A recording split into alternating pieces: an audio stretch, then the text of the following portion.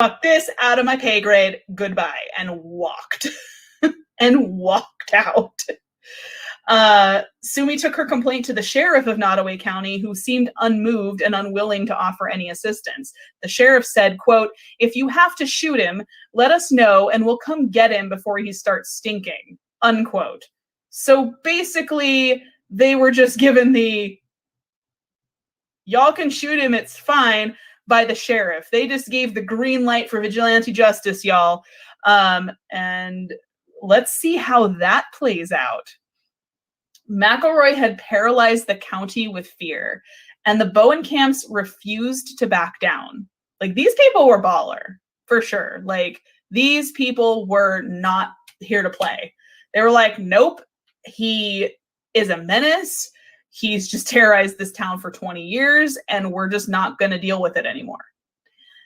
The final straw came the summer of the following year. A jury handed down McElroy's first ever felony conviction, though it came on the much lesser charge of second-degree assault rather than attempted murder. Even further, they recommended that he spend at least 2 years in prison. 2 years of relief and peace were within the grasp of the harangued citizens of Skidmore. But, sadly, it was not to be. McElroy subsequently sidestepped jail on an appeal bond and could remain free until he exhausted his appeals, free to taunt his victims and continue to terrorize them at his will, with the one fact that had become acutely clear: he would never see a day of prison. McElroy himself was quoted as saying, quote, "The jury convicted me and they gave me 2 years, but I'll tell you what, I'll never go to jail. I'll appeal and get off. I've been fighting the law since I was 13, and I'm damn near 50. I've been arrested for over 53 felonies, and this is the first one I ever lost," unquote. The swagger, the cockiness, the braggadocio. Ugh. I want to punch this man directly in his face and knock all of his teeth out of his stupid fudge nut. Like, I'm ready to throw hands with this guy. And I'm pretty sure he would have killed me, but I don't care.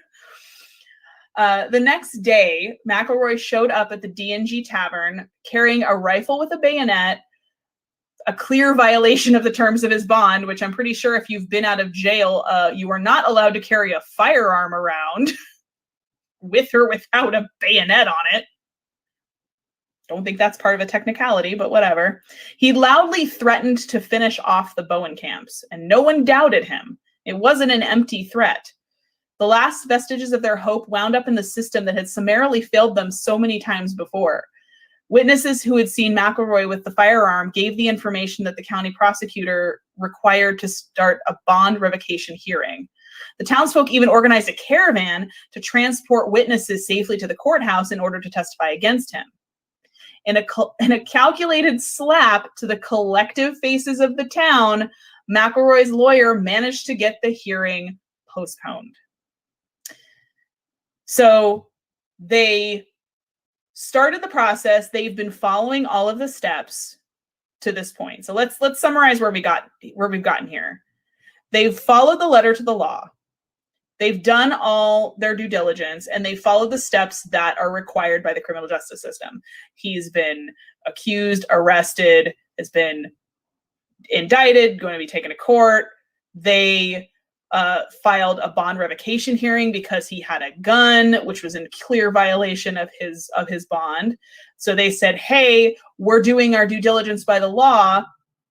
He had a gun. He's not allowed to have that. His bond needs revoked and he needs put in jail because he's loudly threatening to kill people while he's brandishing a gun. Please do something. And they're like, we'll even get people that saw him with this gun in the bar, because he did this in a bar, y'all, in a bar crowded with people.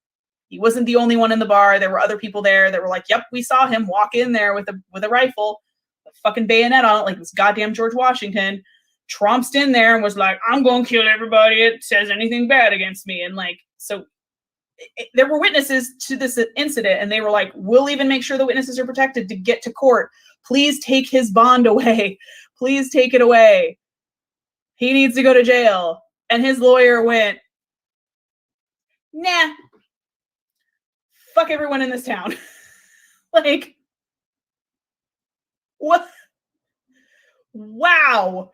Just wow. Hello to everybody just joining. Sorry, that was me in the middle of a rant. Of a bourbon-fueled rant, y'all. So, as you can imagine, that was the last straw. This final failure of the justice system had become a clarion call to the citizens of Skidmore, a call that echoed to their collective souls. The law had failed them. They were completely on their own, and they had to watch out for each other. Dozens of Skidmore citizens gathered at the American Legion Hall the morning of July 10th, 1981. They asked newly elected Sheriff Danny Estes what could be legally done about McElroy. He attempted to appeal to the crowd's better angels of their nature and instructed the gathered citizens not to get into a confrontation with McElroy directly. I mean, it doesn't seem like a good idea to you. It's not a good idea to me at all. The guy's walking around with a gun with a bayonet. Maybe not get in direct confrontation with this hothead. Just saying. So instead, he suggested that they seriously consider forming a neighborhood patrol or like a neighborhood watch or something like that. And then in a confusing, but not really confusing, turn of events, after suggesting that the town start a neighborhood watch, Estes left town. So the sheriff said, yeah, y'all shouldn't go confront him, maybe just start a neighborhood watch, but I'm going to roll out. Does that seem suspicious to y'all? Just throwing that out there. Estes left town, most likely passing McElroy's Silverado pickup truck in his cruiser as Trina and Ken Rex drove into town. Word quickly spread that McElroy was in town. A crowd walked from the Legion Hall down to the D&G Tavern where McElroy had positioned himself at his usual spot at the bar. So a small crowd walked out, got to the bar. Their demand was simple. Get out of town. You have to leave now. Get the fuck out. We don't care where you go, but you can't stay here. You need to leave. To hear it from Trina, who reported it to reporters after the incident, she claimed that a group of men followed them as McElroy finished his drinks and he and Trina left the tavern. He started the truck when sounds of gunfire jarringly shattered the heavy silence of the dreary summer day. A volley of shots shattered the back window of the truck cab, causing Trina to dive out of the vehicle on the passenger. She was on the passenger side, to dive out of the cab of the truck onto the pavement, where a couple of men standing in the crowd nearby picked her up and hustled her to a nearby bank out of the line of fire. And she was completely hysterical, of course, being shot at. As soon as it had begun, almost as soon as it had begun, the gunfire stopped. McElroy was slumped over the steering wheel, the back of his head blown off. He'd been struck a total of 4 times. Blood spattered in stark relief against the upholstery and the windshield. Nobody called for an ambulance. Everybody just went home. Do you think there was one guy showed up late while they're all standing around the truck, and he shows up late and he's like, oh my gosh, there was a shooting, I should call. And then everyone just looked at him, like really pointedly looked like, and he was like, I shouldn't call anyone. I'm just gonna go take my stuff and go home. Mind my business and get out of here. When Sheriff Estes and state troopers arrived in town, oddly enough, a little bit later, the streets were serene and oddly quiet, save for the sounds of the rumbling and smoking engine of McElroy's truck. His foot had fallen hard on the accelerator when he was shot, causing the engine to run at full speed. No one bothered to turn it off. Authorities found the shell casings from 2 different weapons, a .22 caliber Magnum rifle and an 8mm Mauser, a German World War I era long-range rifle. The guns were never recovered. A rumor in town claims that the guns in question were put into a van and discarded in Cheyenne, Wyoming, except for one. One of the murder weapons was thrown in a nearby river, according to that. So for the first time in 2 decades of terror, the streets of Skidmore were quiet. And the citizens seemed to breathe a collective sigh of relief. While 2 grand juries were convened, no indictments were ever handed down. It seemed that those who had witnessed and participated in the daytime execution of one of its cruelest citizens seemed unwilling to speak out against the others. Mob justice had ruled that morning, and the code of silence kept the vigilantes out of the reach of the law. Steve Boer, the director of the St. Joseph News Press in Ottawa County, said, quote, "And that's kind of what small towns do. They just kind of band together and do what's best for the town. In the aftermath of that, to use all the resources at your disposal. Well, in Skidmore, they're non-existent. No one in the town would ever give a name," unquote. One of the citizens who was in attendance that fateful morning recalled to People magazine after the shooting, quote, "We simply felt that the system had failed us. We all knew what McElroy was like, and there he was again and again. It seemed like nobody could stop him," unquote.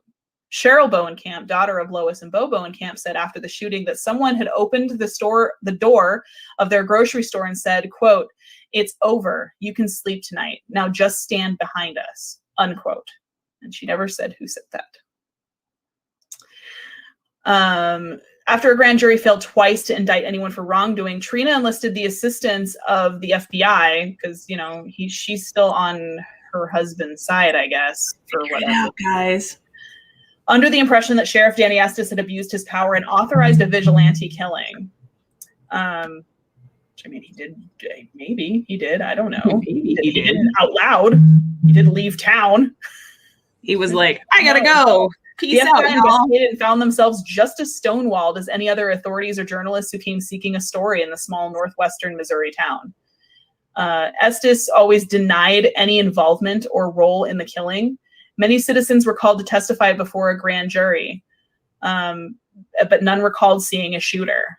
No indictment came from the federal grand jury either. All findings from the FBI investigation, including a list of 3 names of witnesses who saw the shooter, supposedly, were handed over to County Prosecutor David Baird. He chose not to pursue charges due to a, quote, lack of evidence to secure a conviction. Even to this day, nearly 40 years since the killing, the citizens of Skidmore refused to speak of who was ultimately responsible for McElroy's murder. That's Trina true. McElroy accused Skidmore resident and the man that's shown in this slide here and part owner of the D&G Tavern, Del Clement, of being the shooter. His name was the only one that was officially ever offered as a suspect in the killing, but he would never face any official charges. He died of liver disease in 2009, and on his memorial page, someone would recall him as a, quote, good and brave man. Trina would sue the town after the killing and would eventually remarry and move away from Skidmore, refusing to speak of the case until her death in 2012. McElroy's house was burned down after his death, and the law in town harassed the McElroy children something bad. Some of McElroy's children claimed that after the shooting, people would drive by the family home and fire guns into it. They moved out of town not too long after, afraid for their lives. Many of them are still alive and remember their father in a very different light than the rest of the town of Skidmore, which, you know, being family, of course, you remember people probably in a better light than most people remember them as. It's kind of weird, but yes, they do. The sheriff, who some say turned a blind eye to vigilante justice, is dead also. Danny Estes, I believe, died of cancer in, I think, late 90s or 2000s. But the question remains, was this the case of citizens taking the law into their own hands? Was this decided that day in the Legion Hall?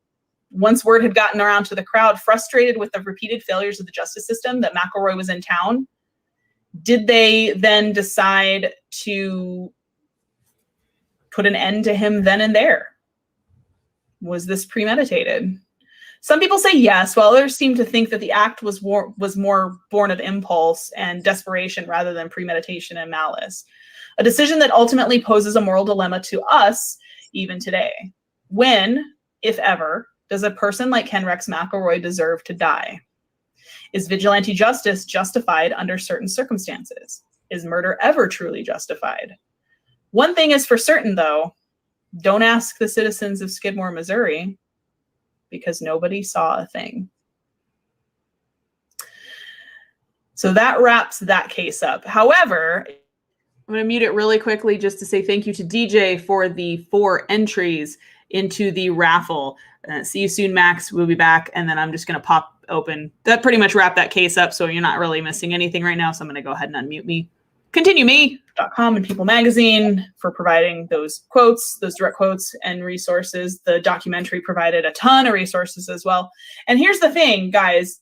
what's even weirder is the weird stuff in Skidmore didn't stop after that.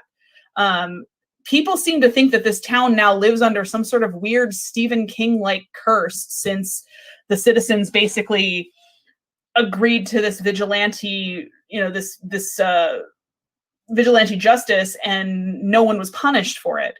There have been 9 murders in this town since then, which is pretty off the charts for a town of like 400 people. There's about 400 people that live in Skidmore to like modern now, like to this day, like as of like a couple of years ago. There's been 9 murders and like 3 people gone missing, that's pretty high for a town in the middle of nowhere with only that number of citizens, with such a small citizenry. There's one that I'm showing here. Some people may be familiar with this case as well. It's probably the most famous case after the Kenrex McElroy case that came out of Skidmore, was the Lisa Montgomery case, where Lisa Montgomery targeted a woman online that was, I can't remember the victim's name, but she bred dogs, and she was pregnant at the time. And Lisa Montgomery made friends with this woman under the guise of, oh, I want to buy a puppy. I want to get one of your puppies. And she went over to this woman's house, which is the house that is pictured here. And Lisa was so desperate to have a baby that she attacked the woman in the home. That's Lisa Montgomery. She is still in prison. She is in prison for the rest of her life. And there's a very good reason why this woman is in prison for the rest of her life, because she attacked and murdered this woman and cut her stomach open and stole her baby. Yeah. Obviously the mother died. She did not make it. Her husband came home to find her dead, blood all over the house. The baby was missing. The baby was fine. The baby was recovered. Lisa was a woman obsessed with holding on to the man in her life by faking a pregnancy. So then she claimed that the baby was hers. She gave birth, all of a sudden, just suddenly gave birth, and she'd been wearing like pillows and stuff like that, faking a whole pregnancy. So to hide the fact that she had been faking this pregnancy, she went and murdered a pregnant woman and stole a baby, because she knew the gig was going to be up pretty soon. Her man was going to catch on to the fact that it's like, bitch, you've been pregnant for like 18 months. Like, where's the baby? So she is still in prison. That is probably the other most famous case to come out of Skidmore since the Kenrex McElroy. There are, like I said, 400 people living in this town to this day. It's pretty much almost honestly a ghost town in the middle of nowhere. The citizens are still refused to talk about it, the Kenrex McElroy thing, and there's people that have gone missing and they've never been seen. There's a guy that went missing in 2001, was just never seen again. He just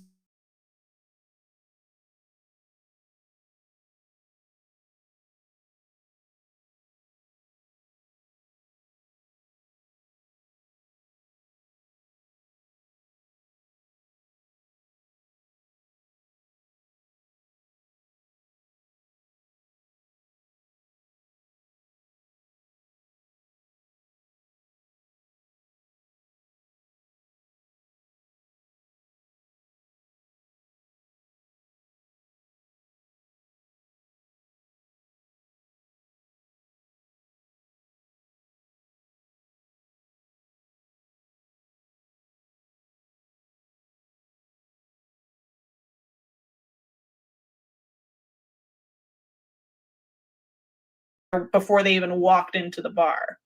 What do you guys think?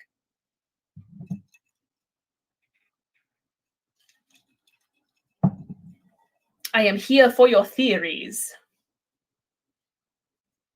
And maybe, who do you think did it? Who do you think did it? Who do you think was the shooter? There's a lot of angles in this one. There's a lot of like, Thank you, did Linda. the sheriff leave on purpose? That's one that I always thought of. I always thought like, donation. The sheriff knew what was going down. I talk over myself, which is just weird. Got out of town and was like, you know what? If I don't see it, it didn't fucking happen. I'm out. He's out. He bounced. Daniel says he thinks before they went to the bar. They were likely frustrated enough at this point where they may have very well decided that before they, they were at the meeting and they were like, listen, somebody's got to do something. Electric Pagan said, I think they all thought someone needed to do something about it and agreed that if anyone did anything that nobody would talk. I think so too. I think that was something that they discussed, and basically they knew where they were at the end of their rope, and it was kind of like I was muted. That's something what happens if we all surround the truck. Everything was muted. Somebody does fire a gun. Sound we're tonight. all in agreement that no one saw shit, right? And it was just kind of like an unspoken. What's crazy is that most of the people, if like I think 95% of the people, if not 99% of the people who were involved in this killing are dead now. They're dead. So I'm going to mute myself really quick right there. That was me doing that. Thank you guys, everybody who has donated so far to the raffle. Once I get all the entries sorted, I will pick a winner probably tomorrow because I probably won't be awake for the entire thing. Because it's like 14 hours of true crime. So, welcome to this. Welcome to the marathon. I think we've got the sound issue figured out. I muted myself to figure that out. But guys, if you want to watch, oh God, here comes the cat. If you want to watch a really good documentary on this case that goes more into it and a little more detail and some interviews and stuff like that, there is a documentary on Sundance streaming called No One Saw a Thing. It is 6 parts. It's really good to watch. Oh my goodness. There's a cat, and yeah, there's that. Honestly. Please get down.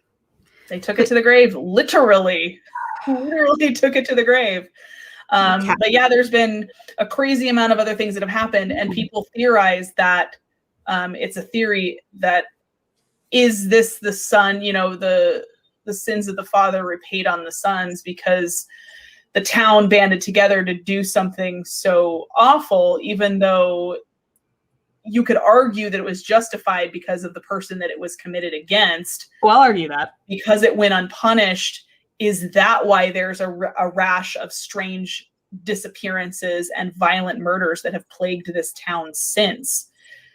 It sounds like a Stephen King book, y'all. I'm just saying. It sounds like a plot for a Stephen King. Stephen King does like writing about weird supernatural crap that happens in small towns in the middle of nowhere. So throwing that out there. I love Do you guys think that there's a connection, or do you guys think that it's just typical increases in violence over like the decades and things like that? Do you think there's a connection between not being punished for murdering somebody in broad daylight and having all these weird things happen in your town? I don't think so. I don't know about you guys. I don't think so. Me. It's a fascinating documentary. It's 6 parts if you guys have not seen it. That's the one. Good. They do interview, and some of the citizens they interview are old enough and do remember it happening and still live there. But they're like, nope. I think it's only a couple of them that are actually old enough, or they're the children of people who lived there at the time. They're like, yeah, my dad or my mom talked about it. And they're like, and they're mum and not lips are sealed. Either the parents never told them. They're like, yeah, they never told me who did it. They were alive at the time. They just kind of, and this did have also a kind of a detrimental effect to the town as well, in that the town at the time had a decent amount of people living in it in the 80s, in the early 80s. And after the event, after it happened, the town started to shrink. People started to move away. I think because, honestly, vigilantism can be a slippery slope. You kill one person for doing one thing, and yes, he was wrong, and yes, he was a terrible person, but what's to stop people from turning on each other, purge style, whenever they just don't like each other? Because it's like, now you've seen what you're capable of. What's going to stop you from turning on anybody, or turning on somebody you think might have spilled the beans? So even people who saw it and maybe didn't agree with what happened, like, hey, that was wrong. We probably shouldn't have killed him. Yes, he was a piece of shit, but we probably shouldn't have shot him. Would you feel comfortable living in a town like that? I don't think I would. Like, you know what I mean? They did make a movie about this, Ricky, with Jodan Baker, I think. No, not Jodan Baker. Who did they make a movie with it with? It was made back in the, let's see. It was made back in the 80s. It was made after the book in broad daylight. It was Brian Dennehy played Ken Rex McElroy. It was based on the book that I actually quoted earlier in the episode. Yeah, a lot of people did move because of that, because they felt like, well, what's to stop somebody from turning a gun on me now if they just don't like me, or if they think I said something, or if they think I squealed. A lot of people did move and never came back. Yeah, 1991.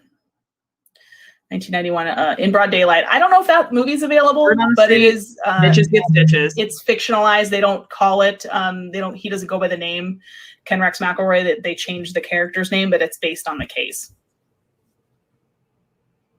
For sure. They've not made a movie of it since, though. They've just made it's old. Yeah, there's been a documentary and just that one movie, which is weird because it's an interesting case. Which is odd. You would think it would seem like, I'm like, that seems like prime Hollywood material. You think they would try to redo that? Like, no, kind of like I already knew Walking Tall, which was based on a true story. But well, I don't think Ken Rex would have disappeared. I think he would have just kept going and just terrorized that town until no one lived in it except for him and his wives and children. I don't think he had an off switch. So, and I honestly, I don't, at that point, reading all the stuff I read on it, I didn't have a lot of faith in the justice system that he was ever going to go to jail. And even if he did, and here's the other thing, even if he did, let's just say for the sake of argument, let's just for fucks and funnies say that he did get convicted and he did get his bond revoked and he ended up in prison for 2 years. For 2 years only, by the way. It's not that long. How pissed would this guy be that he got sent to jail and y'all still live in this town? When he got out of prison, there was going to be hell to pay. So dark. Like, they wouldn't even. They thought it was bad with him just so not even getting arrested. Imagine him, like the wrath of him having to come back from prison. Oh no, that whole he would have just wiped out half that town. I feel that. I feel that's true. Electric Pagan says, and people be suspicious and paranoid. Yep, that's what a few people did say that their parents had moved from Skidmore after the incident happened because they didn't agree with what had happened and they didn't feel comfortable in the town anymore. They didn't feel like they were safe, so they left. And basically, now you have a town of like 400 people, and the town is basically dying at this point. Pretty much. It's just one of those like small little Midwestern towns that are shrinking into slowly shrinking into nothingness. And its only famous things are 2 pretty gruesome murders. Those are its 2 only major exports: fists and guns, and shooting people on the street in broad daylight. Fists are my major export. Catching these hands. Exactly, the town will be gone. If he came out of prison, he was threatening people before he'd ever gone to jail, and he'd never been to jail. I can't imagine the wrath of this man when he got out of prison. Wouldn't have been pretty. He would just he burned somebody's house down when he wasn't even sure they'd done anything. He would have burned the fucking whole town down. I'm pretty sure this man would have burned down a diner and danced in the street while it burned, Nero style. So I feel like they were really between a rock and a hard place here, and they didn't have a whole lot of options, sadly. I think it was at a tipping point, and it was one of those something's got to give moments, and something had to give, and it did. It just did with a few gunshots in the middle of the street, and everybody just went, no one saw that, right? All right, let's go. Yeah, Old West. It was very much like Old West, OK Corral kind of style, for sure. I would love to go do paranormal investigations in this town because it looks creepy as heck. Like, it looks creepy. I'm down. I'm down to investigate anywhere, but I also love true crime, so that's why I kind of wanted to get on and recap that episode that we did. because I don't know if you guys had ever heard it or seen it, but I'm glad to share it with you. And the Zodiac news got me all hyped up about true crime again. So I was like, I miss my true crime roots. As I was, used to be a true crime researcher. That's what I used to do. I used to do a lot of things. True crime / paranormal researcher. But yeah. The next actual episode, is this one's like a bonus, like After Dark episode, because I wasn't sure how true crime was going to go over. I know that y'all are paranormal fans, but I'm so glad to see so many true crime fans here in the chat that are all about, like, so I might do a toss off of these. If you guys want me to do more true crime episodes, I have done tons of research, probably more than a normal person should. Normal. So I can always throw a true crime one in here and there if you guys are interested in that. And that was the start of it all, ladies and gentlemen. That was the start of the Murder Corner. That was the very first episode of the Murder Corner. It started a whole avalanche of this that you're watching right now. If you guys are just joining, thank you for rejoining the new stream. I finally got the technical issues sorted out so that we can actually hear, and everything seems to be working just fine. Again, we've got 14 hours of true crime ahead of us. Well, about 13 now. So we needed this figured out and sorted before it went any further. So I'm glad we got all of that sorted. Thank you guys so much for rejoining. Sorry, it's been kind of a technical nightmare. But yeah, how are you guys enjoying it so far? That set was so dark, like so dark, so freaking dark. I'm like going, how did you see me? How did you even freaking see me? This is so much nicer. It's good to see, growth and the arc going forward. But yeah, so I'm just kind of rambling there at the end. So I just kind of figured I'd cut in just to say thank you for rejoining. Thank you everybody who has entered the raffle so far. So if anyone has joined and is unaware, we are doing an raffle right now where a $5 PayPal entry will get you an entry into win the one of the new pieces of Murder Corner merch that just went up on the Teespring store yesterday. There are 2 new shirts, and there is, of course, as the last episode made very famous, the screaming pillow. You'll know why. If you know, you know. So thank you again. If you guys are just joining and don't know who I am, that's weird. But I am the devil, and I'm here to do the devil's business. And I'm also the future ghost with the most. And your murder tour guide, Vivian Noir, host of the Dead Hours on PARAFlixx, host of the Dead Hours presents the Murder Corner on YouTube. I am very busy, and we're doing a little bit of a marathon just because time got away from me because I am very busy, and I did not have a new episode for season 2 completed in time for you guys. So I was like, you know what? Let's do a recap of season 1. And there was a lot in season 1. I was like, ooh, I had this many episodes. Holy crap. Like, a lot of them are 2-parters, to be fair, but heck yeah. So I'm watching, and I'll pull it back up when it goes to a new episode, because I'm literally just blathering at the end of that one because I was like, oh, it ended early and I don't know what else to do. So thank you guys for joining. Yeah, me too. I love true crime stuff too. Love it, love it, love it. Probably more than a normal person should. I have my serial killer shirt on. Can't really see it. It's Jeffrey Dahmer. Haven't done an episode on that one yet. Those are coming. There's so many more to do. I got so many. Also, stay tuned. I will stick with you guys in the chat and up here back and forth for as long as I can stay awake. I do have to work tomorrow, so I can't stay up all night with you guys. I wish I could. But day job, unfortunately, kind of demands that I, sleep like a sucker. So there's that. And I will hang out with you guys as long as possible. This will be fun. I hope you brought lots of snacks. I hope you brought lots of drinky drinks, lots of apple juice, lots of whatever you are choosing to drink tonight to hang out with us in this marathon of the Murder Corner. I am still talking down here. What the heck is going on? Let me see. To me, don't sync up. Just looking at the different just with all the different research I've done, the timelines don't sync. I will say for sure that he was either caught and put in prison for something else, or he died, committed suicide or died, because people, when they're doing that sort of behavior, when they're killing like that, they don't just stop. They only stop when they are stopped, which means that he was either caught for something else, not for murder, was caught for something else and put in prison and died in prison or whatever, or he committed suicide or died himself. And people don't just be like, the murder switch doesn't flip and then he just stops killing. It's not the way it works. H.H. Holmes, Dantex is the one that had the...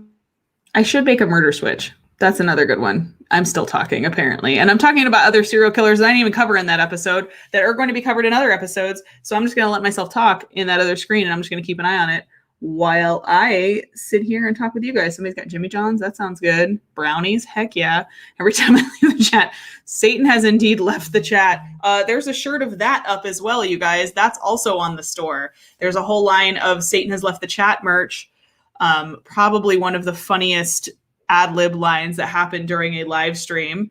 As you know, the live stream after dark ones can get kind of wild and kind of crazy.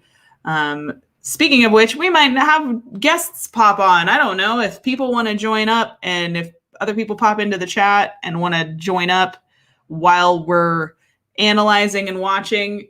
You know what? It's a wild time. It's a marathon. Why not? These are things that could happen all in the course of an evening. I don't really know what that gesture was. But heck yeah. Heck yeah, heck yeah. I don't have snacks, so I am envious of your guys' snacks right now. Stuff yourself silly onion rings. That sounds really good. Onion rings are always a win. 100%. I agree. Lines definitely don't sync up there. There's like, he would have been way too old to perform any of those crimes. So that's 100% a different person. When New Orleans reopens after pandemic, which I was actually trying to get into some of those hotels down there, because a lot of the hotels in the French Quarter are very haunted. Yes, Still American working Horror on Story did a season with by the way. with Coven, because it was set in New Orleans. Some of the houses are still standing and the neighborhoods are still there where the Axeman was going around and murdering people. So I would love to go on like an Axeman tour. If we get down there to do a paranormal investigation, I'm like, dude, I'm going to need a day just to go on an Axeman tour, please and thank you.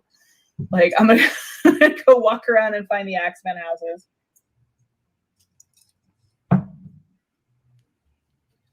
Like the Ripper tour. Like, I need to do a Jack the Ripper tour for sure when I get to London. Like, first thing, plane touches down, Ripper tour.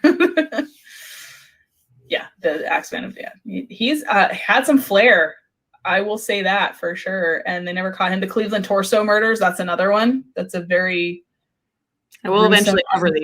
Murder. The Black Dahlia. Black Dahlia is probably my favorite. One of my, like, there's so many, but the Black Dahlia is an amazing case as well. It's one of those where it's like I hate unsolved things, but I love them at the same time, because it's like a little puzzle that I'm trying to open, like a little puzzle box, like a Rubik's Cube. And it's so frustrating because I can't do it. Oh my God. Travel to roasting serial killers? Yes, please. Yes, please. Although I will say, I believe the reason the marathon is 14 hours, that is my best estimate, just because each episode is about an hour. And there's 14 items in the playlist. So I'm just like going off of like just a general estimate. Hey, no problem. That is totally fine. Welcome. It's okay. You missed all the technical difficulties that I had earlier. So that was super dupes fun. So yeah, it was great. It was really great. So yay.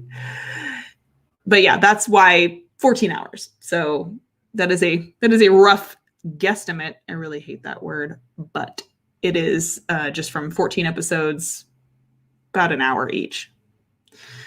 and apparently of just me gassing on and talking at the end of this one for like blah blah blah blah blah. I'm gonna cover this case and I'm gonna cover this. But like, okay, cover the cases and just shush. Blah blah blah blah. Chatty Kathy, I am. I like to talk a lot, as you guys know. So thank you to everybody who's joined, who is joining, who has joined. I keep trying shaking the camera. I'm really trying not to, you guys. I know. I'm sorry. Good luck in your competition, though. For real, you're gonna kick so much ass, so much ass. I already know. I already know you are. So yeah, I'm still talking in that other screen. My God, you guys, like, hold on. Of a club. What is that was as a bar? It had been shut down since it's been closed for years, and they were doing dowsing rods to try to contact Jeffrey Dahmer's spirit. And I'm like, what is happening on this fucking tour? What is happening? Like, these are not people to crush on. These are not celebrity crushes. Like, the amount of women that when they came out with the Ted Bundy documentary on Netflix and the extremely, was it Murderous and Vile, the one with Zac Efron, the movie, and then the subsequent documentary. The amount of women that had like all of a sudden crushes on Ted Bundy was upsetting. Gross. Like, gross. No. This is not someone to lust after. I was like, point of order. No. No. Okay, you're serious. You're seriously crushing on this man who crushed women's skulls and chopped their heads off. Cool. Awesome. That's a pretty low bar. Not gonna lie. Like, how bad do men have to be in your life that you're crushing on a serial killer who would have murdered you? Pretty bad. Doesn't make sense to me. I don't have words. Your Tinder response was everything. Absolutely not. Yeah, like Jason is absolutely correct. Thank you so much, Jason. And you are welcome to come up here if you have time. I will throw you an invite. That invitation is still open, Jason, if you're still around, sir. There is a huge difference between being curious about the dark side of humanity and the dark side of human nature and worshiping evil. Absolutely. I couldn't say that better myself. Huge dynamic difference. Yes. And it's like they think they can fix him. I'm like, no, you can't fix. That's something primally wrong in someone's brain. There is no fixing that. And if you've watched extensive interviews with Dahmer, like I have, he admits the fact that he's like, yes, I knew what I was doing was wrong, but I couldn't stop it. I didn't know how to stop it. I would try with alcohol. I would try numbing it with alcohol. I would try denying it, and it would always kind of the urge would take over. They describe it as like an urge. And he's honestly probably one of the most honest that I've ever seen interviewed. He's not one that like played games like Bundy decided he was, because most of them are narcissists too. So they decide that they're smarter than everybody and they want to play games with the authorities and do this little like back and forth. But Dahmer never did that. He was very direct and answered questions like, look, yeah, I know what I did was fucked. I just couldn't stop myself. And I was like, okay, like at least you're honest about it. I mean, it's still fucked up, but to a degree, trying to tap we don't know how honest you did.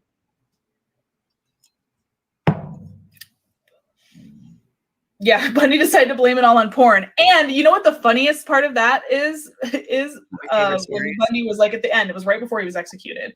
And he was being interviewed by that James Dobson, who was a pretty famous, I guess, like evangelical pastor at the time. And he said, oh, it was all pornography's fault. And that's why I murdered all those women, was because I watched porn. And Charles Manson heard that and basically said, bitch, please. Like, it's the funniest. That has to be one of my favorite like stories ever from like Death Row about a serial killer. Bundy tries to blame his women killing on too much pornography, and Manson literally went, bro, what? Like, bro, no, That's cute, but no. Yeah. It's pretty bad when you get called out by Charles Manson. Like that's a whole other level of crazy. And I'm apparently still talking. So hanging out with me, you guys.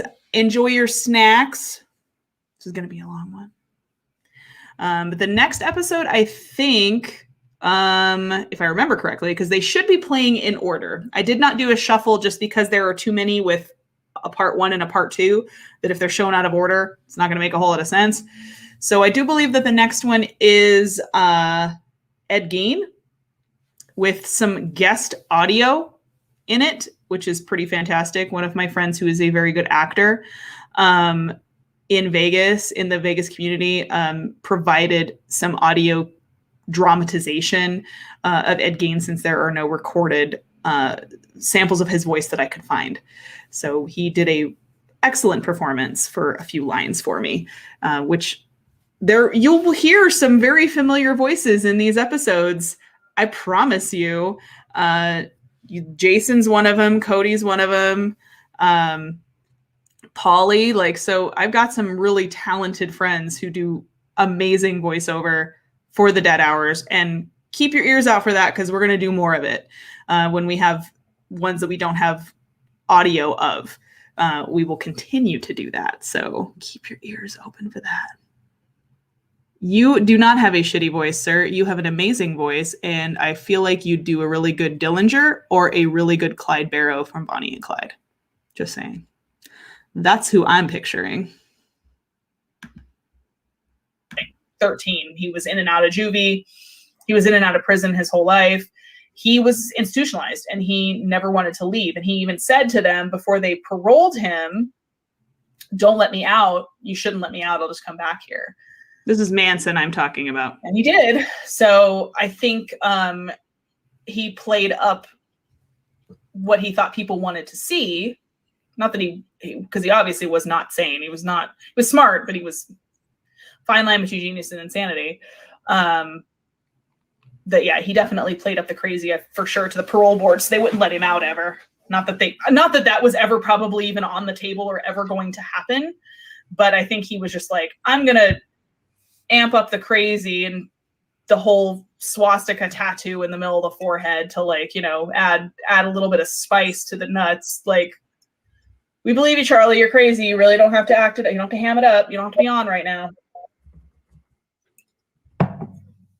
He did almost marry a fangirl at the end. And then it came out that she was after his, she wanted to get his money or something. I don't know. Or his, it was basically for 15 minutes of fame kind of thing. Yeah, there's a difference between crazy, unable to comprehend reality, and crazy, willing to cast aside humanity, is what Jason said. Jason, you're real good at this. You want to be on a true crime show with me? I think Jason should be on a true crime show with me. We should do a true crime podcast, Jason. Should make this happen. She wanted his corpse for something, right? She wanted rights to the body so she could sell it or something. I don't remember. It was something weird and macabre, and I don't know. Yeah, Tamara says Manson's mother was at West Virginia Penitentiary, which we talked about in the Haunted History episode. Last week, we talked about that prison. His mom was in prison. Yeah, his mother was in prison, and he asked to be sent home there, but the warden said no. Yeah, she wanted to be able to claim his body to sell it, which they ended up doing anyway, as far as I remember. I do believe that is how it is pronounced. There are his dentures are at the Haunted Museum in Vegas. Yeah, I've seen them. There's a portrait that's made with his crematory ashes that's at the Haunted Museum. His blood and his crematory ashes. Yep. It's a portrait of his face. Was okay, that's an interesting medium that I maybe would not have necessarily chosen, but okay. Choice. I would have gone with acrylic, but okay. You pop off, sis. I turned it, I looked at it, and I was like, okay, that's a little okay. Yes, he does have an obsession with Manson, to the point that he purchased the Evil dentures, yes. It's like Deathbed, the bed that eats. Not joking. That's an actual movie. Google It is an look actual it movie. up. Look it up. Nobody It's wrote terrible. that shit. Zach does have an obsession with Manson. He has an obsession with serial killers in general, but Manson in particular. He did buy the La Bianca home. Not the Omen, not the actual, like, the Tate house, which is next to the Omen house, which you guys have seen before on New Reality and other things. I can become art if I can't be taxidermied in a bear. See, you guys are always thinking about me. But he purchased the La Bianca home, and it's now again up for sale, I guess. I don't know what I think he planned on turning it into like a museum or something, there were plans to do something with the La Bianca home. Museum? What? They were murdered. Leo and was it Rosemary LaBianca were murdered the night after Sharon Tate. He was originally had plans to do something with the house, and then nothing happened, and then pandemic happened, and now the house is back up for sale apparently. So did the prison destroy most of the artwork Manson made? Yes. They destroyed, I think, most of his artwork that he made, but this was something another artist did, as I guess like a weird memorial piece. I don't know. And I can't be taxidermied, so figure that one out. But there's a whole serial killer room at the Haunted Museum with like Richard Ramirez's shirt that he wore while he was in trial. There's a whole Ted Bundy like corner with Bundy's murder kit. Actually, the actual murder kit that was recovered from his needle, with the tape and the duffel bag and the fake glasses that he wore when he kidnapped his last victim, Kimberly Leach. There's some Gacy stuff. A piece of John Wayne Gacy's brain is in a jar in there. It's an interesting room. Really Hey, is. paranormal resident, how are you? Yeah, they would have sold it off. I don't know, dude.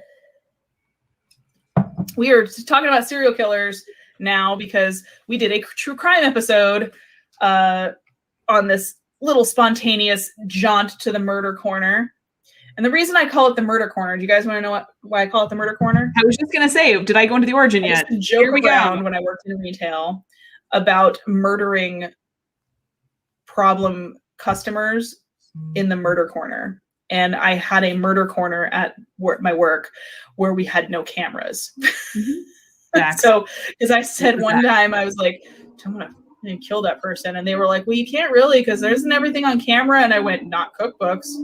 That's the murder corner. There's no camera over there. So I told my still like, if you ever hear me go, hey, I just heard about this new cookbook you should come check out, please don't stop me. Or come help me. Everyone's good. I'm about to commit a felony. For the greater good. So that was the murder corner.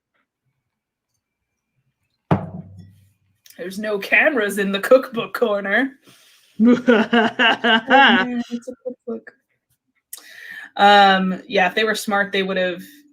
Oh, John Wayne Gacy. Yeah, I didn't get to do Gacy on the podcast, so that's a one that I was planning on doing, and we just took a break. It's included in this one, I went on hiatus.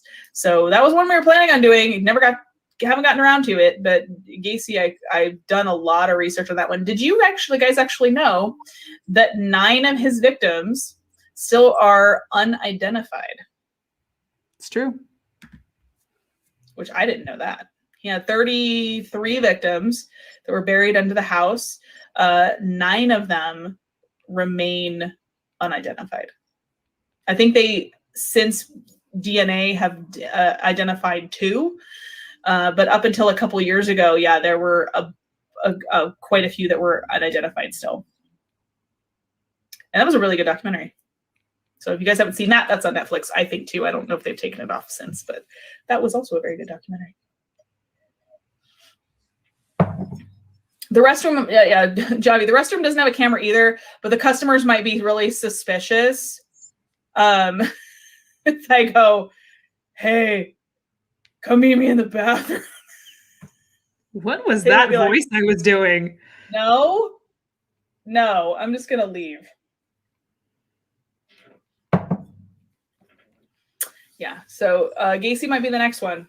Also, fun fact, as much as I hate it, because I hate clowns, and you guys know how much I hate clowns, Disney Plus does have a lack of true crime documentaries, Jason. This is true. Unless you count, no, there aren't any. I was like, unless you count, no. It does have The Mandalorian, though, which is pretty entertaining. The clown makeup that Gacy wore, which he never wore to kill people in. That's a common misconception that he wore the clown makeup when he murdered people. He did not. He wore the clown makeup as Pogo, which was his alter ego when he would go entertain children for parties. But from what I have heard from experts in clown makeup, clownery, Hogwarts School of Clownery and Clownism, I don't know. Clown experts, clown scientists say that the makeup should never have points because it scares children.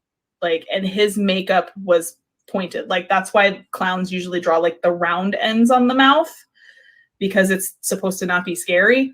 Spoiler alert, it's still fucking scary. Doesn't matter. It's a clown face. It doesn't matter what you could draw, like all kinds of fucking parallelograms. I don't care which shapes you're drawing on there.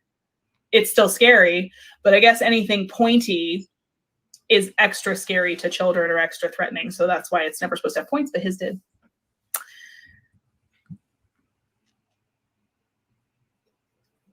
Yes, he had a side job entertaining children and was an upstanding member of the community. He owned, like, he was a alderman. He was an elected town official. He owned businesses. Like, he has surviving children. He has 2 living children. I hate clowns. Can you imagine being the child of a serial killer, like a child of John Wayne Gacy? Yikes. Or Charles Manson. Charles Manson has 3, well, had 3. I think one of his sons committed suicide. They are always upstanding. So was BTK. Just saying, BTK was an upstanding member of his community too. And then he also liked to bind, torture, kill women and dress in their underwear. So, you know, hey, those are always the ones you look out for, according to according to every documentary I've seen. You always look out for the church-going, the ones who are youth pastors, who are upstanding members of the community, because usually they have a box of severed penises under their bed. If true crime TV has taught me nothing else, and it hasn't, it is that fact right there. Veronica, my husband accidentally clicked my profile and asked him, hey, did he immediately just like move the knives away from you? Like, honey, are you fine? Is everything okay? Just moves the knife block away from you. Yeah, no, that's my whole queue on Netflix. Fortunately, I have no one to question that lives with me to question anything that I watch. So, because otherwise they would be very disturbed. My whole Netflix queue, my Hulu queue, yeah, Disney Plus, obviously not so much, Jason. Except, yeah, most of the movies start out with a dead parent of some sort, so I guess that counts. They would just be like, I'm gonna go. Go home. I did kill them all. They're all under my bed. Shh. Parts of them, anyway. I do a really good evil laugh, y'all. I'm a treasure. I do a really good evil laugh. How are you enjoying the thing so far? Yeah, no, I worked with the general public for almost 20 years. It was a nightmare, and it is why I don't like people. So there's that. Sorry, I'm reading some of your comments.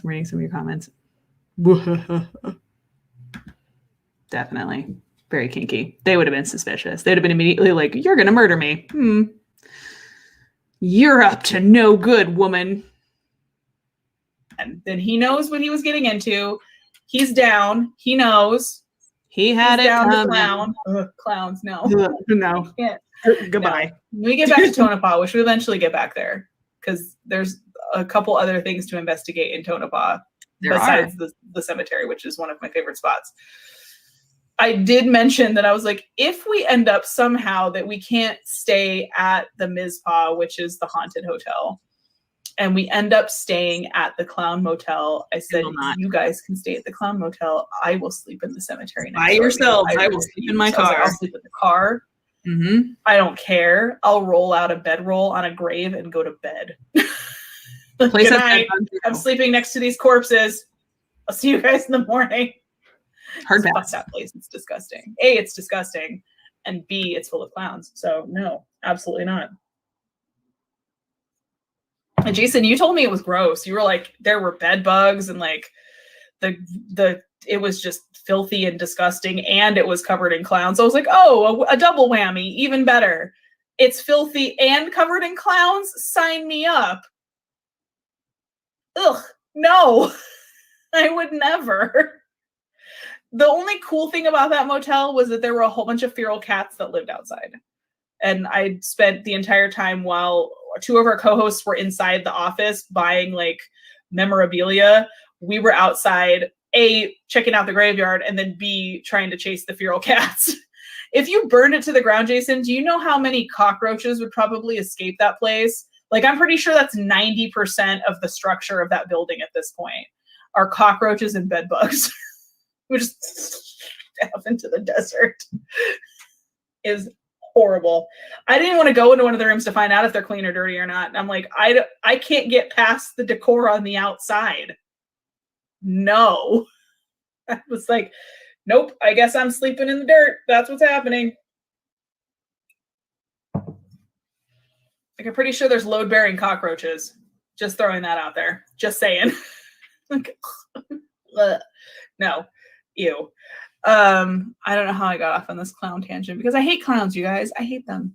I really hate them. But yeah, true crime is my jam.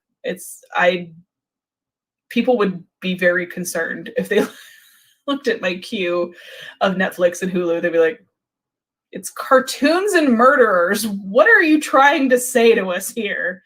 What kind of individual are you? Someone who likes cartoons and serial killers. I don't know what to tell you.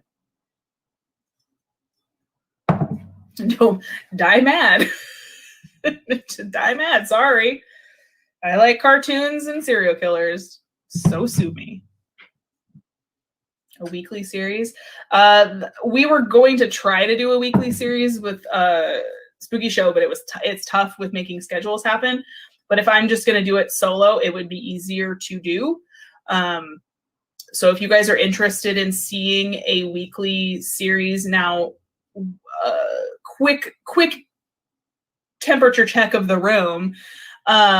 Would you guys be interested in seeing it under Dead Hours, or would you want to see it under another name? Because I mean, like, yeah, Dead Hours is pretty blanket, where it could be other things besides paranormal. I mean, of course, it would mostly be paranormal still, but if you guys want to see,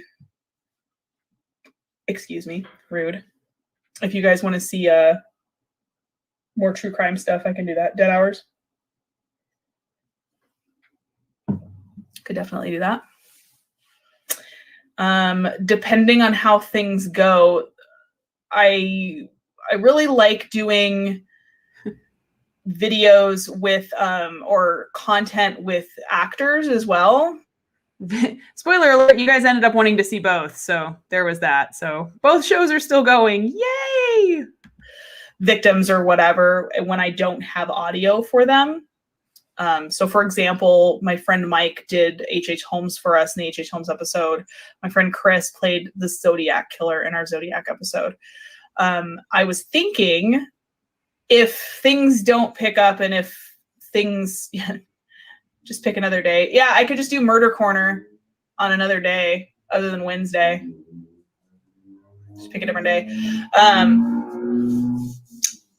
But I was thinking it would be kind of an ambitious project to do, but doing a radio drama, kind of, sort of.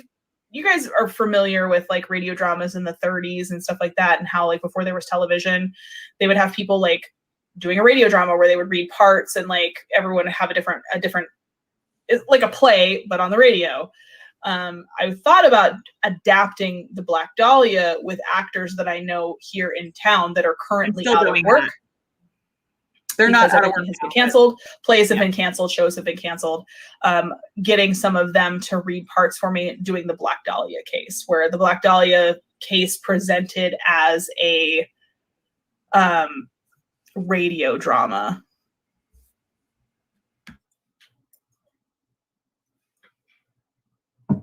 Like complete with 30s slang and lingo. So think LA Confidential, like the movie, but as a radio drama. That's the best parallel that I can draw.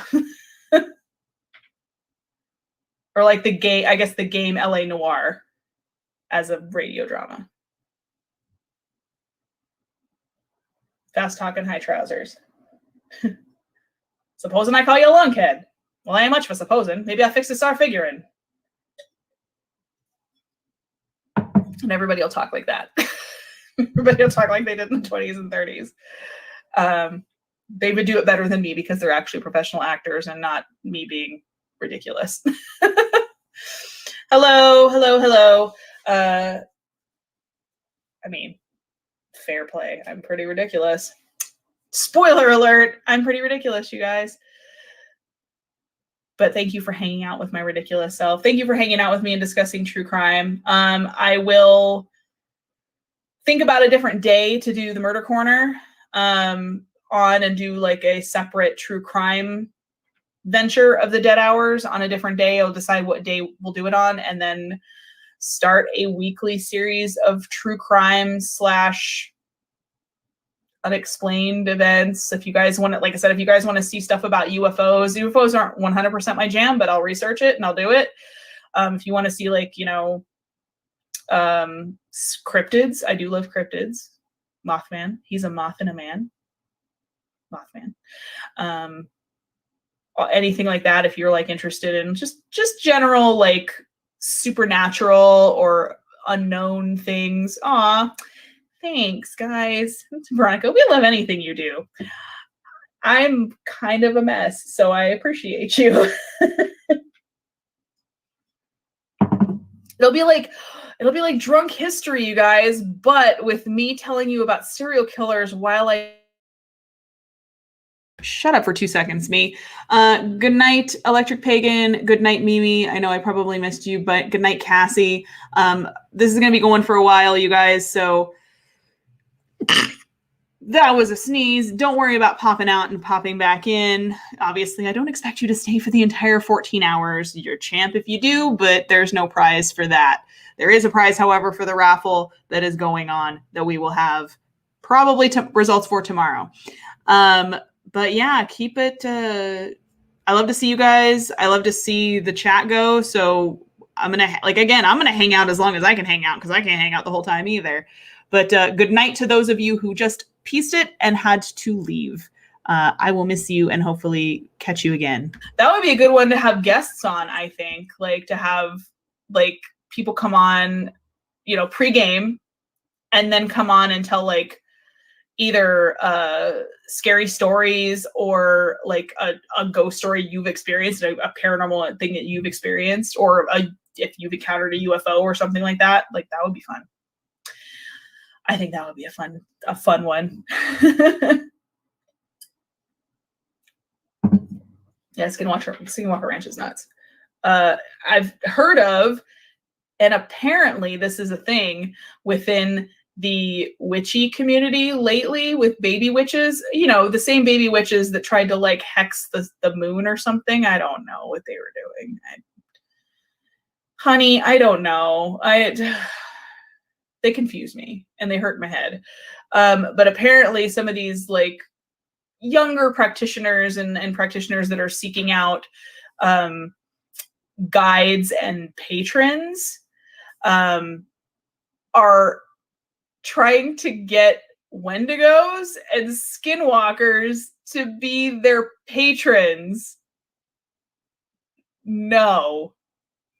And that's not like, honestly, like guys, that's not me gatekeeping because I would never, and you can have whoever you want as a patron or as like somebody that you call to for magical inspiration or for power. But calling on a Wendigo, and no, that's just dangerous. No. This isn't gatekeeping. This is just me being concerned for your safety. Are you okay? They'd be like calling on a werewolf. No, why would you do that? It's gonna rip you to pieces. Like, you're gonna die. There's this whole, like, I don't know if they're just trying to be edgy, but there's ones that they'll call on those, like, to be their pagans and or to be their pagans. They are pagans. To be their patrons, or they'll call on, like, there's the horse in Celtic mythology that basically wants to kill you. There's certain, like, deities and certain, like, mythological figures that basically just seek destruction and death and destruction, and they're calling on them to, like, give them power, or to be their patron and their person and their deity. And I'm like, it's like using a Ouija board, mama. You got to be careful who you let in, and you got to know who you're asking and what you're asking for. I will leave it at that. That's why the sigils and things like that, the only time I've ever been very concerned about anything, and I'll tell you this for sure, because I've been practicing for a long time and I know what I'm doing. But so pentagrams and things like that do not rattle me in places. Like, when I go into places, or if I go into an abandoned location that has, like, ooh, there's pentagrams painted on the walls and upside down crosses and 666. I'm like, yeah, and, like, this is somebody trying to be edgy and extreme and doesn't know what they're doing. They're trying to be provocative, and they're putting up things that they know will get a reaction from people. The only time I have ever been concerned, and if Jason is still here, he will tell you, was when they were at Cleanwater Demon House and there were sigils on the walls, because that is somebody asking for something very specific, and that is somebody who knows what they're asking for. And I was like, as soon as I saw the sigil and I looked at it and I looked into it, I was like, nope. I said, you guys need to not go back to that house without protection. Nope, I don't like that. I don't like the energy coming off of that. You guys need to not go back there without protection, because somebody knew what they were asking for. This isn't somebody just being a joker and painting 666 on things. This is somebody who knew what they were trying to summon. And maybe they summoned it. We don't know. So, just throwing that out there. Witch Mountain. I'm not familiar with that. I'm familiar with the Gates of Hell in Antioch, California, which is also very creepy. It supposedly has, like, weird creatures and other things. It's a portal to hell, I guess, or something like that, in Northern California. But I did not know about the place. I know about Whaley House, which is unfortunately closed. I was trying to get in there to investigate. Witch Mountain, I will have to look into that. But yeah, it was like, pentagrams don't rattle me, obviously. Even upside down ones don't rattle me. Again, it's usually people just being provocative because they know that's associated with Satanism. They know that's associated with left-hand magic and black magic. So it might not even be practitioners putting it up. It's just people like, oh, I'm gonna get a rise out of people by putting, like, an upside down cross on things. Like, okay, that's fine, whatever. You know. But sigils, I was like, oh, I don't like that. What? Because I even screen capped it and looked at it, and I was like, I don't know. Nope, you guys need to not go back there without protection. And I literally, like, sent, like, the next day, I sent protective spray. I was like, if you guys are going back there, you're not going back without this. Because somebody asked for something to show up. And it may have, because that place has definitely a hostile energy to it, for sure. And even outside, like, they've had weird things happen outside, almost like kind of like Skinwalker kind of incidents where they've seen, like, there's been weird circles and things in the dirt, and, like, the branches are bent down. And I know Patrick's even said he's seen or heard, like, weird sounds outside. So I'm like, dude, I don't know what they opened a doorway to, but they didn't know how to close it. Or yeah, it was on a live. He was outside the house, and there was like a area outside of the house where it was like almost like a circle had been cleared for something, and the branches were like bent over, and he'd seen like a figure that was like a tall figure by like the trees and stuff. And I was like, yeah, you need to not go out there. I said, and if you hear something say your name, leave. Or if you hear something that sounds like crying, leave. Don't go look for what it is. Like if you see a person or hear crying sounds or hear your name being called, do not go finding what that is. Don't go out there. Get in your car and go home, and don't go back there. Yep. It's usually a Wendigo. It's a Wendigo that's saying your name, and it'll sound like a person, and it will attack you. It's luring you in. It's calling you to try to get you to come look for it, or it'll sound like a lost person. Especially if you're out in the wilderness. Now, if you're out in the forest and things like that, if you hear like somebody crying, or if you hear somebody shouting, calling your name specifically, it's possibly a Wendigo. Yeah. A shapeshifter, a skinwalker, and they will attack you. They mean business. They're not nice entities. Please look them up. Do not fuck with them. They're not nice. Hey, Crow of Judas. What's up? So, we're currently still in episode number 1, which I forgot was like a 2-hour episode of half of it was me. I literally got on and told him, I said, if the other half is just me talking. Hear anything saying your name, if you hear anything like calling out to you saying, I need help, or it says your name specifically, I said, you need to leave. Yeah, don't. Immediately. Yep. Goodbye. Like I said, you probably need to leave now, actually, since you found the thing and you've seen something. It probably is better that you go, which I think he did leave shortly after that. But I was like, dude, who knows what was summoned out there, but there is something out there that's not a friendly being. It sure isn't. Sure. I was like, you need to leave.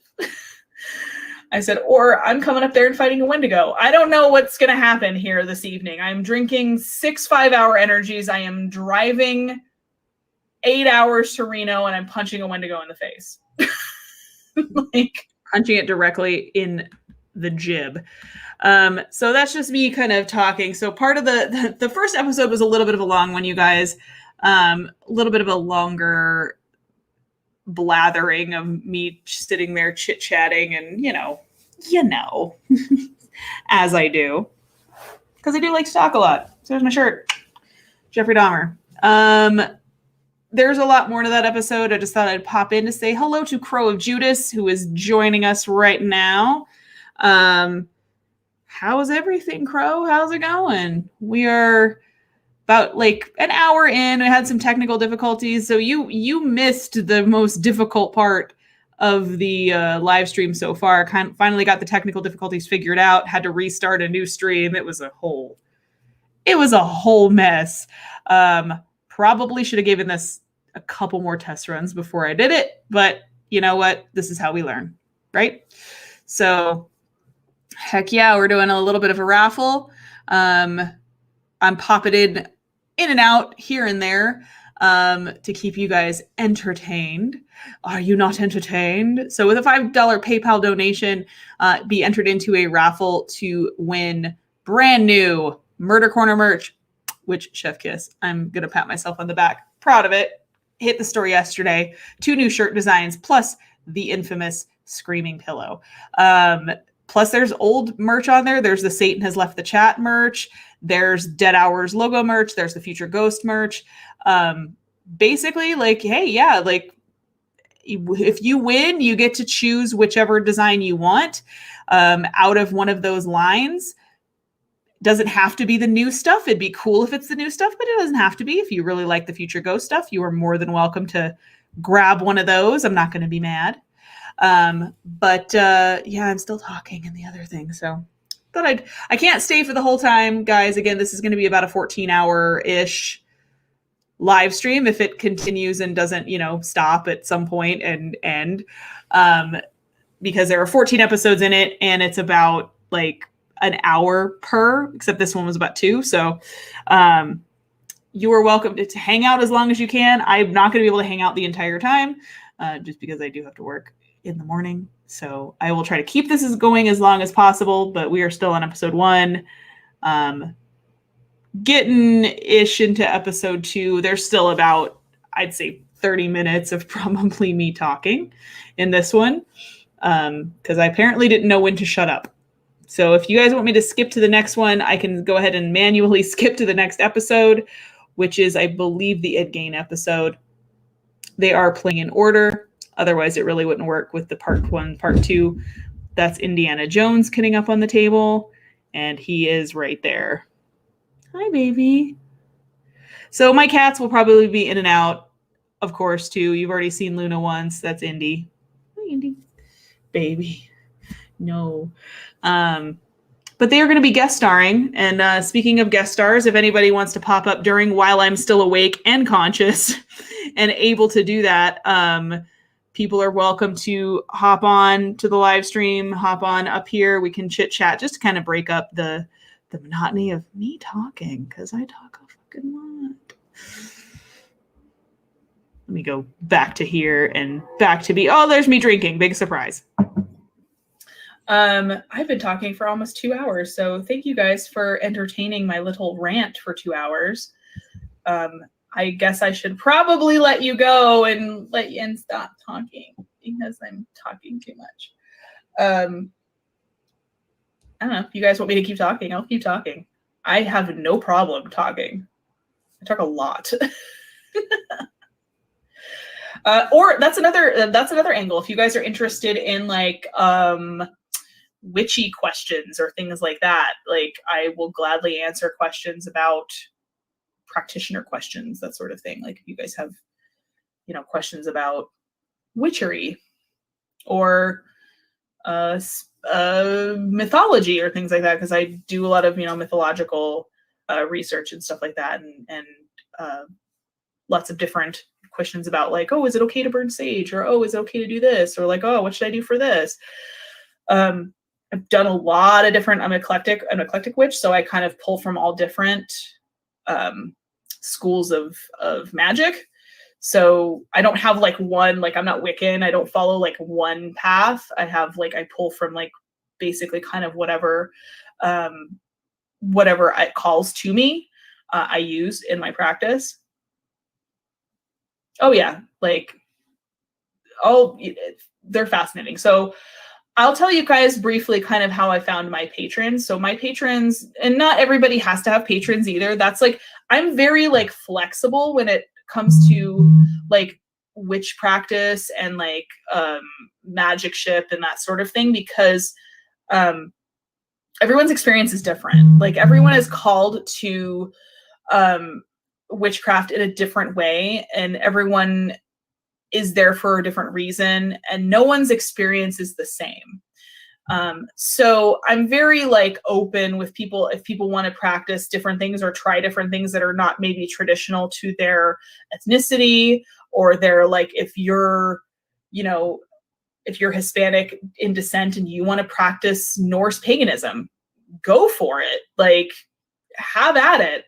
Just because you're not of that ethnic background, I don't think that necessarily means that you should be shut off from something. I don't gatekeep sort of things. I'm very open with that, all of that, which not everybody is, but that's totally fine. That's just how I am about things. And I can't tell what people, it's the whole reason I'm not a Christian. I'm not going to tell you how to be a witch. You don't tell me how to be a witch. I don't tell you how to be a witch. Everything's fine. But my patrons, which not everybody has patrons that they pray to or that they offer stuff to, are Egyptian. Egypt was always a thing for me, which I could never explain. It's more than likely a past life experience that I've had before, because ever since I was a little kid, younger than I should have been interested in it. I was fascinated with ancient Egypt. I was fascinated with the pyramids. I had a hieroglyphic stamp set, you guys, that I would write letters and hieroglyphics in when I was like 12. So like my parents bought me this little, like for Christmas, they bought me this like from a museum, this like stamp set of hieroglyphics. And I would seriously, legitly write hieroglyphic letters to people and give them to them. That, like, why? As a 12-year-old kid, why would I be interested in that? So there was obviously something about ancient Egypt that always kind of like called to, like, the call to the soul sort of thing. So when the Luxor Casino opened out here, we don't have museums in Vegas traditionally like major cities do, where they have like these cool museums with lots of cool like ancient artifacts like New York does or LA does. We don't have museums here. Oh yeah, that's Nyx on my bed. She's the inky void that demands food and chicken. And she's now taking a bath. So we don't have museums here. So the closest thing I had was the Luxor Casino when it opened. So I was immediately fascinated because that hit me around that time when I was like all about ancient Egypt and all about that. And I was just over the moon because it was Egyptian themed. And I remember going when it first opened and I was just like eyes this big and like I was all about it.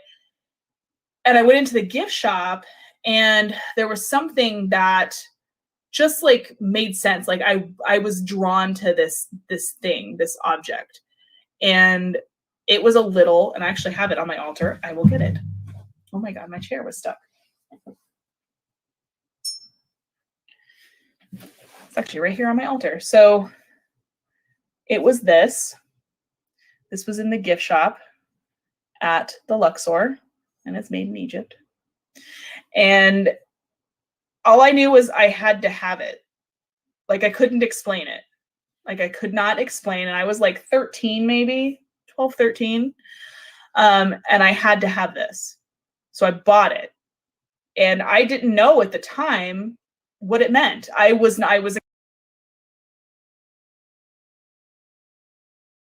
Yep. So we'll do this again next week. So please join next week on our normal Bat Time and Bat channel for Haunted History Part 2, Electric Boogaloo. We're going to visit 6 more haunted locations. And I'm going to go over the history and we'll have a little slideshow to go with them. Do you guys enjoy the slideshows? They don't take me that long. And they're not as long as I would like, but it's a work in progress. I feel like putting a visual to some of these locations, even if they are very famous ones, putting like visuals to that helps, I think. It helps you kind of like, oh, that's what that looks like. Oh, okay, cool. Or those are those people. Oh, putting a face to the name. Sweet. So yeah, so 6 o'clock next week, we're going to do Haunted History. Like I said, when the holidays are over, when the holiday season is done, we'll probably get back into the interviews. It's just hard to pin people down this time of year, to be honest with you, because people have a lot going on during this time of year. So we'll be back with the interviews in January with a couple new guests that you guys have not seen yet. So I'm excited to do that. And then to start the Murder Corner as well, since you guys are all about true crime and I didn't know that. And I'm glad I know that now. So thank you guys for joining. Sorry, it's been 2 hours. But hey, it's 2020 and it's like, we might all get quarantined again. I don't know. And it's a Saturday night, so why not? Here we are. Might as well enjoy it, right? So enjoy your week. I hope you guys have a good week and I will see you again on Wednesday. And until then, stay spooky, everybody.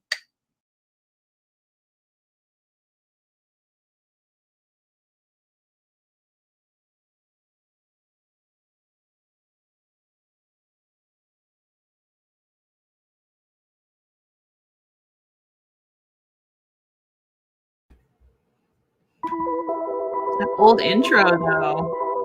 Crow did that intro for me. It was the original Dead Hours intro. The music was me, but Crow did the intro.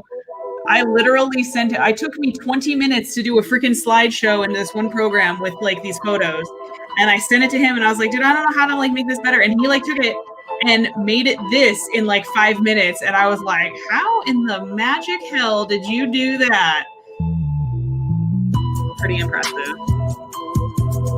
forgot how the old intro sounded and looked. Here we go. Episode 2, The Murder Corner. Boom.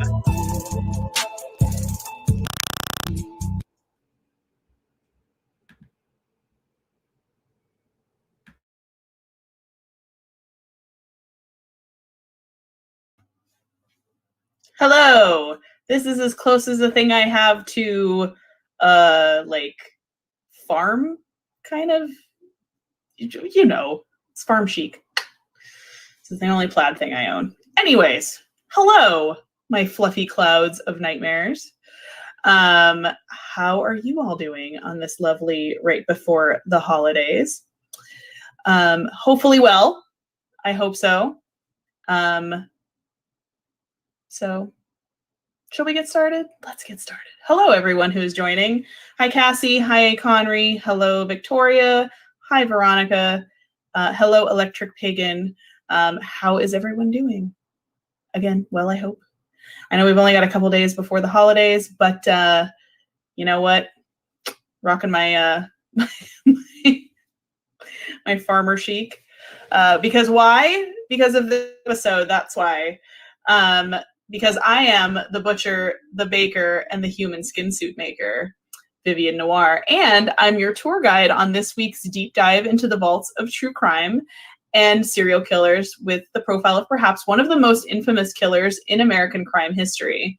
His depraved and twisted acts inspired countless silver screen monsters like Norman Bates, Buffalo Bill, and Leatherface. So, of course, I am talking about the Plainfield Ghoul himself, Ed Gein. So, are you guys ready for this? Are you guys ready for the the horror show that is about to ensue? Show of emojis. Who's ready? While I set my screen up. While I secretly clandestinely set my screen up. All right. I'm so sly.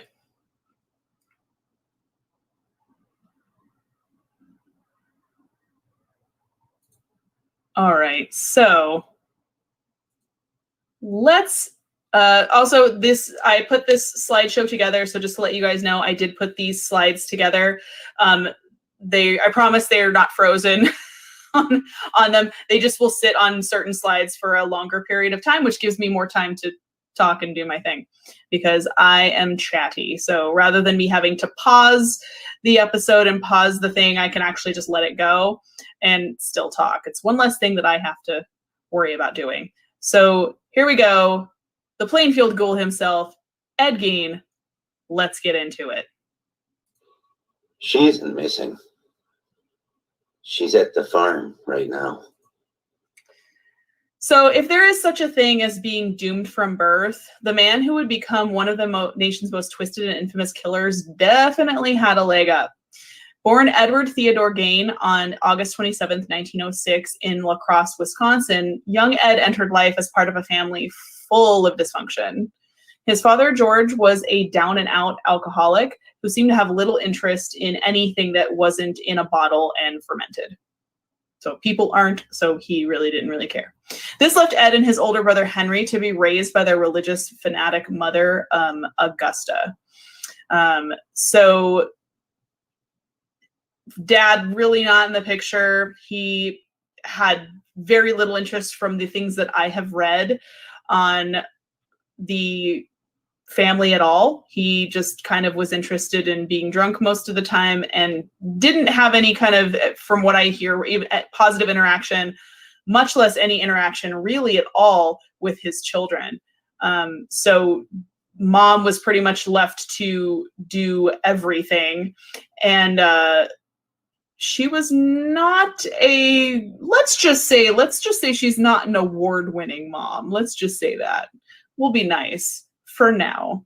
Augusta, by all accounts, did rule the home with an iron fist due to her strict conservative beliefs.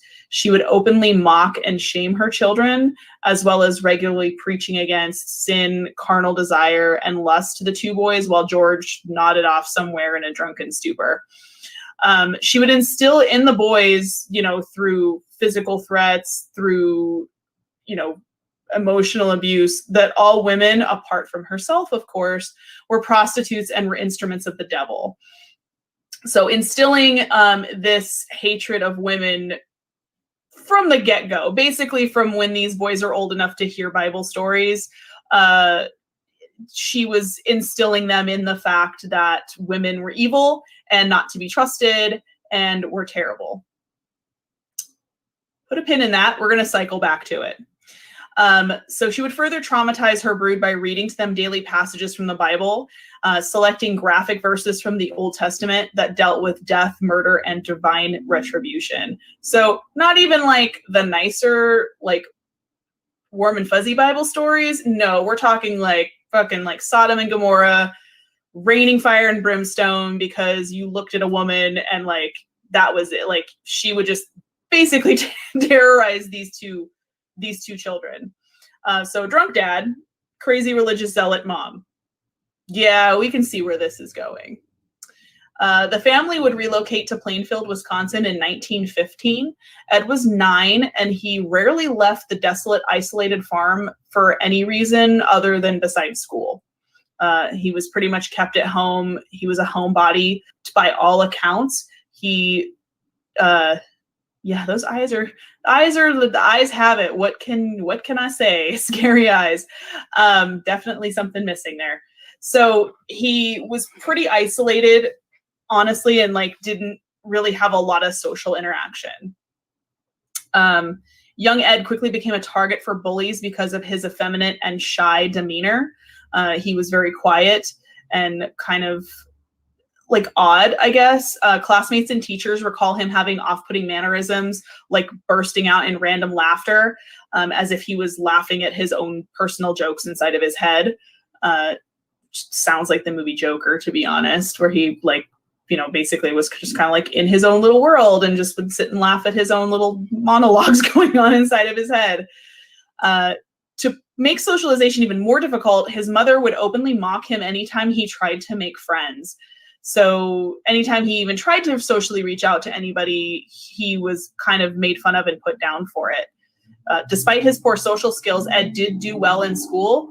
He was a moderate student, but he did particularly excel in reading, and that seemed to be something he really liked to do. Gain would constantly try to please his mother and make her happy, as abused children will usually do. They seek validation and affection from the parent that withholds it. But Augusta rarely, if ever, seemed pleased with her boys. Throughout their teen years and into young adulthood, she often abused them, convinced that they would grow up to become failures like their father, whom she hated. She did not make any secrets about it either. The boys were unallowed to have friends and were isolated from people outside of the home and basically only had each other for company. Growing up under the constant ridicule, as well as the reinforcement that the idea that all natural sexual urges were sinful, would no doubt shape the man that Ed Gein would become. But the true depth and scope of his mental illness wouldn't become fully apparent until after both of his parents passed away. In 1940, when Ed was 34 years old and he was still living at home, his father did pass away. Ed and his older brother Henry were left to pick up the slack from an admittedly lazy and complacent father upon his passing. As you can imagine, he was an alcoholic and not too keen on working, so you can imagine there was a lot to, bills to catch up on and such and whatnot when he died. So they did eventually have to leave the safety and sanctity of their little isolated farmhouse home, the island in the middle of the trees, to go out into the regular world. So they took up odd jobs to support the home, lest they both be subject to their mother's violent wrath. That is the home right there. It is a photo of it in 1957. Both worked as handymen and were considered honest and reputable by neighbors and members of the community who they worked for. Ed would also frequently babysit for neighbors, which he enjoyed because apparently he related a lot easier to children than he did to adults. As they did grow older and had more contact with the outside world and with other people and other, some more social interaction, Henry began to reject his mother's stark and biased worldview about things and began to become concerned about his younger brother's like attachment to her. He thought they were too close. He thought that she had a hold over him that was unhealthy. And he began to openly speak ill of Augusta around the house in front of Ed. So he would start kind of bad-mouthing their mom in front of Ed, which I'll leave it up to you as to how you think that played out. A tragic accident on May 16th, 1944 would shrink the small Gein clan even further. A brush fire broke out near the farm and Ed and Henry went out to go extinguish it. Reportedly, the brothers became separated, and as the sun went down and night fell, Ed lost sight of Henry. Once the fire was out, Ed did return to the authorities, returned back to the home, and reported Henry as missing. So lost him in the fire, didn't know where he was. And when a search party was organized, strangely though, Ed would lead them directly to the missing Gein brother, who lay dead on the ground. I will let you draw your own conclusions of that. The fact that it's a little strange that he claimed he was missing and then yet led authorities directly back to where the body was. That's not incriminating at all. Very sus. Very sus. Indeed. The authorities were understandably suspicious, as the ground where Henry lay had been untouched by fire, and he had clear wounds on his head, bruises and contusions on his head. Despite the questionable condition of the body, there seemed to be insufficient evidence to support a claim of foul play. The coroner declared asphyxiation as the cause of death and ruled it an accident. But many people do still suspect that Henry might have been Ed's very first victim and that he killed his brother for speaking ill of their mom. They couldn't really prove anything. So yes, he did have a head injury. They basically just declared it an accident because back then it was, this was 1944, no forensics. If the killer didn't leave their fingerprints on the body, you basically could walk pretty much. So you could get away with murder, literally. So after Henry's death, Ed lived alone with his mother in isolation on this farm right here. You can see the police outside of it until her death after a series of strokes on December 29th, 1945. On her death, it was said that Gein, quote, lost his only friend and one true love, and he was absolutely alone in the world, unquote, which is probably the saddest thing I've heard in a long time. He was very close to his mother, obviously, probably closer than a child should be, but he doesn't really go off the rails until mom's gone. So Gein would remain in the home he had shared with his beloved mother and actually boarded the rooms up that she had used, including the upstairs, downstairs parlor, and the living room, preserving them in the state that they had existed while she was still alive, untouched. Like, he didn't go into those parts of the home, boarded them up completely, didn't even go in there. Like, so more than half of the house ended up like sequestered and boarded up because he wanted to preserve it as like almost like a shrine to her. He may have harmed him because he wanted to be that could be Max. Good point. That she said maybe he harmed his brother because he wanted to be the favorite. He wanted to be the only one. That's entirely possible. It could have been like a sibling rivalry thing where he's like, if he's gone, then I don't have to compete for her attention. It's who knows, but gotta admit that it was weird. Apologies for the noise outside. I think they're doing something construction-wise. As long as you guys can hear me, it's totally fine. But apologies for the weird noise in the background. But he did make a small living quarters in the house, a small room off of the kitchen, where he would hold up reading death cult magazines and adventure stories.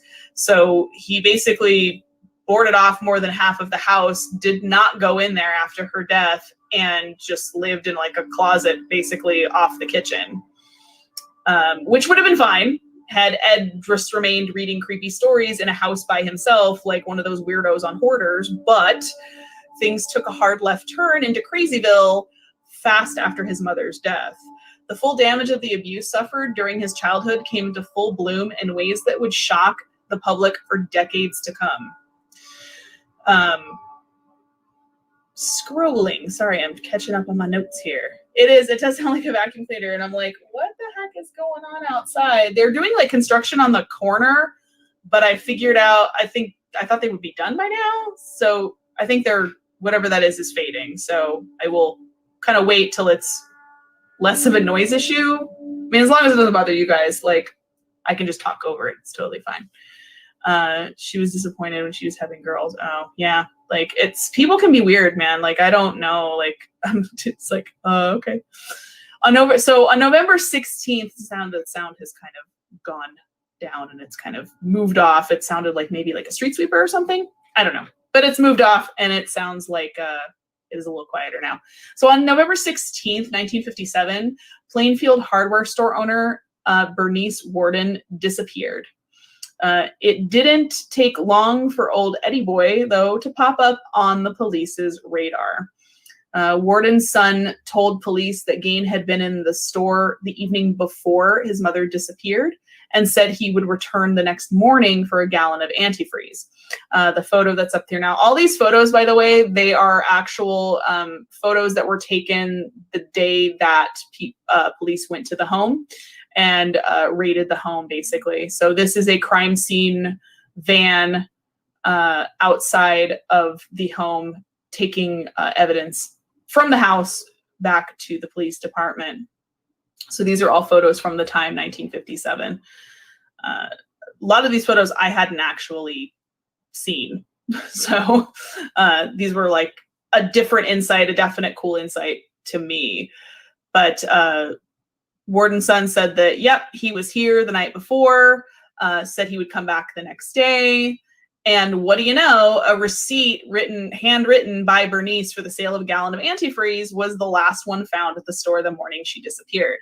The back door of the shop was open. There was a trail of blood outside, but there was no sign of her.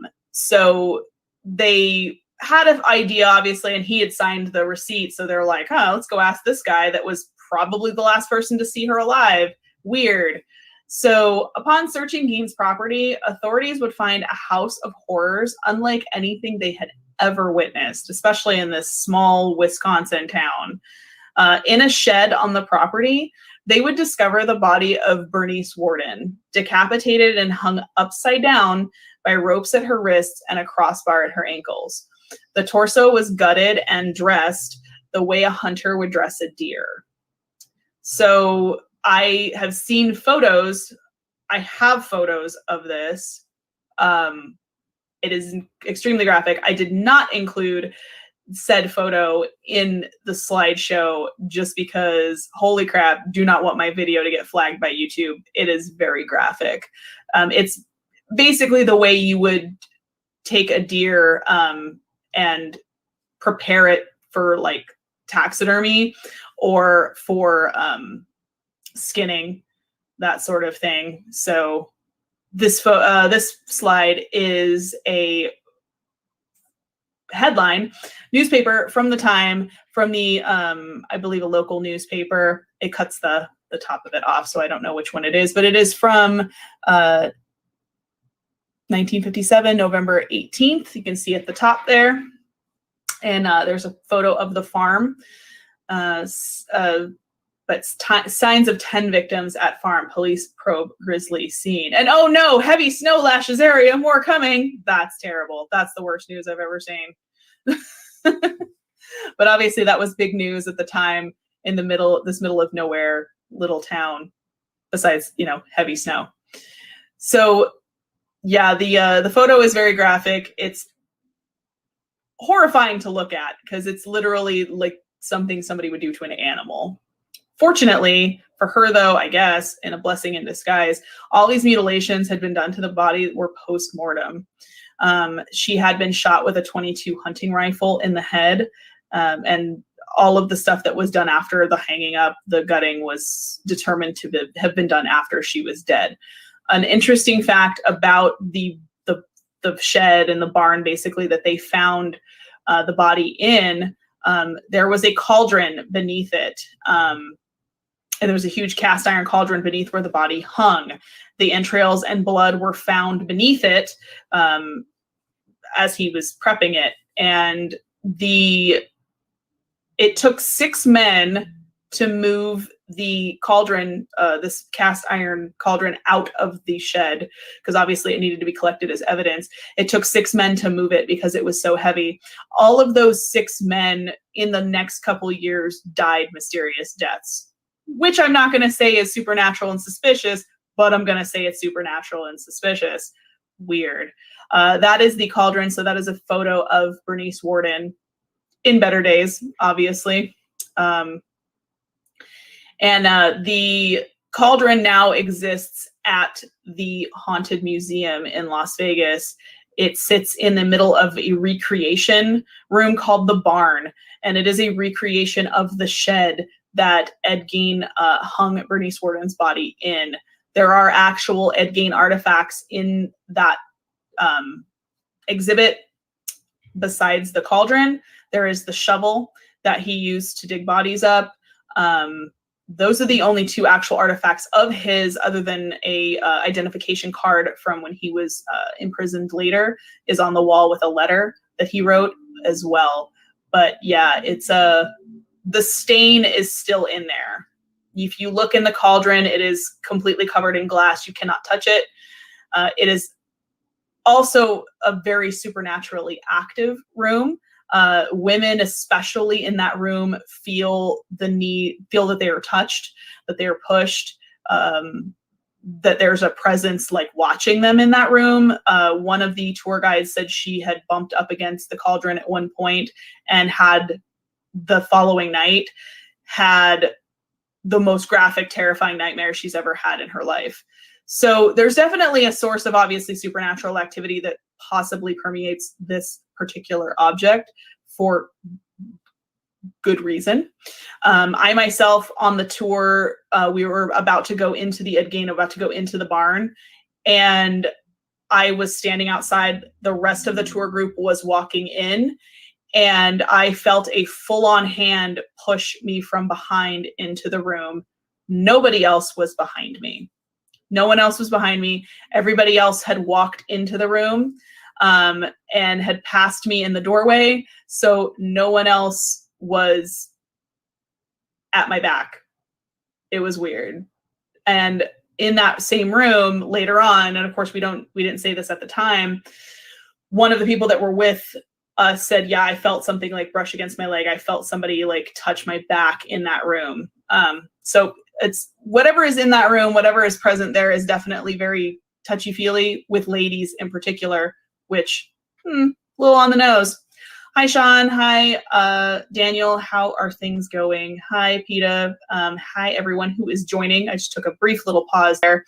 So the photo you see on the screen now is his other victim, the only other known victim that he actually killed, which is, we will get to her in a second, but she was kind of, they didn't really even know that there was another. They knew she was missing, but they didn't know. It wasn't as obvious as the Bernice Worden thing. This is Mary Hogan. She was the owner of a tavern, and she was a missing person. There were quite a few missing people in Plainfield around this time, and they happened to find her at the farm as well.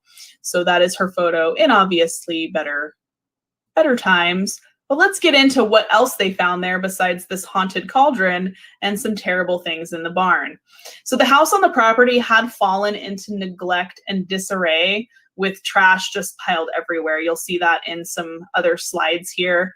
We'll skip ahead a little bit. So those are some of the objects that were found. We're going to get into that in a second. I'm going to pause it right there. I didn't think I was have to pause it this much. But there were stacks of household items and other furniture that were just huge mounds of mess covered in dust, but poor housekeeping was not the worst of it. Upon searching the shambles of what used to be the family home, authorities found a true gallery of the macabre. The objects found were cataloged as follows, in no particular order: 4 human noses, whole human bones and some fragments, 9 masks made of human skin. As you can see, one of them is up there in the corner in that photo.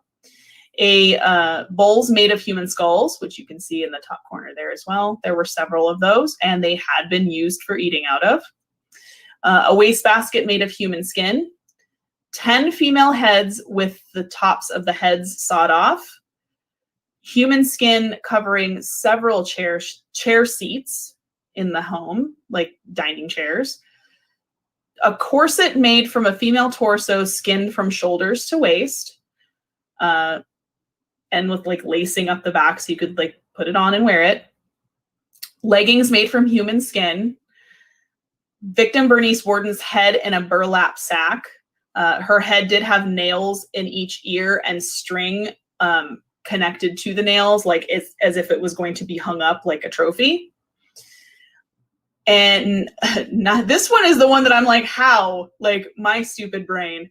9 vulvas in a shoebox in his room. How, with precise cutting, did you manage that one? Did you manage that part of the anatomy? Like, how, dude?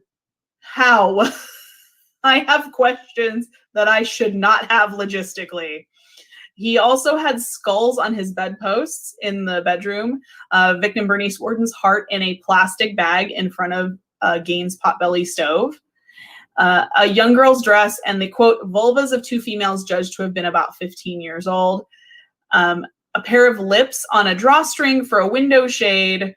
A belt made of human nipples. A lampshade made from the skin of a human face. And a partridge in a motherfucking demon cock dangling pear tree. Christ.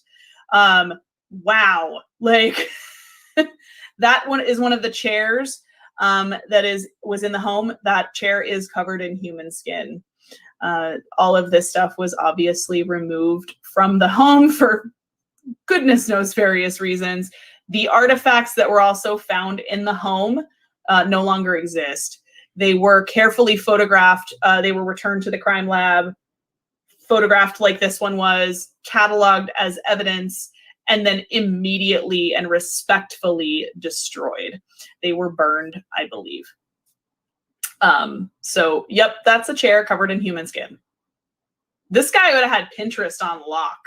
Like, I'm just saying, like, on lock. And what's crazy is people I don't doubt would buy that stuff. So, hello, hi, Frank. Yeah, so you guys joined like right at the right time as I'm cataloging like a list, like just a macabre, horrifying list of stuff was found in this home. You're like, I just walked in on 9 vulvas in a shoebox. What are we talking about right now? Well, we are talking about Ed Gein, y'all. To catch you up, we were talking about serial killer Ed Gein. That is Ed Gein's neighbor. His name was Bob Hill. You can see the clutter and disarray that the house was left in. Pretty much the house was basically just neglected. That is Bob Hill, the neighbor who walked into the home, who'd never been inside the home, with a look of horror on his face for obvious reasons once he was told what was in the home and what was going on. So you can see the look of just absolute like nope on that man's face. Yes, Veronica, they did burn everything. They photographed and took it and cataloged it as evidence, but then it was immediately destroyed right after it was cataloged. So they, for reasons, didn't want to hold on to that stuff. Can kind of understand why. Like, once it was cataloged, they were like, nope, we're good. It didn't take a whole lot of prodding for Gein to confess either. He seemed like he maybe wanted to. He admitted to investigators that between the years of 1947 and 1952, he made as many as 40 nighttime visits to 3 local graveyards in order to dig up freshly buried bodies. He claimed to have been in a fugue or dazed state when he made these trips. And on at least 30, he claimed said he came to while he was in the cemetery and left the grave in good order and returned home empty-handed. Ed Gein's garage sale. Yes, Electric Pagan. You know, what's funny is like that is a good band name, by the way. There is a band called Ed Gein's Car. They're a punk band, and we'll actually get into that in a second with the car. So He claims to, so he said he made about 40 graveyard trips, woke up through more than half of them, through about 90% of them, came to in the middle of with a shovel in his hand going, what did it, and then left with nothing. This is a shot, the photo here is of the kitchen. You can see it was just basically like, this literally looks just like an episode of Hoarders. But he came to more than half of these, but at least the other 10 times, so 30 times, walked away with no prize. The other 10 times, not so much. It was like a morbid version of Supermarket Sweep. Aisle 2, torsos. Aisle 3, bobs and vagine. Whackity schmackity do. Like, seriously. So he would just take the body, load it up in his car, and drive home, and then make his interesting things with them. The bodies he did end up taking, I know, it's a good song, right? I think it needs to be a theme song. Boom. The bodies he did end up taking were usually those of recently deceased middle-aged women who resembled his mother. Paging Dr. Freud. He would bring the bodies home where he tanned their skins to make his Dark Side of Etsy collection. He admitted to robbing 9 graves total and led the authorities to the graves that he plundered.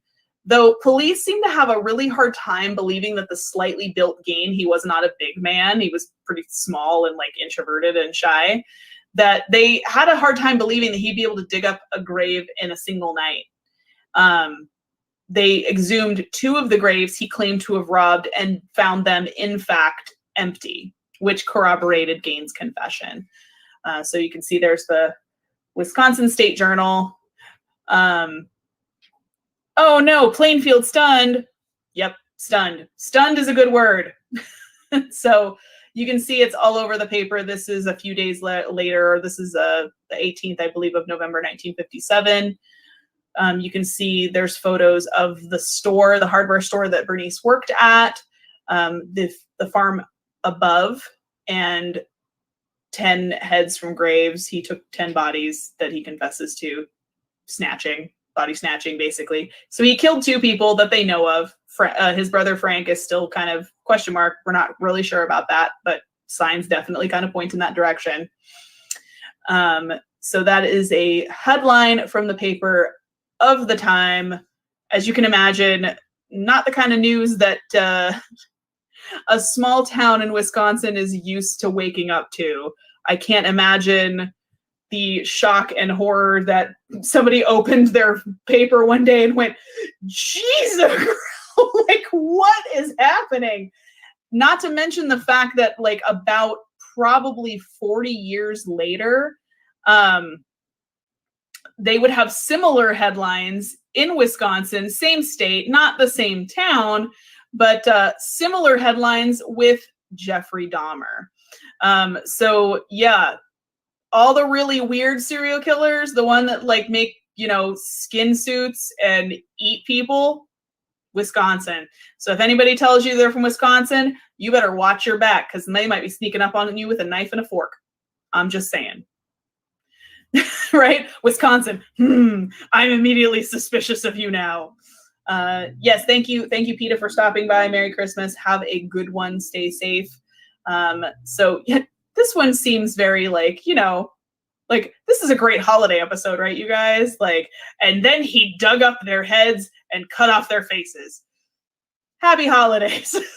Happy holidays. Merry Christmas time. So that is a photo of authorities inspecting another part of the house,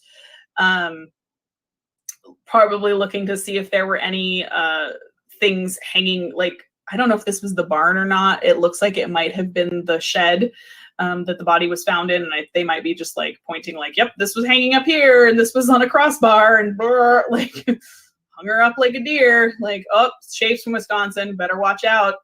You better watch out. You better watch out. You better watch out. I mean, we can just go with that. It's totally fine. That's how it goes, right? So, Dark Side of Etsy collection, 100%. We'll get into the eating thing. We'll get there. put a pin in that. We're going to cycle back. So he admitted robbing to 9 graves total, and they did corroborate the fact that, yes, he did indeed do that, even though he was a small little guy. Which is disturbing. While that is disturbing, it does not explain some of the wearable items that they found in Gaines' home made of his victim's skin, which included a female torso shirt, as you remember that I mentioned. And they discovered that in a closet, and the leggings. Excuse me. I need some coffee to recharge. So why the clothing, do you guys think? Why the women's clothing? Drum roll, because Gein revealed that shortly after his mother's death, he decided that he'd wanted a sex change and began to use the plundered body parts to create a woman's suit so he could dress up in another skin, literally, and become a woman. Edward. Baby, no. What is you doing? They have doctors who do this for you. This is not a DIY project, darling. You can't just slap on some cut-off titties with duct tape and call it a day. This is a job best left to professionals. Like, wow. So Gaines' donning of the tan skins to become a woman was described as a, quote, insane transvestite ritual, which is also a really good name for a punk band. He denied having sex with the bodies he stole. There was always a rumor that there was necrophilia involved, and he denied that. He said that they smelled too bad, but this fact has always been up for debate. During the interrogation, Gein also admitted to the murder of Mary Hogan, who we saw earlier, the owner of a tavern that Gein was known to frequent, who'd been missing since 1954. Her head was found in a paper bag amidst the other gruesome keepsakes in the House of Horrors. This is them excavating the garage to see if there were any more bodies buried in the garage. A 16-year-old youth whose parents were friends of Gaines and attended ball games and movies with him reported that Gein kept shrunken heads in his house. So the kid came home and went to his parents and went, "This is weird. That guy that you go to the movies with has like shrunken heads in his home." And they basically were like, "Pet, you don't know what you're talking about. You're just a kid." Gein had also passed them off, described them as macabre souvenirs from the Philippines sent by a cousin who had served there during World War II. Surprise, surprise, not exactly true. Upon inspection by the police, these were in fact discovered to be human faces, carefully excised and peeled from corpses and worn by Gein as masks. First of all, I've heard of identity theft, but this is ridiculous, y'all. This is another level. This man is on another level. He is out here and it is 2008. He's 2000 late. Like, he is up on a whole other level. 2020, nope. Ed's in 2040. I don't know what he's doing. But there were other missing persons, like I said, in the area besides Hogan that had occurred in Plainfield around this time, and including that of a babysitter in 1953. And while Ed Gein was an obvious suspect in these instances, no one could really find evidence at the farm to implicate him in any murders other than the two of Bernice Worden and Mary Hogan that he already admitted to. Did I miss a comment? I missed something. Look in your pants. Oh, nice. Good one. Coming in with a groaner, Sean. So he only admitted to killing those two. That's a photo of them removing one of the chairs covered in human skin from the home. If Gein ever murdered anyone else in cold blood to fuel his twisted sexual psychosis, he took those secrets to the grave with him. During the hours of questioning, Gein never showed any remorse or emotion at all. He spoke matter-of-factly and even appeared cheerful at times. Washara County Sheriff Art Schley reportedly assaulted Gein by slamming his head and face into a brick wall during the questioning. As a result of the excessive force used, Gein's initial confession was ruled as inadmissible. For legal reasons, of course. Schley would die of a heart attack, actually heart failure at 43 years old in 1968 before the trial. Many who knew him claimed that Schley had been traumatized by the horror of Gaines' crimes and the fear and stress about having to testify in the upcoming trial, especially having to admit under oath that he had assaulted Gaines during the confession and during his questioning, caused his premature death. One of his friends claimed that, quote, he was a victim of Ed Gaines surely as if he had butchered him, unquote. So that's an unfortunate kind of side victim, I guess. Like if you count him as a victim, the stress, I'm sure, of finding something like this in your sleepy little town probably did not have the best outcome on this gentleman's health. So on November 21st, that is the car. So we're going to go into this thing for a second. That is the car that was found. They searched the car. They did not find anything in the car, but the car was determined to be the vehicle that he would drive to the graveyards and return with the bodies in. It is a 1949 Ford. So we'll revisit the car because it ends up being an interesting point. But on November 21st, 1957, Gaines was arraigned on one count of first-degree murder where he pleaded not guilty by reason of insanity. Duh. Like, big duh on that one. Was there any question? Was there any question that this man was not in his right mind while he was stitching skin together to make women underpants? Really? I don't know how somebody would look at this guy and go, yeah, no, he's fine. It's totally normal. He has faces in his house. That's fine. I have faces in my house. What are you, the face police? Blah, blah, blah. Like, no, there is no question that this man was out of his tree. Out of his tree. So he was diagnosed with schizophrenia and determined to be mentally incompetent and thus unfit to participate in his own defense or to stand trial. He was sent to the Central State Hospital for the criminally insane and was later transferred to Mendota State Hospital in Madison, Wisconsin. After his incarceration at an institution, the Gaines farm was appraised and did go up for auction along with some of his other belongings. There were things in the house that were normal, that were not covered in human skin or made of bones or, you know, finger chopsticks or whatever. I don't know what else he made, but there's that is the room that Ed slept in. That was the small room off of the kitchen with just a stove and basically a twin bed in it. And honestly, like, this guy's in his 40s and sleeping on a twin bed. I mean, aren't you just basically a failure at life at that point? You're like, come on now, Ed, come on. You can see a violin there in the background, or in the foreground, actually, background. I'm stupid. That was one of the items that was supposedly up for auction because he did play musical instruments. He was interested in music. There were several musical instruments at the home that went up for auction, that were not macabre things that were made of people. So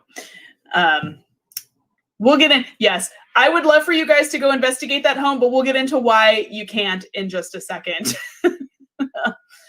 So you can see, let me forward a little bit just because some of these slides are taking a while. I misjudged. So that is the kitchen as well. As you can see, this is basically like unfit living conditions. Like, these were not living conditions that anyone is supposed to live in. Like, look at this. This is a mess. Hoarders. 1947 hoarders. Did he play the skin flute? Probably. Actually, probably. He probably was too afraid to because it was sinful because his mama told him no. His mama told him, you know, more than 3 times and you're just playing with yourself, dude. So the home did go up for auction with some of the other belongings. Thousands of curiosity seekers and murder hounds diverged on the small Midwest town to see what items would be sold, including his musical instruments, his car, and some of the furniture in the home that was not covered in human skin. The citizens of Plainfield were outraged, to say the least. They were concerned that the home would become a macabre tourist attraction and a quote-unquote museum of the morbid, well, they wouldn't have to be concerned for very long. So, yeah, that is just like, and you can see like the look on this poor police officer's face. He's just like, I can't even process what I have found in this house today. That sack of Domino sugar is the least of my concerns. The fact that it has ants crawling all over it. There were people's faces in this house. What am I doing with my life? I would have immediately retired. I would have just been like, I'm done. So this is a photo of the thousands of people that showed up for the auctions that were taking place after he was institutionalized. So there were just thousands of people that showed up in this town, and they were just like, can we not do this? This is a little weird. So they wouldn't have to be worried about that for too long, though. Early in the morning on March 20th, 1958, the Plainfield Fire Department was called to the Gain farm. The farm was engulfed in flames. The home burned quickly to the ground as onlookers watched in silent relief. Authorities quickly came to the conclusion that an arsonist was responsible for the fire, as the home had no electrical wiring whatsoever. Despite an investigation, no suspect was ever identified or caught, and likely got away with what appeared to be an act of retribution on behalf of the beleaguered town. So I honestly don't think that they would have pressed too hard to find this person. Like, I think everybody knew it was arson. Everybody probably maybe in their minds knew who did it, but because of the home and because of what was found in there, I don't think they were going to try too hard to find that person and bring him to justice. I think everyone was just kind of like, like, ugh, this could have taken a turn. So I don't think they really tried super hard to find this person.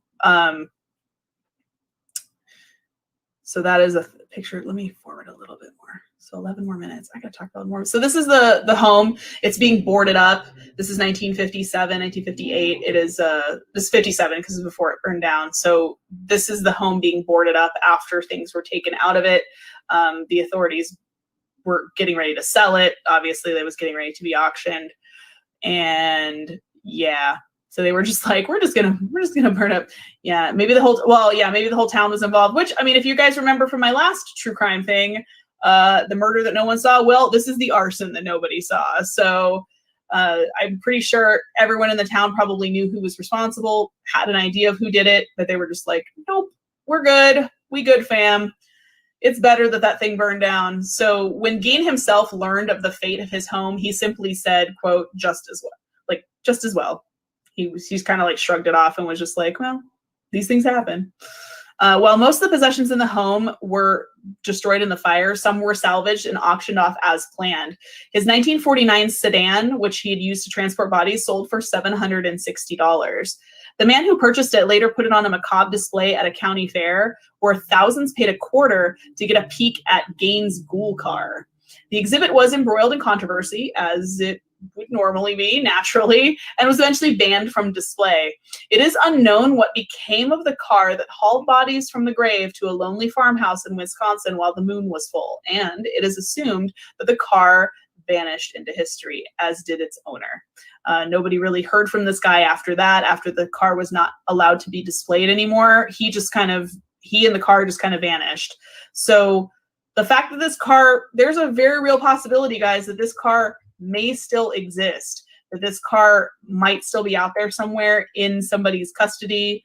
There's also a very real possibility that the car was scrapped, taken apart for parts. It was a 1949 Ford, or it's sitting in someone's garage under a tarp because it's been handed down, throughout a family. There is a very real possibility this thing still exists.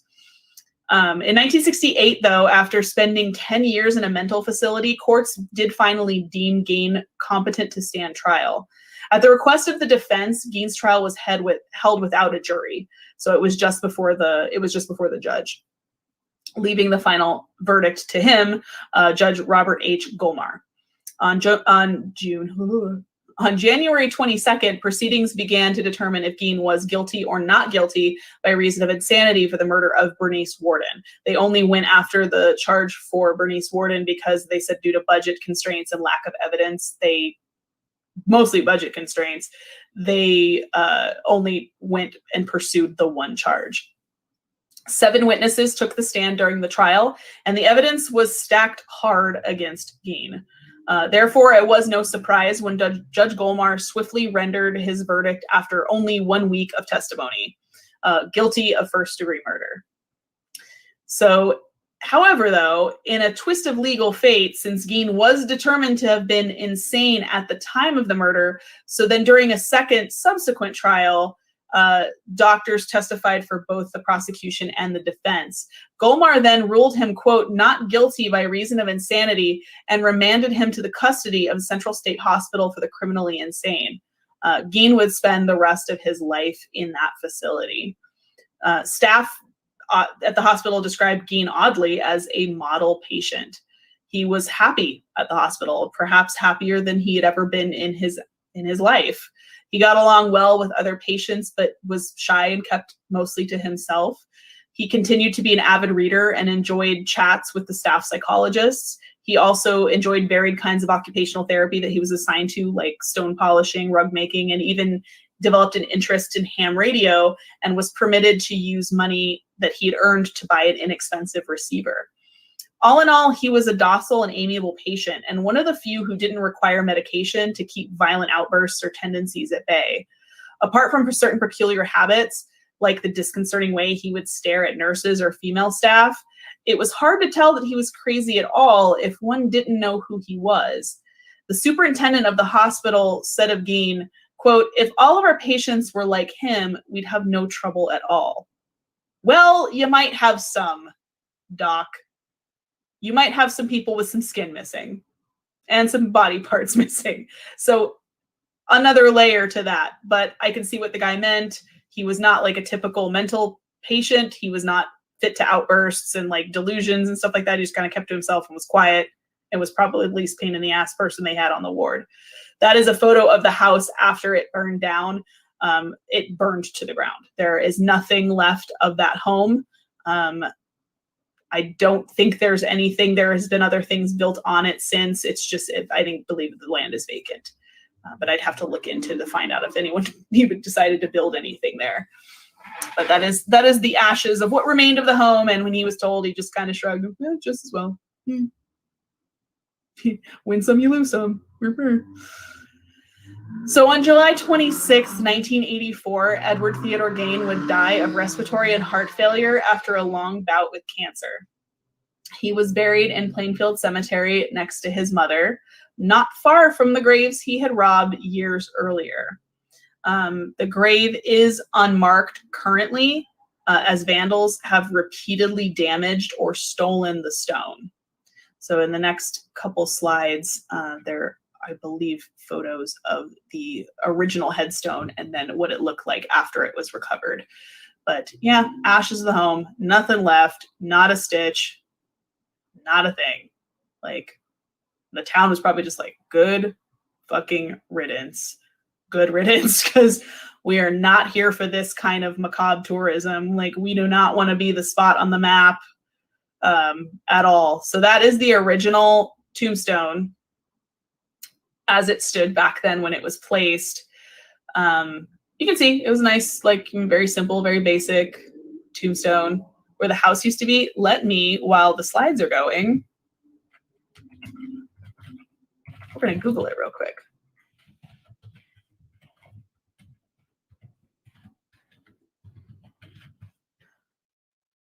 See the site of, okay.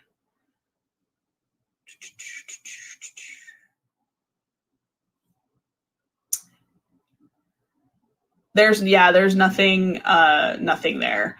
It is an empty, its farmland is, according to a article in 2006 that the farmland was for sale, that the owner was asking $250,000 for it.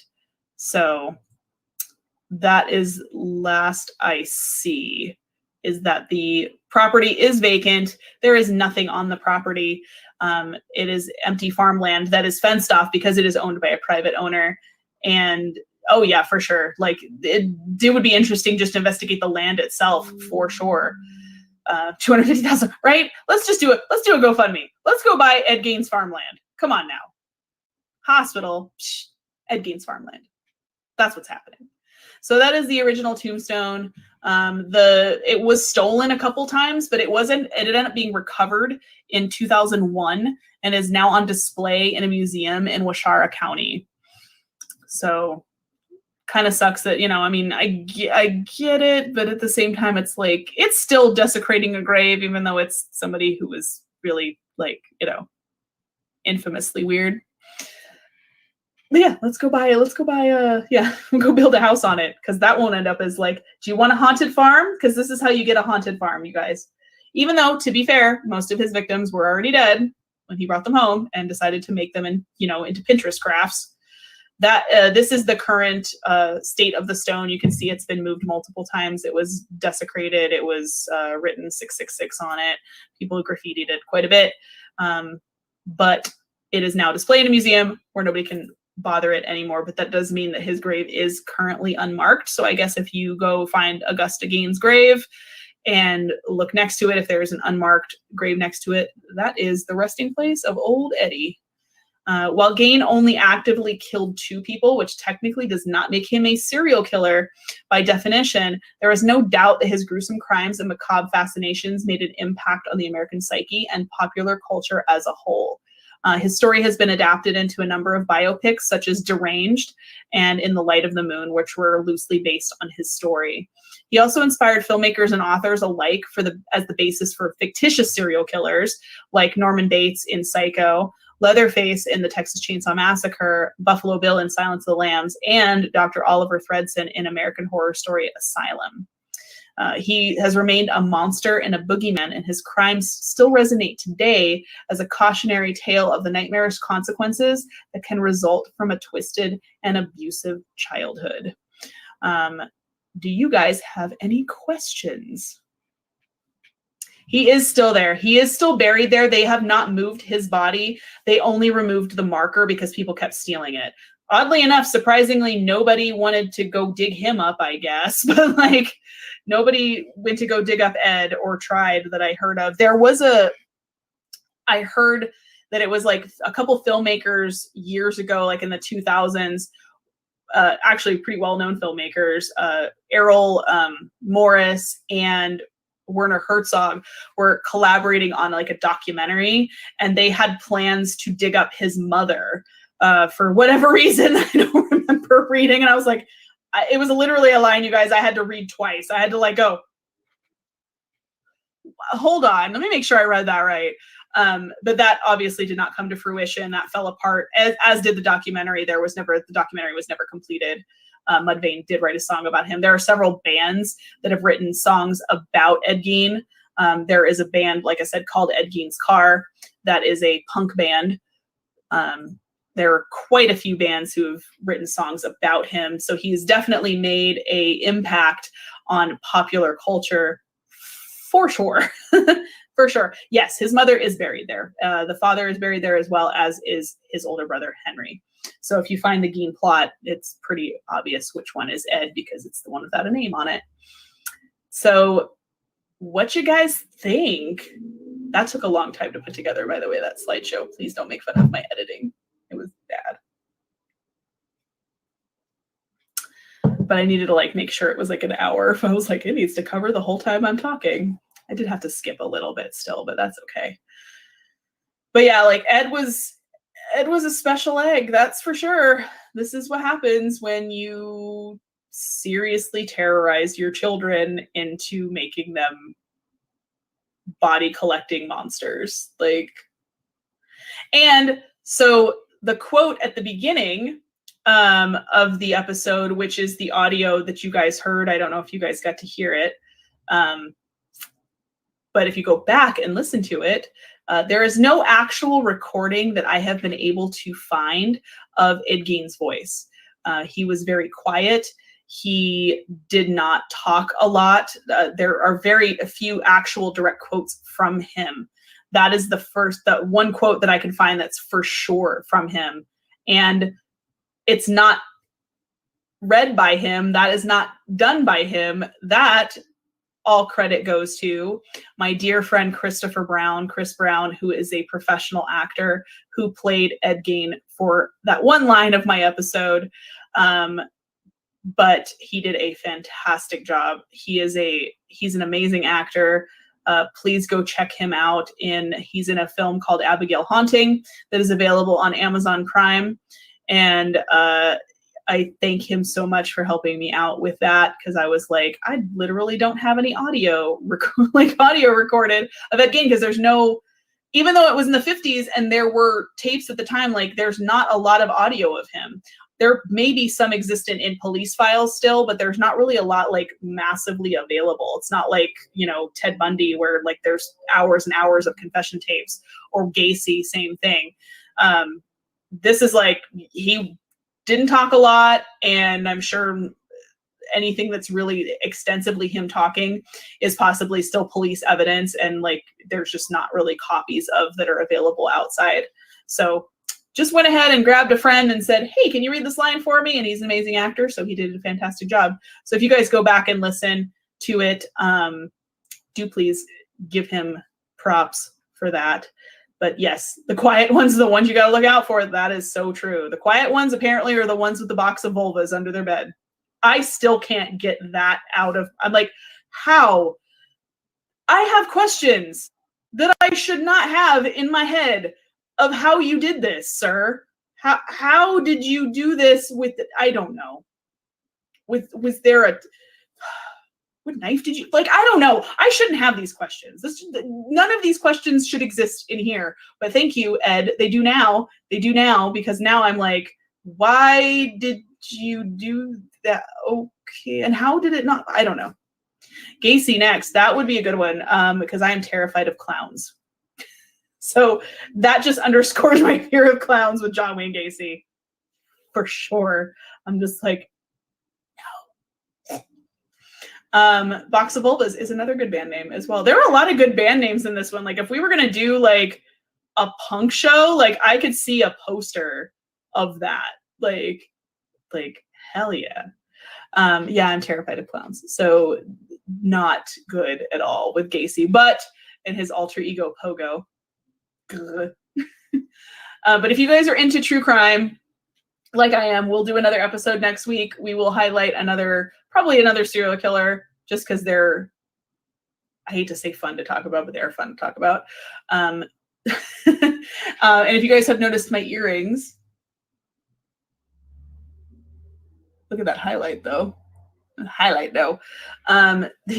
And call it Box of Vulvas. Yes, I like that. Box of Vulvas Farm. Let's call it. Doing it. Stamped. Approved. So my earrings are indeed autopsy needles that are used for sewing bodies back up after a postmortem. Are used to sew up the Y incision. I thought it was appropriate for today's episode with my farm plaid and my autopsy earrings. So also, if you guys are interested in any kind of true crime, like shirts, not memorabilia, but like, I guess memorabilia, like shirts, hats, pins. I just purchased a Black Dahlia shirt from this website called westernevil.com. It's run by, this one guy. He's amazing, and his name's Neil. He does all the stuff on his own. The stuff are his designs. They're like, please go check them out if you're interested in serial killers, if you're interested in true crime. He's got some very unique stuff on there that you're not going to find anywhere else. I guarantee you that. A lot of it's kind of punk with punk music, or metal. So if you're interested, please go check them out. They are amazing. Or if you want some Dead Hours merch, you can always click the link below and check out Dead Hours on Teespring. I always appreciate you for doing that. And then there's also the not the GoFundMe. The link for the PayPal is down there as well. All I ask is that you guys watch. I never ask for money for anything. But if you're feeling generous and want to kick a couple bucks my way to help me keep the show going, to help overhead costs of like StreamYard and all these things, It's much appreciated, but it's never required. So hello, people that are joining. Yes, we are not crazy. We just love analyzing the psychology. I was telling a coworker this as well. I said, it's not the fact that, like, so I'm like, it's not like a hero worship thing, because trust me, these people are not anyone to be worshipped or put on a pedestal because reasons. It's always fascinating to me, the reasons why people do things, and the dark side of human nature is no less fascinating, because I do think it can teach us a lot of things. The hardest lessons are usually the hardest things to look at, the things that we don't want to look at. We don't want to see them. So those are the things that we need to look at even harder to determine, well, why did this happen? How can we prevent this happening again? What happened? What went wrong here? So I think that, I mean, but it is definitely an instance, there's a fine line of, like, when you stare into the void, like Nietzsche said, when you stare into the void, eventually the void will stare back. Look at me getting real deep and philosophical. I'm going to put that on mute for just 1 second. Welcome to everybody who has just joined the Murder Corner Marathon Season 1. We are on the Ed Gein episode, kind of about wrapping up Ed Gein. Hello to Lauren, who has popped in. Hello to Dontex, who I didn't get to say hi to in an audio earlier. Welcome, welcome. Thank you for joining. We are going until basically I run out of episodes. So this is episode 2. There are a lot more. Yes, and there is a specific screaming pillow. Boy, that was a tongue twister that I almost just botched the crap out of. So this is just me kind of monologuing and chit-chatting at the end, so you're not really missing anything there. I'm just going to pop in really quickly to say hello to the people I didn't say hi to, and to plug the merch store, which I just talked about in this video. There are new shirt designs. There are, as the Screaming Pillow, which are going to be available for the raffle that's going to be happening. So if you want to be entered into the raffle, it is a $5 donation to PayPal.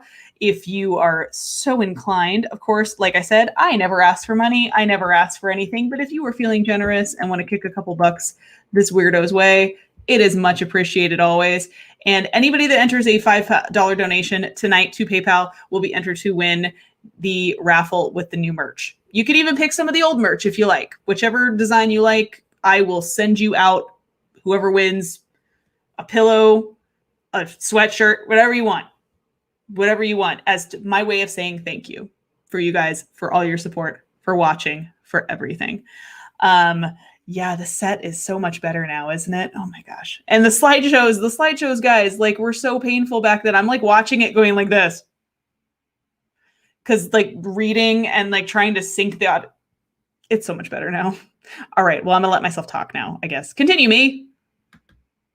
And I mean, and sharing costs nothing. Like, sharing the link, sharing the channel, that doesn't cost anything at all. So always appreciated. Word of mouth. Let's try to get to 500 before New Year's. I know that's kind of a stretch. It's only a couple weeks, but, you know, I will put myself up to the challenge.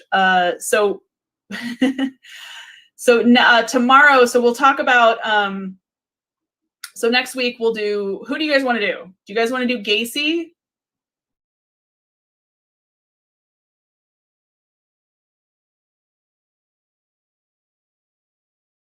How many times am I going to do that to myself tonight? I forgot that I was on mute. So I'm going to pop myself in here really quickly, just really briefly again. Still working on that 500, by the way. I'm at like 380. So yay. But yeah, I've done that to myself quite a few times tonight, Dontex. Before I pop out, I'm going to do some things. We're going to let the next episode run, which I do believe is Ed Kemper, the co-ed killer.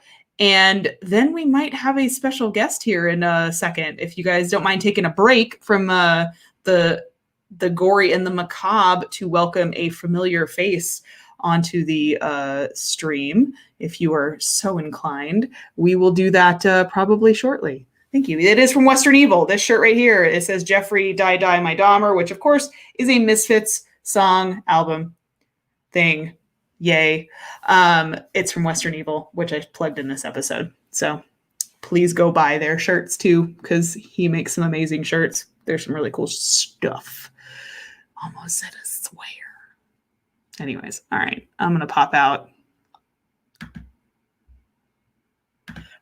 Also, tomorrow in the regular Dead Hour show. So this is Murder Corner. Murder Corner is going to be on Tuesdays going forward. This is going to be a special Dead Hours Presents the Murder Corner, where we just talk about true crime. Kind of a separate show, similar, but not matching. Generally, it will be at 6 o'clock. I will try to keep the shows at the same time. I did have to change this one a little because I did have somewhere to be around 6:30. I have to be at a potluck for holiday. So, which, I mean, it's all social distance where I work, so it's totally fine. And so I was like, I really have to make the show earlier. But generally, it will be 6 o'clock for both shows. So 6 o'clock on Tuesdays for Murder Corner, 6 o'clock on Wednesdays for regular Dead Hours. Also, so tomorrow, 6 p.m. Pacific Standard Time and 9 p.m. Eastern Time, we will be having I had to reschedule my guest, John, who is with GSI Paranormal. We had to reschedule till after the holidays, which he is going to be probably one of my first guests in January. So we will talk about that poltergeist experience. I haven't forgotten about that, you guys. So we had to reschedule, which means a good thing for you, though, in that we are going to have a holiday live stream with some very special guests that are going to join me on the show for some drinking, just a holiday hangout for before Christmas. You guys want to hang out with us? There will be people sending in greetings from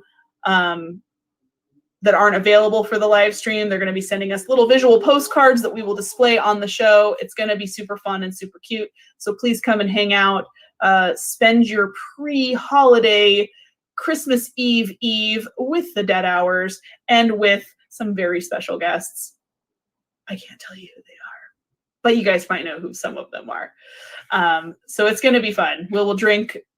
I won't drink eggnog, but y'all can drink eggnog. You knock yourselves out on the eggnog. I won't fight you over that. Yes, you can drink and hang out. And the nice thing about those is that, like, unlike these, like where it's like a script and there's a lot of facts happening, live streams with us talking, you don't really have to pay as much of attention. You could just like play it in the background and hope it's Zach. If I could get Zach Bagans on this show, you guys, like, holy moly, like, that would be crazy. That would be crazy. They are not permitted to do anything like that because of contract obligations. I will tell you that. That I know for sure. They cannot do anything that is not Travel Channel approved related as far as media. So don't ask me how I know that. I just know that. Ovaltine eggnog? That actually doesn't sound terrible, but the words egg and nog are still in it. So I'm still going to go, bleh. So I still decline. I decline your nog. And I just spilled coffee down my shirt. That was cute. Hi, Lily. Does anyone have any questions about the episode that we just covered? Otherwise, I'm gonna wrap things up and let you guys go. But does anyone have any questions about Ed Gein, about the case, about anything that was not answered? Close my script there. Zach is like, that stalker. Probably. I've been to the museum a couple times. I have not seen him yet, but probably. He's probably like, this bitch again. Her again. Ugh. Veronica, he did, let me pull up your, he died of cancer. He died of actually respiratory failure and heart failure due to cancer. So, yes, hashtag rewatch, guys, if you haven't seen it. And please, please, please give kudos to my friend for playing Ed Gein for this episode.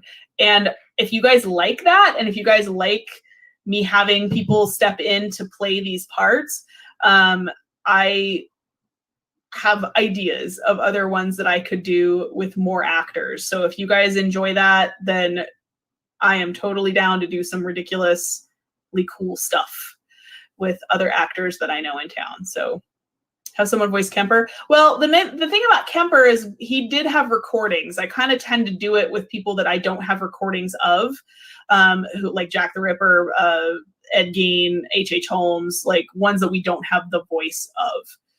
Are there any missing bodies that might be missing from their graves? No. Daniel, I believe they said they searched the house thoroughly and they found everything. He only admitted to taking 10 bodies, and that is indeed what they found. So they checked everything else. They found just human remains from dead people, nobody else that was murdered, but just remains, and everything was accounted for. The movie on Prime that my friend Christopher Brown is in. Please go watch it. It is called Abigail Haunting. It is part horror movie, part suspense. If you're into suspenseful, scary, creepy horror plus crime, like it's a good movie. It's a good watch, and he does a fantastic job. But I might be biased because he's my friend. But I don't think so, because I think he's a really good actor. Yes, Kemper had tons of interviews. They interviewed Kemper quite a bit. As a matter of fact, the show Mindhunter on Netflix encompasses the interviews with Ed Kemper. And as a matter of fact, Ed Kemper there's a quote that is by Kemper that is mistakenly attributed to Ed Gein, where Kemper said, "When I see a pretty girl," I'm going to paraphrase it because I don't remember the exact quote. "When I see a pretty girl on the street, part of me wants to thinks that I want to take her out and treat her nice, and then the other part of me wonders what her head would look like on a stick." Because that's a normal reaction.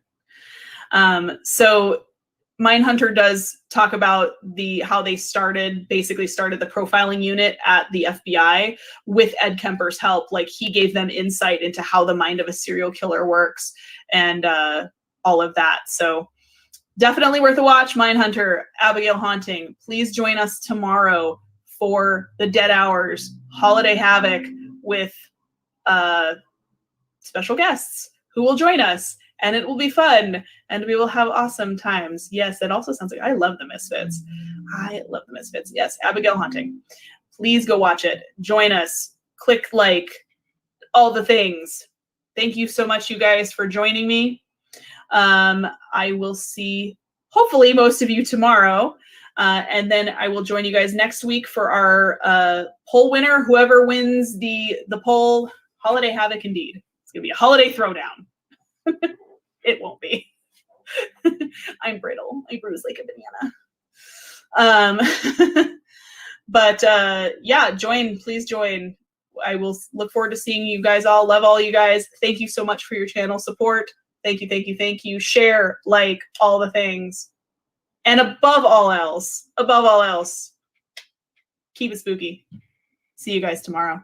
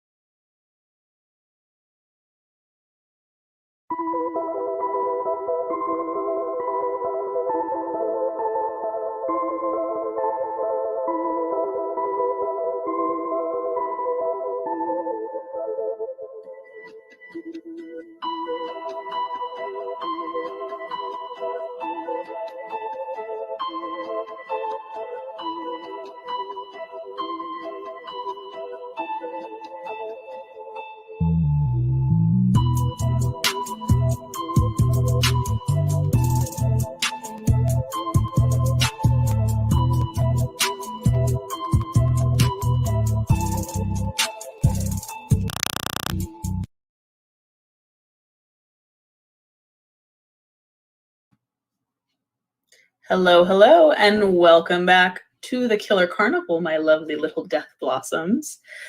I am the reason that the FBI agent who monitors your internet activity will be pulling a double shift tonight, and the future ghost with the most, Vivian Noir. And this week's subject was, per, well, your guys' request. There's a lot to cover here, and a lot of it is very disturbing. We're about to venture into some dark territory, my little lambs, with depictions of murder, sexual violence, and torture. It's not for the faint of heart, and so remember, you have been warned. I used to tell people that every week. Hello, everyone who is joining. Hi, Max. Hi, Cassie. Hi, Lab, Jessica, Daniel, Conry, everybody who has joined. Thank you for joining so far. let's get into it, shall we? Have the lambs stopped screaming, Clarice? May or may not be the only Hannibal Lecter impression I do this evening. Hi, Frank. So when you stand at a towering 6'9", it might be safe to say that your perspective on the rest of the world might be, well, a little bit different. And that's the understatement of the century for Edmund Kemper, who would be known after his auspicious surrender and capture as the co-ed killer. Police had been on Ed's trail after the murder of his mother in her own home, no less. And no doubt with his unmistakable appearance and personal connection to the crime, he wouldn't be able to lay low for long. It was at a phone booth in Pueblo, Colorado, that Edmund Kemper would place a call to the Santa Cruz, California Police Department and spill his guts, more or less. And Ed didn't stop talking. He could have only copped to the final 2 murders, that of his mother and her friend. He didn't have to confess to the 6 hitchhikers, as there was no physical evidence or any hint of his involvement that tied him to these crimes and any of this mysterious deaths. They had stumped Santa Cruz police for years. But Ed had a lot on his mind and seemed to be glad to get rid of the secrets that he'd kept buried for so long. So Ed talked, and the police listened. And because he did talk, we know a great deal about what motivates such a predator and what strange fantasies and thoughts occupy his mind. Kemper's involvement with Robert Ressler and John Douglas from the burgeoning behavioral sciences unit of the FBI would teach thousands of agents to come what to look for when hunting a serial killer. But we're getting a little ahead of ourselves, lovely viewers. Let's go back a bit to where this all began. To share my screen really quick. I'm gonna get better at this, like, smoother transition, you guys. And then a gun is in the car, hidden. And this craving, this awful, raging, eating feeling inside. I could feel it consuming my insides. This fantastic passion. It was overwhelming me. Edmund Emil Kemper III's childhood followed a parallel pattern of many other serial killers, starting with a disconnect and discord in the home. His parents, Clarnell and E.E. Jr., had a turbulent relationship, to say the least.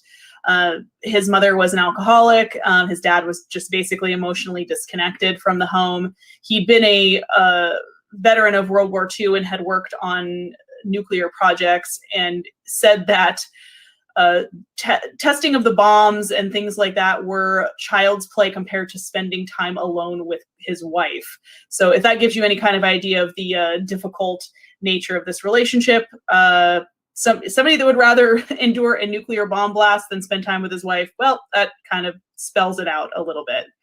They would separate when Edmund was 9 and would subsequently divorce 4 years later. Edmund seemed quite attached to his father, the only other male figures in the household, with a domineering mother and sisters. So his dad was the only male in the home, and he just kind of tried to latch on to that as best he could. And he would seek out that missing father figure in a series of subsequent stepfathers, but none of them seemed to fill the void. He was belittled by the dominant female figures in his life, and he was constantly reminded of his disconcerting and ever-growing size, even as a preteen. His mother and father were both quite tall, so Ed was very tall. He was constantly reminded of the fact from his mother that he was basically a freak and a mutant and was weird. So yeah, she's not Mother of the Year material. No, not at all. Not at all. Electric Pagan. She's not a nice lady, and we'll get there.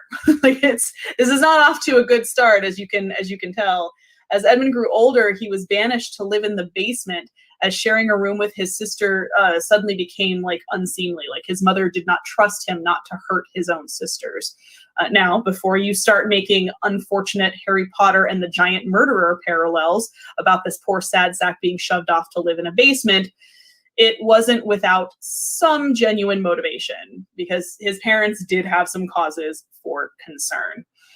And to his parents' credit, they did try. They were actually involved in his well-being and upbringing more than most may have been, or most, you know, like most parents of serial killers weren't usually as involved and as hands-on with Ed as his parents were, even despite being separated and estranged and divorced eventually. Ed was difficult, to put it politely. He was socially awkward and seemed unwilling to reach out and make friends, very introverted, very shy. He was also petrified of being physically harmed or beaten up by other boys, despite the fact that he was generally twice the size of most of his classmates. So a weird kind of dichotomy with his size, but yet the fact that he was still so like afraid of everyone and so socially awkward, I guess, and like just like, I guess for lack of better terms, weird. But it goes beyond the normal being shy weird. We'll see how that gets there. So this is not just normal like outcast, I didn't have any friends in high school weird. This is a whole other level of weird. His parents' divorce had definitely left an emotional wound on Ed's psyche that seemed to refuse to heal. Instead, it began to fester into something truly unhealthy. He killed the family cat at 10. He would continue to torture and kill animals throughout his youth. And he began to entertain fantasies that melded together sex and violence, even from a young age. Ed's mother would find him completely unmanageable. So Ed was sent at his own request, and he did run away at a point to live with his father and stepmother in Los Angeles. So that is a photo of Ed's mother, her engagement announcement to his father. Again, it was not a healthy marriage. It did not last it lasted long enough, I guess, to have several children, but it was tempestuous to say the least. They fought all the time. She belittled Ed constantly. She belittled his father constantly. She just kind of was a harpy of a woman. Yeah, it's Frank agreed. It's like, I feel kind of bad for his upbringing, but at the same time, it's like, dude, you didn't have to go so ham. Like, you didn't have to go ham, but part of me from the 20,000 foot view up can see why this happened. Like, you can see the pieces falling into place, and it's making a very twisted fucking puzzle. Like, you can see the pieces like this goes here, this goes, oh, I don't like the picture this is making at all. This is a gross picture. It's really yucky. So his father and stepmother would find Ed just as strange and threatening. So he did not stay for very long before being packed off to live with his paternal grandparents, Maud and Ed Kemper Sr., at their 17-acre ranch in North Fork, California in the winter of 1963. Ed was not pleased to be left at the farm, hoping to be returned home once the holidays had ended. Instead, he was re-enrolled in school and did, while he was on the farm, start to make some positive progress. Teachers and classmates found him quiet, almost meek. The situation at home with his grandparents was peaceful but tense. It was not an easygoing relationship. They found Ed's nature strange and disconcerting, as did like most people in his life, apparently. But he kept busy and out of the way for the most part with his dog and a .22 hunting rifle that he'd been gifted by his grandfather. His grandfather had given him a rifle to hunt, and he would do that. Like, that was something he would channel his aggression into, and for a while that seemed to be working. He would go around and shoot squirrels and gophers around the farm, and some of the birds, even though his grandmother consistently told him not to do that and that he should not shoot the birds. But at the end of the school year, he did get to return home to his mother and sisters in Helena, Montana, but it was a short-lived reunion, to say the least. About 2 weeks later, after Ed went home, he was sent packing back to his grandparents' farm once again. But something was very different about Ed this time, and his grandmother, Maud, noted that Ed seemed to have regressed in that 2-week period that he was at home. So apparently it only took 2 weeks of Ed being home with his mother to like undo all the progress that had been done while he was with his grandparents, just to kind of underscore yet again how unpleasant this woman was. Was that a reason for him to do what he did? No.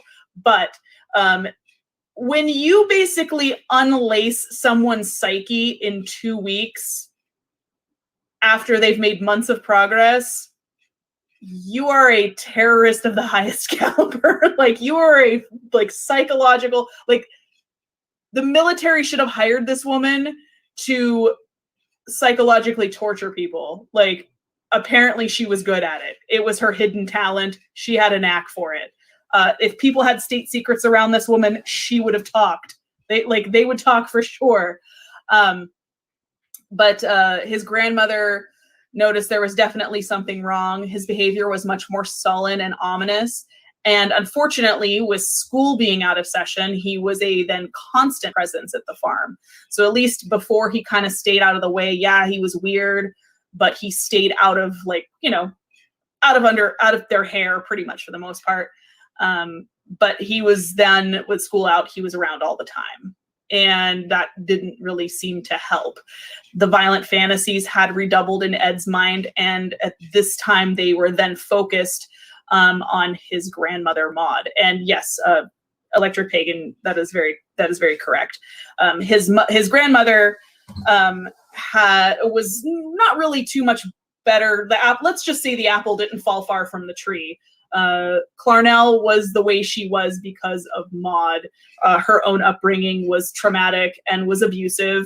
So, yep, the pattern just runs downhill. So now he was kind of focused on the grandmother. So the violent fantasies started to come back, except this time they were all honed on her. He imagined her inside the outhouse as he shot it full of holes. He would wait till she wasn't watching and she was unaware, and then he would line her up in the sights of his rifle and would fantasize about killing her. He found her to be a nag and his grandfather a boar. Maud, meanwhile, had become much more wary and unnerved by her strange grandson. She would take Ed Sr.'s 45 with her on at least one occasion as the tension at the farm grew. She'd been afraid of it falling into Ed's hands despite her warnings to him not to touch it. She had little trust in him doing what he was told, it seemed, and Ed took it as a grave personal slight. So he did not take too kindly to her not trusting him, I guess. And it's something that stuck in his head and stuck in his craw about things. That is a very famous quote from Ed. The photo is after he was arrested by right after what we are about to discuss. So that quote was also quoted in the movie American Psycho. It was misattributed to our last week's guest, Ed Gein, but it was actually an Ed Kemper quote. And Jessica's right. This is exactly why we need to bring more attention to mental health issues. This was also in the early 60s when that was basically not a thing. And you just drank and did drugs and just ignored your problems. And that's why there was a whole generation of people with PTSD that would lash out, and because they didn't know how to deal with their issues, because mental health was not a thing at all. So that is a very famous quote. There are quotes throughout this a couple times from Ed himself that I've placed in here. I don't have them marked on the thing, and I vaguely remember where I put them. So this is going to be fun, you guys. I may start talking and have to stop talking because the quote may kick in. Because I'm like, I vaguely remember where I put them, but you know what? We'll figure out if someone else starts talking besides me. We know who it is. So she took the gun away, basically did not trust him. I can't imagine after that quote why you wouldn't trust this person, right? So he brooded on the fact that she did not trust him. And throughout the summer, the tension grew thicker. On August 27th, 1964, he was sitting at the kitchen table with Maud, and they were going over the proofs from a children's book that she was working on. On looking up, she noticed that Ed had an odd look in his eye and a strange expression on his face. It was a look she'd seen many times before, and it seriously unnerved her. So she told him to stop it, knock it off. After a moment, Ed picked up his rifle and whistled for his dog, and he said he was going to go outside to shoot some gophers. Maud warned him not to shoot at any birds and returned to her work. Ed would walk outside onto the porch, turn as soon as he exited the home, raise his rifle, staring down the sight and through the screen door where his grandmother sat with her back to him at the table. He took careful aim at the back of her head and fired a single shot. Maud would slump forward to the table. She was killed immediately. He would fire 2 more shots, hitting her in the back to make sure she was dead, basically. So he followed through on what he was fantasizing about and kind of always wanted to do.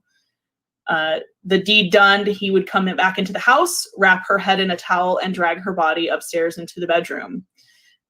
Within a few moments or minutes of his wife's cold-blooded murder, Edmund Sr., his grandfather, would return home from buying groceries. He was unaware of the carnage that had occurred inside. As his grandfather began to unload the groceries from his truck, Edmund set to finish out the job he had started. He raised the rifle, took aim, and shot his grandfather in the back of the head. So, yeah, this was a photo that was taken. That photo there was taken after he was arrested for that. I'm going to pause right there because that is a photo of all his victims.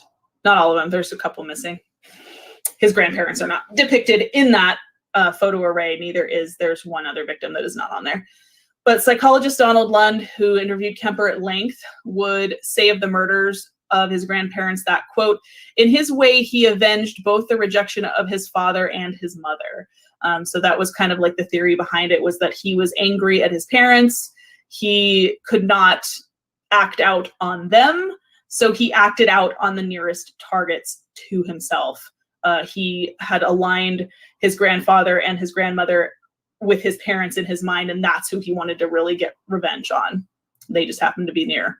So while the rage inside of him was quieted for the time being, Edmund Kemper found himself dismayed, not because of what he had done, but because he knew he would inevitably be caught.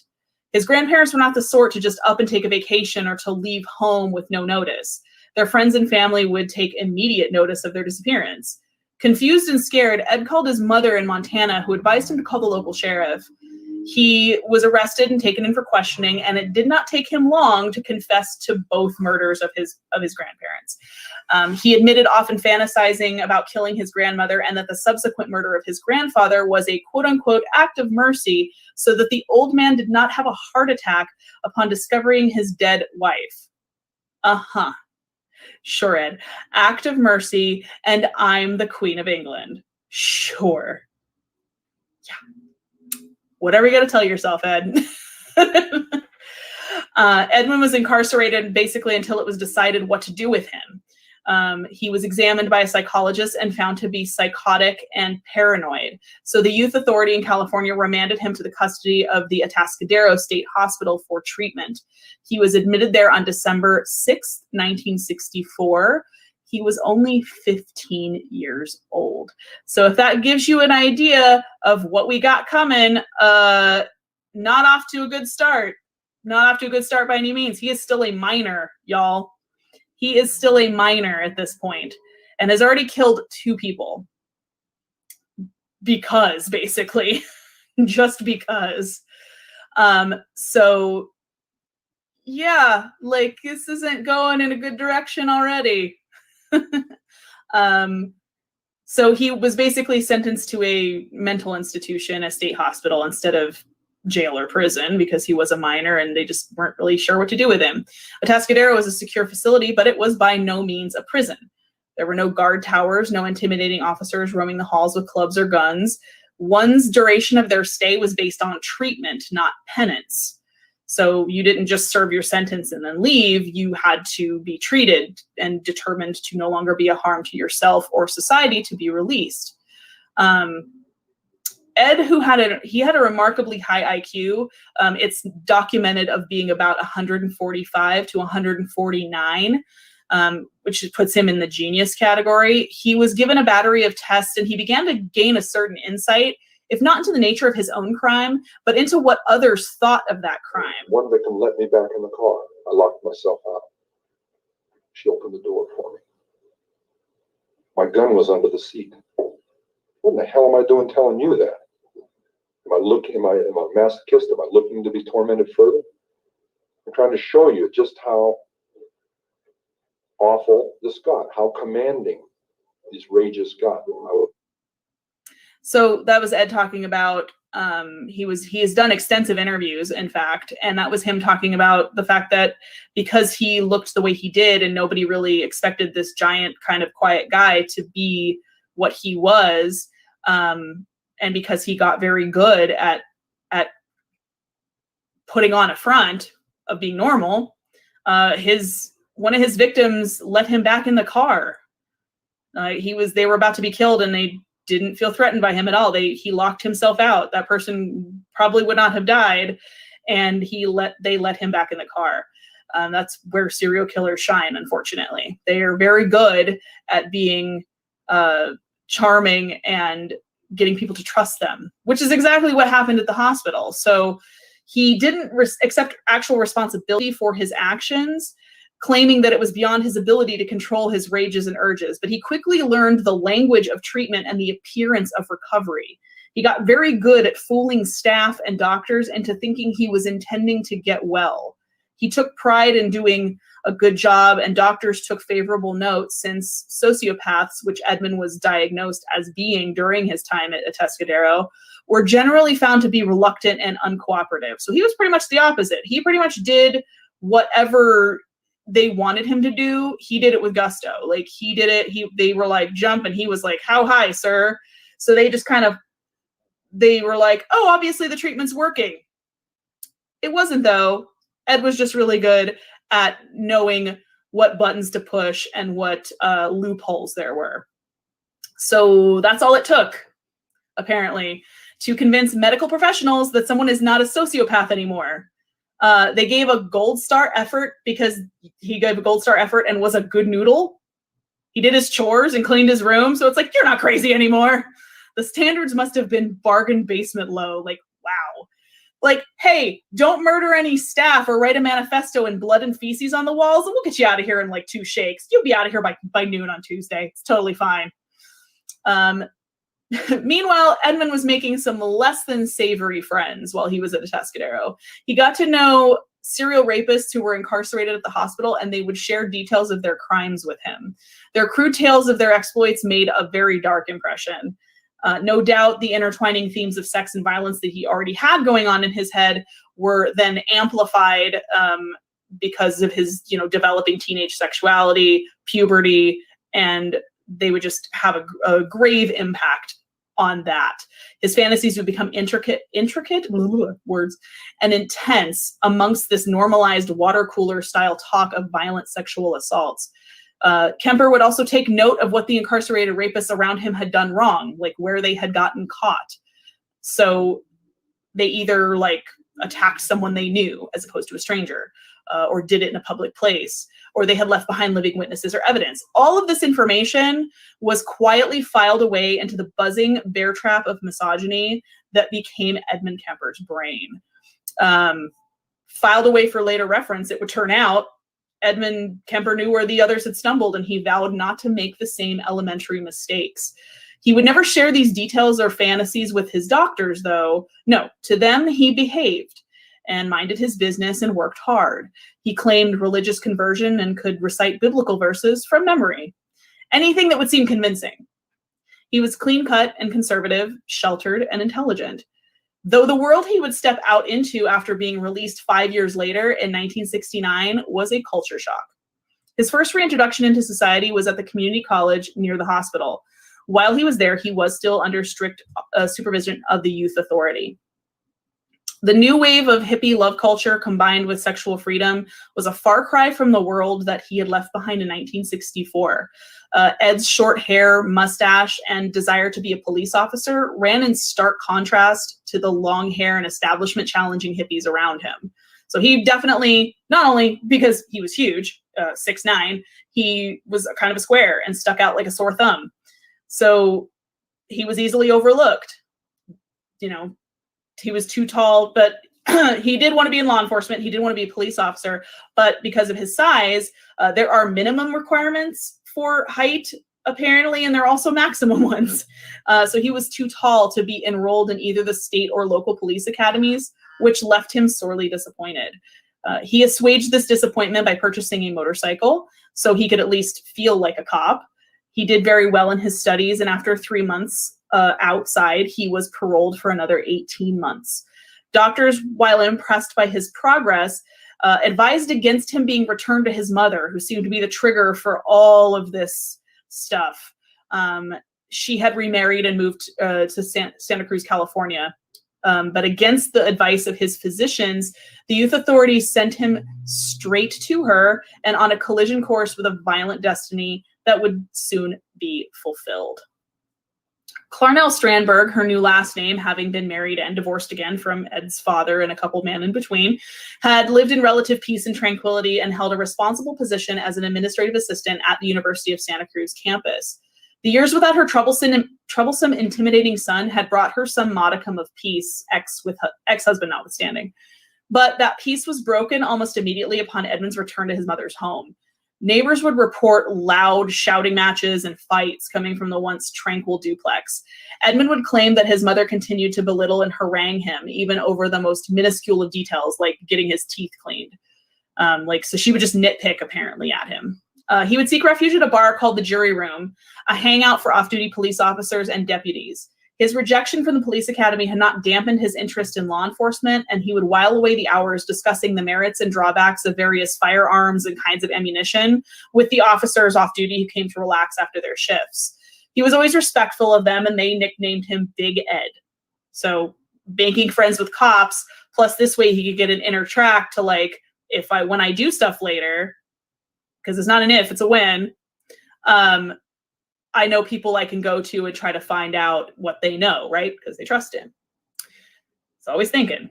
Kemper would bounce around between jobs at this time, but before landing one finally with the Division of Highways.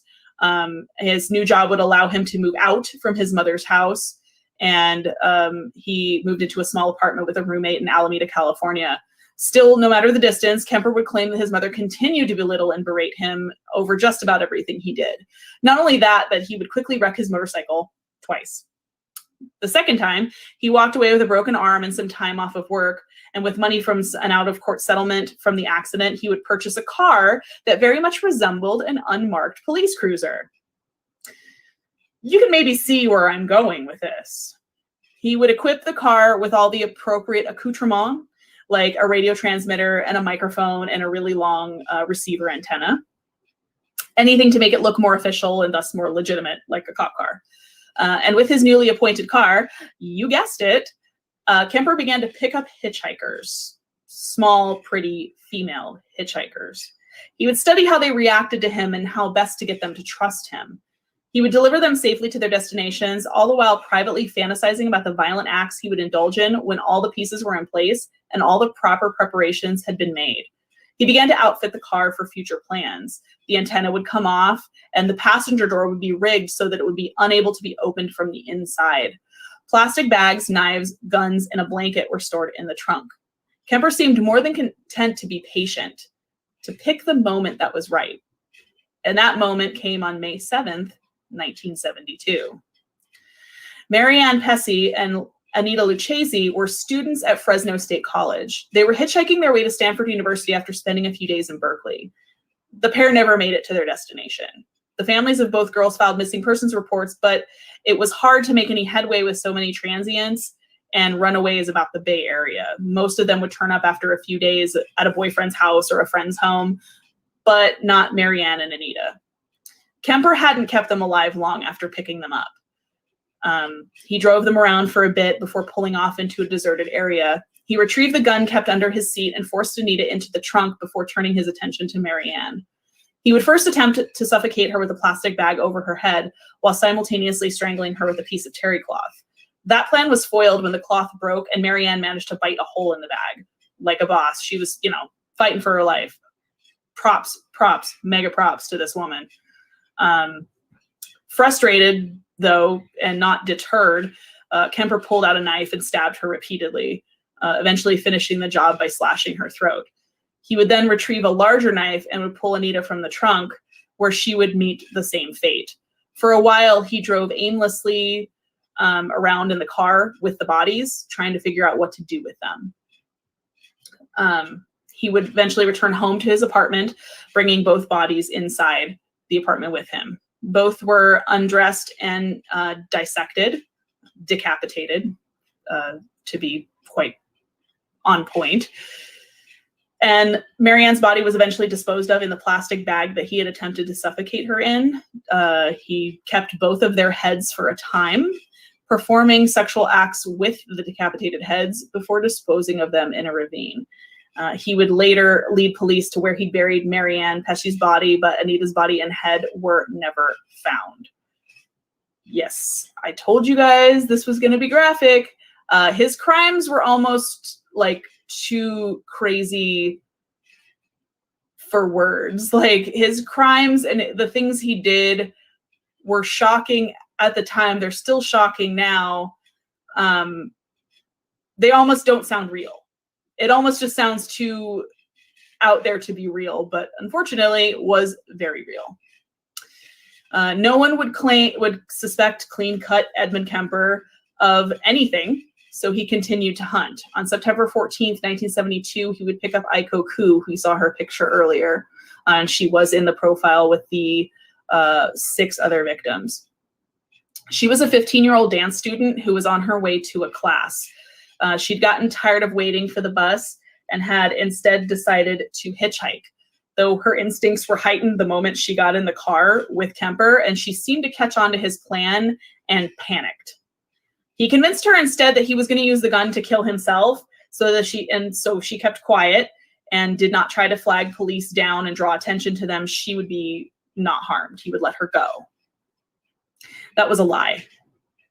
He would drive into the mountains and turn off the main road, parking somewhere out of sight. He would tape her, Aiko's mouth shut and attempt to suffocate her by placing his thumb and index fingers in her nostrils. She would pass out from lack of oxygen, only to wake up a few moments later. Kemper would suffocate her a second time, which the second time seemed to prove successful. He would then take her from the car, lay her on the ground where he sexually assaulted her, and then strangled her with her own scarf. When he was absolutely sure she was dead, he loaded her into the trunk of the car and drove away from the scene to a local bar for a couple of beers and then back to his mother's house. Occasionally, he would open his trunk, stop the car to gaze at his conquest. Later that night, he'd return to his apartment with Aiko's body in tow. He placed her on his bed. He dissected her like the others, disposing her head and hands separately from the rest of her body. Very little of her remains would be found. So he was very careful with making sure that there was nothing left really behind of his crimes. He was very careful to, again, he had taken all these extensive notes. He'd taken all these extensive notes, you guys, to like, as to what not to do. He had been locked up with criminals. And so not only did he have a criminal mind himself, but he got locked up with people who got caught. So he literally just took notes on like, okay, how the heck do I not get caught? And sadly was pretty good at it. So it all kind of bends back, like we said, about to his mother. This was a picture of his mother and her friend, who were actually his last 2 victims. Ed said multiple times that the women he went after, the women he targeted, a lot of times were co-eds, worked at the campus, worked at the college that his mother worked at. It was like a way to get back to her, like back at her. He really wanted to kill her. He was killing her every time he was killing someone. He wanted to destroy something she valued, is what he said. So that's why he went after college girls, because that was something she was proud of. She was proud of working at the university, so he wanted to destroy that. He said that in an interview. Not his words, not mine. But he goes into talking about his mother in this next audio clip. And it is the only time during that interview that he actually breaks and shows any kind of emotion. Otherwise, it is very deadpan. It is very direct and straightforward. He shows no feelings, no remorse during really any of the interviews he's ever done. This is the only time that he actually kind of breaks. It's hard to tell if it's genuine or not, because sociopaths are so good at manipulating their emotions and so good at showing you what they want you to see that you're never really sure if what you're seeing is real or not. So in this next clip, which I'm trying to I'm kind of trying to wait for a second for it to queue up just so I don't talk over it. But it is the only time you'll actually hear him display any kind of emotion. It's a little bit of a longer clip. While we take a little bit of a breather in between, because I know this stuff is graphic, so I kind of want to take a little bit of a break. Does anyone have any questions while we kind of just take a second for a breather? It's a lot, I know. I warned you guys this was going to be a rough one. You thought last week with human lampshades was graphic. Well, I got surprises for you. He absolutely did, Frank. He knew how to put on a show. He knew how to fool people. And that's a common thread in all serial killers, is they're very good at fooling people. They're very good at making you see one face when they have a completely other face that you don't see. Any emotion he would show would be an act. It's entirely possible. It's hard to tell because he was so tied up in his mother and he hated her so much, but he claims he loved her, that it's hard to know if that was real or not. If that was like the damaged inner child actually coming out for a second, or if that was a show because it's like, oh, I killed my mother, I'm supposed to be sad. Cry, you know. Thank you, Frank, for the PayPal donation. You have been entered into one. So he developed the psych ward. Yes, he did. He helped the psych ward develop mental health tests he, like I said, was very smart. I was woken up by that. Came out. I walked up to her bed. She's laying there reading a paperback. As many thousands of nights before. And she said, "Oh, I suppose you're going to want to sit up all night and talk now." Shit. I looked at her. I said, "No." I said, "Good night."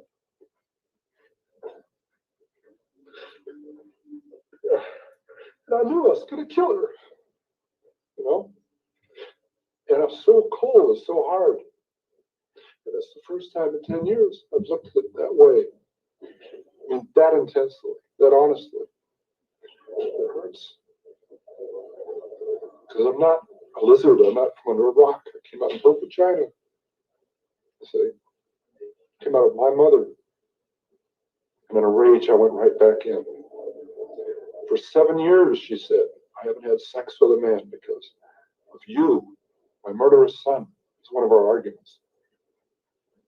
I cut off her head, and I humiliated her corpse. It's there, you know. A 6-young woman dead because of the way she raises her son and the way her son is raised, the way he grows up.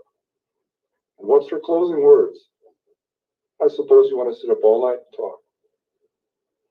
God, I wish I had. So that is the only time that Ed actually breaks and shows any kind of emotion. And I'll use that in quotes because we never know for sure, right? It very much could be something that like, this is where I'm supposed to be sad. I killed my mother. I'm supposed to be sad here. And scene, basically. So 4 months would pass before Kemper would kill again after killing Aiko Koo. He managed to get his hands on a .22 caliber automatic pistol despite having a criminal record. His fear rose eventually that police might catch on to him being in possession of illegal possession of a firearm because he was a felon.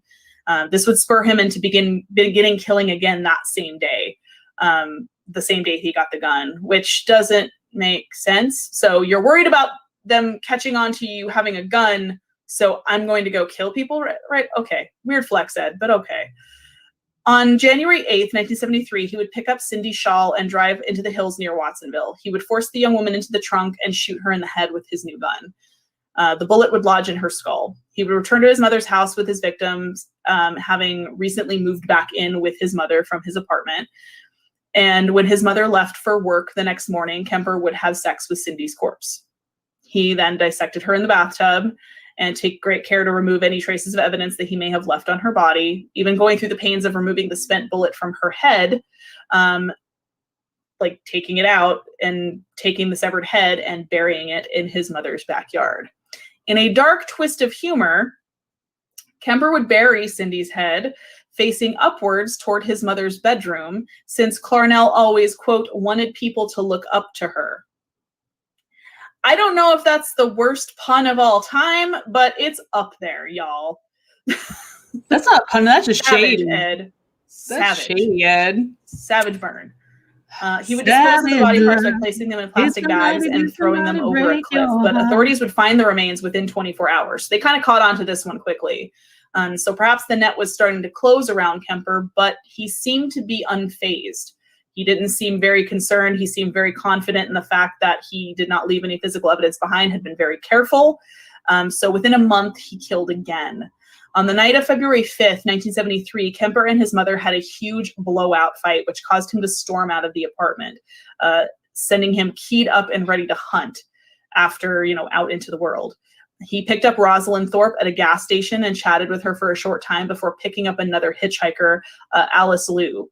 She got in the car without hesitation, Alice did, seeing Rosalind already in the car. So she already saw a woman in the car and figuring it was safe.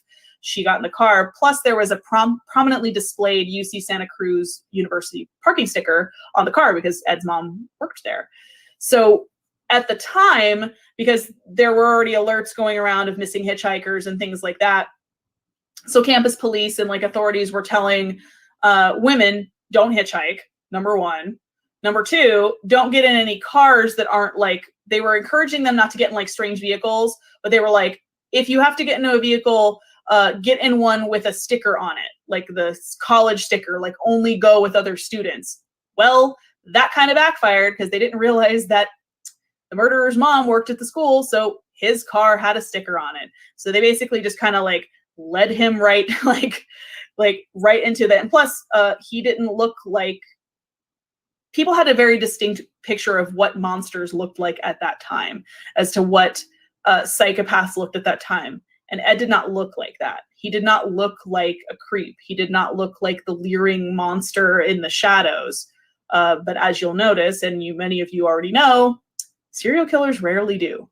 They rarely look like that. You would not get any victims if you looked like a hunchbacked, drooling, creepy weirdo. If you look normal, you get people to get in your car. So they rode around for a while, Rosalind, Alice, and Ed. And this time, Kemper didn't even stop the car to do the deed. He drew Rosalind's attention to a lovely view off the passenger side, and as she looked, he slowed down the car down, drew the gun, and shot her in the back of the head. Quickly, he would turn the gun on Alice in the back seat, shooting her several times, but she was not quite as fortunate as Rosalind and did not die immediately. He would deal the fatal shot once he got out of town before pulling aside and then transferring both bodies to the trunk. He stopped for gas, then returned to his mother's apartment before quickly making an excuse to leave again, this time for cigarettes. Once outside the apartment, he would pull the car to the street. Now, listen. He pulled the car to the street and opened the trunk. There are 2 dead bodies in said trunk. And he even said on this last one, he's like, there are multiple times that I should have gotten caught, but I didn't. So it's just it's one of those was fortune just smiling on you, Ed? What the hell? You opened the trunk in a public street with dead bodies in it. He beheaded both victims while they were in the trunk. And the next morning, he would bring Alice's body inside and have sex with it in his room. He would then bring Rosalind's body upstairs following to remove the bullet lodged in her head, as he had done with his previous victim, Cindy, in order to remove any trace of ballistic evidence. He would dispose of the bodies in the same fashion he had the others, the head and hands dispersed separately from the rest in order to minimize the chances of identification. This is a pretty famous photo of Kemper after he confessed, talking to one of the detectives, having a cigarette with them. And even the detectives said at the time, the ones that interviewed him, everybody that talked to Ed Kemper said they liked him. That they liked him. He was a fun guy. He was fun to talk to. He was charming. They liked chatting with him. They almost liked him. Makes you kind of very concerned, doesn't it? He even says that they were like, well, how did you learn how to trick the police? How did you learn how to trick the cops and fool the police? He's like, from crime shows. He watched a lot of police procedurals and documentaries.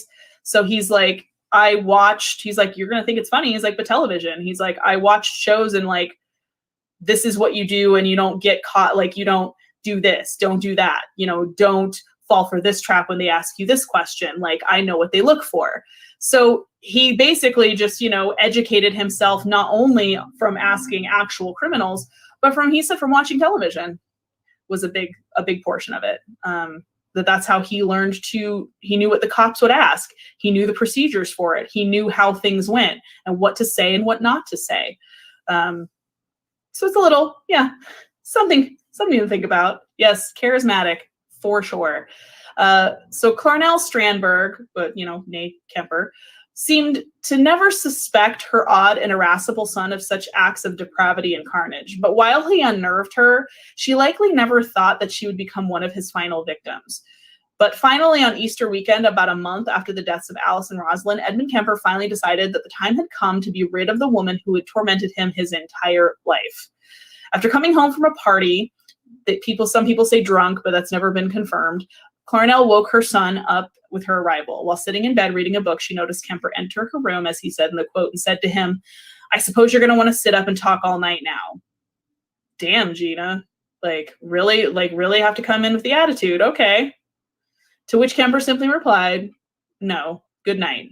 He waited for her to fall asleep before returning to the room with a claw hammer. He bludgeoned her with it several times before slitting her throat.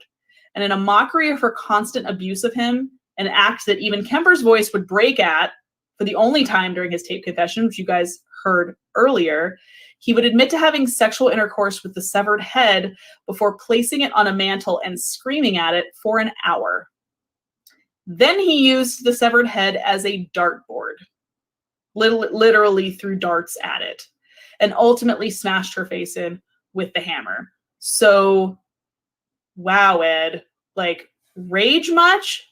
Jesus. He then, he wasn't done. And he was not done. Hold on. He then cut out her tongue and vocal cords and placed them in the garbage disposal. The disposal, however, could not break down the tough vocal cords and would spit the organ back out into the sink. That seemed appropriate, Kemper later stated, as much as she'd bitched, screamed, and yelled at me over the years. Had to get the last minute burn in, did we, Ed? Wow. Now I see where you get the sass from. Now I see where you get the fucking sass from, Ed. This is a picture. This photo here is him showing detectives where he burial sites for some of his victims. He would hide his mother's body in a closet, clean up around the house a little bit, and then leave the house for a few beers. He decided ultimately that if someone else was found dead with his mother at the home, that suspicion might point away from him. Don't really know how he got to that conclusion, but how we got from A to purple, but all right.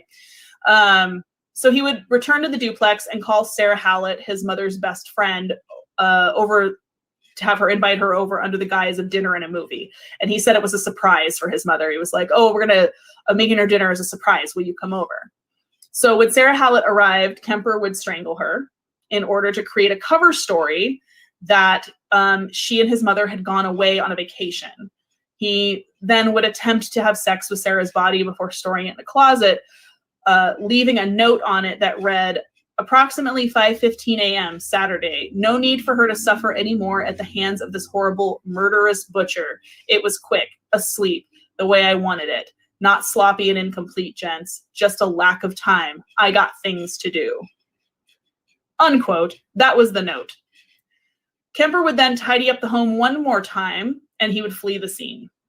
First in Sarah Hallett's car, but then he got paranoid that somebody would notice that the car was stolen, or that was her missing car, and he didn't want to be discovered in it. So he would then abandon the car, Sarah's car, at a gas station in order to switch to a rental car. He made some excuses to he needed something fixed and just ditched it at the station and just never came back for it. He would drive nonstop to Pueblo, Colorado from Santa Cruz, California, taking caffeine pills to stay awake for the 1,000-mile journey. He was stopped once for speeding, but was calm and collected when he was pulled over. He paid his fine and was allowed to move on. this sounds a lot like Ed Bundy. Wow, I just combined 2 serial killers into one really terrible thing. Ted Bundy did get pulled over as well when he was on his flight after he had escaped from jail. He'd gotten pulled over multiple times and got let go multiple times. So, yep. You can smile and be charming. You yourself can get out of anything. And that just kind of proves it. So he drove all night, basically, to Colorado. And he had 3 guns words. Yes, Ed. We have 2 Eds back to back. We had Ed last week and Ed this week. I was losing a grasp on something that was too violent to keep inside forever. Watch out for Eds, guys. As I'm sitting there with a severed head in my hand, talking to it, or looking at it, and I'm about to go crazy, literally. I'm about to go completely flywheel loose and just fall apart. I say, wow, this is insane. And then I told myself, no, it isn't. You're saying that. And that makes it not insane. Yeah, okay, we'll go with that, Ed, sure. You're talking to a severed head. Edmund. Baby, no, what is you doing? Like, you're talking to a severed head and you threw darts at it and you did all sorts of other fucked up shit to it. Outside of wearing it as a hat or as a cod piece, I'm like, dude, what the hell, Ed? And then it was like, I said, this is insane. And then went, no, it isn't. I'm talking about it. What kind of Indian in the cupboard? I can't with this dude. So drives to Colorado with all this stuff in his car. So he has guns and ammunition in the car, by the way, while he's driving, nonstop, stays awake the entire time. Because he was convinced he was the target of a full-fledged manhunt. He thought the bodies have been discovered by now. They're on to me. They're on my trail. I'm just booking it, right? I don't really know who knows what he had planned in here, but had plenty of like guns and stuff in the car. But then he heard nothing on the news about the murders of his mother and Hallett when he arrived in Pueblo. Like, there was nothing, not a peep. He like checked papers, checked everything. I mean, this was after he was caught, this article here. But was fully convinced he was a wanted man and was like, you're not going to catch me, cop. Oh, there's nobody behind me. Oh, okay. Well, are you sure? Like, really? There's nobody behind? Okay. So I guess disappointed that there was not this full-fledged, Malibu's most wanted fucking manhunt after his ass. He found a phone booth in Pueblo, Colorado, and called the police himself. He called Santa Cruz Police Department and confessed to the murders of his mother and her friend, but police were convinced that he was a crank caller and told him to call back another time. They did not take him seriously. Several hours later, Kemper would call the Santa Cruz police again, and this time asked to speak to an officer that he knew personally. He would make his confession a second time and wait for the authorities to pick him up. Once he was finally in custody, Kemper seemed more than eager to talk and continued his marathon confession, admitting to the murders of the 6 missing hitchhikers. When asked later why he turned himself in, since no suspicion was on him at all, and as to any murders, he said, quote, "The original purpose was gone. It wasn't serving any physical or real or emotional purpose. It was just a pure waste of time. Emotionally, I couldn't handle it any longer. Towards the end there, I started feeling the folly of the whole damn thing. And at the point of near exhaustion, near collapse, I just said to hell with it and called it all off," unquote. He's also said that he basically the reason that he killed, the whole reason he killed, the crux and the catalyst for all of this was his mother. And once she was dead, like, it was done. That was it. Like, once she was gone, the reason for the killing was over and the rage was sated and never came back. So that was also a huge reason behind it, is that he said that, yep, when she was dead, like, I just didn't want to do it anymore. There was really no point because it was her I was killing the whole time. And then when she was dead and out of my life, well, we good, fam. This is a photo of the police digging up remains and things like that and looking for discarded remains. So He, of course, was then arrested. They actually did believe him that time. And he was indicted on 8 counts of first-degree murder. His public defender thought that the only defense would be attempting an insanity plea due to the nature and explicit detail of Kemper's confession. He also attempted suicide twice while he was in custody. 3 court-appointed psychiatrists found him to be legally sane. One of the psychiatrists, Dr. Joel Fort, investigated his juvenile records and the diagnosis that he was once psychotic. But Fort also interviewed Kemper, including while under the influence of a truth serum, and relayed to the court that Kemper had engaged in cannibalism, alleging that he sliced the flesh from the legs of his victims, then cooked and consumed these strips of flesh in a casserole. I mean, if you're going to do it, I guess a casserole is the way to go. I hope it was in a Pyrex dish. Otherwise, blasphemy. Nevertheless, Fort determined that Kemper was fully cognizant in each case and stated that Kemper enjoyed the prospect of infamy and being labeled a murderer. Kemper then did later recant the confession of cannibalism, but nobody knows for sure if that's, true or not, or if he ended up like, he should have made jerky. Just saying. Tacos. Why not? Because carnitas. Hear me out. That's what joins when I say leg street tacos. Hear me out. California used the McNaughton standard, which held that for a defendant to, quote, establish a defense on the grounds of insanity, it must be clearly proved that at the time of committing the act, the party accused was laboring under such a defective reason from a disease of mind as to not know the nature and the quality of the act he was doing. If he did know it, that he did not know what he was doing was wrong. That's the actual standard. That is the McNaughton standard for establishing a defense on the grounds of insanity for California. However, mute that really quick. Hello, Crow. How are you? Hello. So just to give a break from my voice for 2 seconds to hear my voice again. Can y'all hear me? Yeah, we can hear you. Hear you good. Everybody can hear Crow, right? Sweet.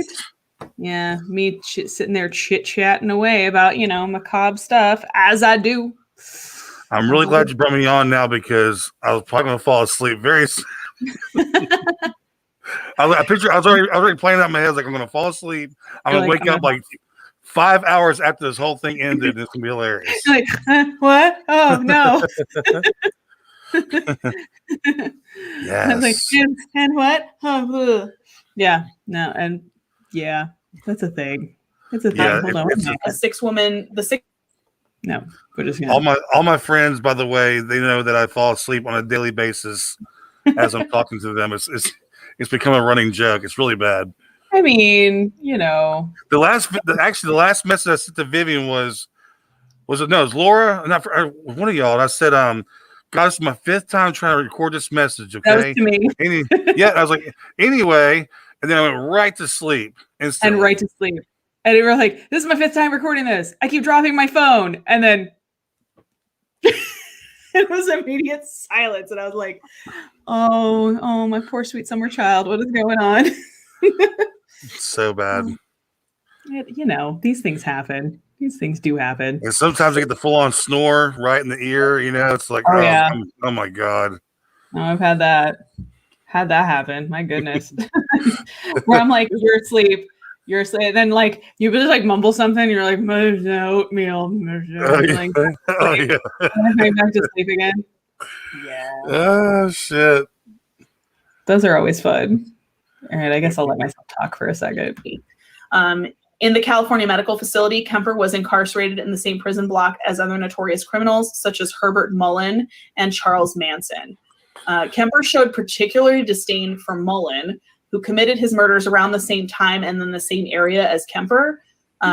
He described Mullen as, quote, just a cold-blooded killer, killing everybody he saw for no good reason. When you get slammed by another serial killer for your method of killing, was that shade? That was shade. Was that Kemper being shady? Was he just like, well, I guess you could just like kill anybody for no stupid reason, but whatever. At least I had a reason because my mother was fucking psycho. You're just gross. Classy, trashy. Like, I was like, pop off, sis. Okay. Like, wow, Ed, really? Like, okay, coming out the gate hard with that one. So Kemper manipulated and physically intimidated Mullen, who stood at 5'7". He was a full foot shorter than Kemper. And he said, Kemper in a couple interviews basically said that he was that kind of guy that little man syndrome, sort of, I guess, where he was like, he didn't like big guys. He was intimidated by big guys and was just immediately physically intimidated and didn't like him. So he said Mullen had a habit of singing and bothering people when somebody tried to watch TV. So I threw water on him to shut him up. Then when he was a good boy, I'd give him peanuts. Herbie liked peanuts. That was effective because pretty soon he asked permission to sing. That's called behavior modification treatment. So yes, Edmund Kemper mind-fucked another prisoner while incarcerated. He totally basically pulled the whole like fucking Pavlov's dog shit with another inmate. He was like, hey, want a peanut? Get him to not be annoying. So because he found out, and it's interesting to find out this whole thing, because he said he would do these obnoxious things, he would act out, and all these other inmates basically just wanted to beat his ass and like kill him, right? So Ed's like, I'm just going to get him to stop doing these things, and he's already afraid of me, so this shouldn't be that hard. So he's like, I found out that he likes peanuts, so I bought as many packets of peanuts as I could from the commissary. I bought as many as I could, and I gave one to him. And I was like, hey, Herb, do you like Herbie like peanuts? And he was like, yeah, I really do. And he's like, and I knew. He's like, I knew I had him. So he's like, I handed it to him through the bars and like just left it there. He goes, so when he was good, I would reward him with peanuts and be like, hey, I have plenty. Like, he's like, you have any left? He's like, yeah, no, just keep eating them. They're good. I got plenty for you. And then he basically treated this motherfucker like a pet parrot. Hold on. Was he eating the nuts out of this guy's shit and didn't know it? No, he bought like man, okay, yeah, sorry. So he bought like straight up like bags of peanuts because he was trying to get this guy to behaviorally change his things he was doing. So he was like, he would sing and annoy the shit out of everyone else on the tier. And he's like, well, I'm just going to get him to stop singing, but I'm going to get him to do it in my own way instead of being violent and threatening to beat his ass like everyone else was doing. He's like, well, I'm just going to, give him peanuts when he behaves. And basically just Pavlov tricked this motherfucker like he's a goddamn blue and gold macaw into behaving himself. Weird. I just heard the peanuts the last second. I was like, when you said, oh, sure, have all the peanuts you want, I was thinking prison, ass, shit. Right. That is generally the arc it goes in. Out of the crap and then feeding the people, I wouldn't be surprised. I mean, hey, this is Dead Hours. So. And it is. I mean, it is. This is the Dead Hours after dark. You're doing some sick ass shit on here, just figuring. I mean, you were here for last week's episode, Oh, yeah. You've been new. That was. Oh, yeah. Oh, by the way, the Ed Gain stuff, I know the Texas Chainsaw guy in the movie was a lot scarier looking, but when you see the real thing in real life I didn't realize that belt. I'm like, what's those red bumps there? Yeah, then I realized it's a nipple belt. It's a nipple belt. Oh my God. That's way scarier than the movie. I'm just here to extol the simple virtues of a human nipple belt. And Glam, yes. Eating peanuts out of someone's shit. His in-depth interviews have contributed to the understanding of the minds of serial killers. His work with former agents Robert Ressler and John Douglas of the FBI helped spur the nascent serial killer profiling program at the FBI, which is famously depicted in Silence of the Lambs. Douglas described Kemper as, quote, among the brightest inmates he's ever interviewed and, quote, capable of a rare insight for a violent criminal. Kemper himself has stated that he participated in such interviews in order to save others like himself from killing. At the end of his appearance in Murder, No Apparent Motive in the interview, he said, quote, there's somebody out there that's watching this and that hasn't done that hasn't killed people and wants to, and rages inside and struggles with that feeling, or is so sure they have it under control. They need to talk to somebody about it. Trust somebody enough to sit down and talk about something that isn't a crime. Thinking that way isn't a crime. Doing it isn't just a crime, it's a horrible thing. It doesn't know when to quit, and it can't be stopped easily once it starts, unquote. He has been eligible for parole beginning in 1979, but was denied that year and subsequently in the following years through 1982. He waived his right to a hearing in 1985. He was denied parole again at a hearing in 88, where he stated, quote, "Society is not ready in any shape or form for me. I can't fault them for that." He was denied parole twice more, 91 and 94, before waiving his right to a hearing again in 1997, and then in 2002. He attended the hearing next in 2007, where he was denied parole again for an 8th time. Prosecutor Ariadne Simmons Simon said, quote, "We don't care how much of a model prisoner he is because of the enormity of his crimes," unquote. Kemper waived his right to a hearing again in 2012 and was most recently denied parole a 9th time in 2017. He is next eligible for parole in 2024. So only about 3 years from now. Though Kemper does seem resigned to the fact that he isn't going anywhere anytime soon. That's okay with him, and I can probably speak for all of you and myself when I say that's okay by us too. 100%. So that is a photo of him leaving after being sentenced to 7 life consecutive sentences. He is 72 currently, Daniel. Still alive. 72, 73. So yeah, he is still in prison. He is still alive in prison. He is going to be up for parole in 3 years. He will probably, much like Manson, it's like more of a formality than anything, because they have to, once parole is basically granted, you're admitted to apply for parole, you have to be allowed to apply for it should you choose.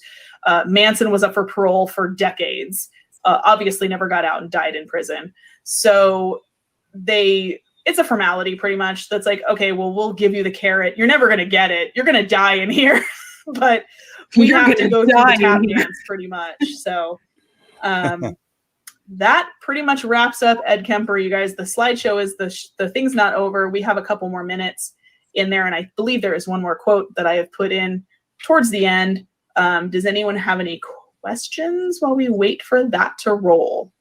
The timing on this that's a current photo. Ish. Well, as current as 2013. I could not find anything more current than that. But that is the way he appears now-ish. He's still big and still looks pretty much the same, but just old. He's old. Yeah, it would be sad to see him follow Manson. Yeah, he's going to. Like, there is no way he is getting out of prison ever. 73 now. Like, ever. It doesn't matter if he's up for parole or not. The state's going to be like, yeah, no, that's fun. Bye, Ed. That's cute. Bye. Don't let the door hit you on the way out, because we don't ask prints on our door. Goodbye, Ed. You might as well just walk in a revolving door, just walk in and just like walk back out. Like, I showed up. Goodbye. And who knows? He has multiple times waived his right to a hearing, so he may do that again in 2024. Don't know. Yeah, he's not in good health either. He's has a lot of health problems. He's had a stroke. He is still medically disabled. Had a stroke in 2015, so is not in great health. He's in his 70s now. I think the quote's coming up pretty soon, because I think this is close to the last slide. He'd probably kill within 10 minutes. It's generally not too much in the eyes there, right? It is pretty common thread for most serial killers when you watch them be interviewed or look at their photos. There's definitely something wrong about the eyes. Where does it go? The eyes have it. Well, their eyes don't have it. Their eyes have nothing. It was just empty. Yeah, he is confined to a wheelchair currently. It's a big wheelchair. He's 6'9". Truth in the matter. You are welcome. He is depicted on, I don't know of any movies per se. There are several documentaries, the ones I mentioned in here. There is also, he was in the first season of the Netflix show Mindhunter.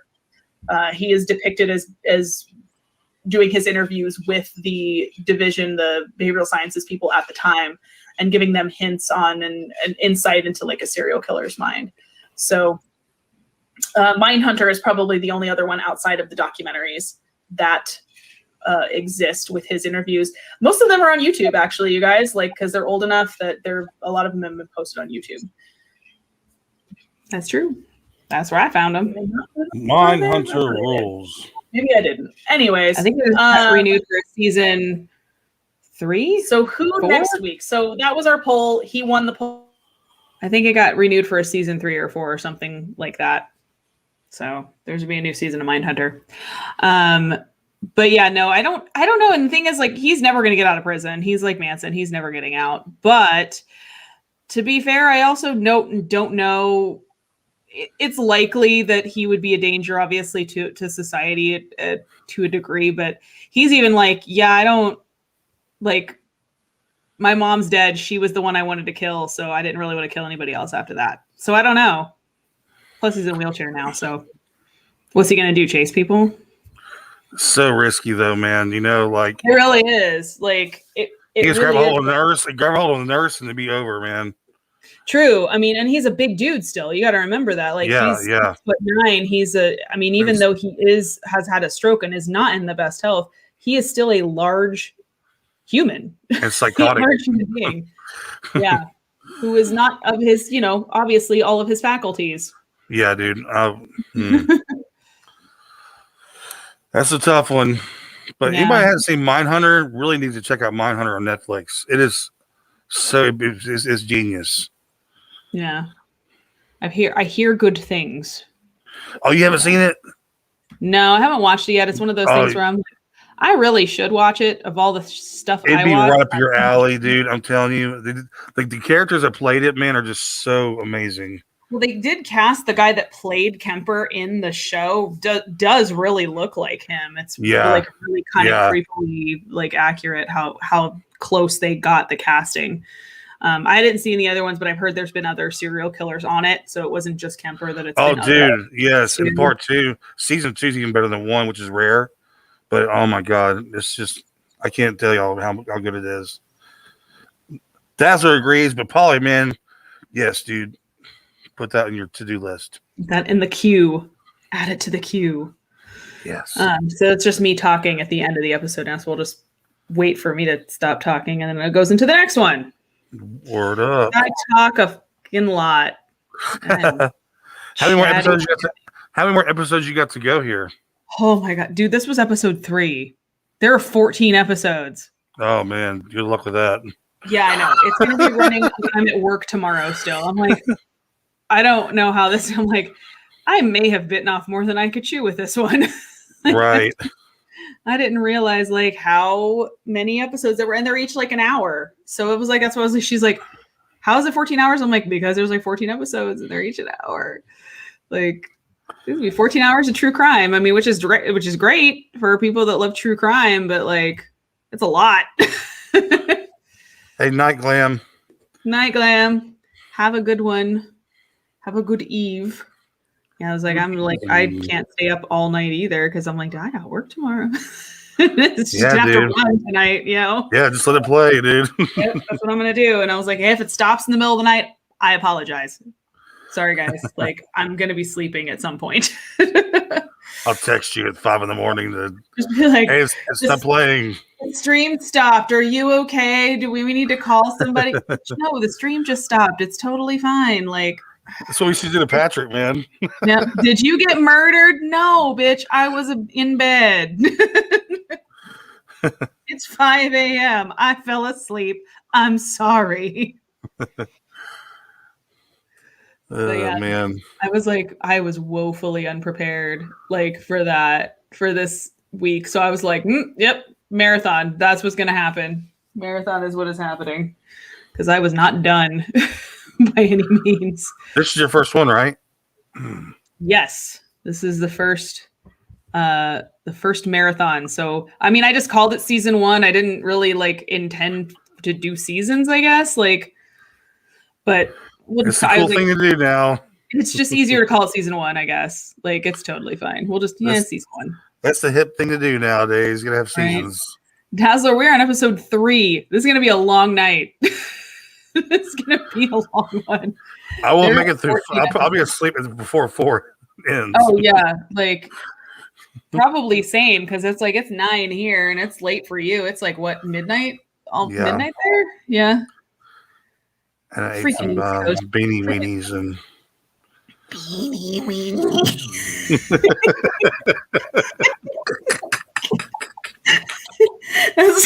There's a Where video. did that, is It's that a from a Tik- movie or something? No, it's from a TikTok, and it makes Lauren laugh every single time, like without fail. Without fail. Like, it's this video of this guy who goes, bro, get out the way, bro. And he goes into the pantry and he goes, she made beanie weenie. He puts like this weird ass filter on his voice, and it's so stupid and just proves that my sense of humor is completely fucking broken because of the internet. Yeah, it's completely broken. Am I still talking in this one? Hold on. What the fuck am I doing? I'm still talking. Why am I still talking? What the fuck am I talking about? I seem very animated. No, dude, I don't know.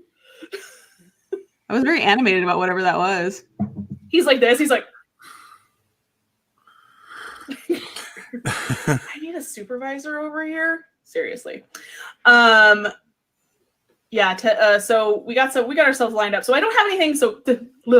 I don't have anything for next. I don't have Eileen Warnos. Definitely, we got to do one on Eileen, Our Lady of Florida. Eileen Warnos. She is the Our Lady of Florida. We'll get there. We'll get there to that one. Oof, there's so many On a watch There's list. so many to for cover. Sure. CIA remote viewing. They just like turn the camera on. They're like, what is she doing? What is am she I doing? doing, Stuff honestly? like that. There is also a fun term that I'm not going to say in this video, but I had to look it up because I went, oh, that's what that's called. Okay. fair play, you guys. I don't remember what term that term was. that I was unaware of, which shocker. But tomorrow I don't really have anything for I regular erased dead hours. that, whatever that was. Now I'm intrigued. Now I gotta go back and figure out what term that was. I should look at my notes. I think it was something sexual that I was surprised I didn't know, actually.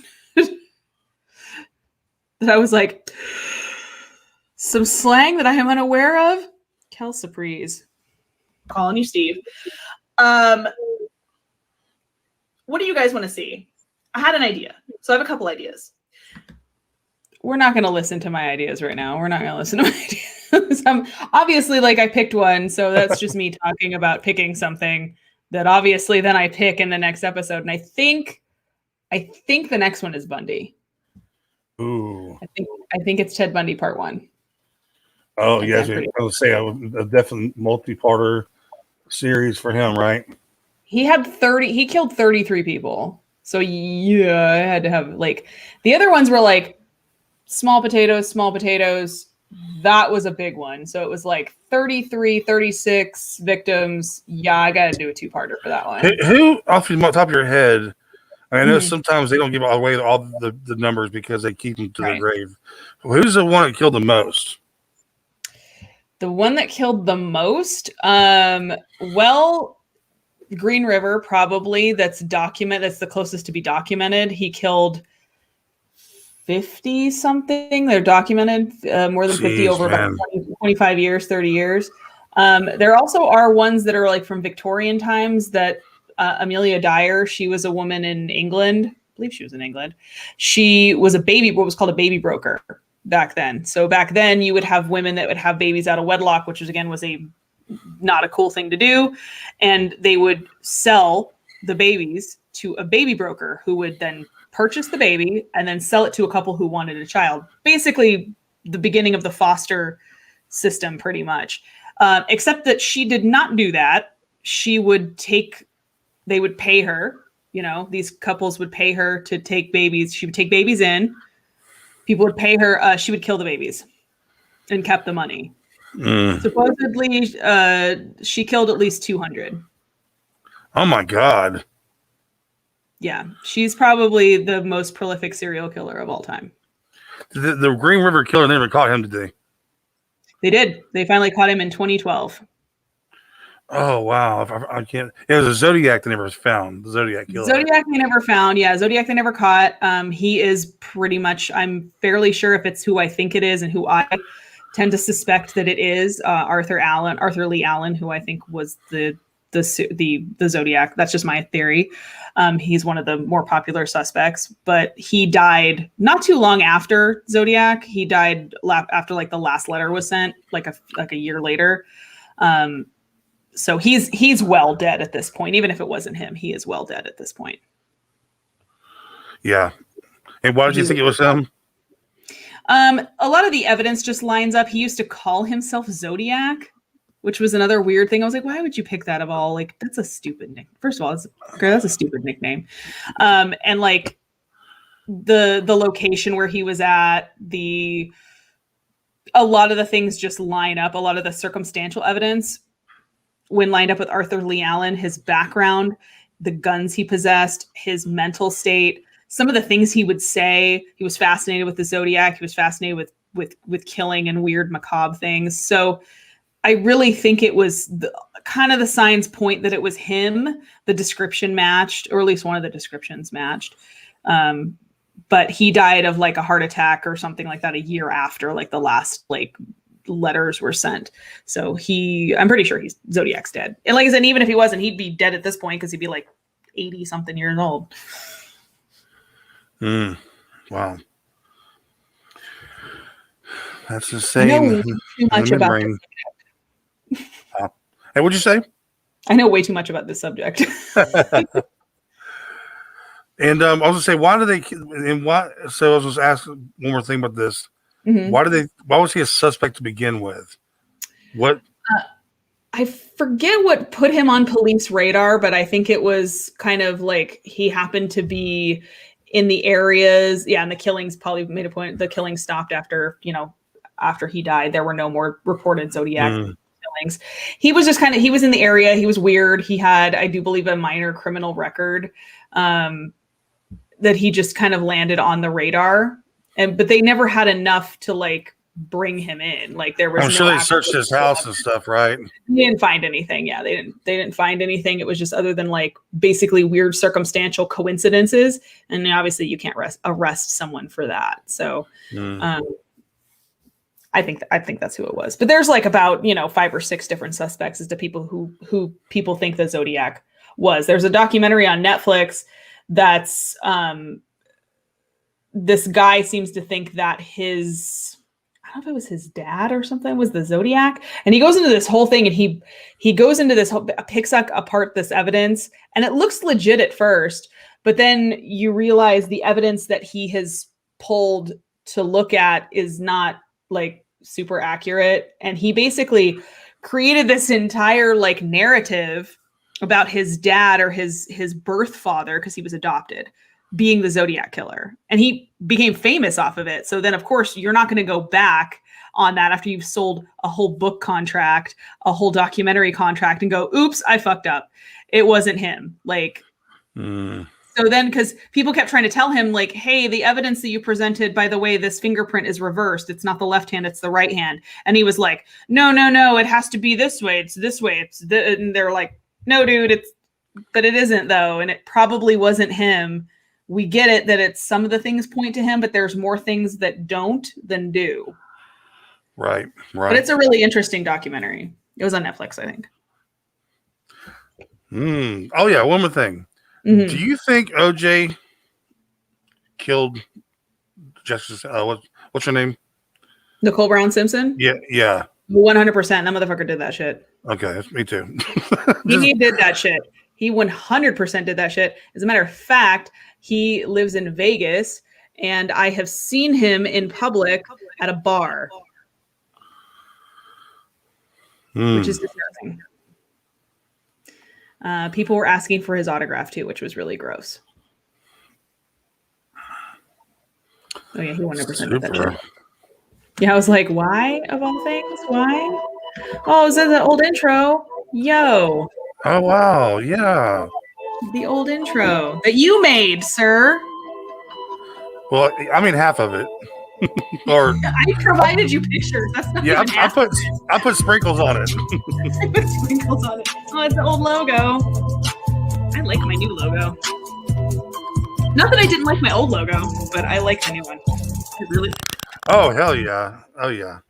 Oh, there's that staticky sound. Remember we're just like takes a fart at the end. Hello and welcome to the jungle, my little boom muffins.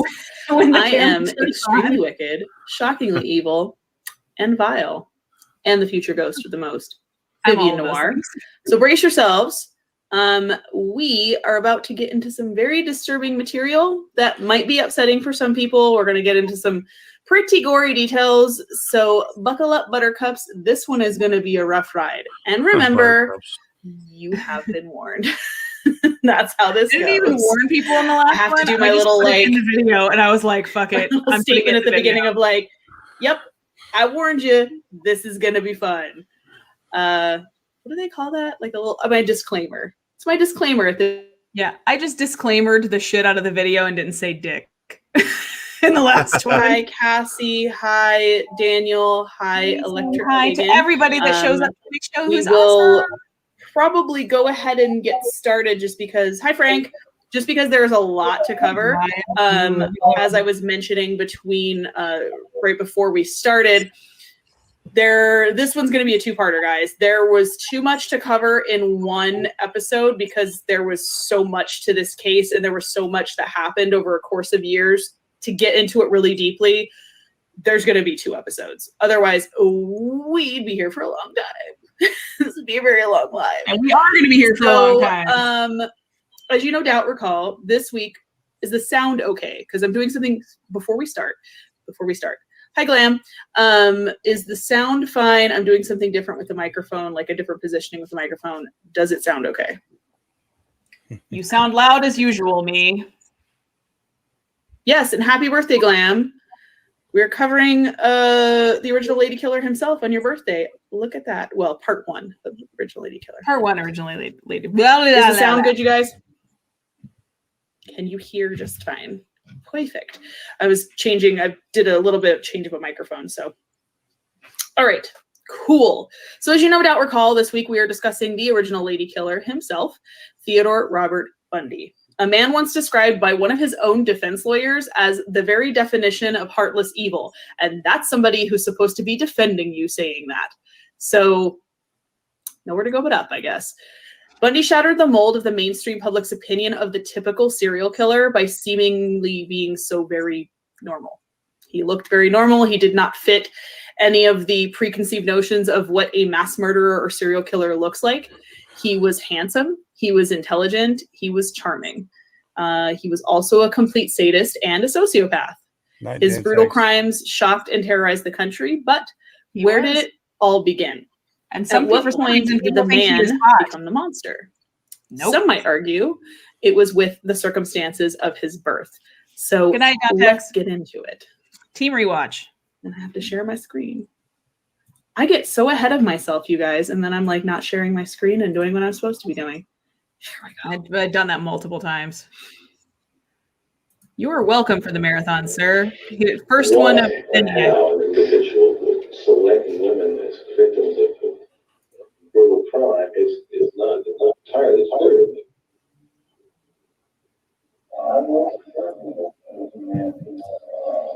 Probably have 60% women friends opposed to 40% men friends than who provided that. I enjoy them.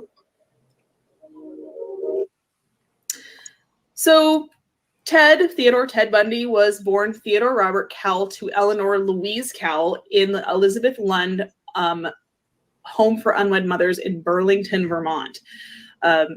They did not know who his father was, or at least claimed to not know who his father was. He was born out of wedlock, which at the time in the 40s was not something that was really done. You were kind of a social outcast. You were a pariah. If that sort of thing happened, it was a source of shame for your family.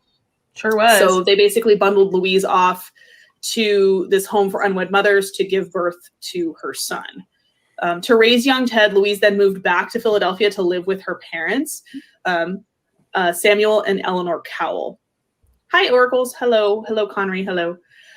In order to avoid the stigma of being an unwed mother with a bastard child, Samuel and Eleanor raised young Ted as their own son, leaving the young boy to believe that his grandparents were his actual parents and his mother was his sister. So that's what they always told him. They told him that his grandparents were his real parents and his mother, who was obviously like 20 years older than him, there was such an age gap, was his sister.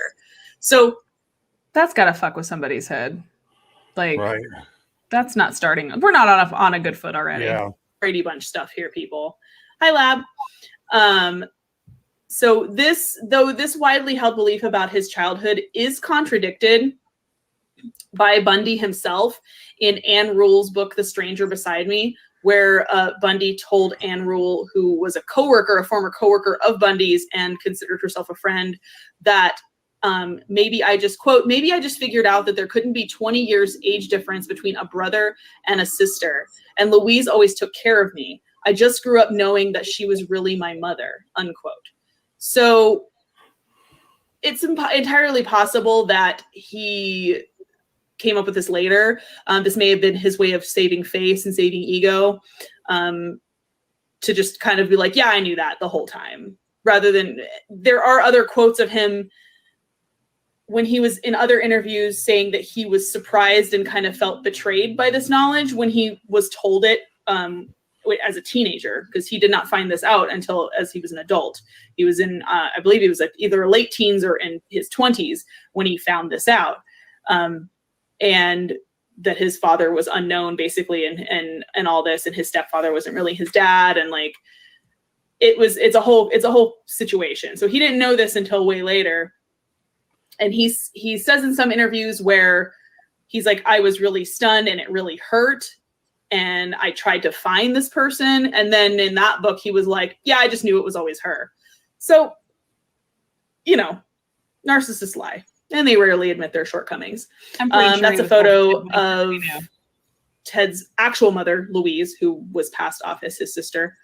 And I don't have a picture of his grandparents, but when they moved back, things were not easy going back in Philadelphia when they lived with his grandparents. Ted's grandfather was known as an outspoken bigot who would often go on loud, impassioned rants about his dislike of different religious and minority groups.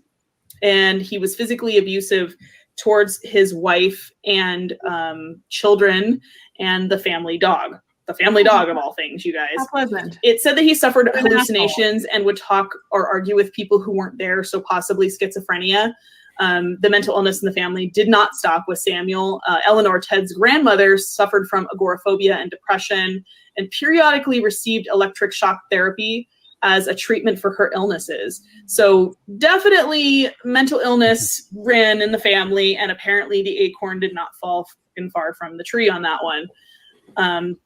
So it sure didn't. Not the ideal childhood, obviously. Louise Bundy reportedly admitted to Ted at one point, or at least this is according to a childhood friend, that he was actually a product of incest. And that's the reason that there was never a father listed on his birth certificate. And there were only vague descriptions of his father, that she had been raped by her own father and forced to give birth to the child. That's at least according third hand from a childhood companion of Bundy who grew up with him on the same street, that he admitted this later. Again, we don't really know what's 100% true or not. His mother is dead now, so there's really no way to confirm that. No way to confirm and it. The stories go back and forth. So I don't know. It could be. It's entirely possible. Incest does weird shit to people's brains, so not entirely out of the realm of possibility. Yep. So starts out with dysfunction Things. continues. Oh no. Oh, who's calling? This seems to be the norm for his life. And one of his most notable stories from his childhood involved his aunt. When he was a toddler, his aunt recalled waking up and finding Ted placing knives near her body. She told Vanity Fair, quote, I remember thinking at the time that I was the only one who thought it was strange. Nobody did anything, unquote. In that same article, a psychiatrist by the name of Dorothy Lewis stated that actions would only be taken by, quote, very seriously traumatized children who have either been the victims of extraordinary abuse or have witnessed extreme violence against family members, unquote, which supposedly Ted experienced both. If true, that would be not a stretch to say that Samuel Cowell's abusive nature directly led to Ted's strange behavior. When Ted was 6, he and Louise, his mother, moved to Tacoma, Washington to live with Louise's cousins. So they were shipped off at one point from her parents' home to live with relatives in Washington. And it was there that she met and married Johnny Culpepper Bundy, an ex-military cook from who was working as a hospital cook. The home that they had been living in before was her cousins and her aunt and uncle. And her uncle, I guess Ted really took a liking to.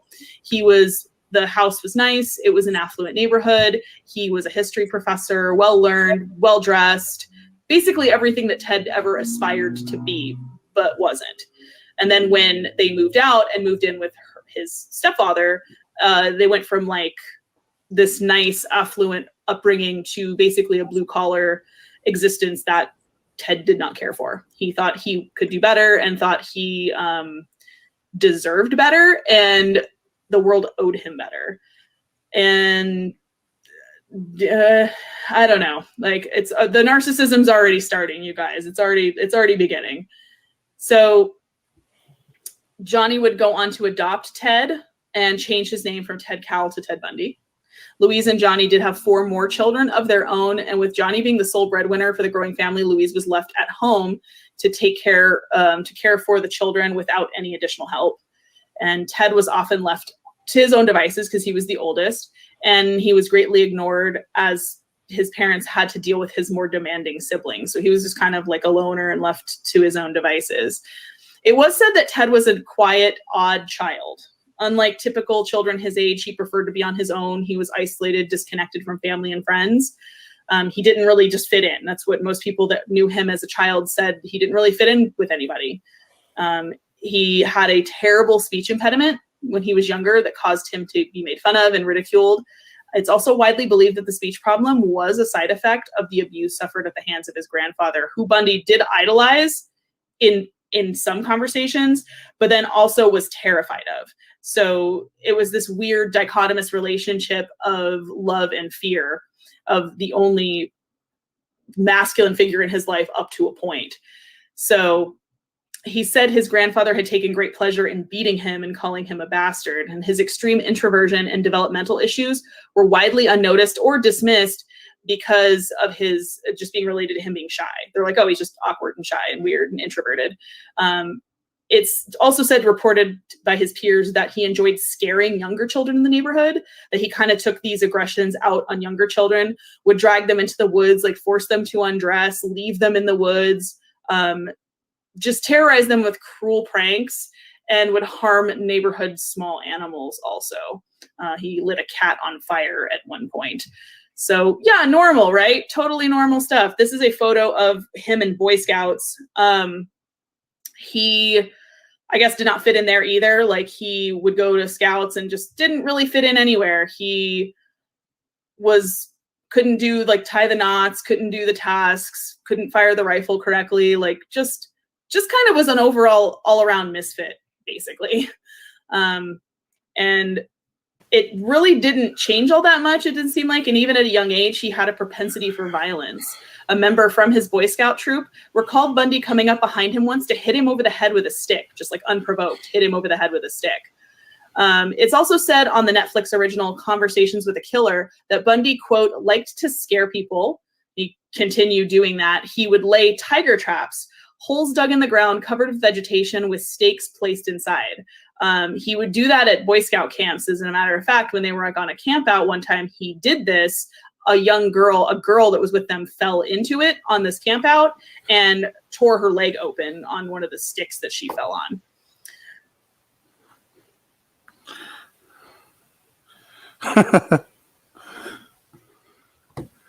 I was muted. I've done this 100 times. I said, to be fair, I've done that. Oh, okay. I did that at a park once, in a much smaller scale with much smaller sticks. I don't know what that says about me. So there's that. A little bird told me is someone's pulpy birthday detective on- fiction stories that were filled with gore and depictions of rape and murder, which, if you'll remember correctly, Ed Gein did as well. So let's put a pin in that and come back to that. Let's put It's a pin also in said this that he and would cycle back masturbate in around. closets during junior high. So just He an all-around masturbated in freaking closets. weirdo. What? Ted. He did grow up to be an attractive Ted word. teenager. This is a photo of him from high school. I believe this is his senior class photo. He seemingly got along well with his peers despite being a loner and did well in school. He just, again, he was kind of an outcast. Nobody really, he built himself up by trying to be something he wasn't, like all the way through high school. And people that went to high school with him did say that he had a lot of bluster and bravado and kind of basically talked a big game, but there wasn't much to back it up. Like, he ran for class president, and according to him, like, he was like, I did this and I did that, and people were like, yeah, he was just kind of a weirdo that nobody really paid Yeah, you're full of attention shit, to. Ted. So a Yeah. lot of it was just bravado.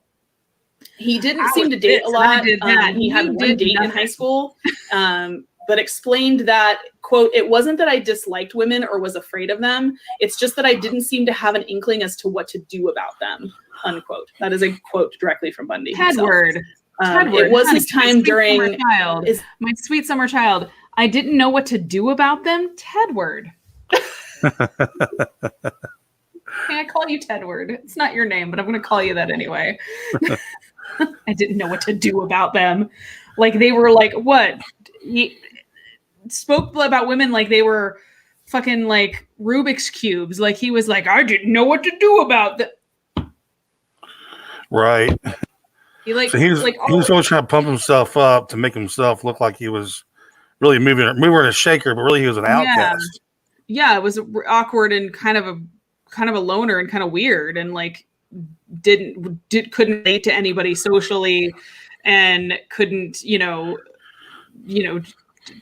a hard time talking to people, was introverted, but tried to, I think, make himself seem way more important, and like, it's narcissist. That's kind of what they do.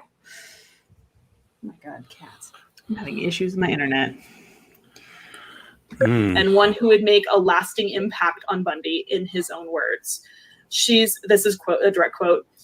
She's a beautifully dressed, beautiful girl, very personable, nice car, great parents. So for a first-time girlfriend, it really wasn't so bad, he said. Ted seemed to want to move heaven and earth in order to impress Diane, who he often thought of as out of his league. He became involved in politics and applied to law schools in an attempt to impress her and her affluent parents. Quote, she inspired me to look at myself and become something more. Bundy is quoted as recalling in the now infamous Ted Bundy tapes, though it would seem that Diane held a differing opinion of her then boyfriend. In an interview with a psychologist who was profiling Bundy after his arrest, she would describe him as a people pleaser who wouldn't stand up for himself. She told Dr. Carlisle, quote, that was my main criticism of him the year and a half of our relationship. He wasn't strong. He wasn't real masculine. If I got mad at him because he did something, he sort of felt apologetic about it. He wouldn't stand up for himself, unquote. Bundy failed to get into law school, and frustrated by his perceived lack of ambition and immaturity, the relationship between Bundy and Edwards quickly began to fall apart. By the summer of '68, Diane broke the relationship off. Little did she know the catastrophic impact that this breakup would have, not only on Bundy, but for every woman afterwards who crossed his path, especially those who bore a resemblance to Diane. Quote, she stopped writing to me, and I started to get fearful of what she was up to. I had this overwhelming fear of rejection that stemmed not just from her, but everything. In there, somewhere was a desire to have some sort of revenge on Diane, unquote. That is a quote from Bundy. Devastated by Edward's ultimate rejection, Bundy would travel to Colorado and then further east to visit relatives in Arkansas, even enrolling at Temple University in Philadelphia for one semester. It was during this time that it's theorized that he also visited the Office of Birth Records in his original home of Burlington, Vermont, to discover the true name. And that's where he found out the nature of his parentage, that his sister was actually his mom, and we don't know who the dad was. He was never the same after that. He would harbor a grudge against his mother for concealing the truth about his birth father from him, instead leaving him to discover it on his own. This, coupled with a need to prove something to a woman who summarily rejected him, seemed to spark an inferno inside of Bundy that could not be quelled. He returned to Washington in 1969 and began dating Elizabeth Kendall, from a divorcee from Ogden, Utah. And focused and driven, he re-enrolled at the University of Washington as a psychology major. He quickly became an honor student, and in 1971 began working at Seattle's Suicide Crisis Hotline Center, where he would meet former police officer and aspiring crime writer Ann Rule. Rule saw nothing odd about Bundy at this time, describing him as, quote, kind, solicitous, and empathetic. Rule even spoke of an anecdote later recalled in her book and one of the definitive biographies of Ted Bundy, The Stranger Beside Me, that Ted would often, they would close, I guess they worked at this, it's like one of my favorite stories. I know that sounds weird, but they worked at this suicide hotline, and a lot of times they worked on like a swing shift where they worked alone together by themselves. And she was like in her 40s, and she was divorced, and she had a couple kids, and she's like, he was a guy that I would have dated if I had been like 20 years younger. She's like, but he never like tried to hit on me or anything. She's like, the difference in age was way too big. She's like, I looked at him more like a younger brother. And in fact, Ann Rule did have a younger brother who committed suicide, who would have been like around, like, you know, she kind of had this maternal thing for him. Then they worked alone on this night shift. And when they would leave, it, you know, the parking lot was pretty much deserted, and he would always walk her to her car to make sure she was safe, because, and he told her this directly, quote, there are a lot of weirdos out there. Wow. If that's not an instance of the pot calling the kettle psychotic, then I don't know what is. And I'm like, wow, that's like one of those crazy brushes with death that you would not believe that kind of story if you didn't, like, yeah. He was like, yeah, let me make sure you get to your car, okay, because there's a lot of freaking weirdos out there. No shit, Ted. No shit, really? Ted. Yes, she's a great author, Lab. She is a great true crime author. She wrote, she passed away in, I believe, 2010 or 2011, a few years ago, but she wrote like over 100 true crime books. The first one that she came out with was Stranger Beside Me, about Ted Bundy, which kind of launched her true crime career, and she wrote hundreds of books about other cases. So if you get a chance to read it or listen to it on audiobook, it is a fantastic listen or read. I did read that when I was researching this case originally. There's some crazy stories, like, it's very much the you think you know somebody story, 100%. So Ted would graduate from University of Washington in 1972, and he joined Governor Daniel J. Evans' re-election campaign. So he definitely got involved in politics. Politics seemed to be a natural draw to Bundy because he was really good at putting on a mask, and like he was really good at, politicians care very much about image. And that was always very important to Ted. It was very important to appear to be successful and to appear to be more important than he actually was. So of course, he was naturally drawn to politics. He would serve as an assistant to Ross Davis, chairman of the Washington State Republican Party after Evans' re-election. In early 1973, despite receiving mediocre scores on the LSAT, Bundy was accepted into both the law schools of the University of Puget Sound and the University of Utah. The acceptance seemed to hinge heavily on recommendation letters from Davis, Evans, and several professors, because his LSAT scores were, which apparently he was very disappointed in. Despite all of this, Bundy made it a mission to reconnect with Diane Edwards. Why? Well, because she was the only woman in his life that ever fucking told him no. So of course he had to, like, now he's got to go back and prove a point, right? So during a visit to California in 1973, he met and rekindled his relationship with Edwards, who seemed impressed by his ambition and his transformation into a serious career-driven professional who was at the beginning of a promising legal and political career. He did continue to date Liz Kendall, and neither woman knew of the other one's existence. So he still dated the one, but really had to get back at Diane. Like, this was almost like a side relationship to prove a point. Edwards and Bundy even seriously discussed marriage several times, and Bundy introduced Edwards to Ross Davis, his boss, as his fiance. But ultimately, it might have never been a mission to reignite a lost romance. It was, in fact, all a carefully constructed scheme. Bundy was leading her on so that he could dump her just as harshly as she had dumped him years before, which, hold on. I'll get there. Let me finish this. So in January 1974, Bundy then abruptly broke off all contact with Edwards. Her letters and calls going unanswered. He just ghosted her straight up. This was before ghosting was a thing. Straight up, like, nope, ghosted. Goodbye. Disappeared. Finally reaching him after about a month she tried to reach him for a month by phone, and she finally got a hold of him, and she demanded an explanation as to why he ended their relationship without so much of word. To which Bundy coolly responded, quote, "Diane, I have no idea what you mean," and hung up. Bundy would later say, quote, "I just wanted to prove to myself that I could have married her," unquote. So did Ted Bundy invent ghosting? I don't know. Maybe he did. Also, it's weird to, and I don't obviously condone idolizing anything that serial killers say or do because they're twisted fucking individuals. But I will say, this was a level of pettiness that only we can all aspire to, right? Like, who hasn't like thought about doing that or has done that to an ex that really fucking destroyed you? And you're like, you know what? I'm gonna go out and live my best life and make myself over into a whole other person, then show myself off and be like, oh, what's that? You want to get back together? Psych, bye, bitch. Like, that is a level of petty that I can get behind 100%. So, like, I was reading about that and I went, is it weird that I just kind of like, I'm like, yeah, Ted, I would have totally done the same thing. Like, yep, would have done it. Ghosting, yes. Dude, that's the thing is with ghosting, is like, just say you don't want to be with somebody. Like, I don't understand that. Like, that's something I've never understood, of just like disappearing and just like, gotta go. If you don't want to date somebody, just tell them it's not working out and just go. Like, have that rough conversation. It's gonna suck, but it's better than just disappearing on somebody, which just, that's just being a coward.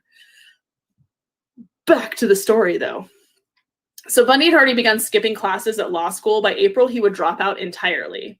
And by then, young women had already started to go missing in the Pacific Northwest. There's no consensus on when or where Bundy started killing women. He confessed varying stories to different people, all reflecting different timelines and details. He seemed to be unwilling to share details of his early crimes, while at the same time confessing graphic and gory details of later crimes right up until the date of his execution. He once told one source that he had kidnapped a woman in 1969 in Ocean City, Maryland, but did not kill her. He claimed to then have not started killing until he was back in Seattle in 1971. He would then claim to a psychologist that his first killings were in Atlantic City in 1969. He had also said he'd killed 2 women while he was visiting family in Philadelphia. So nobody, again, he's a narcissist and a pathological liar, so nobody really knows. While the details of the truth likely followed Bundy to his grave, there's no mistake who was his first victim.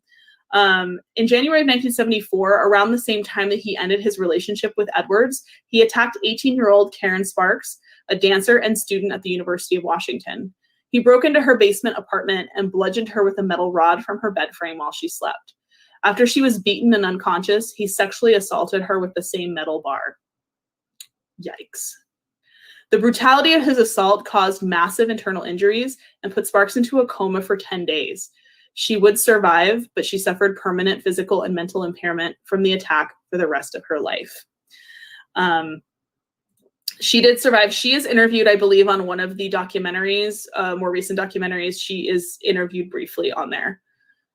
So she was like, I mean, it was still horrible, but she was one of the lucky ones that actually did get away from him.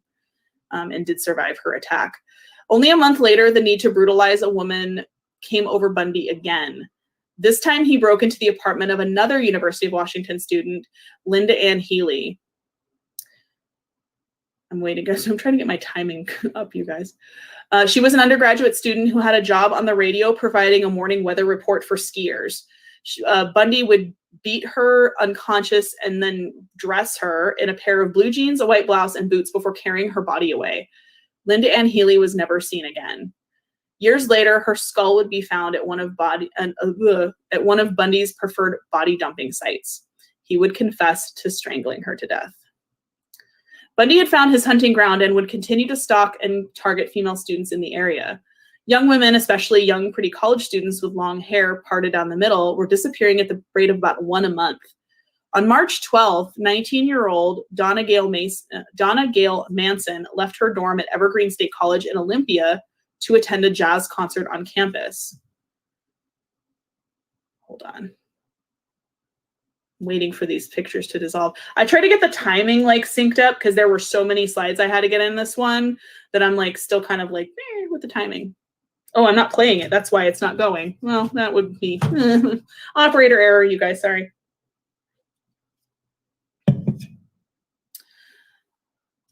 So this is Donna Gail Manson. She would leave for a jazz concert and she would never make it to her destination. On April 17th, the next victim would disappear.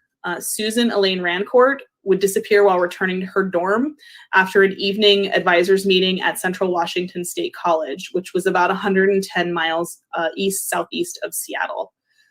The authorities had no leads. They had nothing. They were basically stumped. And these women all seem to have just vanished into thin air. The only witnesses so far were 2 other female students at Central Washington State who came forward to report a strange encounter with a man. One reported this encounter 3 nights prior to Rancourt. This is her in the photo, prior to her disappearance. And the other reported a similar encounter the very same night that Susan Rancourt went missing. The similarities in their accounts were striking. They said they had both been approached by a man with his arm in a sling who was asking for help carrying a load of books to his beige or tan Volkswagen Beetle. Fortunately for both women, they either thought something was fishy, sensed something amiss, and they simply just declined his request. Others were not so lucky.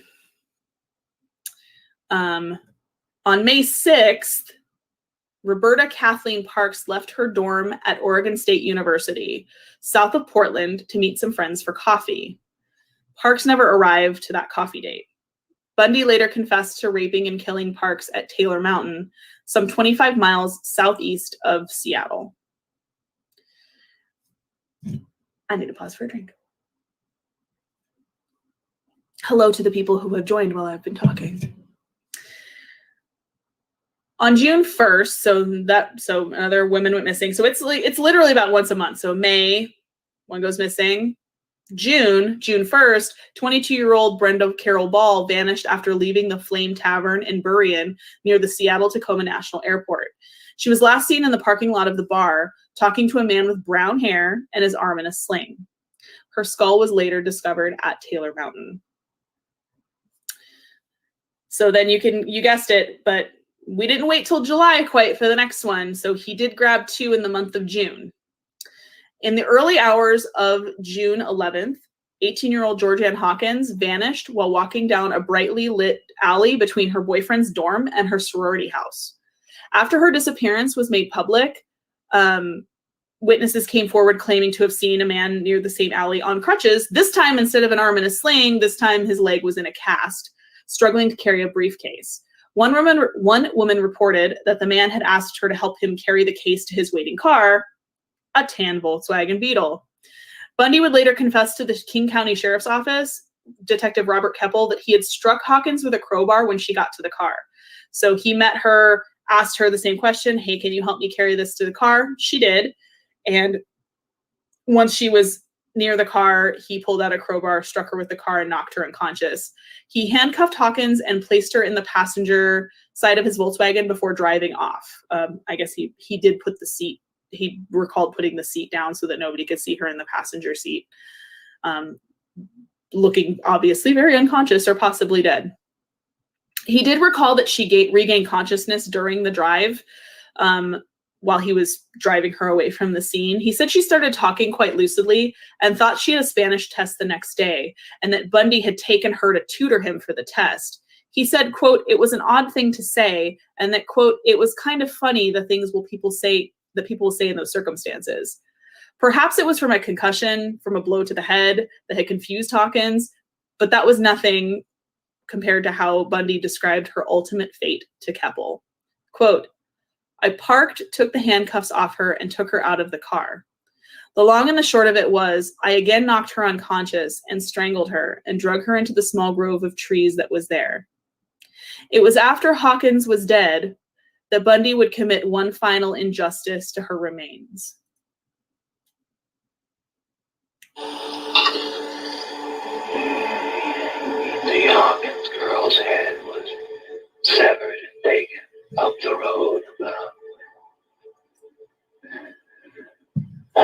45 to 50 yards, and buried in a location of 10 yards west of the road on a rocky hillside. Can we just address the fact that that was probably the creepiest audio quote I have ever heard in my entire life? Like, I heard that on a documentary and I went, like, literally, when people say my skin crawled, all of my skin crawled, all of it. Not just like up my arms, not just like, ooh, chills. No, full on from like feet up skin, just in one unit, just crawled as if it was going to crawl off my body. I was like, what the actual, because there are other parts of that interview where he's talking normally. And apparently, I guess at one part of that interview with the detective, he took the recorder and held it really close and whispered that part into it. He's like, I can't say this next part, but I can whisper it. And then he whispers it into the thing. And I'm like, no. I don't like this anymore. Like, ugh. When I lived in Utah, running from home, I hitchhiked the entire state of Utah. Yeah, Bundy was in Utah not too long after that. Yep, Julie, 100%. Yeah, he was there not too long, so boy, were you lucky. Yeah. Wow. That's, yeah. Terrifying. Anyways, this was the pattern, though, that Bundy was following, his formula, his ritual, and he would follow it with each one of his victims, bludgeoning them unconscious before binding, raping, and killing them, often by strangulation, and dumping their bodies in remote spots that he had chosen in the woods. He would often return to the dump sites and have sex with their decaying corpses. Yuck. Yuck. In some instances, like with Georgianne Hawkins, he would decapitate his victims and keep their skulls in his apartment, sleeping mere feet from his trophies and mementos of death and conquest. Quote, the ultimate possession was, in fact, the taking of the life, then the physical possession of the remains, unquote, Bundy said. Ironically, at this time, Bundy was working in Olympia as the assistant director of the Seattle Crime Prevention Advisory Commission, where an even crueler, stranger than fiction twist, he wrote a pamphlet for women about rape prevention. But, guys. Later, he would also work at the Department of Emergency Services, which was a government agency who had a hand in searching for the missing women. Perhaps a calculated move by the shrewd Bundy, who wished to keep apprised of what the authorities knew about what they discovered about the victims of the potential assailant. It was working here that he would meet the woman in this photo, Carol Ann Boone, a twice-divorced mother of two who he would date on and off for many years and who 6 years later would play an important role in the final stage of Bundy's life. Authorities from both King County and Seattle police departments became increasingly concerned at the rash of disappearances. No significant physical evidence was ever found at any of the scenes. 3 detectives from the homicide division of the Seattle Police Department even combed the alley where Georgianne Hawkins went missing on their hands and knees and found nothing. The missing women also seemed to have little in common with the fact, other than the fact that they were young, white college students with long hair parted down the middle. Fear had spread amongst the population of college-age women and saw a distinct drop in young women hitchhiking at the time. Pressure mounted on the police to do something, but there was still little to nothing in the ways of physical evidence, so they seemed to be at an impasse. What little information was available was withheld from reporters for fear of compromising an already fragile investigation. Some other similarities were noted with the growing number of victims. The disappearances all occurred at night, sometimes around midterms or final exams. The places that the women disappeared from were usually around ongoing construction work. All the victims were last seen were either wearing blue jeans or slacks, and at many of the crime scenes, a man had been seen wearing a leg cast or an arm sling and driving a tan or brown Volkswagen Beetle. The disappearances would hit zenith in July of 1974, when 2 young women were abducted within hours of each other from broad daylight from Lake Sammamish Park in Issaquah, about 20 miles east of Seattle. That is the actual car, you guys. That is at a crime museum. I believe it is in, I think, Illinois, I think. I'd have to look and see. But that is Bundy's actual vehicle. Yeah, gives me the giblies. And yes, that's very true. A lot of women at the time, once they figured out that there was some sort of pattern to the women that were being taken, abducted, and murdered, that women cut their hair, dyed their hair, cut it all off, dyed it blonde, changed their hairstyles drastically, wore hats. Like, it was a thing at the time. Like, a lot of women stopped hitchhiking and changed their hair because there was somebody out there and they literally had no idea who this guy was, other than the fact that tries to lure people in by faking appearing injured. And that's literally all they knew about him. Like, no photos, no nothing, no physical evidence. And of course, there was no DNA at the time because this was in the 70s. No DNA, no fingerprints, nothing. They had nothing to go on. I know Zach does not own it yet for his museum. Actually really surprises me. And the fact that he probably doesn't own it is because it's in a crime museum and they probably will not sell it to him. It's probably not for sale. That is literally the only reason it's not in the haunted museum in Vegas, because there's other Ted Bundy stuff there. We will get into that. The Volkswagen was modified also. He, I guess, was friends with somebody when he was in college, in the whole college era, like right as the killing started. He knew somebody who he was really good friends with who had a similar car, who had a Volkswagen Beetle. And he said he's like, I remember Ted was really fascinated with the handle inside the passenger door. Like, people call it the oh shit handle. Yeah, the East Crime Museum. The oh shit handle. He was fascinated by that. And his car was actually modified so that the seat was removed and he could lay somebody down. So you can see there's no passenger seat. There's only a driver's seat. The door was modified. There was a lot that was modified in the car. Yeah, so it's entirely possible that it's haunted. I wouldn't discount that it's not. But that is the actual car. Probably soon to be at the Haunted Museum if it ever gets sold. If it's ever up for sale, if there's ever a price tag on it, that's where it'll end up. So there were two. This one was a standout case in the disappearances because the killer definitely upped his game. He definitely really went for it on this one. He abducted 2 women within hours of each other. So he, I guess, grabbed the first one and decided that was not enough. It was not enough to sate his whatever was going on and the demons inside. And he was like, I need another one. So that was definitely an up to the game. 5 women described as being approached by an attractive man in a white tennis outfit who spoke in either a slight Canadian or British accent. He called himself Ted. Excuse me. Sidebar for a second. He called himself Ted. Dude. And part of me goes, why would you call yourself by your actual name, dumb fuck? Why would you not give any other name? Like any other fake name? You literally called yourself Ted. You called yourself by your own name. However, then the other side of me is like, wait a minute. He was enough of a narcissist and a sociopath to figure, like, I can give my real name and no one's ever going to catch me. He was that big of an egotist about this whole thing. Like, he's like, I'm so good at this. I could literally show my ID, flash my license, give someone my birth certificate, walk off like this, and they're not going to do anything to me. He was that big of a narcissist 100%. So I was like, at first I was like, you gave someone your actual Ted. Really? Theodore. Come on now. But then I was like, oh yeah, no, he just didn't think he was going to get caught. He was like, I literally could walk up there and just like look him right in the eye and be like, and out. Like, so there we go. He asked multiple women for help unloading a sailboat from his either tan or bronzed colored Volkswagen Beetle. 4 of these women refused to help. Maybe they sensed something wrong or just didn't want to be bothered by him.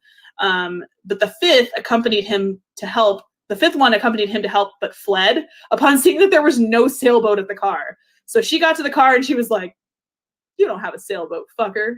And she took off running.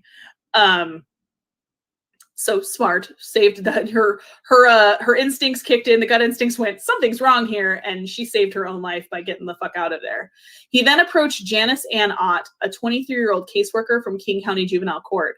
According to 3 witnesses, she did accompany him.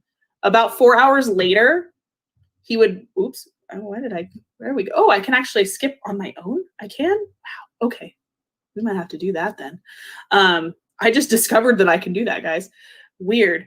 So at about 4 hours later, a 19-year-old Denise Marie Naslund, who was studying to become a computer programmer, stepped away from a picnic and a brief fight with her boyfriend to use a restroom at the park and never came back. Bundy claimed that Ott had still been alive when he returned with Naslund and was forced to watch as he killed the other. But he would later deny this account on the eve of his execution. Hey, Cody. Hey, anyone I've missed? Since the abductions did occur in such a busy public park and there had been enough witnesses this time to pin down a description of the suspect and vehicle, a composite sketch was made and distributed to regional newspapers and shown on local television stations. Flyers were posted about the suspect calling himself Ted throughout the Seattle area. Elizabeth Kendall, Ann Rule, a DES employee, and my words tonight, guys, a University of Washington professor all recognized the sketch and the profile and reported Bundy as a potential suspect. Detectives, however, who were fielding up to 200 leads a day, thought that it was unlikely that a clean-cut law student with no prior criminal record could be the assailant, and in perhaps the blunder of the century, dismissed Bundy as a potential subject.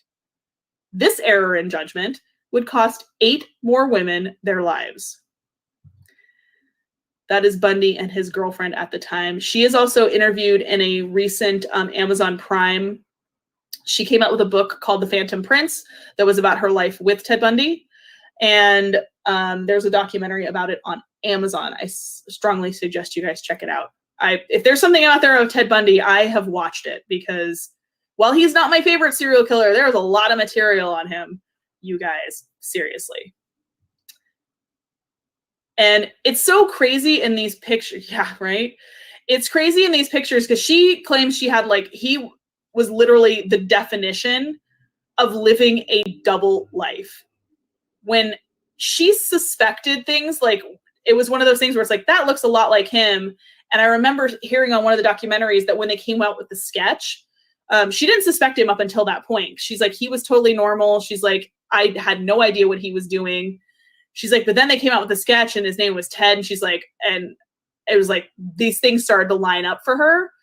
And she was really upset. So she went to her friend and said, who does this look like? And showed her the sketch. And she's like, her friend was like, oh, that looks like Ted. And she started to cry because she was freaking out. Because she's like, obviously now I think my boyfriend's a fucking serial killer. And her friend was like, well, calm down. Let's call the police and find out if they have any other leads. So they called and they said, and the friend asked, okay, well, what's the car? You guys said the car was a Volkswagen Beetle. What color was it? They were like, it's bronze. And her friend goes, oh, it's not brown or tan. And they're like, no, it's bronze. So the misidentification of the color of the car was basically then what set Elizabeth Kendall at ease. She was like, oh, okay, well, the car color is wrong. Maybe it's not him. There was so many misfires in this, you guys. Yeah, I was like, wait, hold on. Excuse me, sidebar for the jury. The fact that you were like, it's not, oh, they said bronze, not tan. Oh, they said burnt sienna, not copper. It's fine. But really? We're getting Crayola up in this motherfucker right now. Okay, no.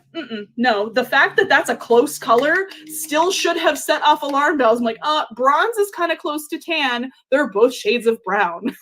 It wasn't like they said, oh, it's a green Volkswagen Beetle. And you're like, oh, he drives a tan one. That's the wrong color. Oh, bronze, it's tan. Never mind. Those are 2 different shades of brown.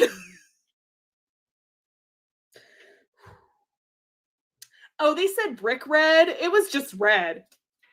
It's still red. It's still red. Bitch. I can't. I was just like, okay, denial. Yes, and I am Cody. Yes. I 100% am. I was just like, Okay, all right, so there's that. On September 6th, grouse hunters would discover skeletal remains of Naslin and Ott near a service road in Issaquah, a mere 2 miles away from the park that they had been taken from. An extra femur and several vertebrae were also found at the site and were later identified by Bundy as belonging to former victim Georgianne Hawkins. 6 months later, I don't know why that is so dark, but let me play it really quick. There we go. I don't know why that came in so dark.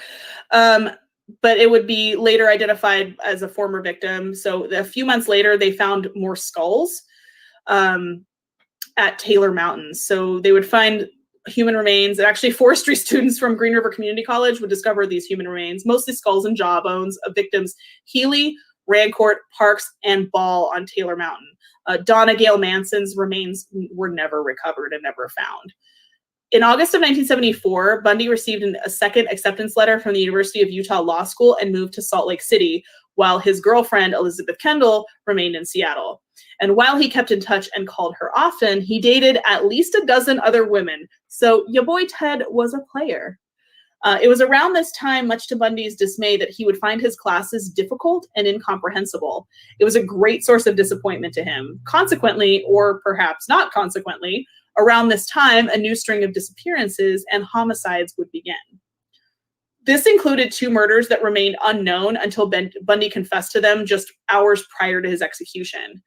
On September 2nd, he raped and strangled a hiker in Idaho whose remains remain identified to this day. They don't know who this person was, and he never gave a name.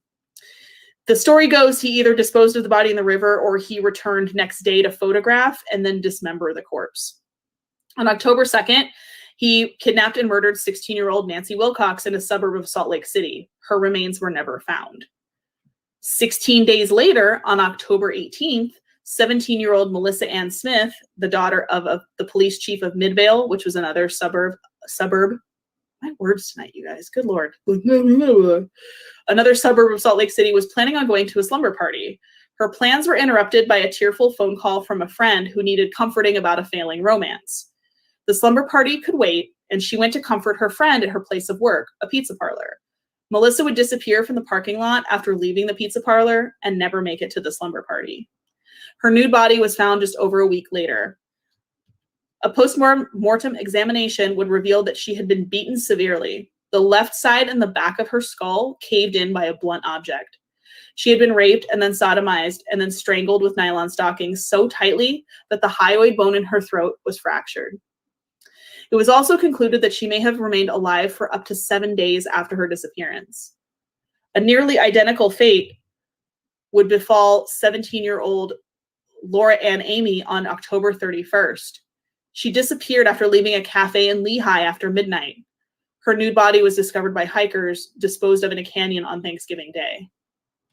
A postmortem examination of Amy's body would reveal markedly similar injuries to those inflicted on Melissa Smith. Her skull fractured and bashed in at the same places in a rage-filled attack. She had been sexually assaulted also and strangled with a pair of stockings. The necklace she wore tangled up inexorably with the ligature that ended her life. In the late afternoon of November 8th, Bundy would then approach 18-year-old Carol DeRanch at the Fashion Place Mall in Murray, Utah, which was less than a mile from the Midvale Pizza restaurant where Melissa Smith had last been seen. He identified himself as Officer Roseland of the Murray Police Department and told DeRanch that someone had attempted to break into her vehicle. She followed him to her car but saw no signs of a break-in. It was then he told her that the suspect who attempted to break in her car was in custody at the substation in the mall. He then took her behind a laundromat and attempted to get inside, but with the door locked, they weren't able to get in, and she started to think this was a little strange. She's like, that's clearly a laundromat that you're pretending it is a substation. So her suspicion rising, she thought it was very sus. DeRanch asked Bundy to produce some identification, which he did, in the form of a realistic-looking phony police badge. This seemed to assuage her concerns for the time being, and she agreed to accompany Bundy back to his car back to the precinct, where he told her the suspect had been transported. Like, oh, he's not at the substation anymore. They must have taken him back to the precinct. Will you go with me? And she's like, yeah, okay. And she's like, I saw he was like, he takes me to like a Volkswagen Beetle, and I thought that was kind of weird. And she said on the drive that she pointed out he wasn't on the road that led to the station. And it was then that he pulled over to the shoulder of the road and attempted to restrain her with handcuffs. In the struggle, he accidentally placed both cuffs on the same wrist, so Duraj was able to open the car door and escape. They did struggle outside of the car. She basically threw herself out of the car door onto the side of the road. Bundy came around and struggled with her. She's like, I felt he had a crowbar, like I could feel it. And she's like, and I had my hands up to deflect because she's like, I knew he was going to hit me with it. She's like, right at that moment that we're struggling, a car was coming the opposite direction. She's like, and I was able to like break out of it, like away from him. She's like, and I just ran to the other car and flew their door open and just jumped in their car and just took off. Like, she's like, I just jumped in the stranger's car. I didn't care. She's like, I threw the door open, was like, and I was out. She's like, I was crying and I was hysterical and told them like, this man just tried to kidnap me. And then he just took off. So obviously was not happy that his intended victim got away, which is an unfortunateness. She's the only other one to survive Ted Bundy. So the first one, Karen Sparks, who survived the attack. Well, actually, no, she's not the only one. There's one more. We'll get to that one in part 2. So there's only 3 so far that actually survived him so far. So Carol Durant is the other one. She said, I just fought him the entire time and she was able to get away from him. So she was very lucky. Unfortunately, because he wasn't able to do what he wanted to do with Carol Durant, he would take it out on somebody else. So she was the first woman since Karen Sparks to encounter Bundy and survive. And the frustration that overcame Bundy from his intended target escaping would be taken out in full force later that same day on 17-year-old Deborah Jean Kent. She was a student at Viewmont High School in Bountiful, Utah, which is 20 miles north of Murray. Kent disappeared after leaving a theater rehearsal to pick up her brothers from a roller skating rink. She never made it to her car. The drama teacher and a student said that a stranger asked each of them to come out to the parking lot and identify a car. Another student saw the same man pacing at the rear of the auditorium, and the drama teacher saw him again shortly before the play wrapped. Outside of the auditorium, police found a key that unlocked the handcuffs around Carol Durant's wrist. Bundy claimed to a sheriff's office detective that he left Deborah Jean Kent's body in a grave, but her remains have never been found. News of another epidemic of young women going missing had not escaped the notice of Elizabeth Kendall back in Washington. Despite her initial distress and denial of her longtime boyfriend being the potential Ted suspect in Washington and Oregon disappearances and murders, the shadow of suspicion had not entirely left her mind. So she kind of like canceled it out at first and was like, oh, it's the wrong car, it's not him. And then when this started happening again, where he happened to be at, she's like, okay, well, maybe there's more to this than I thought, and I tried to ignore it, and it keeps bubbling back up. She contacted King County detectives a second time. By then, Bundy had risen up through the list of potential suspects considerably, but eyewitnesses who had been at the Lake Sammamish Park the day of the double kidnapping and murder of Denise Naslin and Janice Ott failed to identify Bundy in a photo lineup. And there was little in the way of other evidence outside of eyewitnesses who had seen the charming and sharply dressed man approach young women for assistance that day. Elizabeth Kendall was interviewed in detail regarding her concerns, but the case seemed at a stalemate otherwise. Pause really quickly while I adjust my seat because my foot's asleep. So she was interviewed in detail, but there really, again, wasn't evidence. There was no positive identification, so it kind of just sat. In December, Kendall, unsatisfied by the lack of movement with the case in King County, contacted Salt Lake City police and repeated her suspicions. Bundy's name was added to a list of suspects, but again, with little to no forensic evidence to back up such accusations, that was where it seemed to stop. Meanwhile, Bundy returned to Seattle after completing his finals. She never revealed to him that she called the cops on him on 3 separate occasions, nor did she discuss her suspicions with him. Instead, she agreed to visit him in Salt Lake City in August later that year, and yes, decided to stay with him.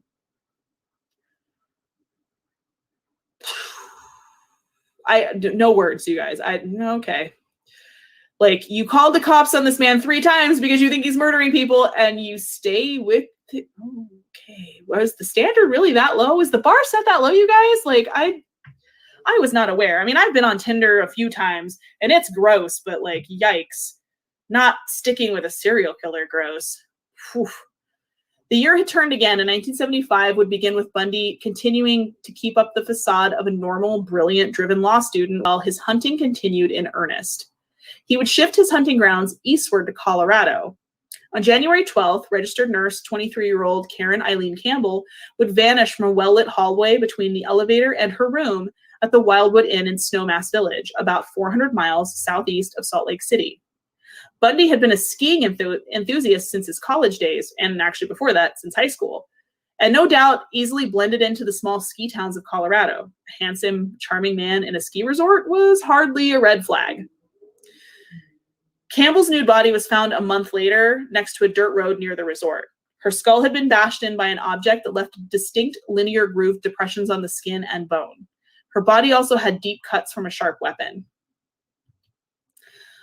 On March 15th, Julie Cunningham, a 26-year-old ski instructor from Vail, Colorado, disappeared 100 miles northeast of Snowmass.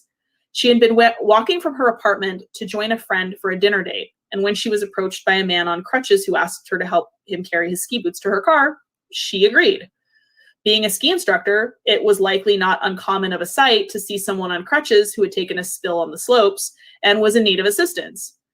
It was just her misfortune that the man asking for her assistance was Ted Bundy. When they got back in the car, Bundy clubbed Cunningham and handcuffed her.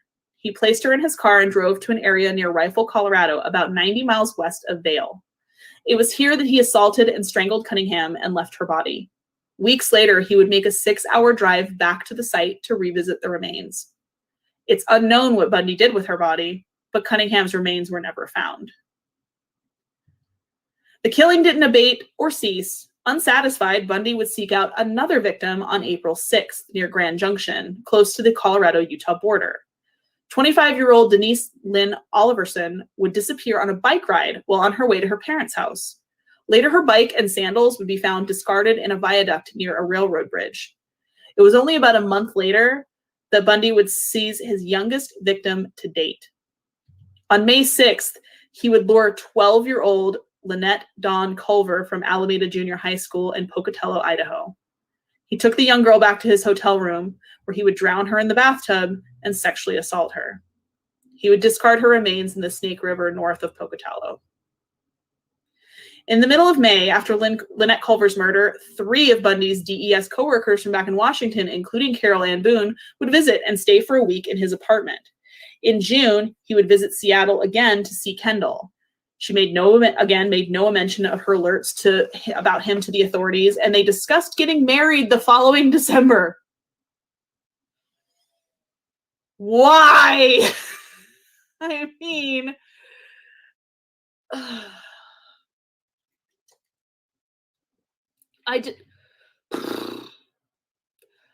again, is the bar this low? I have questions. I have questions, you guys. And he is leading completely 2 separate lives, as a good sociopath does. He presents one face to his friends and family and loved ones and spouses, and is completely a different person at the same time.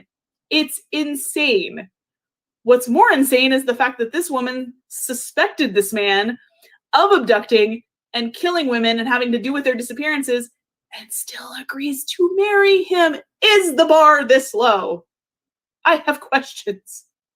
This is horrible. Yeah, you see, 90 Day Fiance, yeah, fuck that show. So I married a serial killer.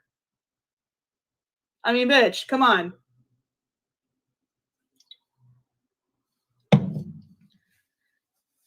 Well, that's entirely possible, Julie. Maybe she didn't want to think that, because you always want to think the best of the people that you were involved with, right? You want to think the best of them. You don't want to see that, you don't want to think that that person that you were sharing a bed with, that you have shared your life with, could be an inhuman monster. So marriage plans and domesticity would not temper Bundy's appetites. He continued seeing other women, unbeknownst to Kendall, including another law student, known in most accounts as Kim Andrews. Such plans also failed to keep Bundy from the hunt. On June 28th, Susan Curtis vanished from the campus of Brigham Young University. Curtis was only 15 years old and had been attending the Bountiful Orchard Youth Conference on campus. He lured her away and assaulted and murdered her, the confession of her murder being Bundy's last, recorded moments before he stepped into the execution chamber. He said he buried her near a highway, but neither hers nor Culver's nor Oliverson's remains would ever be recovered. Despite being a prolific serial killer and deviant, Bundy seemed to make time for social events and friends in his life at this time, largely likely to keep up appearances of being a normal man. According to his friends and close social circles in Utah at the time of the killings, Ted would often host parties at his apartment where he loved to entertain and was a fantastic cook. He dated quite frequently and by all accounts seemed very, very normal. In late August or early September of 1975, Bundy would also make time for religion. He was baptized into the Church of Jesus Christ of Latter-day Saints, but largely ignored most church rules and doctrine and was not an active participant in services. This act, like most in Bundy's adult life, was about keeping up appearances. He would later be excommunicated from the church following his conviction in 1976 for kidnapping. Because, you know, they were like, he did what? No. Goodbye. Goodbye, sir. You're out. You're out of the club. You can't have any more funeral potatoes. Get out. Get out of the clubhouse. You are not allowed in here anymore. No more game nights for you, sir. No more. You were banned. You were banished. You're voted off Mormon Island. No. Goodbye. Leave. In Washington state, the wheels of justice were grinding slowly, but they had never fully stopped moving. In an effort to make sense of and efficiently sort through countless tips and leads they had received, the King County authorities compiled all the raw information into a database. The only computer system on offer that was up to the task was a slow and antiquated King County payroll computer. All the leads on the name Ted, all the information about a tan or brown Volkswagen Beetle, all of the information was fed in and cross-checked for familiarities or coincidences. Out of the thousands of names, 26 turned up on 4 separate lists as having all of these factors in common. Bundy was among those names. Detectives also compiled their own list of their best 100 suspects, and Bundy was on that list too. His name was literally at the top of the pile of suspects when word came through of his arrest in Utah. Bundy was arrested in Granger on August 16, 1975 by a Utah Highway Patrol officer named Bob Hayward. Hayward said he had seen Bundy driving in a residential area shortly before dawn and that he had taken off at top speed on seeing his patrol car. The first thing that stood out to Hayward was that the Volkswagen's front passenger seat had been removed and placed in the back seat. During the search of Bundy's vehicle, Hayward found a ski mask, a homemade mask fashioned, see what I did there, out of pantyhose, handcuffs, trash bags, rope, an ice pick, and of course, a crowbar. There were other items found as well, assumed to be common burglary tools.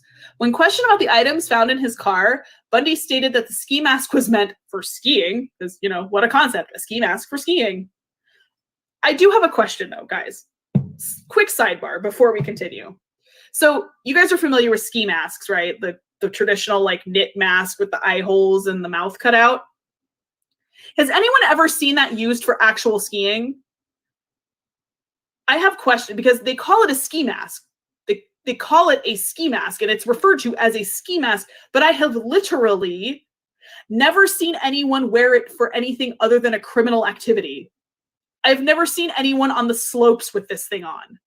Like, I've seen earmuffs, I've seen scarves, I've seen normal hats like this one. I have never once seen a full-on ski mask while someone is skiing and not robbing a bank.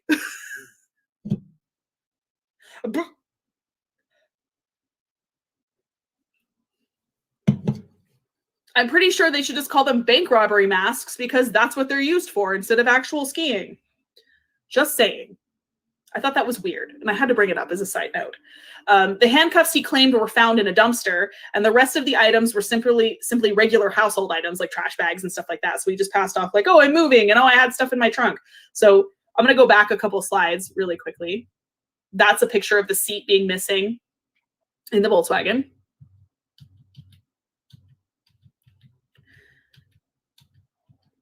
I'm going to go back a couple slides because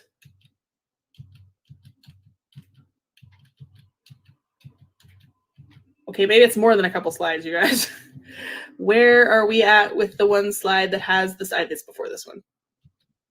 No, it's not.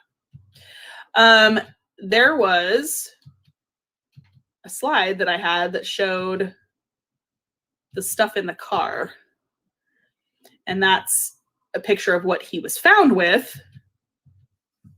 Or am I just losing my fucking marbles?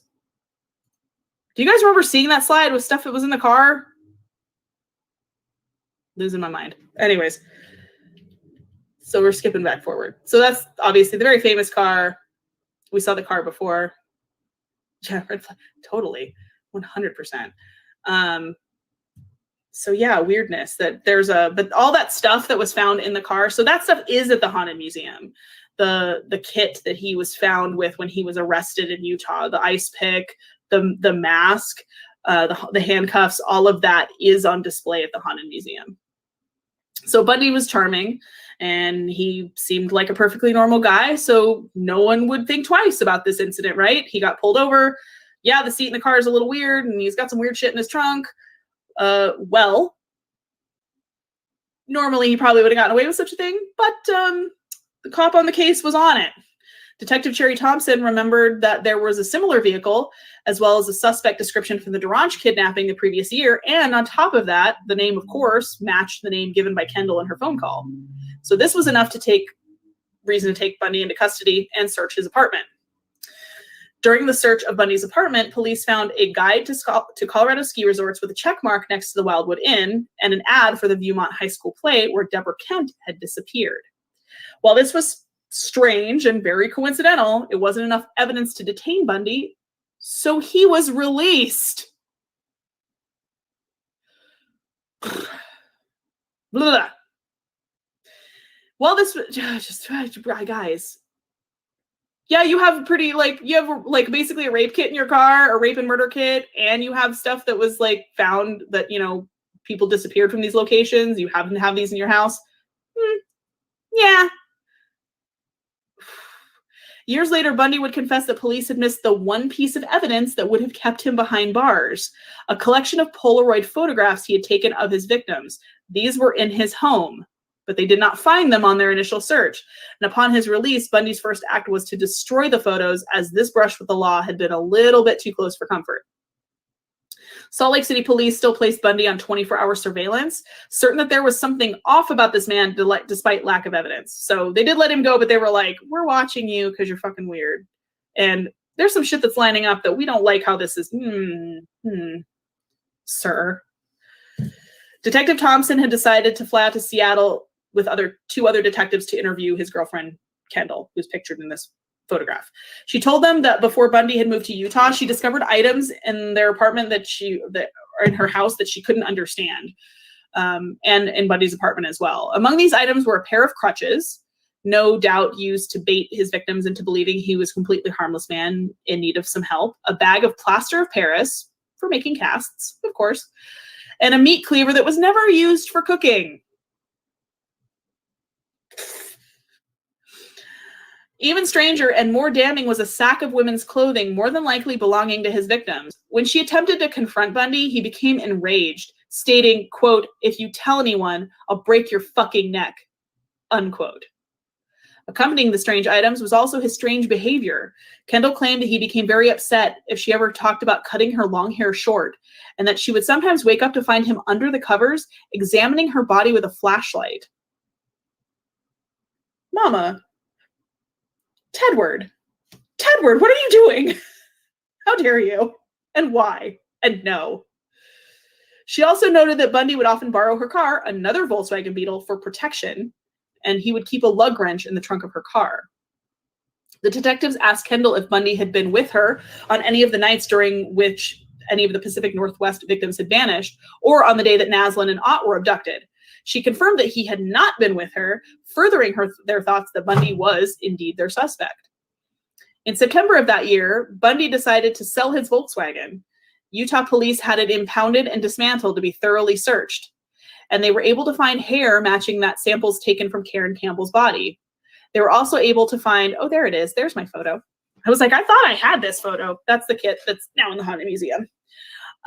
They were also able to find strands of hair that were microscopically indistinguishable, which is about as close to an actual match on hair that you can get, because contrary to popular belief, you cannot get an exact match on hair. All you can say it is either consistent or non-consistent. Only if the hair has a root, you can do a DNA test. Can you actually get an actual match? but all you can do is look at two hairs and go, yep, they're consistent. That's as close as you can get. So if anyone ever tells you that we match the hair, they're lying. So that was from Melissa Smith and Carol Duranch. They also found consistent hairs from 2 other victims in the car. A collection of hair strands from 3 different victims who had never met one another was noted as a, quote, coincidence of mind-boggling rarity by FBI lab specialist Robert Neal. It wasn't long after that that Bundy was placed into a lineup. On October 2nd, Duranch was almost immediately able to identify Bundy as Officer Roseland, and witnesses from Bountiful were able to identify him as the stranger at the high school auditorium. While there was not enough evidence to link Bundy to Deborah Kent, as the only remains found of her were skeletal fragments near the school, they never did find her whole body, there was still more than enough evidence to charge Bundy with the kidnapping and attempted criminal assault in the Duranch case, because a living witness, she was like, yep, that's the guy that tried to kidnap me. He did not remain in jail for long. His parents paid his $15,000 bail, and Bundy went back to Seattle to stay with Kendall. Police in Seattle did not have enough evidence to charge him in the Pacific Northwest murders, but they kept a close eye on him nonetheless. In November of that year, the 3 chief investigators in Bundy's case, Jerry Thompson from Utah, Robert Keppel from Washington, and Michael Fisher from Colorado, all met in Aspen, Colorado, and exchanged information with several different detectives and prosecutors from 5 different states. Everyone left what would later be known as the Aspen Summit, full well believing that they had found their murderer. Though they all agreed they would need more hard evidence before they would be able to charge him. In February 1976, Bundy stood trial for the Duranch kidnapping. His attorney, John O'Connell, advised Bundy to waive his right to a jury due to the negative publicity surrounding the case. After a 4-day bench trial, or trial by judge, Judge Stuart Hansen Jr. found Bundy guilty of kidnapping and assault. He was sentenced in June of 76 to 1 to 15 years in the Utah State Prison. And apparently that really shocked him because he didn't think he was going to be caught, much less sentenced to anything, because he was so used to being charming and getting out of everything, that being caught and actually being convicted was a huge shock to his system. That October, Bundy would also be charged with the murder of Karen Campbell, and after waiving extradition proceedings, he was transferred to Aspen in January of 1977. In June of 1977, Bundy was transported from the Garfield County Jail to the Pitkin County Courthouse in Aspen for a preliminary hearing. He had elected to serve as his own attorney, which excused him from wearing shackles or handcuffs. Whether this was a premeditated decision based on that fact remains a mystery. During a court recess, he asked to go to the courthouse library in order to research his case. Bundy, having proven himself to be fairly mild-mannered and not violent, and to guards and authority figures, obviously, and not a cause of concern for the guards, slipped out a view behind a bookcase, opened a window, and jumped from the 2nd story to the ground. Ted Bundy just escaped, you guys. And on that note, that is where I will leave you with part 1. So he's been arrested. He's been convicted of at least 1 count of kidnapping, and he's on trial for murdering someone else, murdering Karen Campbell, and he literally walks out of the courthouse through a fucking 2nd story window.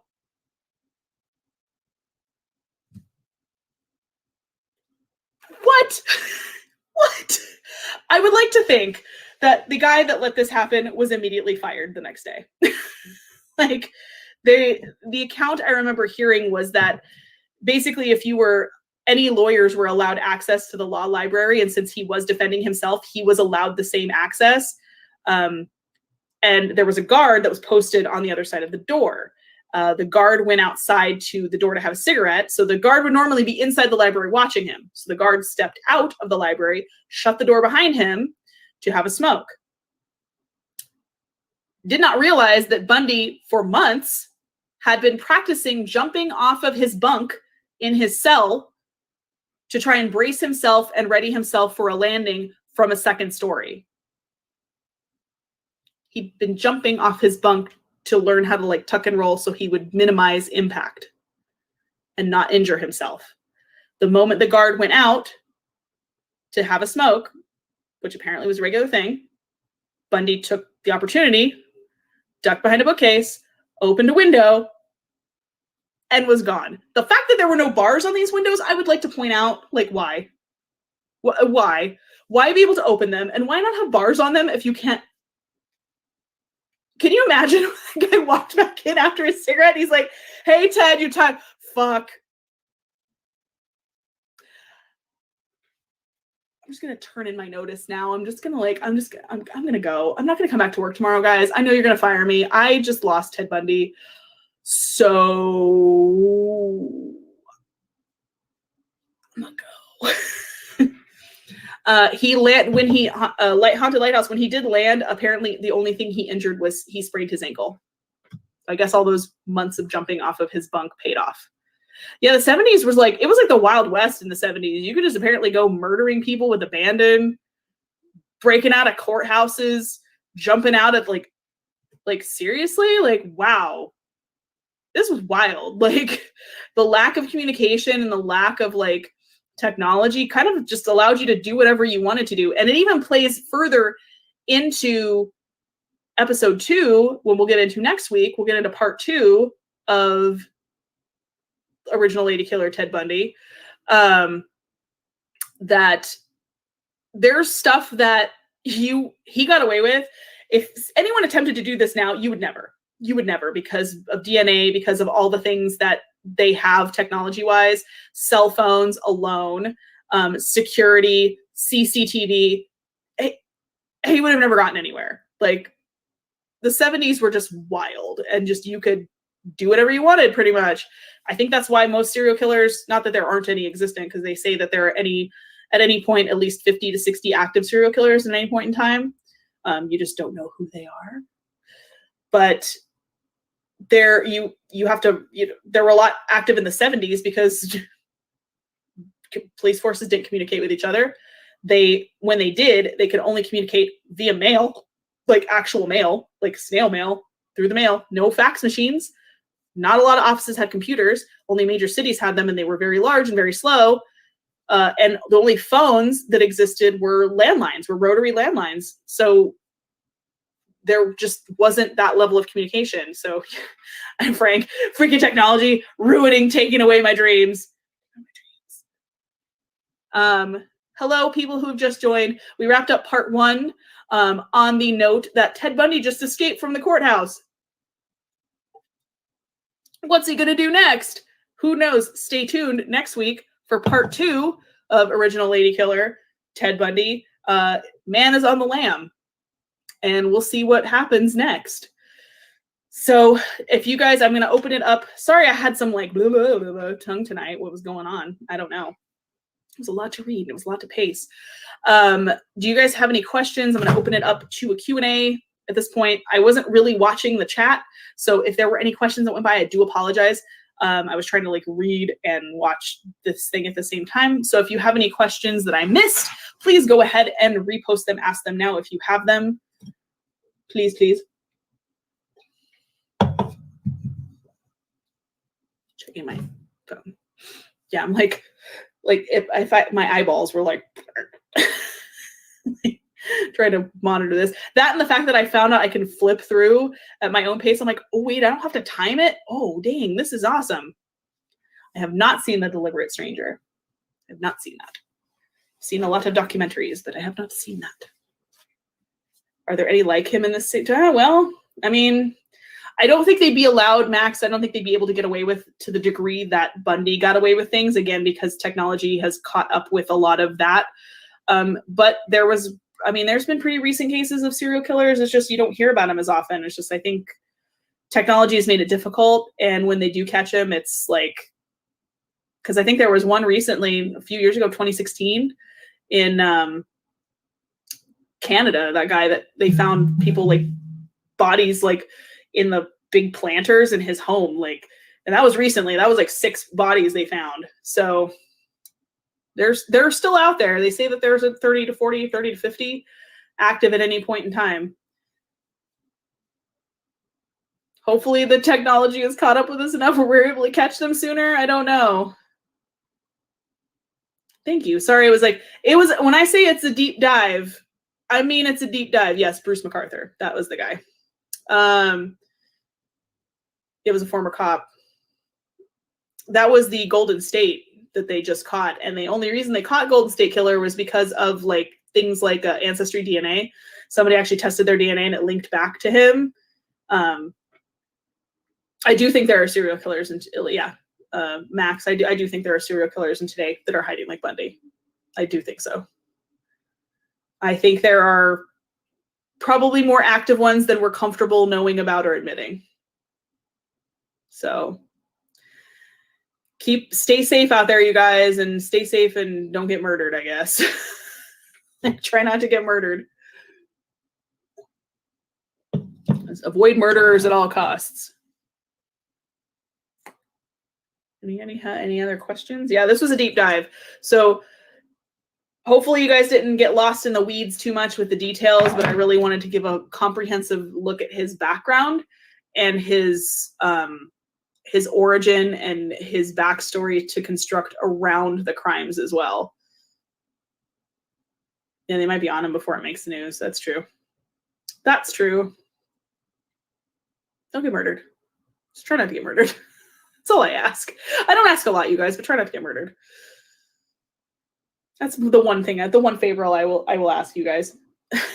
Don't get murdered.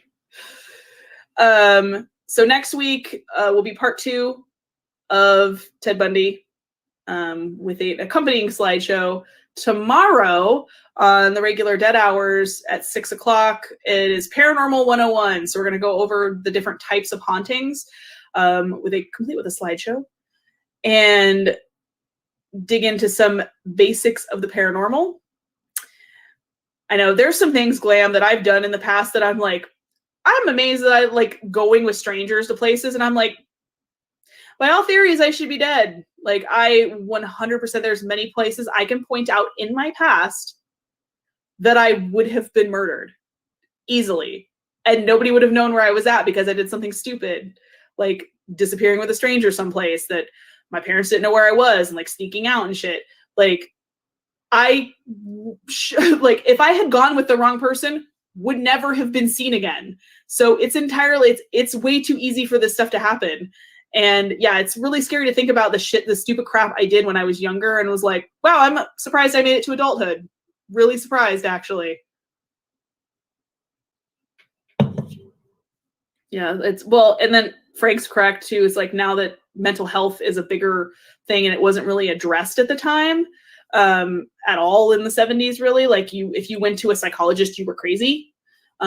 Where now it's much more acceptable to go to a psychologist. Most people have therapists. Most people are on medication of some kind. So maybe it stops it before somebody can really act out on these impulses. So hopefully the attention to mental illness and attention to mental health and mental wellness is actually curtailing a lot of these tragedies before they start. Yeah, there's stupid shit I've done. Like walked around downtown Vegas in the middle of the night. What? Run across the wrong person, I would never have been seen again. So yeah, don't get murdered. So yeah, tomorrow night's going to be regular dead hours, 6 o'clock. Didn't know how to word that in a professional way. No, it's fine. I really didn't word it in a professional way either. But 6 o'clock, Paranormal 101.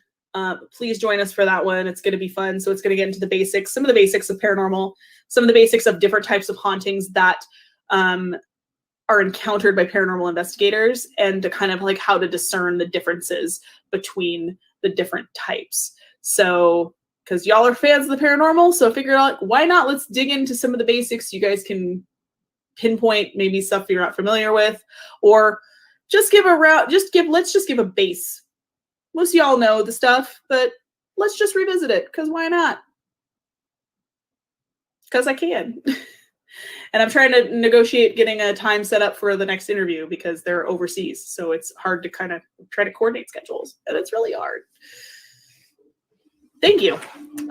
So if you guys don't have any more questions, I will let you go this evening. But final note, I know we've got 2 premieres that just happened. So we had Black Monarch Part 1 on Haunted Side. I hope y'all went and watched it, because that place is off the chain.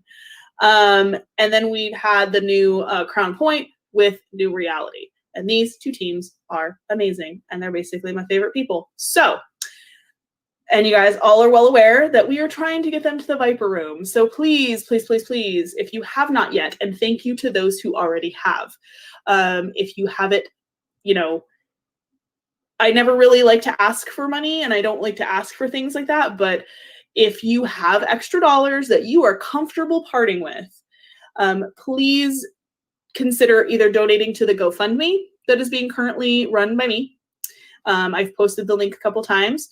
I can post it in the description, or donate directly to the PayPals for either Haunted Side or New Reality, because all of that money is getting put towards getting those guys to the Viper Room. That is a unprecedented location.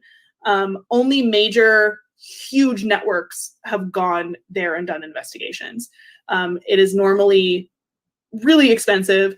We're getting it for kind of a steal because of COVID. So donate that stimulus check. I'm not going to disagree with that, and I'm not going to say to go ahead and do that, not to do, but I'm not going to disabuse that notion either. I'm not going to be like, no, you shouldn't do that. I mean, if you've got the extra $600 to throw in, it's fine. Like, you can give it. I won't. I'll just turn around and look the other way. I'll just. Did you do it yet? Okay, cool. Thanks, Jessica. Yes. 100%. So I want to get these two teams, because I work for both as a location scout, and I've been working my butt off to get larger locations, because I feel like that's what they're due. They are probably the two best investigative teams I have seen on YouTube, and I want them to have really huge locations and really well-known locations to investigate, because they deserve it. I feel like it is worthy of their status to go check out places like this. So please, please, please, if you have, I mean, every dollar helps. Obviously the PayPal, they get the whole amount. The GoFundMe does unfortunately take out like a percentage. So, and yeah, with this many subscribers, like they're worth a place like this. They were worth a place like this when they had like no subscribers to me, but like bigger the audience, the bigger the location. So let's get them to places where it matches up with their clout that they have. The haunted side of what? I can't get over that guy. Whatever. Dude, get out. Nobody asked. It's like, here, mama, you're good. I see that you're the answer to the question that no one asked. Awesome. I love people like that in the comments. I'm like, oh, fake. Why are you here? Why are you here? Turn around. Goodbye. I love the one that, I don't know if you guys saw that comment where it was like, unsubscribe. And I'm like, honey, this isn't an airport. You don't need to announce your departure. Let's go. You would just go. Like, are you expecting someone to stop you? Because bye. I'm not going to stop you.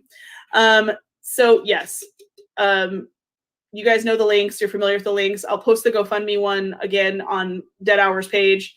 We're at like $230, $250. Yeah, a lot of trolls in chats. It's a thing, unfortunately. But, you know, the bigger you get, the more trolls you get, the more attention you get, the more haters you get. And that's just, I know they're legit because I've been with them. I know it's not anything other than people just being like, bleh.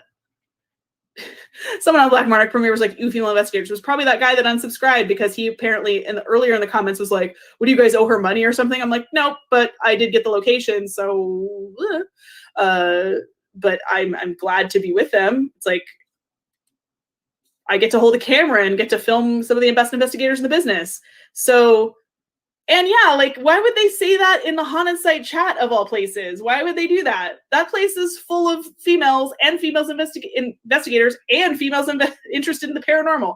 I almost got so mad I had a stroke there. I couldn't even get the words out.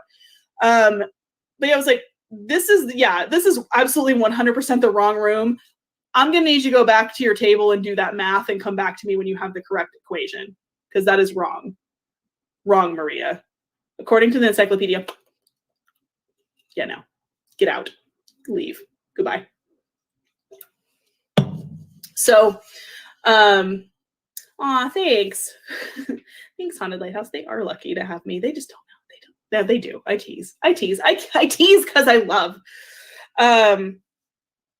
Yeah, so I'll post the link again, and I will see hopefully most of you tomorrow on Dead Hours, the regular Dead Hours, not Murder Corner. Also, side note, question for the class. Would you guys be interested in Murder Corner merch? Like separate from Dead Hours merch. Like if I did some shirts for Murder Corner, would you be interested in that? Kind of I want to put the feelers out there before I design anything. Because I was like, I don't want to put something out there that nobody's like, I'm like, I don't want that. If I do Murder Corner merch. Because I am excited because I just bought a whole bunch of more shirts from that other website that I got my Unsolved Mysteries Black Dahlia shirt from. You guys are going to see some cool shirts coming up here. I'm excited. That place is westernevil.com, by the way, if you were interested in those shirts, which are going to be much cooler than my shirts. But go check it out. Excuse me, that was rude. Cool. So a few people said, yes, I will go ahead and throw some designs together and see what you guys think. And we will see how that goes. So thank you so much for joining me. Thank you for sitting and listening to me talk your ear off about serial killers and about Ted Bundy in particular. And then join me next week for part 2. And we will conclude this sordid yarn and find out what exactly happens. Yes, balaclava. A bank. If I'm going to post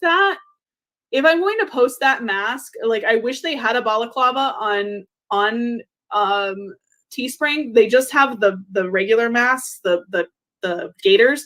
They have gaiters and regular masks. They don't have balaclavas. If they had them, I would 100% want to change the name to bank robbery mask, not ski mask. So there's that. So good night, you guys. Thank you so much for joining me. And don't forget, don't get murdered and stay spooky. Have a good night, you guys.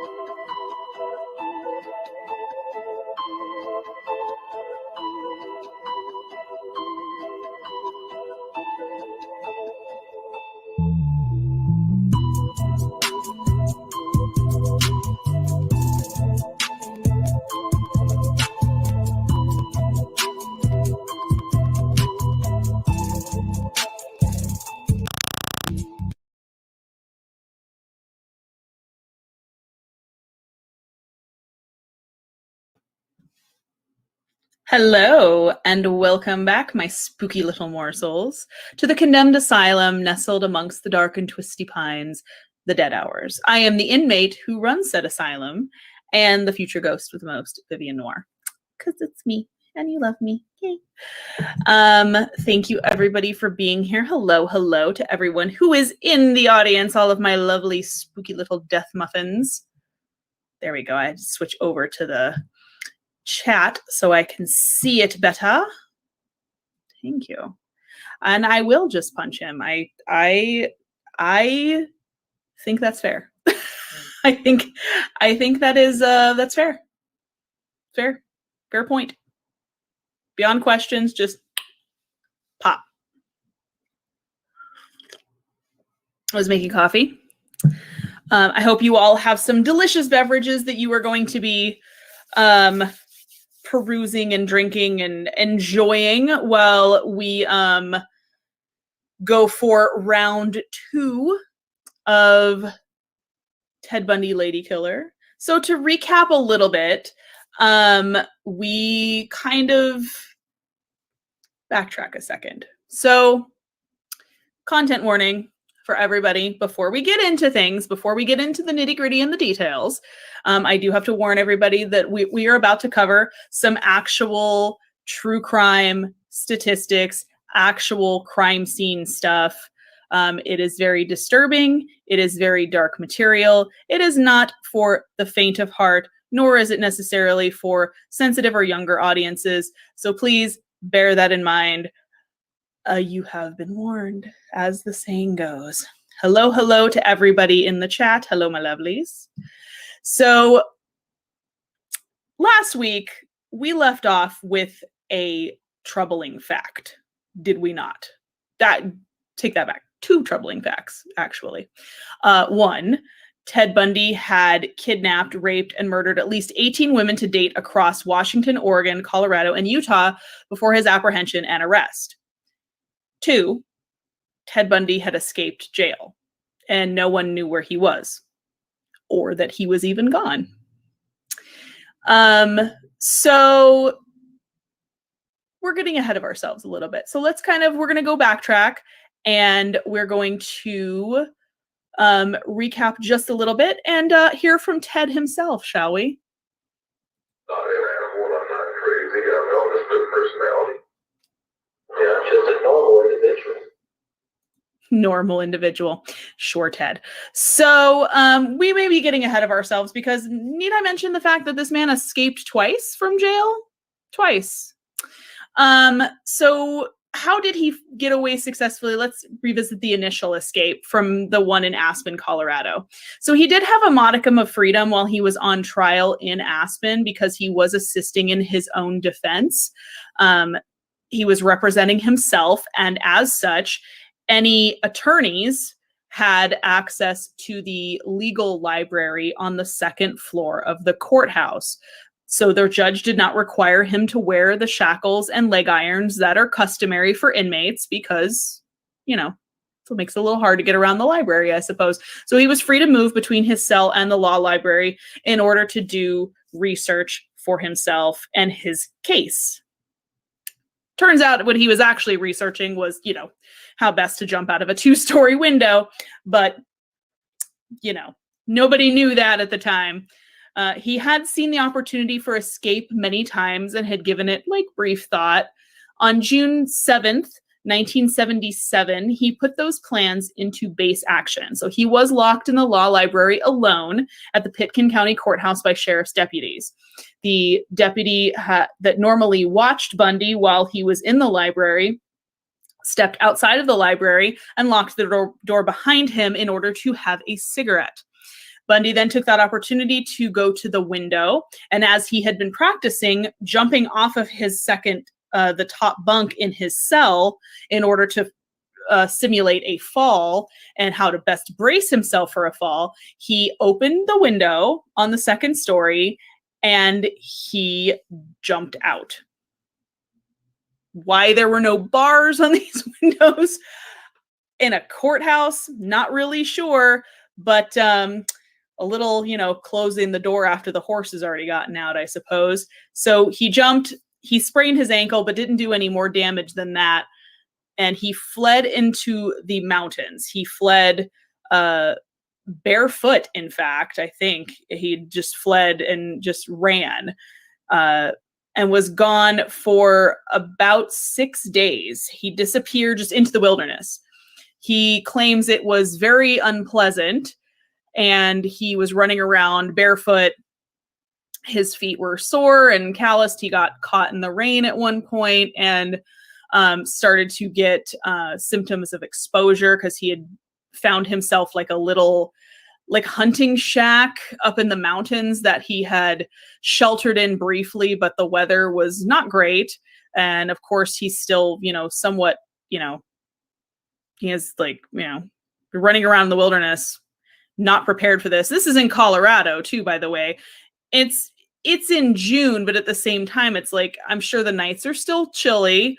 So he was not in the best way. Yeah, he's not one of those Man versus Wild kind of guys. Was not made for the wilderness lifestyle, y'all. Was not made for the savagery of the wilds.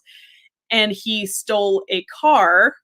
He made it to a road, stole a car, but he was driving back into town. So of course, everybody knows by now he has escaped, and they've got, APB, the cops out looking for him, and they're doing checkpoints with vehicles, and they're just asking everybody, maybe he hid in somebody's trunk, maybe he was hiding with someone, and they pulled him over, immediately recognized him in said car, and he was returned after 6 days of freedom. So he was moved to the Garfield County Jail in Colorado Springs in an effort to keep him in one place.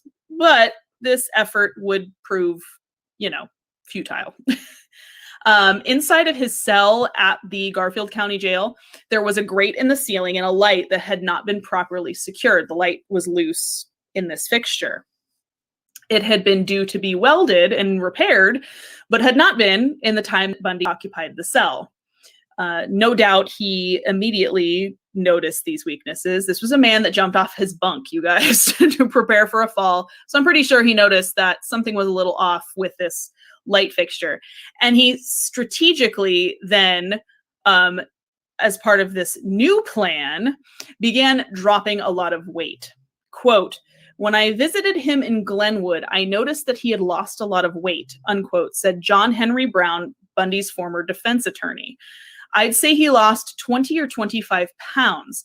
I would think this would have come to the attention of the jailers, perhaps. Why is he doing this?" Nobody really seemed to know. They just, I think, maybe thought it was part of maybe a hunger strike, maybe just being a difficult prisoner, refusing to eat. That's not the first time that's ever happened. That's not unusual for inmates to do, especially if they're like protesting being incarcerated, if they're protesting their accommodations, they don't like their cell. Sometimes they'll do whatever they can do to rebel, and that one of those things is not eating. So they probably didn't really think anything of it, but that wasn't the reason. He also wasn't doing keto. He wasn't just trying to get fit with that tiny waist and that big bank.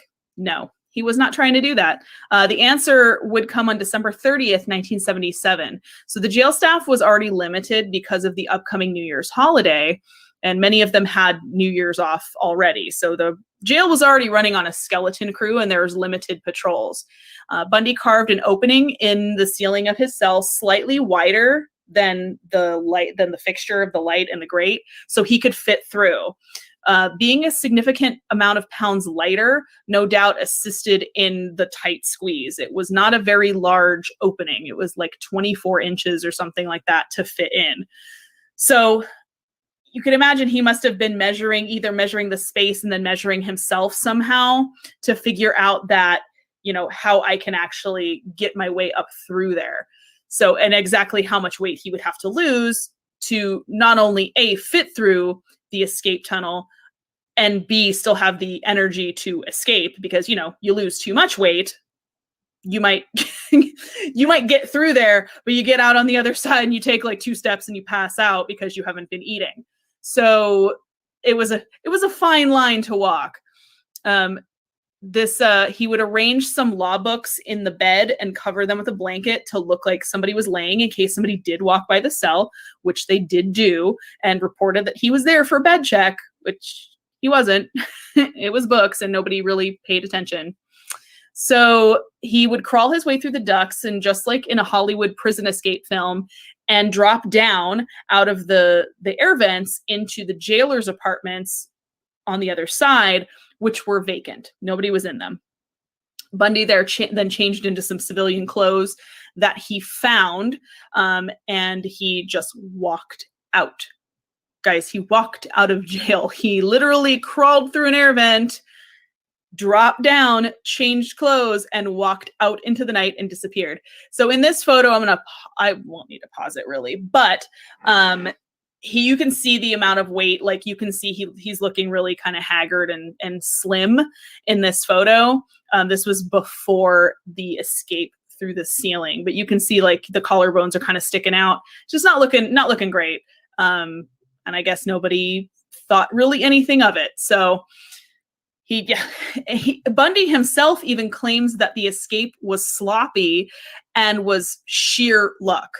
And reading his account on how long it took him to acquire a stolen car and how someone helped him once the stolen vehicle broke down in the snow, luck may be the only way to explain such fortuitous circumstances. So literally it took him an hour, I believe. He talks about it. It took him an hour to find a car that was open because he was just going down the street and trying door handles of cars, to which he could have been arrested and caught for any of those things because he was breaking into people's cars, basically. He was trying to find a car that he could get into.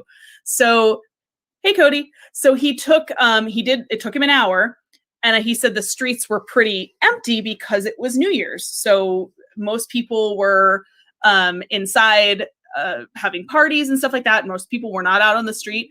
So it took him an hour to find a car. When he did find the car, he drove it, he was driving towards Denver, and he broke down in the snow, or he got stuck in the snow, and somebody actually pulled over to the side of the road to help him out of the snow and didn't think anything of it. They just thought he was a motorist, got stuck in some bad weather, didn't have the tires to get where he was going. And, he helped this guy out thinking he was doing a good thing, had no idea it was Ted Bundy. So, there's that. So Bundy did make his way to the airport and almost narrowly missed a flight to Chicago, only making it onto the plane by the skin of his teeth. He was in Chicago long before the jail in Colorado Springs even noticed he escaped. So he was 3 or 4 states over before they even knew he was gone, before they even went in the morning to go check his bunk and found that it was just books under the blankets. The lack of extra security at the airport and how Bundy had been able to board a plane so quickly underscored the change in times from then to now. In this photo, you can see that is Bundy's cell at the Garfield County Jail. Those are the books that he piled up under the blanket. The blanket is on the floor, as you guys can see there. The hole in the ceiling, you can see how small that hole was that he stood on the bunk and climbed up through. It was about 20 to 24 inches in diameter to squeeze your way into that, to get into those ducts to escape. So, was Ted Bundy Harry Houdini reincarnated? I don't know. I'm not saying that he wasn't, but I would like to start that rumor officially here on this show. Hashtag Bundini. Bundini, you guys. I will make Bundini shirts if you want them. Just throwing that out there. So that is the cell after his escape. They were like, and of course then he had been gone for hours by this point. By the time they found the cell empty, he was gone for hours and they had no idea of the direction he went at all. So the way he got to so this is a big thing of like how things have changed from then to now. There'd be no way that Bundy would have not been apprehended the moment he tried to board a plane without any kind of identification. But this was, of course, long before 9/11, before the era of terrorism that we find ourselves in today. And simply by placing down cash, he was able to buy a ticket that night and get on a plane and be several states away by the time they noticed he was gone. They had no idea he was missing. So he was placed on the FBI's most wanted list because this man, they were pretty sure killed multiple people, and now they had no idea where he was. So this is a copy of the official FBI wanted poster that they put out and circulated while looking for him. So from Chicago, Bundy traveled to Ann Arbor, Michigan. He claimed he had been in a state of mania at this time, from the time he had escaped until he got to Michigan, and spent time in a bar there on January 2nd, blending in with others who were watching the Rose Bowl. He almost got his ass kicked, by the way, because apparently he was watching his old alma mater, the University of Washington, play against Michigan and in the Rose Bowl. And he almost got his ass kicked in that bar by a whole bunch of Michigan fans because obviously he was cheering for the wrong team. So wouldn't that have been ironic and funny? He just got his ass beat in a bar and just didn't get to kill anybody and got like arrested. Weird. So looking around the tavern and seeing the cheerful people and the couple standing close together, Bundy said he felt the energy and the high drive from his manic state slowly kind of start to slip away, leaving him in a familiar low state, which is the, depressive state that you see on the other side of bipolar disorder. He would be diagnosed with bipolar disorder a few years later. So he kind of would drop down into that depressive low state after he peaked. And 5 days later, he would steal a car while he was in Michigan and he would drive to Atlanta. He would abandon the car in an urban neighborhood with the keys in it and boarded a bus to Tallahassee, Florida. The bus station at Tallahassee was flooded with students returning to Florida State University for the spring semester. And this was just the environment that Bundy darkly thrived in. If you'll remember correctly, when he was on the loose in Washington, his preferred hunting grounds were what? College campuses, full of young ladies that were just his victim type. So he was on the hunt again, clearly. He rented a room near the campus under the alias Chris Hagen. He didn't have much money left in the reserve that he had accumulated while in jail after having to spend a good portion of it on plane tickets and bus tickets and travel and board. So he'd resolved to find legitimate employment and just lay low under the radar. He didn't want to get, set off any alarm bells, didn't want to set off anybody's, radar for any reason. And which is wise. He had made his way onto the FBI's 10 most wanted list. So maybe don't draw attention to yourself, Ted. But making his way onto the FBI's most wanted list really didn't matter to Ted. He had always considered the organization overrated. So, because he knows everything. Hello, everybody who's joining. I'll take a brief break right there to say hello to people who have walked in. Hello, Oracles. Hello, Javi. Hello, Cody. I got you already. Hi, Dontex. Hi, Cassie. Hi, Lab. Hi. I'm just going to give everybody their individual highs right now. Hello to Veronica. I saw you in there earlier. Max, I saw you. Electric Pagan, I saw you. I think I got everybody. If there's anybody I missed, it's not intentional. I'm trying to remember. Oh, hi, Glam. I saw you. I was like, there's somebody else. Please share. Yes. You are worth 2 hellos, Cody. Yes, this is very true. Hi, Tamara. So of course, Bundy wanted to lay low. He knew he could likely remain free in Florida for as long as he wanted under an alias, so long as he didn't run afoul of the police. So, just don't draw attention to yourself, and he could probably stay as free as he wanted because, again, guys, literally nobody knew where he was, and nobody knew where he was gone. Hi, DJ. Sorry, I didn't see you in there earlier. Hello. Side note. See, I did forget somebody. It's not personal. But the idea of getting the luck that seemed to follow him on the heels of his escape seemed to evaporate suddenly when his sole job application, one on a construction site, asked him to provide identification, which of course he did not have. So, hi Ethereal Sisters. Hi Peta. Hi Sean. Hi Nikos. I think I got everybody. Y'all are making me feel real special by hanging out in here and giving me a really big audience. I'm going to get tongue-tied. Hi, Mike. Hi, Mike B. So, problematic. Applied for a job, went to get legitimate employment. The employer was like, I'm impressed by your resume, mysterious stranger. May I see some identification? And he went, no, you may not. And he left. I imagine that's how it went. Very boo hiss kind of moment sort of thing, I guess. So the idea of remaining law-abiding and legitimate immediately then fell to the wayside, and he would revert to his old habits of shoplifting and stealing credit cards from wallets left in idle shopping carts. So unfortunately, back to the criminal stuff because going on the straight and narrow did not work out, I guess. So Bundy had been incarcerated for his prior crimes in Utah and Colorado for a period of about 18 months. And in that time, while Bundy did seem to thrive in a prison environment, he had not been able to indulge in the dark impulses that had driven him to take at least one woman a month for years before his capture. But now he was free and he could indulge.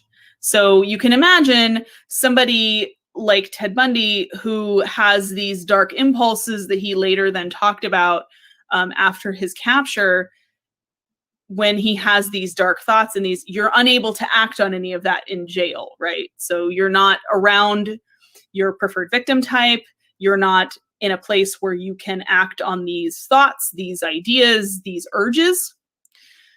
So the moment you get out, what's the first thing you're going to do? Now, to be fair, I guess he did try for 5 minutes to be normal before immediately falling back into serial killer island. So fell off the wagon and fell off of it real hard.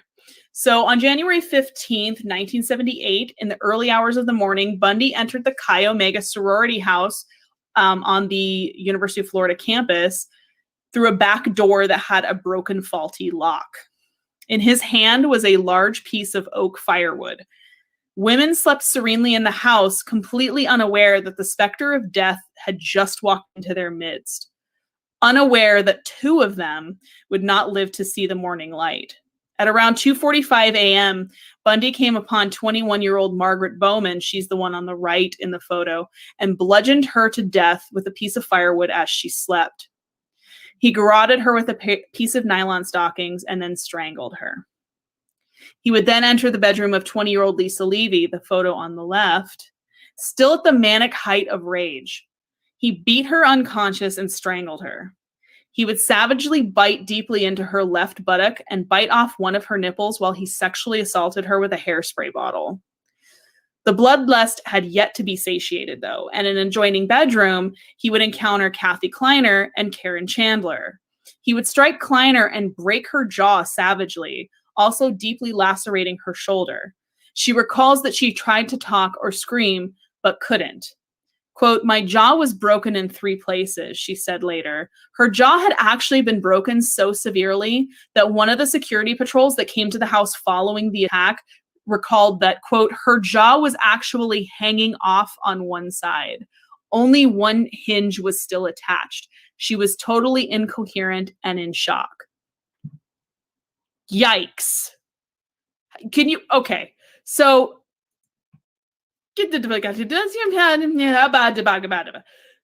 you hit somebody so hard, you literally knocked their jaw off almost.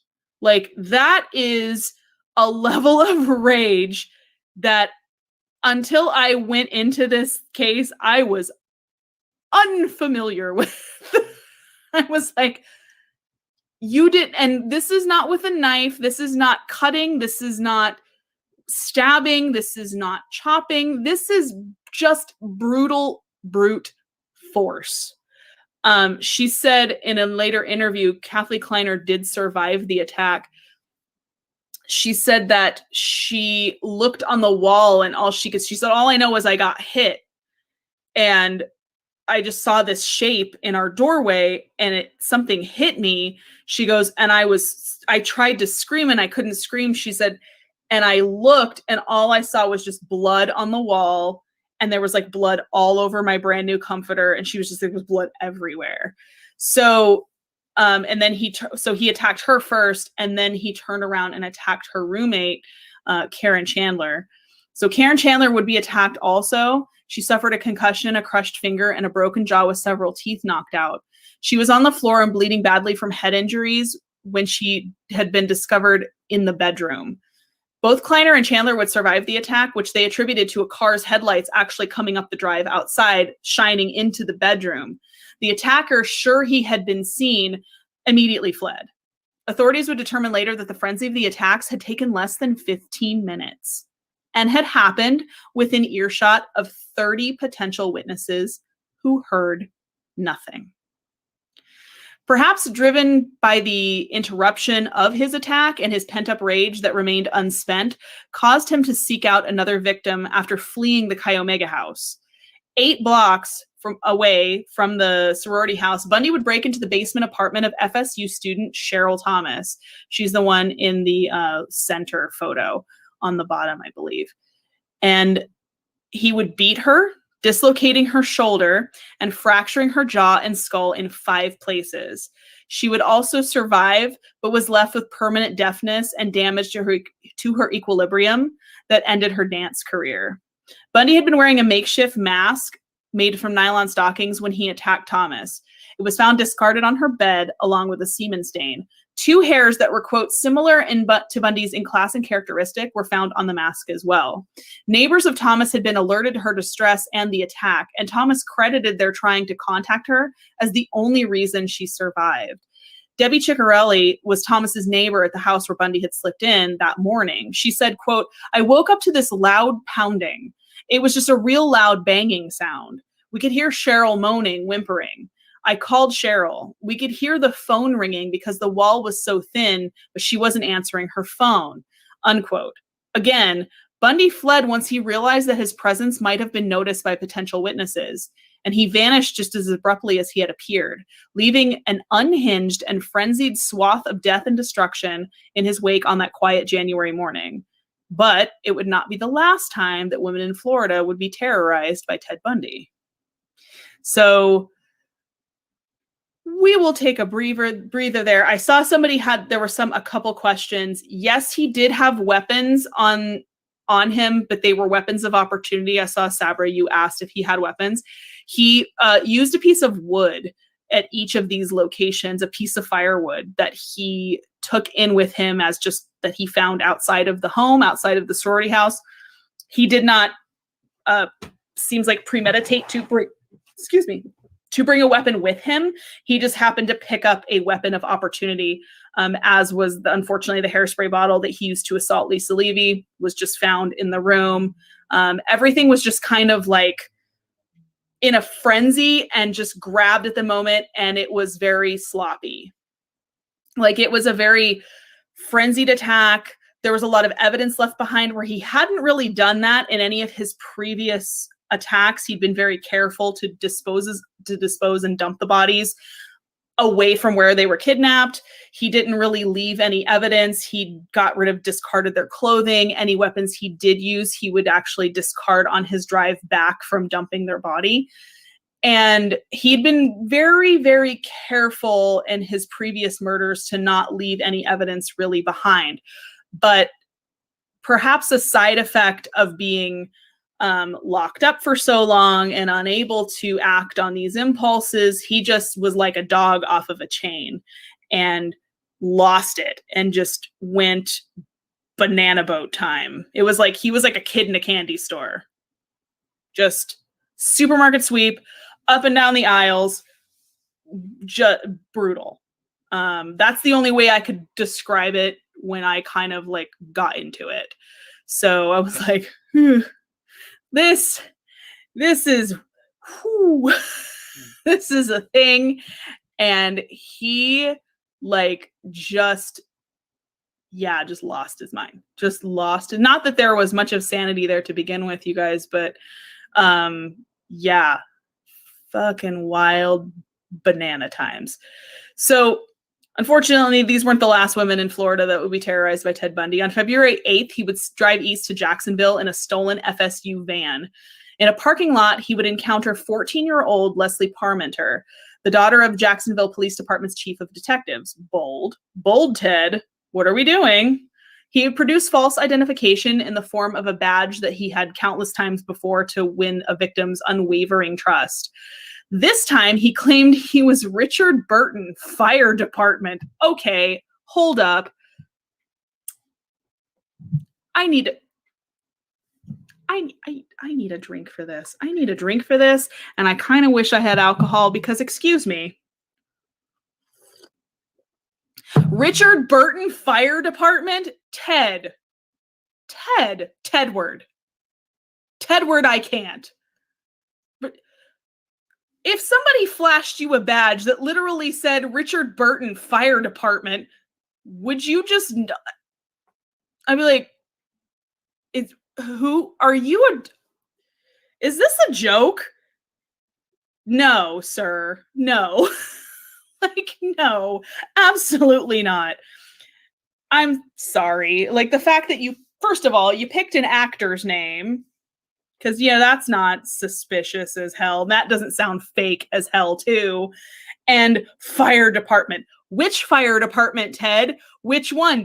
I don't think actual badges, somebody can correct me on this, just say fire department or police department or police cop on it. I'm like, this looks like something you bought at a costume store, fucko. No. Get away from me. So he tried to grab Leslie Parmenter, but he quickly retreated when her older brother showed up and challenged him.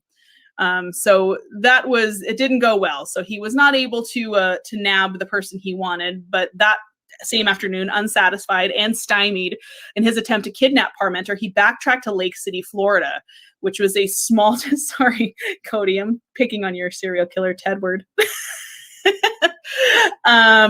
So he backtracked to Lake City, Florida, which is a small town, real small town. They, in Florida, they left their doors unlocked, that sort of small town. Everybody knows each other. It would be where he would encounter his last victim, 12-year-old Kimberly Leach. On the 9th of February in the morning, Kimberly Leach was asked to return to her homeroom by her teacher in order to retrieve a forgotten purse. She never returned to class after that. In fact, the young girl was never seen alive again. So that is the day after. So we'll recap a photo a little bit. Well, so that's the day after at the Chi Omega house. Pretty famous photo, was used in a lot of newspapers. This was taken the day after the carnage happened, which a lot of the girls obviously did not return to the sorority house. A lot of them did not return to campus after this because, again, they didn't know where this guy was. He just disappeared into the night. They didn't know if he would be back or not. Obviously, he'd broken in once before. What's going to stop him from breaking in a second time? Nothing. Literally nothing. So most of the girls packed up and left campus at that point. And, Florida was on pretty high alert looking for this guy who had committed these crimes. And again, nobody had really any idea what he looked like, who this was. There were no clues left behind other than some bite marks and, some semen stains, which in the 70s, they didn't do any DNA testing at that time. So again, big question marks, guys. So unfortunately, this is Kimberly here. She was never seen alive again after that afternoon. 7 weeks later, her mummified remains were found near a pig farrowing shed near Suwannee State Park. She had been brutally raped and killed. Underwear found discarded near her body showed traces of semen. Yuck. This suggested that she had been stripped, then oddly redressed before being stripped again, which is really strange. It was then perhaps that Bundy began to suspect that his time as a free man was running short. He had fallen behind in his rent and didn't have enough cash to cover his room and board, so he fled Tallahassee in a stolen car on February 12th, driving west across the Panhandle. No doubt his plan had been to start over after escaping authorities, as he had already done in Utah, so the plan was probably to get where he was going, maybe cross state lines, lay low, wait till the heat was off, and then just, take another fake identity, steal some more credit cards, and just continue with the sham until he could, keep going, I suppose. But he could just get to another college town too, maybe a state over, maybe go back to Georgia and start his cycle of hunting all over again. But this time, Bundy's luck ran out.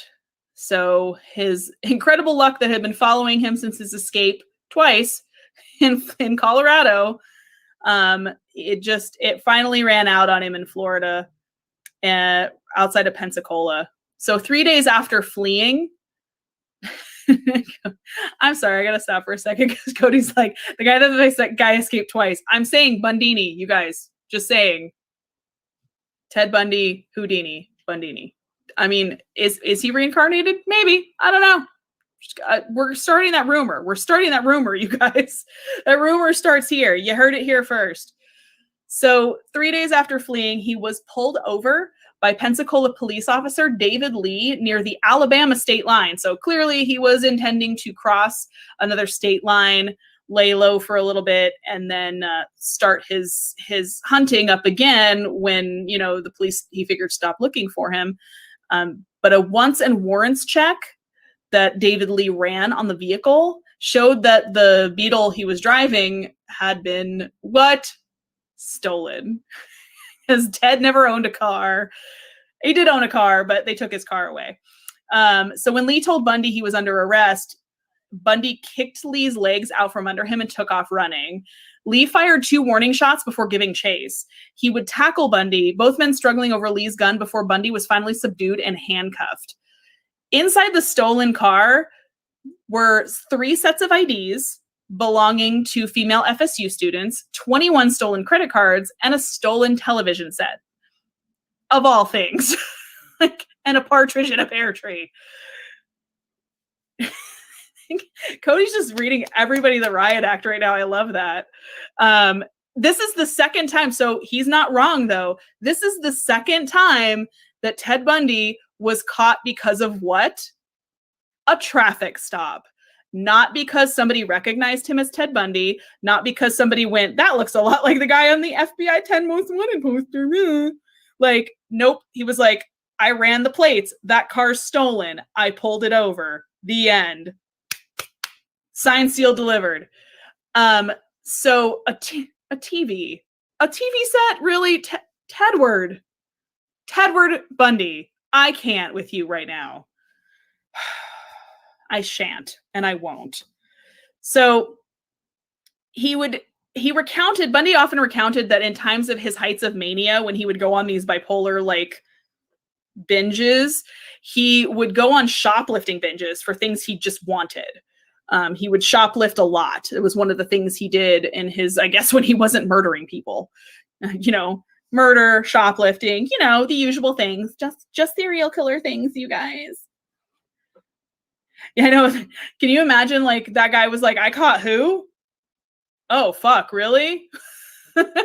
We'll get to that. It's but apparently murder and being on the run had not curtailed these shoplifting habits. Perhaps it was an outlet to get a thrill or an adrenaline high before he could kill somebody else again. But the true cause is really unknown for the shoplifting. Pimp My Ride. It was the first to have a TV in his car. Not wrong. Following a trend. That's what's happening. That's a secret Bundy would take to the grave with undoubtedly countless others. Also found in the car were a pair of dark-rimmed non-prescription glasses and a pair of plaid pants. This was later identified as the disguise of Richard Burton Fire Department in Jacksonville. Plaid pants.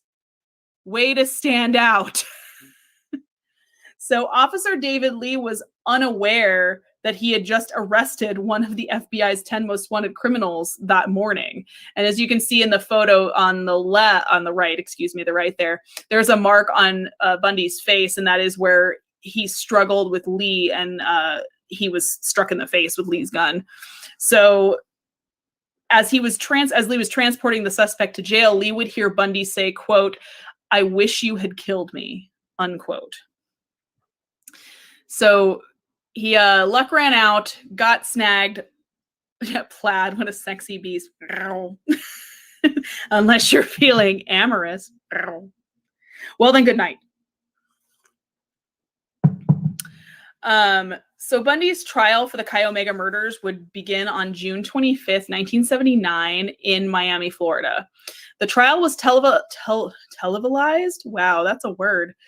Yeah, he got pistol whipped 100%. Like, they fought over the gun, and Officer Lee did not hesitate cracking him across the face with the butt of that pistol. So the trial was televised nationally in the US and was covered by over 250 reporters from all over the world. Despite having 5 court-appointed attorneys, Bundy represented himself and would provide his own defense. Polly Nelson, one of Bundy's attorneys, later wrote, quote, "Ted was facing murder charges with a possible death sentence, and all that mattered to him, apparently, was that he be in charge," unquote. Typical narcissistic behavior. Wow, the narcissist says what? Oh, weird. Prior to the trial, a plea bargain had been negotiated with the prosecution in which Bundy would plead guilty to killing Lisa Levy, Kimberly Leach, and Margaret Bowman in exchange for a 75-year prison sentence.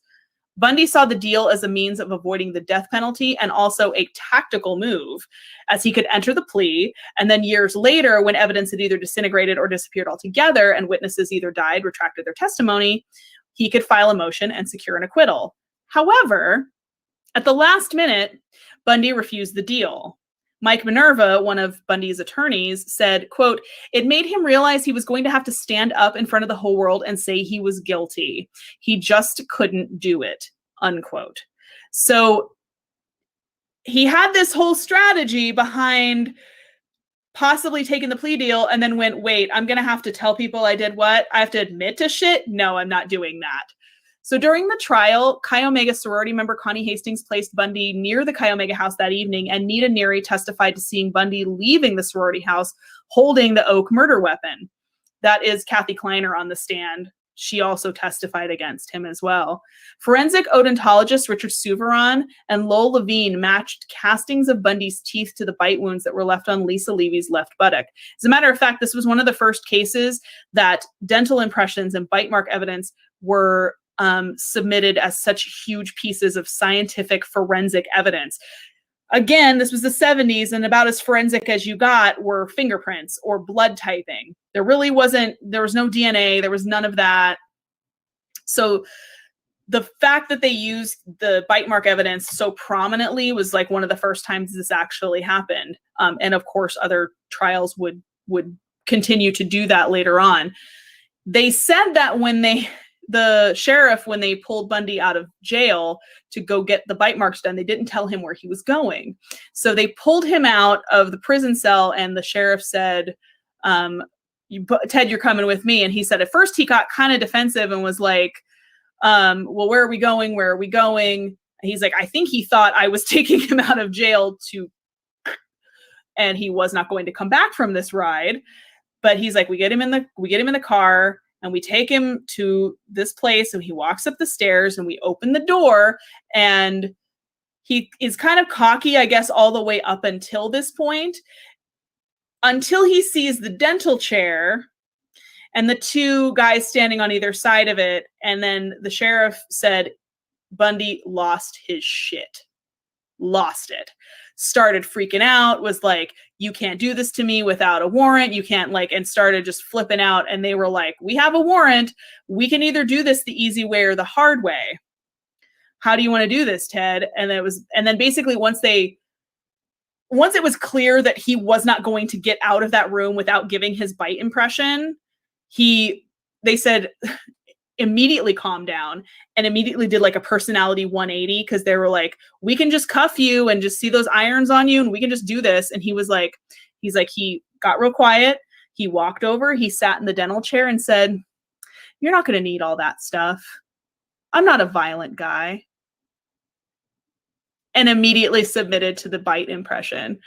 They said it was a really weird, such a quick change of going from being adamant and being like, I'm not going to do this. I'm not going to do this. You can't make me do this, to the switch flipped. And it was like, I think once he realized he wasn't going to get out of there without doing it, it was like, oh, okay, well, this is happening. So I might as well, the mask goes back up. You can't see.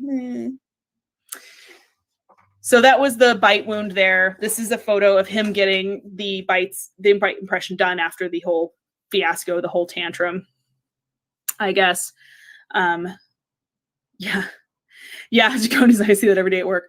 It's funny because once a convict realizes, it's like, you know what, I could fight this, and then they're just going to I could make this real difficult on myself, but this is still happening whether I want it to or not. So calmed down immediately, went from wet cat, to, okay, I guess you can take my teeth. Of course, dental impressions and bite mark evidence has kind of been debunked a little bit in the recent years. They said it's not really a 100% accurate science, and it's not.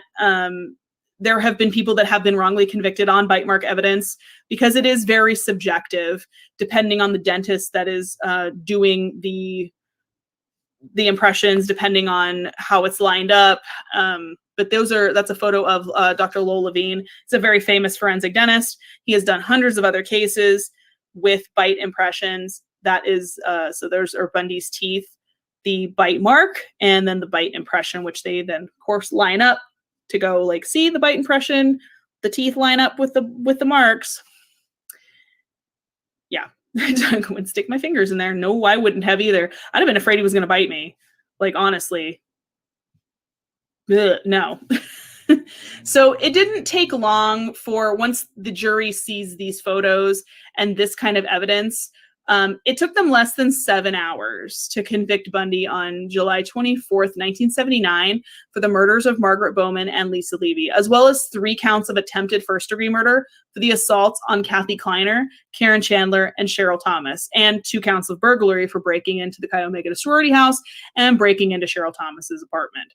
So they were pretty much, the jury was not left with too many questions after the bite mark evidence, and that's really what nailed Bundy up until that point, because other than that, it was eyewitness testimony, which of course can always be refuted by good defense attorneys on the stand. But once they had this scientific evidence, well, the jury was a little less willing to be charmed by Bundy. So, yeah.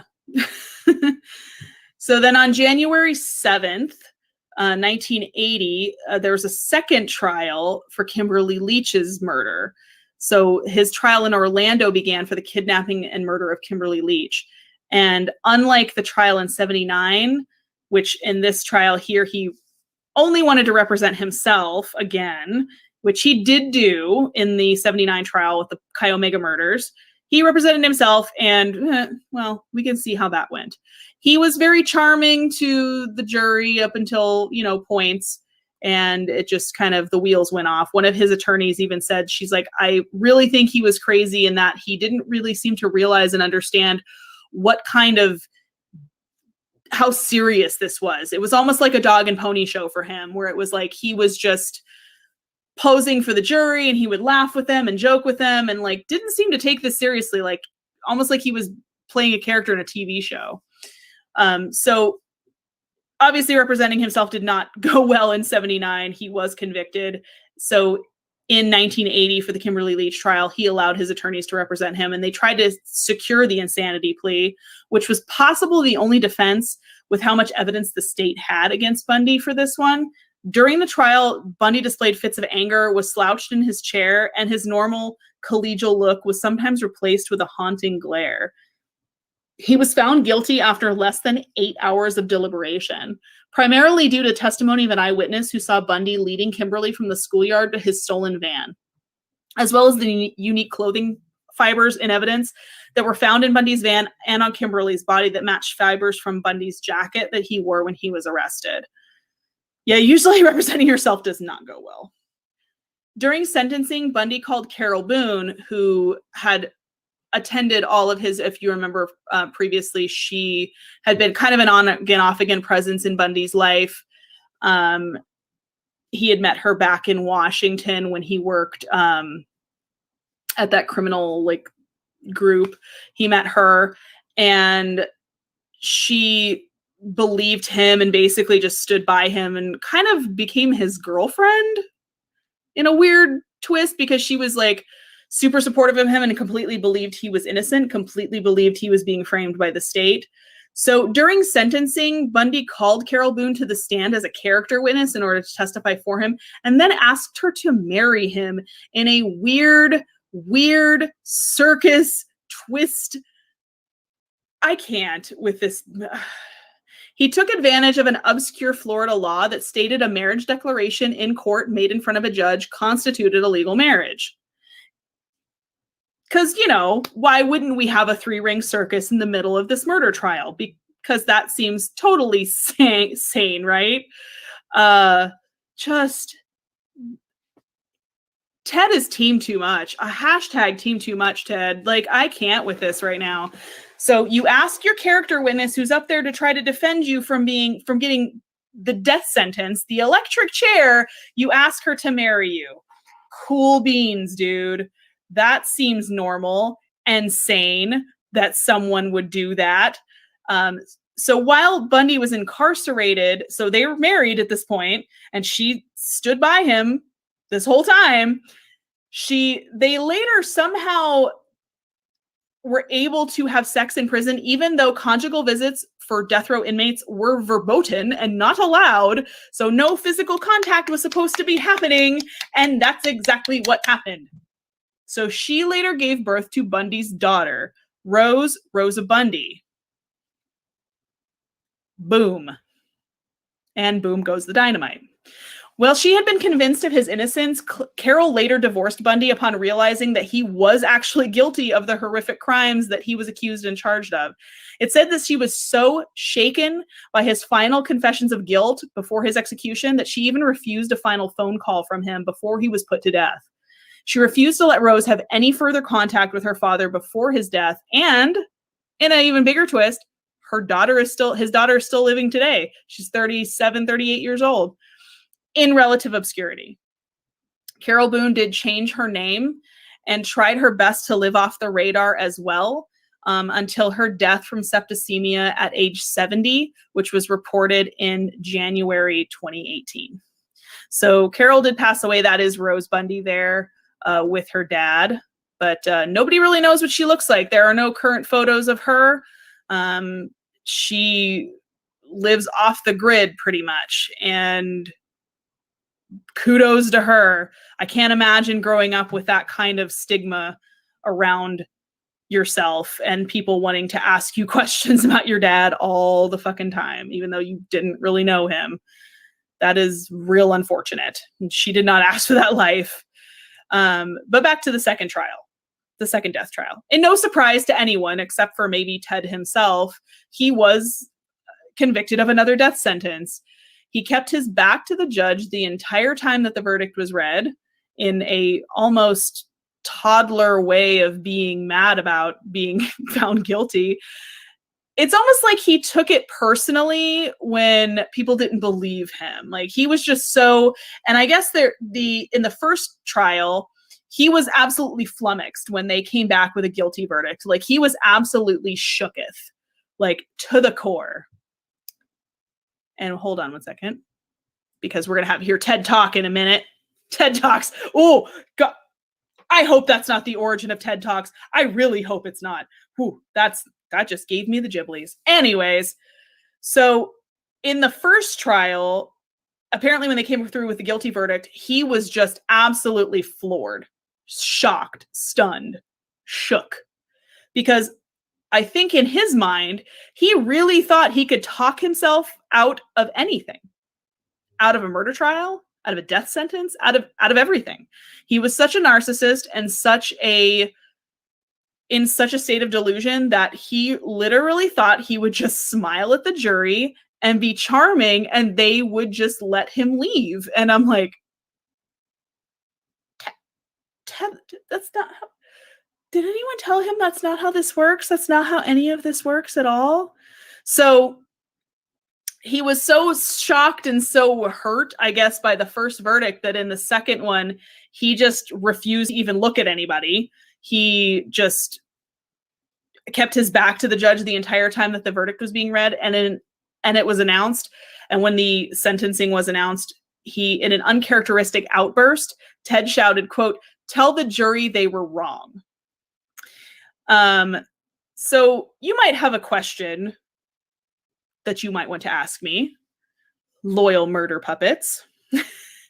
Well, so why two death sentence trials? Why two separate death sentence trials? One for Kimberly Leach and one for the Chi Omega. Well, simple.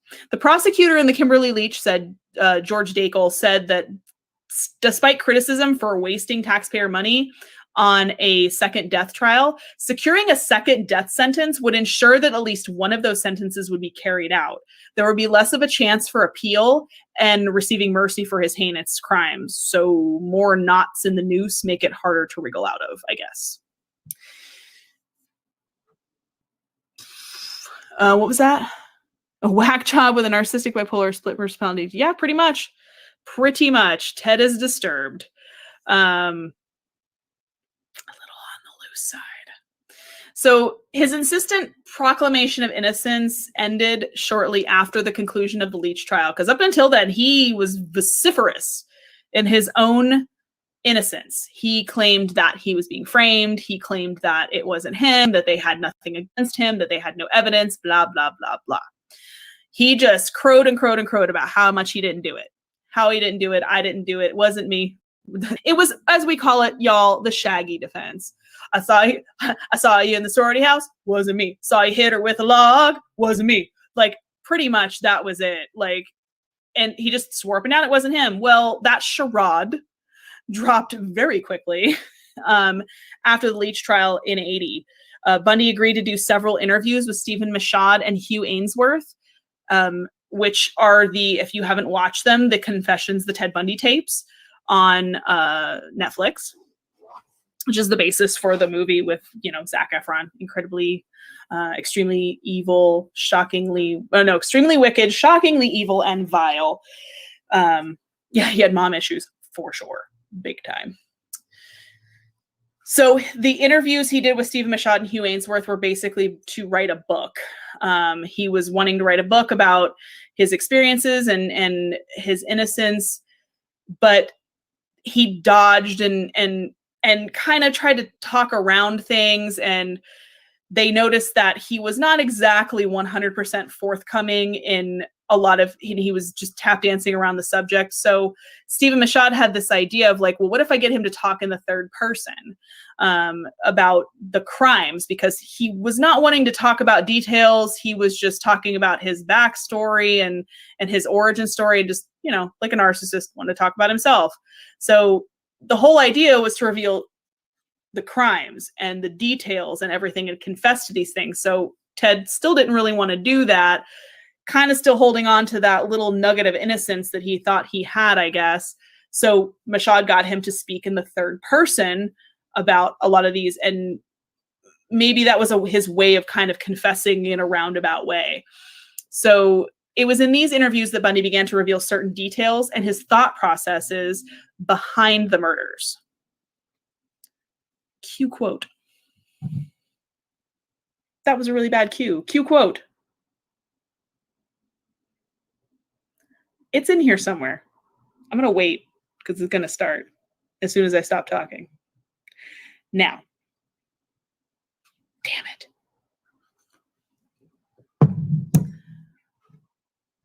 Cue quote. Come on, cue quote. Where did it start? Because I have it on here. My timing is off. I talk too long and I'm like throw my timing off.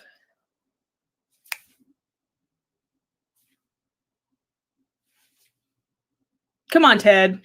Can't leave me hanging like this. Hanging. Huh. Because Florida still allows hanging.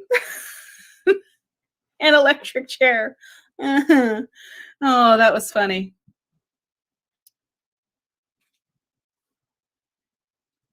I literally put the quote in here, you guys.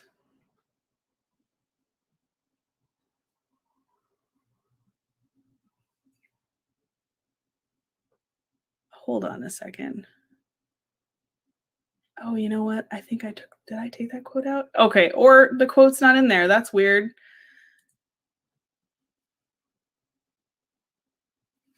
Hold on.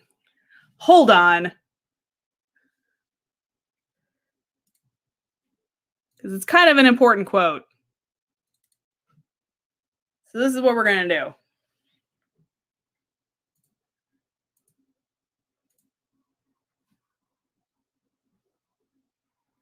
Pardonnez-moi for a second.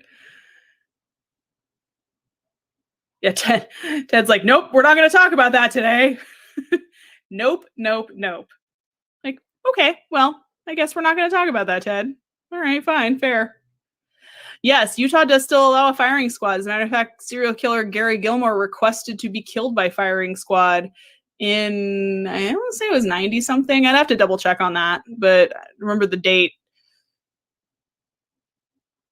But Hold on. Okay. I'm going to see if this will let me for 2 seconds. I'm going to remove this and I'm going to stop that. And then we're going to do this. Okay. Here's the quote that I wanted to put in here. Well, Bill, I could corroborate something on virtually every one of the. I mean, I'm almost without a doubt on every one of these, one way or another. I mean, that's the. I don't think anybody doubts that I've done some bad things. The question is what, of course, and how, and most importantly, why.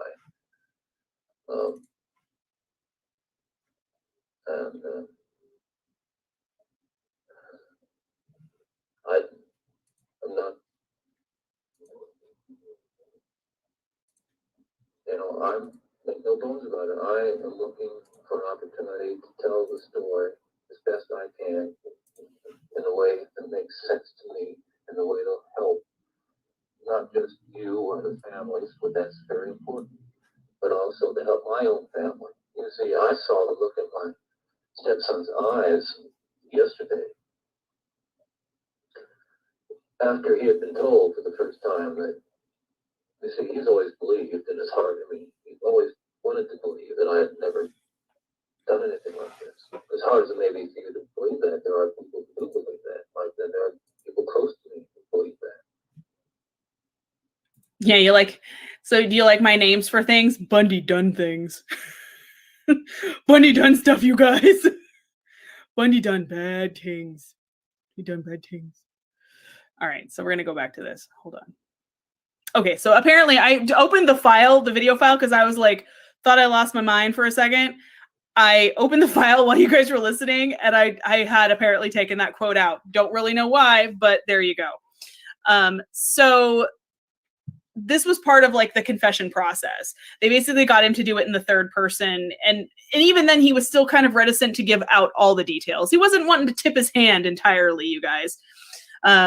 He confirmed a thought that his girlfriend, Elizabeth Kendall, had originally hypothesized back in her 1975 interview with Detective Jerry Thompson that he was a thief and he had actually shoplifted every item of value that he owned. He was quoted as saying, quote, "The big payoff for me was actually possessing whatever it was I had stolen. I really enjoyed having something that I wanted gone out and taken," unquote. This provided the building block for his explanation for the murders as well. He said that sexual assault fulfilled his need to totally possess his victims. It was originally not about murder. However, like potato chips, once he started, he couldn't seem to stop. Quote, "The ultimate possession," he had stated, "was in fact the taking of a life, and then the physical possession of the remains," unquote.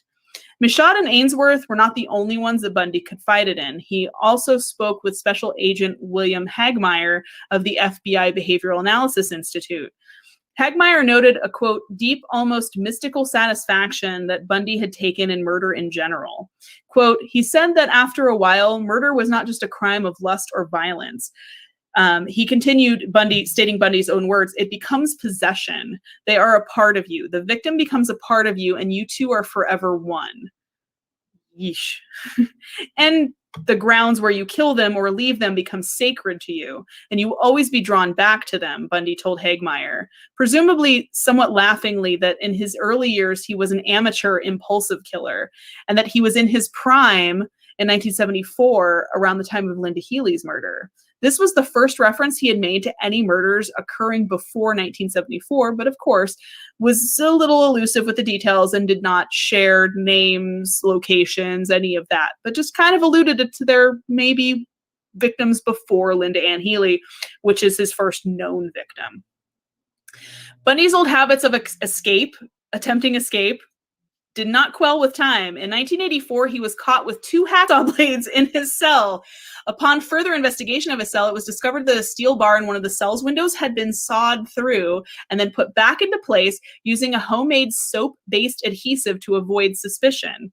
Perhaps sensing that the day of his death sentence was to be carried out was drawing near with every passing day, Bundy was beginning to grow desperate. Attempts at escape were becoming futile as the guards had grown wise to his antics and started probably shaking down his cell every chance they got to find, I don't know, fucking chicken bones in the shape of a MacGyver lock. I don't know, dude. Like, he was creative. Was shady and creative. So he was attempting to grow desperate. So what was his next logical step to prolong his usefulness to the police department? Well, that was exactly it. Prolong his usefulness, provide being useful to the police department. In October of 1984, Bundy contacted Robert Keppel and offered to share his expertise into the mind of a serial killer. Police were on the hunt for the Green River Killer in Washington, and Bundy was sure that he was able to find, that he was able to find the Riverman, which is what they were calling him at the time. This nickname would eventually become the title of Keppel's book, The Riverman, Ted Bundy and I Hunt for the Green River Killer, which is now available on Amazon, on Audible, if you want to listen to it. It is very good. Keppel later noted in a later interview that Bundy's habit of speaking about the crimes of the Green River Killer in the third person helped their investigative team tremendously, as the average person typically can't get into the mind of a serial killer themselves, but I guess it helps to have one on staff.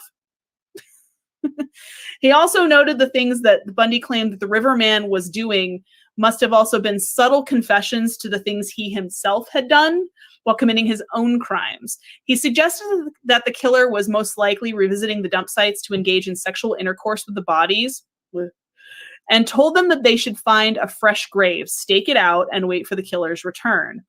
Bundy's claims were accurate. However, it would take another 17 years before the Green River Killer would be brought to justice. Intrigued? Well, you should be. But that is another story for another day, loyal watchers and my spooky fam. Bundy would not live long enough to see his efforts come to fruition, though he really, really tried. He pulled out all the stops. In early 1986, his execution date for the Chi Omega case was set for March 4th of that year, and it was quickly rescheduled. And in April, the new date was announced as July 2nd. So Bundy, ever opportunistic, took the chance for one final desperate attempt to prolong his life. He confessed to Hagmeyer and Nelson what they believed was a full range of his acts, including details of what he had done to some of the victims after their deaths. He'd confessed that he visited dump sites several times to perform sexual acts on the bodies until full decomposition made him stop. That was apparently the only thing that made you stop, Ted? Okay. He said in Utah he'd applied makeup to Melissa Smith's face after death. Ted Bundy, makeup artist? Do you think his makeup skills were on point? Like, do you think he was good at contour? Yes, queen. Get it. He even washed Laura Amy's hair. He decapitated 12 of his victims with a hacksaw and kept a few in his apartment before disposing of them on Taylor Mountain. The last-ditch effort to prove that he was still full of useful information proved futile, however. But fate intervened in the form of one more time less than 15 hours before his scheduled execution. So the snatched for the gods in more ways than one. So his confession tapes were then played because his mother was always, this is his mother and his stepfather. They were always in his corner, and his confession tapes were played at the end, right before his execution, to his parents. And that was her reaction. So I guess realize that your son actually did the things that, he was accused of. Well, that could not have been easy on her for sure. So basically he still had people up in his corner until the end, almost until the very, very end. So I can't imagine that would have been easy for his parents to hear the fact that, because you never want to believe the worst of your own child. But you know, the proof was in the pudding, unfortunately, and the confessions were done in Ted's own words. So it wasn't like, oh, you guys coerced him to say that, or you guys, you know, this was from a third party. Like, nope, we recorded him saying these things, and he confessed with gusto to these things. So that's a slide of her receiving a phone call from him right before he was executed. Ooh, let me fix my shirt. So the 11th Court of Appeals stated that they were reviewing the Chi Omega case for multiple technicalities, including including Bundy's competency to stand trial, as well as erroneous instruction from the judge during the death penalty phase, which required the jury to break a 6-6 tie between life imprisonment and the death penalty. To this date, this has never been solved. While this would have been enough to keep Bundy on death row until he most likely died from natural causes, like most people, remember, he had another execution sentence to carry out, which was given as a way that he couldn't weasel his way out of it. So a new execution date for the Leach case was set for November 18th, 1986, but once again, the 11th Circuit Court issued a stay of execution the day before. This lasted until 1988, when the 11th Circuit ruled against Bundy's appeal. In December of 88, a firm execution date was set at January 24th, 1989. Once all of his appeals had fallen through, Bundy agreed to openly speak with investigators. He finally confessed that he'd been guilty of all 8 of the Washington and Oregon murders, and even described 3 previously unknown victims in Washington and 2 in Oregon. He refused to identify them. However, it remains unknown whether Bundy would have known the identities of any of his victims had he not actually been caught. He claims to have had a 5th corpse, the corpse of Donna Manson on Taylor Mountain, but had incinerated her head in Elizabeth Kendall's fireplace. He stated, quote, "Of all the things I did to her, this is probably the one she's least likely to forgive me for. Poor Liz. Poor Liz! Poor woman's head you burned in a fucking fireplace, you monster." Good gravy. Good. Unable to forgive me for...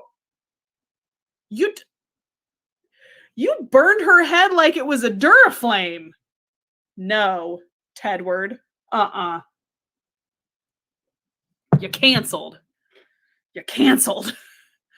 Bundy also described in graphic detail the way he had lured Georgianne Hawkins to his car before rendering her unconscious with the use of a crowbar.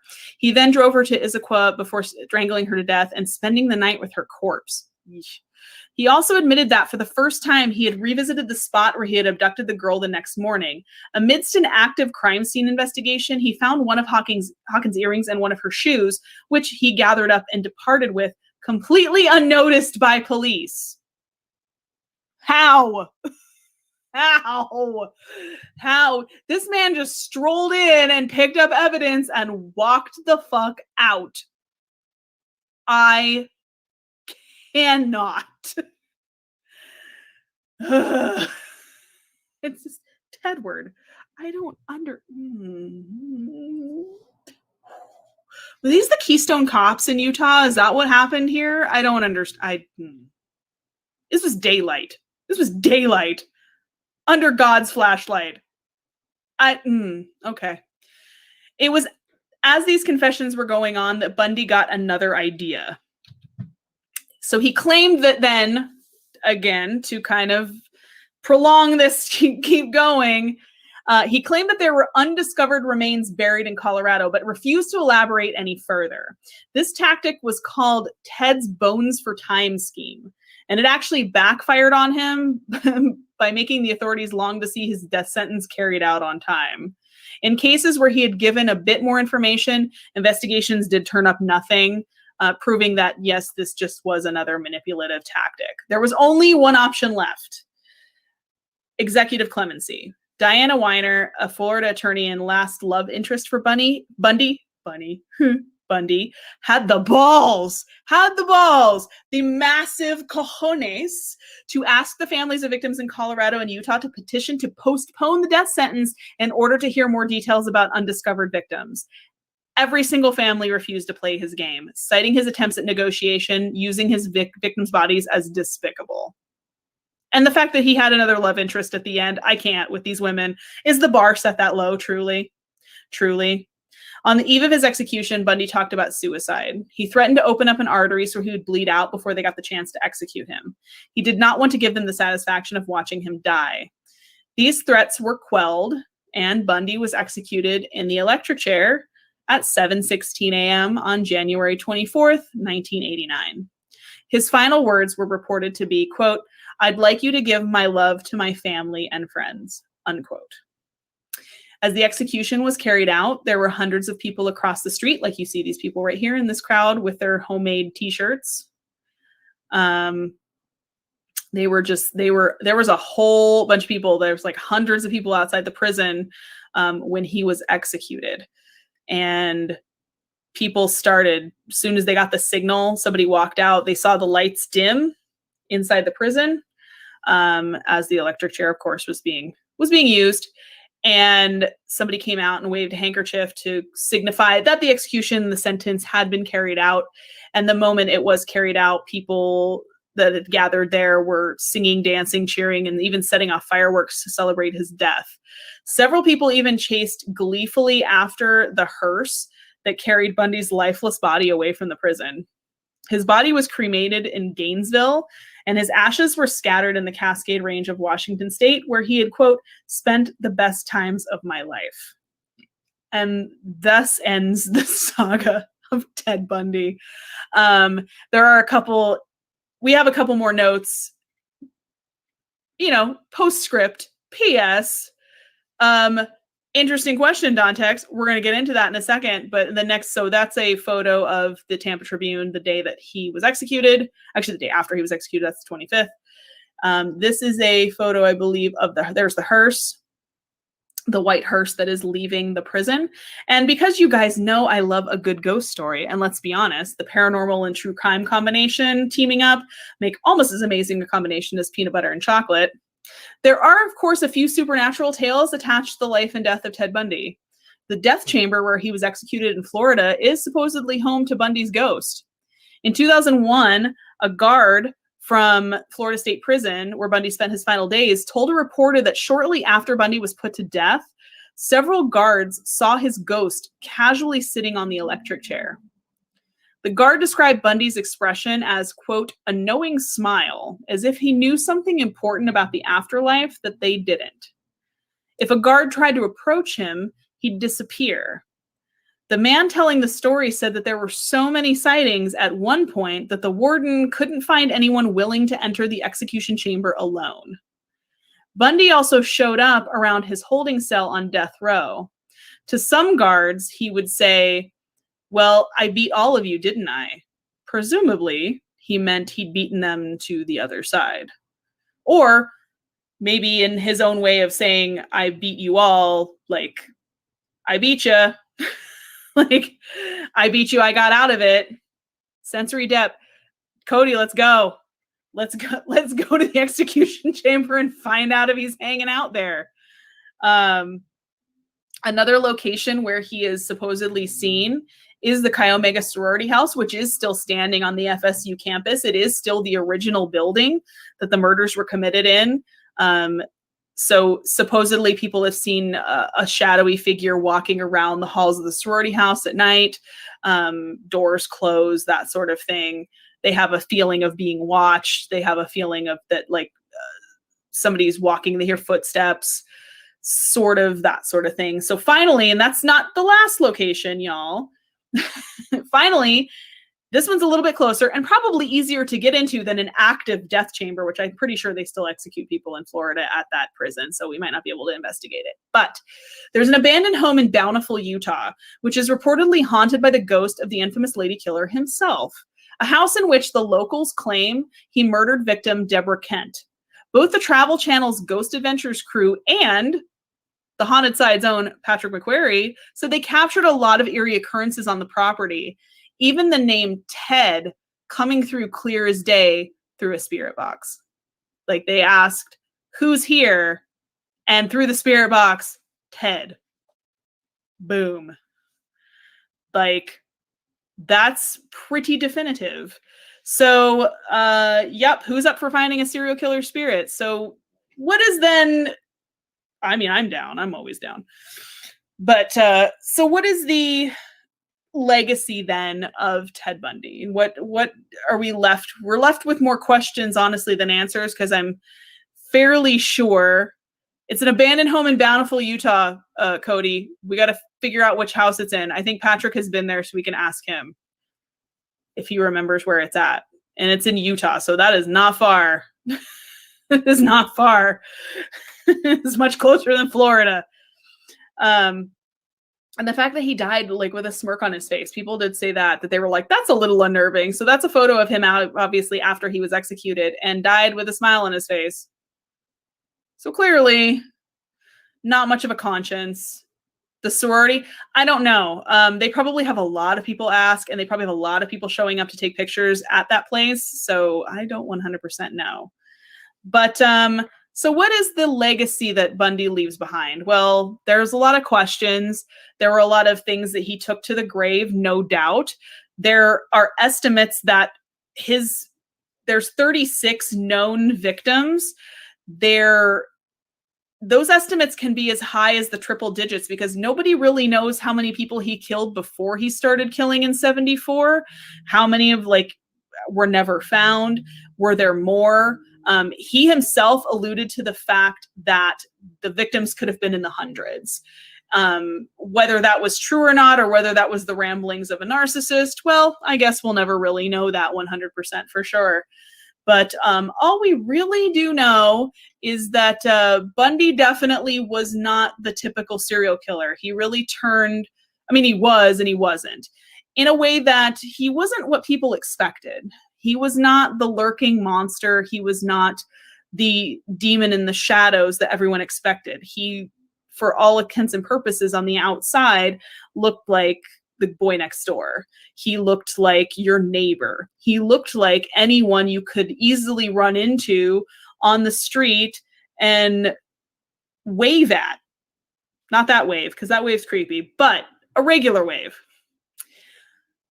But inside, there was definitely something wrong. But we'll let this interpretation of one of Ted's most famous quotes kind of show what was on the inside that was lurking behind this smile. Monster inside, normal outside. Keep that in mind. I know, right? It's a creepy face. That is what I think people look at me when they wave at me in Messenger. That is what they look like, 100%. Don't wave at me in Messenger, because that's the face I see. Yeah, it's like, ooh, no. But yeah, let's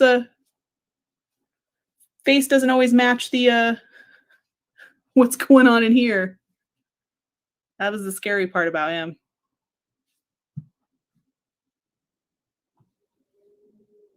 I know I put this audio in here, you guys. I know I did. You learn what you need to kill and take care of the details. It's like changing a tire. The first time you're careful. By the 13th time, you can't remember where you left your luggage. Oh, Ted. Oh, Tedward.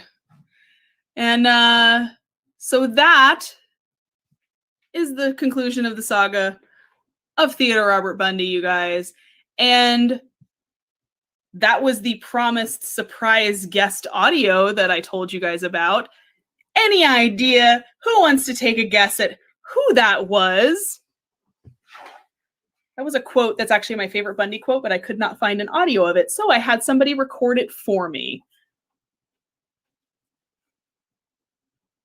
I know there's somebody in the chat who knows who it is.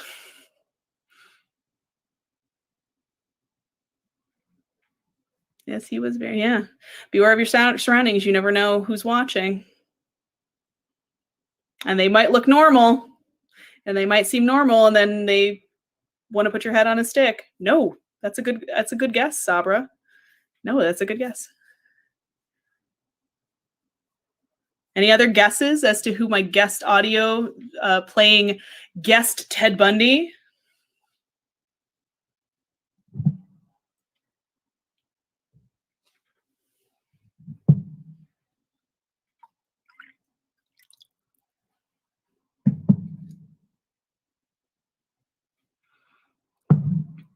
No, but that's a good guess as well. No, it's not Crow. Although I'm going to have Crow do one. I can play it again. You guys, hold on. Let me open Audacity and I will play it again. No, I've asked Jason. Jason will do one on a future episode. I'm actually going to have Jason play somebody else. 1 second. Actually, you know what? I can't open it on Audacity. I have to open it. Yeah, it was Cody. Yep. You guys got it. It was Cody. Cody played Ted Bundy. A cop played Ted Bundy. Ted Bundy played a cop. I don't like this version of Inception, you guys. Yes, it was Cody. So congrats, Cody. Thank you very much. Thank you for playing Ted Bundy for the quote for me, because that was the quote I really, really wanted, and I could not find it anywhere. I could not find that quote any place. And I was like, can you please record this for me? He's your favorite serial killer. Please, please, please. Yes. It was an awesome job. Thank you so much, Cody. Was amazing. Look for more of those guest appearances in the future by other people, just because there are a few more serial killers that we're going to cover that don't have audio recorded for them or don't have, sound clips necessarily. Some of them are old enough where they don't have any kind of sounds attached to them. So, y'all suck. It's like, y'all are terrible. Everybody but me. Were there any other questions before I let you guys go? We'll open it up to a Q&A. If anyone has any questions about Bundy, about the Bundy case. I lived and breathed that case for longer than I care to count, you guys. So this was a deep dive, and it almost cost me my sanity. So I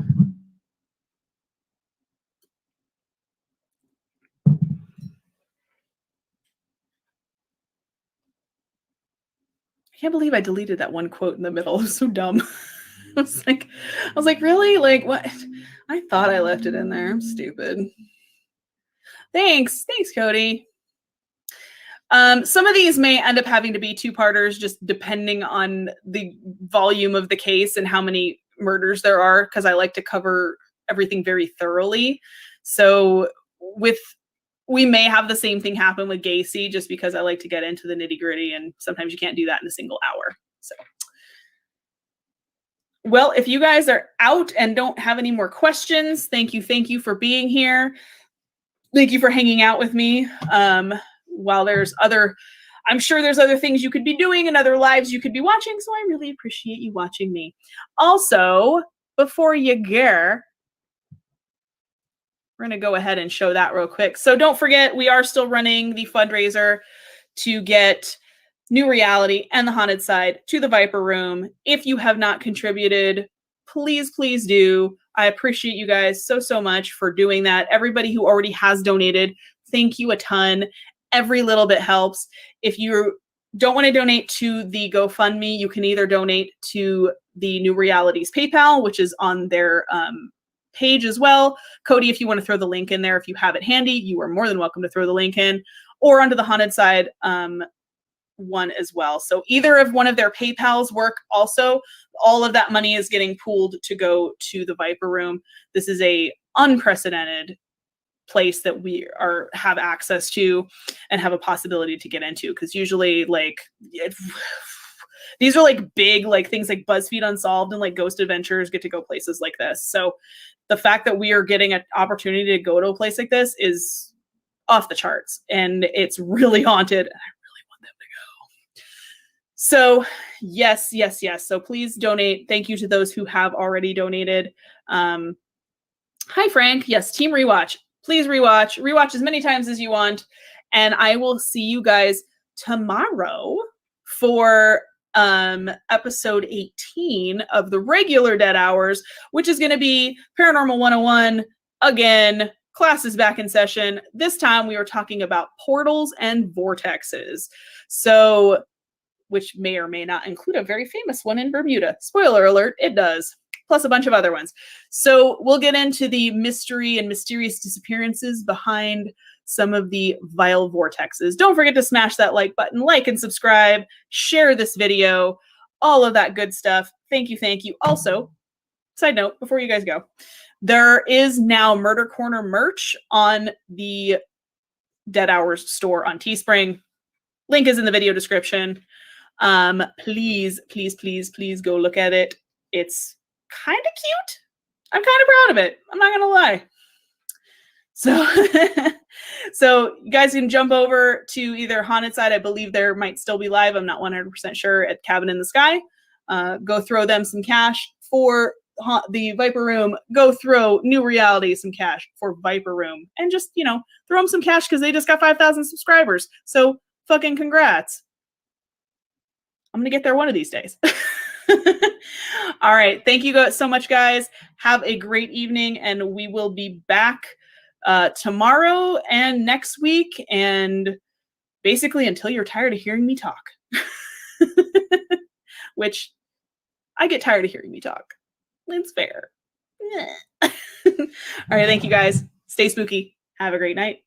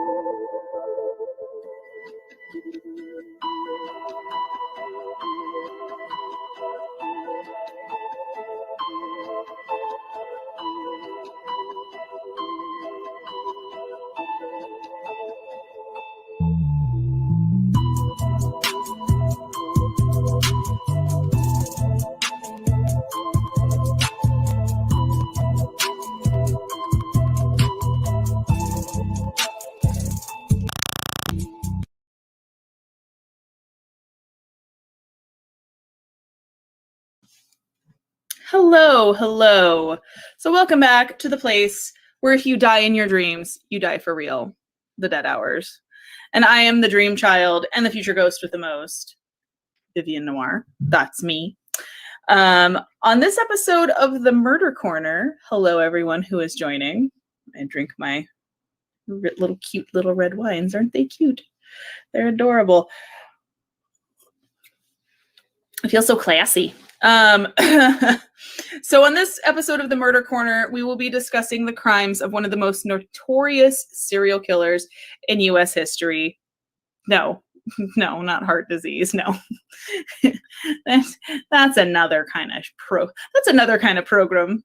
No, of course, per request, we are discussing the crimes and the motives of the killer clown himself, John Wayne Gacy. Which is astounding because I really hate, I really hate, double hate, loathe entirely the subject of clowns and clownery in general. I was that one kid who despised everything about circuses solely because of the clowns. Like, I wanted nothing to do with circuses, nothing at all. I mean, there's cool animals and stuff at the circus, but the clowns just ruin everything, spoil the whole thing. So nope. So because I had to look at photos of pure nightmare fuel while putting the slideshow together, do be warned that this is the last time you will hear from me on the subject of clowns, on this dreaded subject. Okay, so that being said, moving on to the content warning. As always, the crimes that we are about to discuss are heinous and gruesome, and the subject matter is not made for kids or those with sensitive natures or the faint at heart. So do remember, you have been warned. That is your last warning, folks. So buckle in, because this one's going to be fun. Also, P.S., it's going to be a two-parter because there's a lot of material here. So Gacy is known as one of America's more prolific serial killers with an official victim count of 33, 26 of which were buried beneath his suburban home, and 8 of which remain unidentified to this day. He was a man who wore one face around his friends and loved ones as a generous man who gave back to his community, but beneath that false jovial smile lurked a deep darkness that would claim more than 30 young men's lives. A sadist, a sociopath, and a pure predator. But where did it all begin? Ironically enough, not far from where it ultimately ended. So let's get into it. Okay, point of order. The quote already, you guys. The quote already. I am triggered. Already starting out of the gate with a good one. Already starting out of the gate with, let's make Viv as uncomfortable as entirely possible. I'll take 500 in that category, Alex. Thank you. Awesome. All right, here we go. When they paint the image that I was dismantled, who picked up like these altar boys along the street and swatted them like flies. I said, this is ludicrous.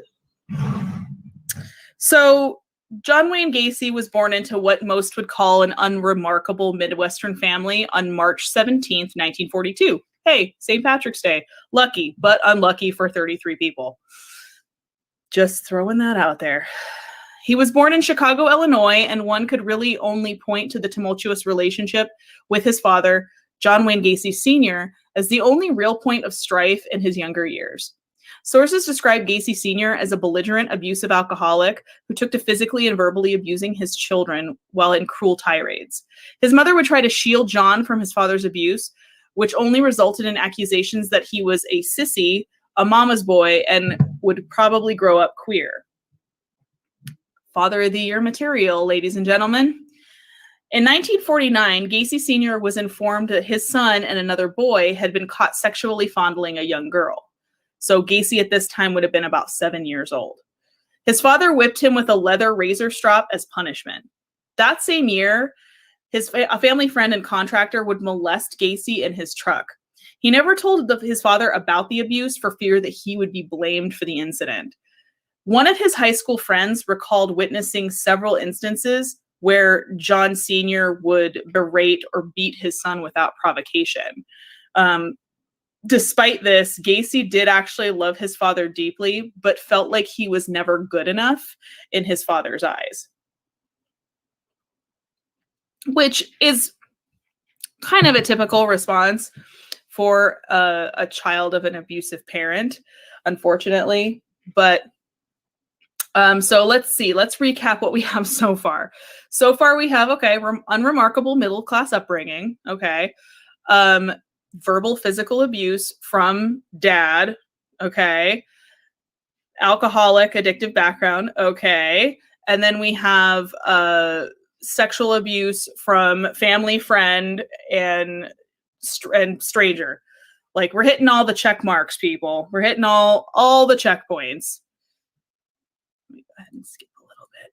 There we go. So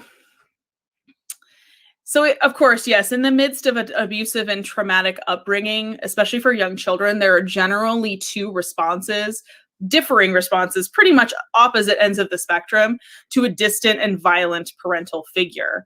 One of them is fear. One of them is a fear response. They will, hide. They will be, just terrified of their parent. And the second response is a little bit more confusing, which people don't generally understand right away. It's kind of a response of where they desperately seek approval of that parent.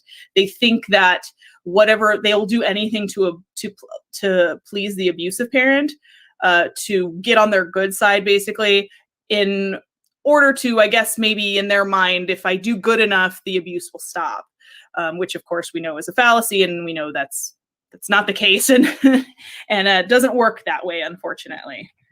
But it didn't stop John from trying to win his father's affection. He consistently would do that his whole life, despite the fact that nothing he ever did he loved his father deeply. He actually did love him a lot, and it didn't seem like no matter what he did, he always seemed to fall short of winning his way into his father's good graces. So Gacy Sr. would pass away in 1969, years and years later when John was an adult, but he still felt like he was never able to get close to this man he so idolized, and it was something he regretted his entire life. But still, he remained very close with his mother, Marion, and his two sisters, Joanne, who was his older sister, and Karen, who was his younger sister. So he was the middle child. The neighborhood he grew up in was middle class and average by all American standards at the time. It wasn't uncommon for young boys to pick up part-time jobs after school to busy themselves and earn a little extra money, and John was no exception to that rule. He had a newspaper route, and he worked in a grocery store part-time as a bag boy and a stock clerk. But he was also engaged in extracurricular activities like Boy Scouts and seemed to really thoroughly enjoy like outdoor activities like camping and hunting and things like that.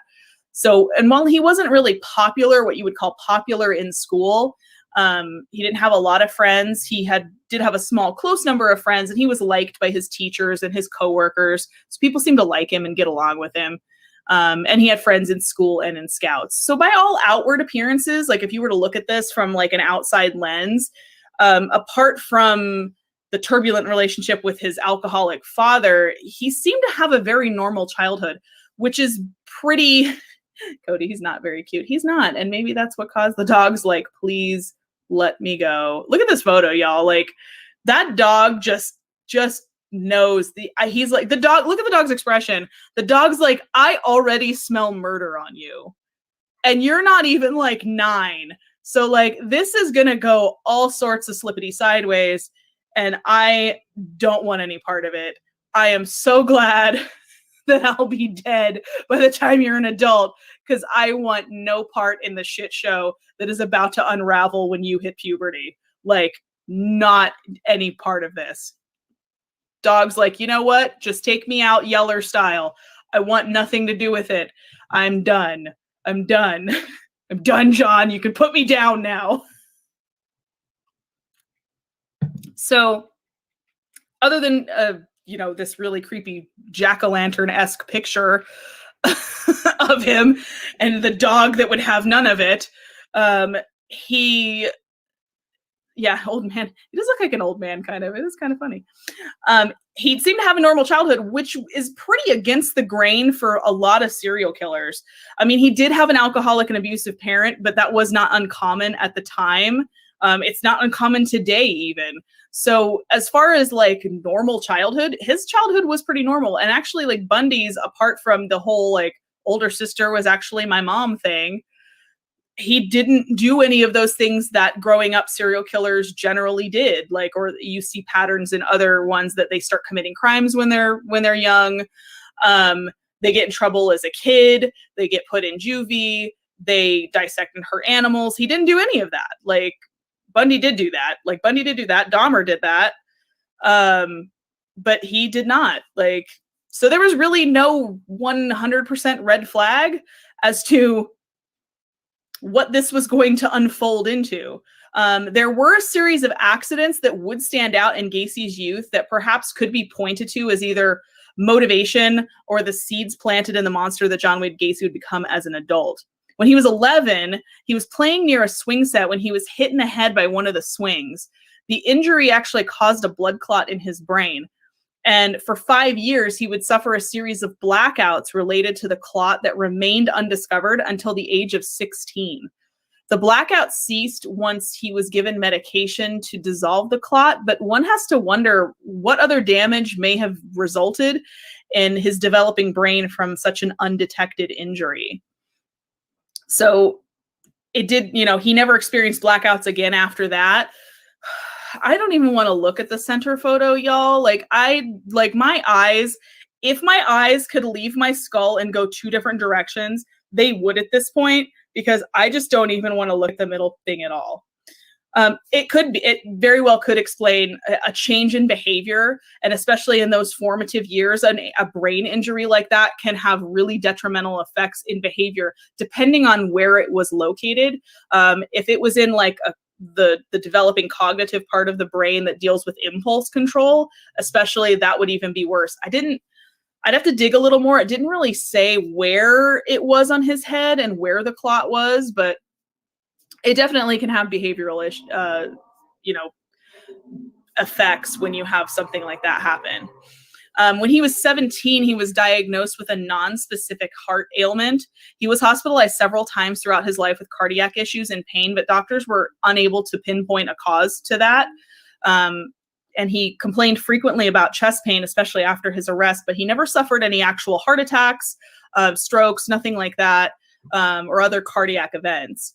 As Gacy got older, he either seemed to lose interest in school or become detached from his studies and his peers. And after transferring high schools 4 times in his senior year, but never actually graduating, he would drop out of school and leave Chicago for Las Vegas, which is where I live, which is really creepy.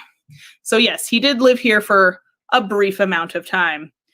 So perhaps to find a way to find his own path as a young adult or escape an abusive home. It's not really clear as to why he moved. He did find work with an ambulance service in Vegas before being transferred to work for Palm Mortuary, which is one of the biggest mortuary chains out here. As a mortuary attendant, he slept on a cot behind the embalming room and would observe the morticians doing their work, because that's not weird and creepy. Not to say that I wouldn't do that still, but still weird and creepy. I'll go with that middle picture, y'all. So I've got, let's see, the colonel, the convict, and the fucking night terror right in the middle. Like, I can't with this photo. It's no bueno. I do not care for it. So he would watch the morticians do their thing, and he worked there for 3 months and would later confess that one night while alone in the funeral home, this sounds like one time at band camp, you guys. I already don't like where this is going. He would climb into the coffin of a deceased male teen and would caress and embrace the body before experiencing a sudden sense of shock and like grossed himself out, I guess. Stunned at his own actions, Gacy would call his mother the next day and ask whether his father would allow him to return home. His father relented, and later that same day, Gacy returned to Chicago. After returning home, and despite not having completed high school, Gacy would enroll at Northwestern Business College. He would perfect his talent in salesmanship there before graduating in 1963. But one thing was for sure, he seemed to have a natural talent for it and was a natural-born salesman who could almost talk his way out of anything, or as I guess they say, could sell ice to Eskimos, that sort of thing. He would take a management trainee position with the Nunn-Bush Shoe Company, and it wouldn't take long before Gacy was transferred to Springfield, Illinois, and promoted from a mere salesman to a management position. And it was here that he would also become engaged to coworker Marlon Myers. You can see her in this photo here. That is his first wife. Yes, I said first wife. This man was married more than once. So again, kudos to the bar being set very low, I guess. Original Ronald McDonald had triple homicide. Try 11 times that triple homicide written all over his creepy ass clown face. So it was at this time that Gacy's health would take a downward turn. He had gained a lot of weight and would start to suffer more from his health condition due to the increase in girth. He would be hospitalized for his heart again and then for a spinal injury shortly thereafter. His health conditions relating to his weight and his heart and his back would plague him for the remainder of his life, but it didn't seem to slow him down. During his courtship with Myers, he would join the local Springfield JCs and work tirelessly for them and be promoted to key man in 1964. That same year, he would recount his second homosexual experience. So I guess the first one being the abuse he suffered when he was a child, which to me doesn't really count. According to Gacy, he and one of his JC's colleagues would have drinks after having one too many. He invited John to spend the night on the sofa rather than drive home drunk. He agreed, and then the unnamed colleague would perform oral sex on him while he was drunk. In 1964, Gacy would marry Myers following a 6-month courtship, but would continue to hide and entertain homosexual desires. Marlon's father would purchase 3 Kentucky Fried Chicken franchises in Waterloo, Iowa, and then the couple would move there in order to run the restaurants. They would move into Marlon's parents' home, which had been vacated for the newly married couple, and he would open a club in the basement of the home where his employees could hang out and play pool, which, okay. I mean, that on the surface sounds pretty fine. Like, he sounds like a good boss. Like, he sounds like a cool dude, like you might want to hang out with after work. And then I got to thinking, okay, he owns like fast food restaurants, right? So here's the deal with that though. I'm gonna pause this right here. So when you take into account that who generally works at fast food restaurants, teenagers, like teenage kids, young people. So then that took on a whole other dark connotation of like, okay, you opened a club in your basement for your employees who are minors to come hang out and play pool and drink with a grown-ass married adult man. No. First of all, how dare you, sir? And why? And no. And no. Just no. Just no, sir. I don't think so. And while he did employ both young men and women at his restaurants, he seemed to be only interested in socializing with the, you guessed it, young teenage boys who worked for him. He would ply them with alcohol before making sexual advances towards them. And if they seemed shocked or rebuffed him, he would play it off as a prank, a joke, or a test of morals. Because that's not weird. In Waterloo, Gacy would join the local JCs, and he would give any spare time to them outside of his regular 12 to 14-hour work days. So the guy was like just like workaholic like crazy. At meetings, he would often provide chicken from his restaurants, and he insisted, this one made me laugh. He provided chicken from his restaurants and would insist on being called the Colonel. I don't know why I find that funny, but it's really funny. So those are his two children from his first marriage, which we'll get to that in a second. Those are his, which they are still alive, as far as I know. His two actual biological children are still alive, and that is them in that photo. He insisted me call the Colonel. Why? So while many found him braggadocious, he was praised for his high fundraising and worked his way up in the ranks rapidly. In between all the constant work, Gacy would find time to father a son and a daughter, respectively, in 1966 and 1967. And when his parents visited the family in 66, his father would later apologize for the abuse suffered to Gacy when he was young and said, quote, "Son, I was wrong about you." He would later describe this time in his life as perfect. After what seemed like a lifetime, he'd finally gained his father's approval. But as you guessed it, the perfect time would not last long. If it seems too good to be true, it pretty much is, as the urges Gacy was hiding for a long while would come bubbling up to the surface with disastrous results. So rumors had already started to spread around Waterloo about Gacy and his sexual preferences. These rumors were fueled by the constant presence of young men and boys that Gacy seemed to prefer the company of. Like, he just seemed to be surrounded by teenage boys all the time. And plus the seamier side of the JC's organization, which he was in, he was fully immersed in, this outstanding vice president of the chapter often engaged in drug use, wife swapping with other members, and hiring prostitutes with other members of the organization. So I was unfamiliar with JC's. To my knowledge, it is a typical like middle town, like we have them in Vegas, but like it's like a town organization that does like city and civic works and volunteer stuff. I had no idea that it was like, you know, Fight Club motherfucking Sin City bullshit on the off hours. Like, I was like, why haven't I ever joined can they just advertise? If they advertise drug use, wife swapping, and prostitutes, their numbers in recruitment would go way up. And free chicken, just throwing that out there. So people heard stories that Gacy would often make passes at the young men who worked for him at his KFC franchises, but no one really seemed to believe the gossip because it was just that, gossip, until 1968, when sordid truths would be dragged out into the light for all to see. In August of the prior year, Gacy had lured 15-year-old Donald Voorhees Jr., the son of a fellow JC, to his home on the promise of showing him some porno films. Gacy then plied Voorhees with alcohol and persuaded him to perform oral sex. Over the next several months, he would victimize several other teenage boys, including one whom he encouraged to have sex with his wife first, before subsequently blackmailing him into performing oral sex. This is just wild and out. This is like, Roman Emperor's got nothing on this guy. Several of them he tricked into sexual activity under the guise of scientific research of homosexuality and even paid them up to $50 each.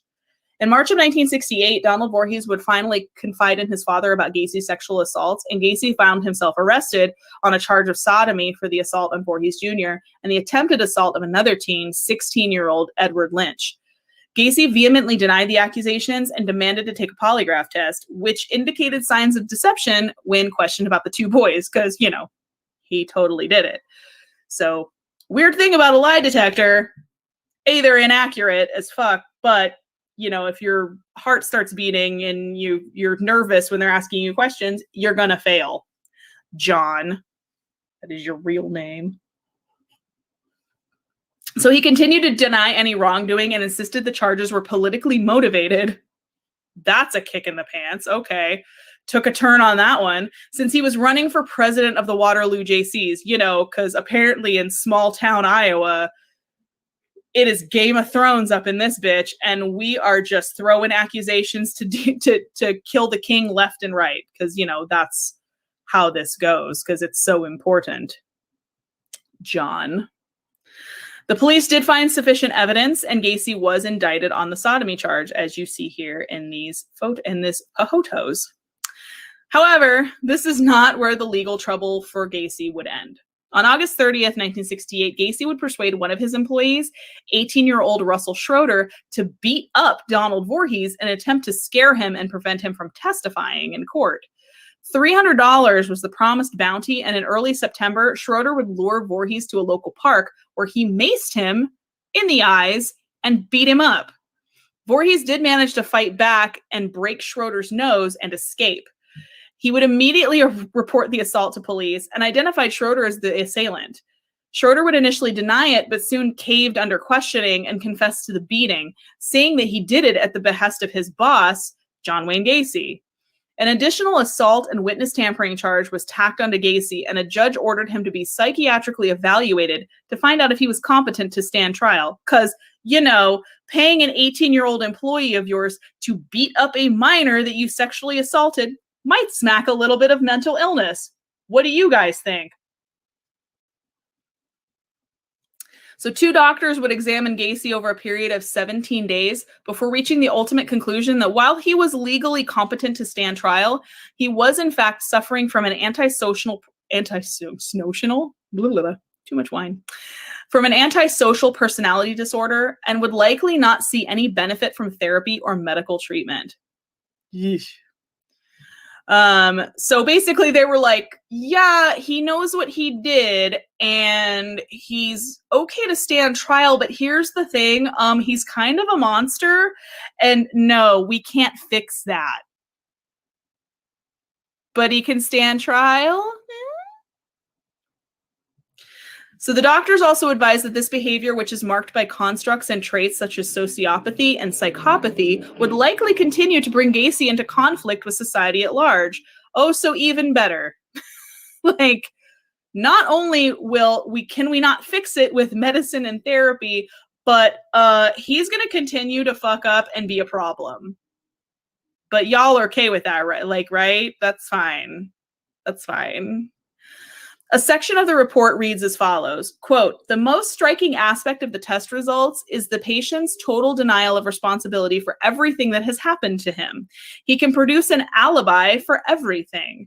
He presents himself as a victim of circumstances and blames other people who are out to get him.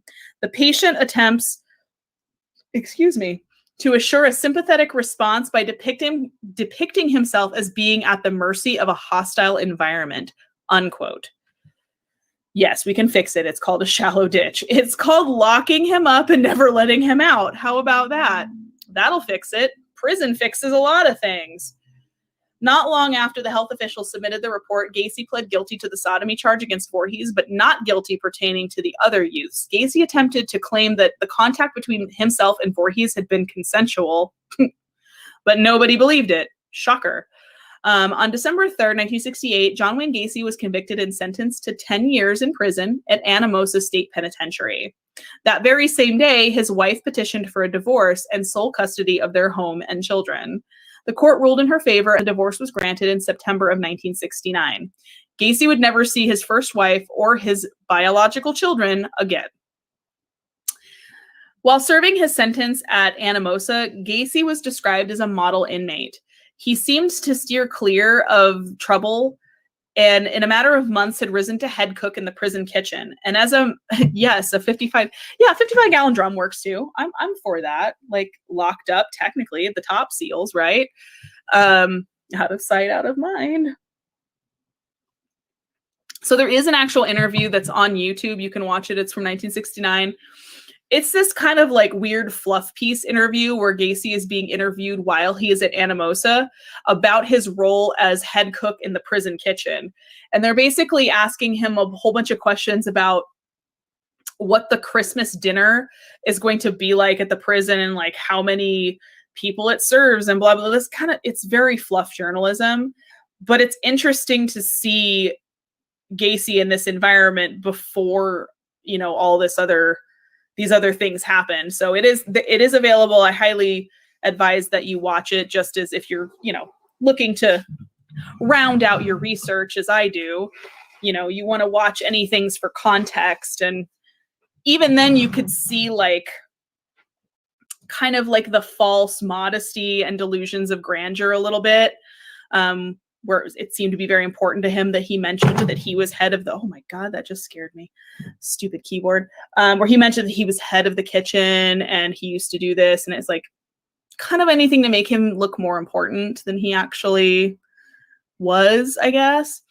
And where they were like, oh, well, you know, how long have you been in here? And he's like, well, I've been in here for like, I think he said like 12 months or 18 months or something like that. And he's like, oh, I'm hoping to get out very soon.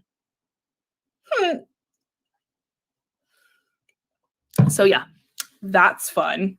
I advise watching it. It's interesting seeing how the mind works. So he was head cook in the prison kitchen. He also supervised several projects designed to improve the quality of life for the inmates in the prison, including the installation of a miniature golf course. Do I just need to go to prison? So let me see. When they were describing the food, it sounded awesome. They got like all this food and free pie and mini golf. You got pumpkin pie and mini golf.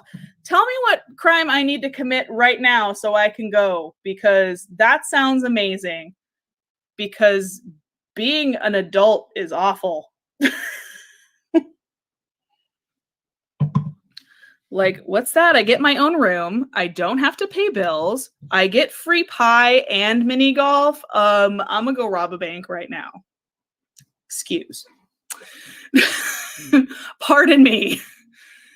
So he seemed well aware that being on his best behavior would get him parole faster. He would be denied parole at first in 1969, and in order to prepare for a second hearing in 1970, and I guess in order to look like a more productive member of society to the parole board, he completed 16 high school courses and finally earned his high school diploma in November 1969. Yes, you have to time travel to 60s, 70s prison. That's true. I don't think modern prisons are as nice. Unless I went to like a club fed or something. Like, who can I embezzle money from that I can end up in like a white collar prison? I feel like white collar prison would have like wine and cheese tastings and mini golf. I needed to commit some stock fraud stat, you guys. So got his high school diploma finally, even though like already graduated college, but then yeah, so weird. Kind of skipped that stuff, but went back to finish it while in prison. He would be dealt a severe blow only about a month later, though, when on Christmas Day, Gacy's father would die from cirrhosis of the liver due to his chronic abuse of alcohol. When he was told of his father's death, Gacy reportedly collapsed to the ground sobbing. When he was requested to leave, to do supervised leave. So you would leave under obviously the attendance of guards to attend the funeral, but that request was denied. John Wayne Gacy's time behind bars was already coming to an end, though. A mere 18 months into his 10-year sentence, Gacy was granted parole with 12 months probation. The conditions stated that he must return to live in Chicago under the supervision of his mother and maintain a 10 o'clock p.m. curfew. And then, so we see how art already, I don't like where this is going already. Tax fraud should get you some federal time too. Yes. Sign me up for Club Fed. I want to play mini golf and eat pumpkin pie. Oh, I will show the painting. It's not too long after these slides. And I don't care for it. It is nightmare fuel. So on his release from prison, Gacy told his friend Clarence Lane, who picked him up from prison and remained steadfast in Gacy's innocence, that he would never go back to jail and that he intended to reestablish himself in Waterloo. So you're just a fucking liar, John. You're just a fucking liar. Because within 24 hours of his release, Gacy had relocated to Chicago in accordance to his parole conditions. He arrived there on June 19th and shortly thereafter obtained a job as a short order cook in a restaurant. Though his vow that he would never go back to jail was really short-lived. Also, see? Liar. It didn't take long for him to run afoul of the law again. On February 12th, 1971, Gacy was charged with sexually assaulting a teenage boy who claimed that he had lured him to his car and forced him to perform oral sex. These charges were dropped after the complainant attempted to blackmail Gacy.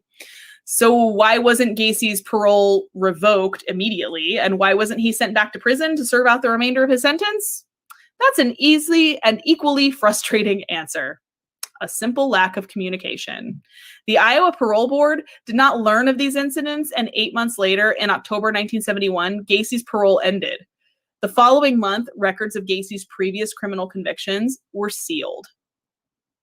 That seems like a really bad idea in retrospect. That seems like poor judgment. Bad judgment call, y'all. So there's that. So now basically to keep you up to speed, now he is off parole. He is as free as a bird and his previous criminal convictions have been sealed so nobody can look into them. With assistance from his mother and in an effort to show how reformed and responsible he had become, at least on the surface, he purchased the ranch-style home, that one, at 8213 West Summerdale Avenue. He was quick to make friends with his new neighbors, Edward and Lily Grexa, who had lived in the neighborhood since the time it had been first built. After only 7 months of living in his new home, he was spending Christmas evening with the Grexas, whom he had invited over for dinner with his mother. The neighbors became fast friends and often gathered together for drinks or games of poker in the comfort of their homes. The Grexas had no idea of Gacy's criminal past or of his most recent run-in with the law. A little more than a month after the Grexas had been visited for Christmas dinner at Gacy's home, he'd been charged with disorderly conduct.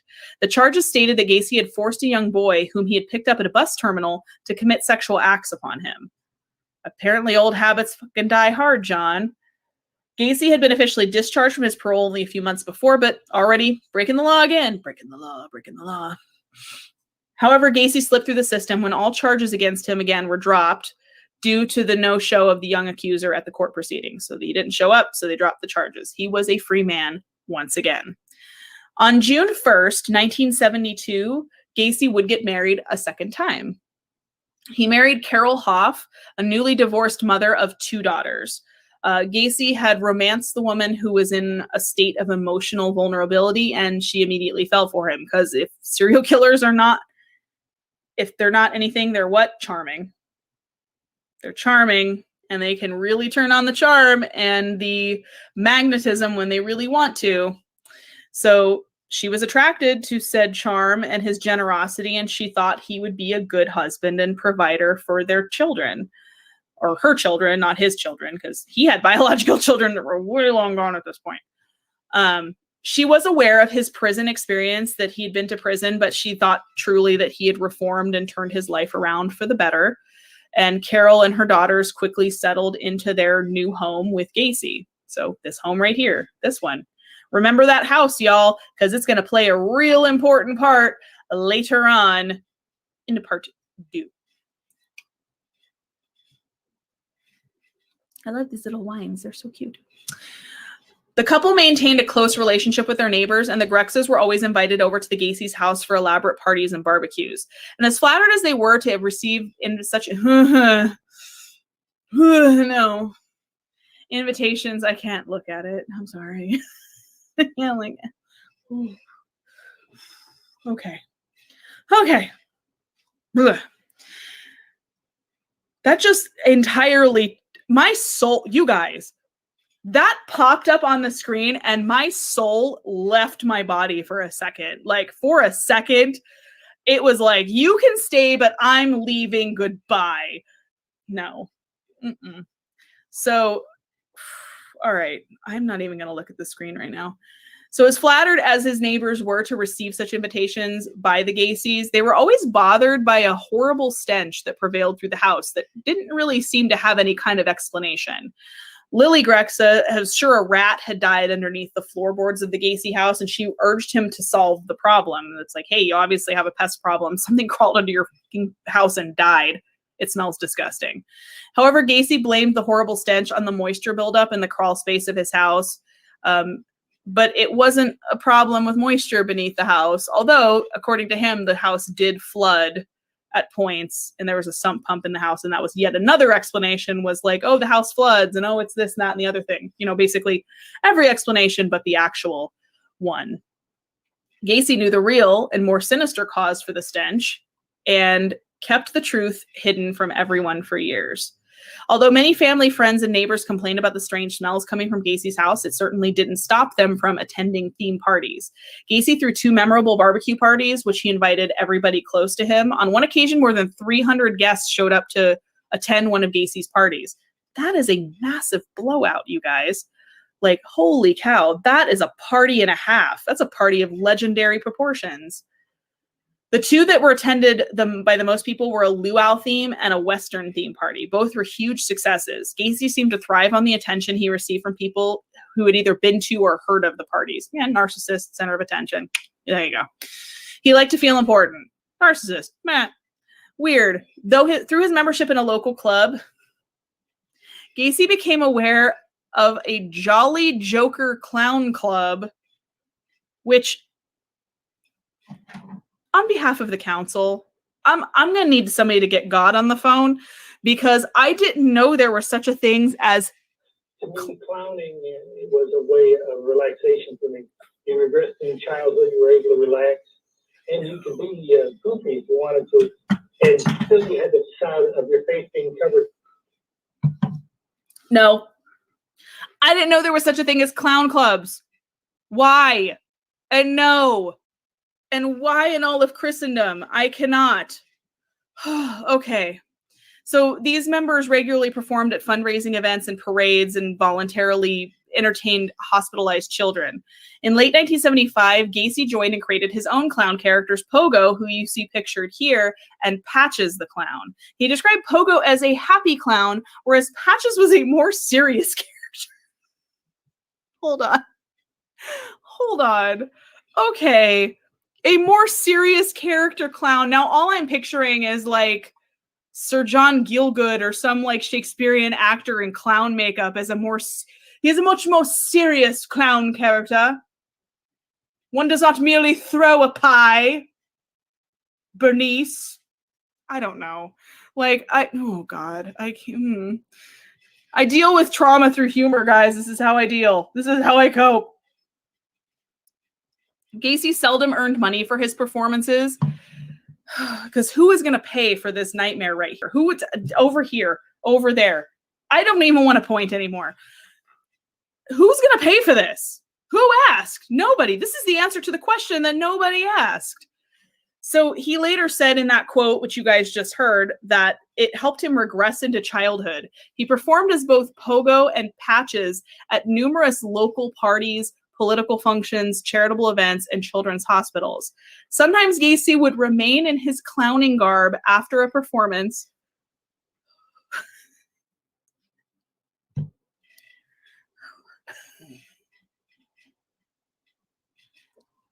and briefly drink at a local bar before returning home.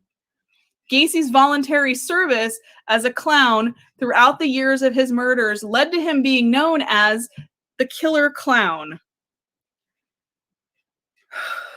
Okay, time out. What in the cool, crispy, carbonated fuck is this? I demand an answer. I demand an answer for the specter of terror that is staring at me through grease paint and a sinister smile. I demand an answer for this. Again, someone get God on the phone. Speed dial. Hold on. You know what? Never mind, because I have learned two things for certain in regards to this photograph. One, that according to experts in the field of clownistry, who cares?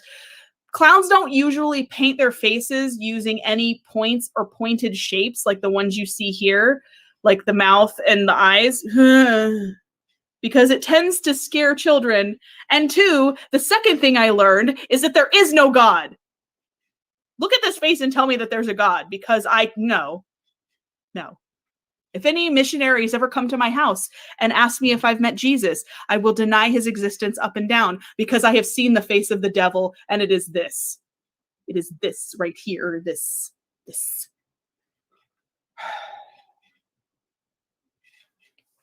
That is a painting by Gacy himself that was done in prison. It is on a display currently. I believe that one's at the Haunted Museum, actually. And he hinted that there is a clue hidden to one of his crimes or one of the places he ditched the bodies in this painting. Whether that's true or not, I don't know, because he was pretty much a pathological liar at points in prison. He would confess to a lot of things and then retract them later.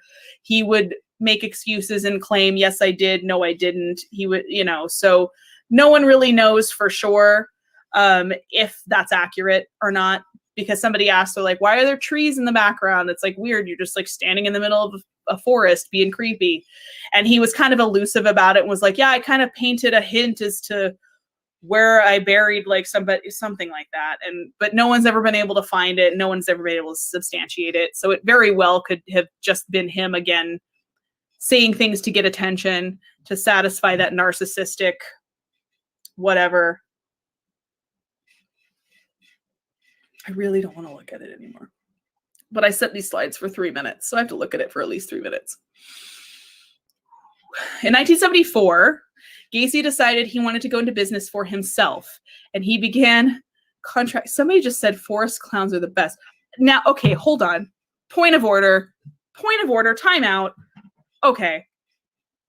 Forest clowns imply the possibility, I'm gonna put my glasses on for this, of feral clowns.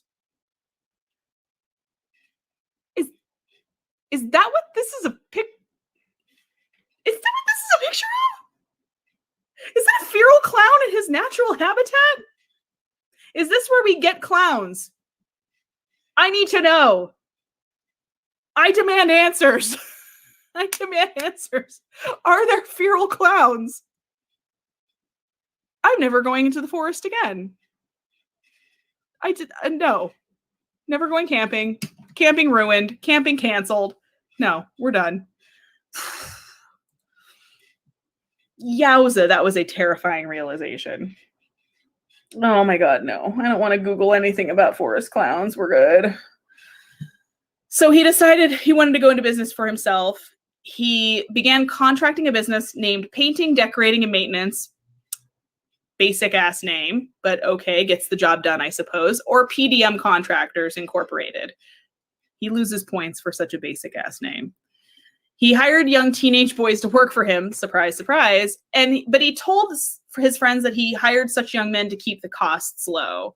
But we know that wasn't the only reason for hiring teenage boys. Gacy intended to seduce his young employees. His homosexual desires and his urge to inflict harm were slowly becoming more apparent to those around him, especially his wife. Carol and John had drifted apart by 1975, so they didn't stay married for very long. That is her in that photo right there. Their sex life had come to a halt, and Gacy's moods had become more unpredictable. After they had sex on Mother's Day that year, he would coldly inform her that this was the last time they would ever be intimate. Oh, way to kill the mood, John. Jesus. He would be in a good mood one moment, and then the next moment he would be flying into an uncontrollable rage and throwing furniture. Bipolar much? Maybe. He was an insomniac, a workaholic, and his lack of sleep seemed to have only exacerbated his other problems. Gacy was rarely home in the evenings, and when he was either fixing something outside of the house or working in the garage. However, there was one thing that Carol was extremely worried about. It was not only that Gacy showed no sexual interest in her that hurt Carol, but what also pained her even more was when she began to find magazines with naked men and boys in her house. She knew Gacy was reading them, but he acted nonchalantly about his new choice of reading material, and she pressed him on it. He would get kind of belligerent and claim that it was none of her business. Finally, Gacy did admit to Carol that he preferred boys to women. He did claim that he was bisexual to her at one point, and naturally, and I don't know if he ended up going back on that and just saying like, yeah, no, I like guys more. But either way, Carol was naturally distressed, and she soon filed for divorce. The couple's divorce became final on March 2nd, 1976. So 2 failed marriages, and this would be the last one, but for good reason.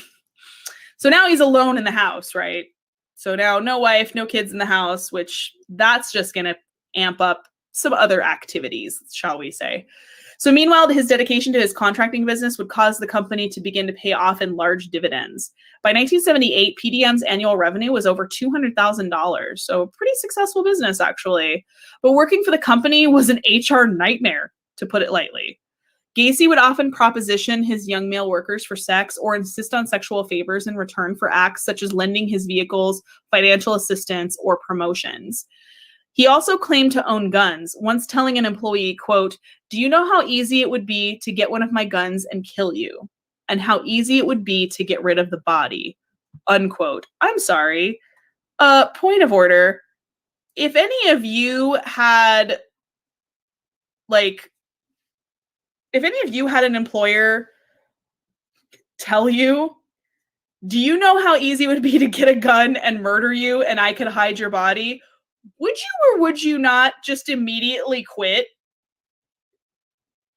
and call the police? Like, I've heard of some really terrible places of employment, but that takes the cake. That takes the top prize, the mot juste. Like, I can't with that. Like, how did you not get in trouble for just that, sir? Right? Ooh. In 1973, Gacy and a teenage employee traveled to Florida to view property Gacy had purchased. On the first night in Florida, Gacy raped him in their hotel room. Ugh. Just ugh. After returning to Chicago, he drove to Gacy's house and beat him in his yard. Gacy told his wife he had been attacked for refusing to pay him for poor quality work. Yeah, because, the sexual assault had nothing to do with that. Lordy. In May of 1975, Gacy hired 15-year-old Anthony Antonucci. In July 75, Gacy went to Antonucci's home. The two drank a bottle of wine and then watched some pornographic films before Gacy wrestled Antonucci to the floor and cuffed his hands behind his back. One cuff was loose, though, and Antonucci freed his arm while Gacy was out of the room. When Gacy returned, Antonucci, who had been a high school wrestler, pounced on him. He wrestled Gacy to the floor, obtained possession of the handcuff key, and cuffed Gacy's hands behind his back. At first, Gacy threatened Antonucci, then calmed down and promised to leave if he would remove the handcuffs. Antonucci agreed, and Gacy left. Antonucci later recalled that Gacy told him, quote, "Not only are you the only one who got out of your cuffs, you got them on me," unquote. Ugh. Bleh. Bleh.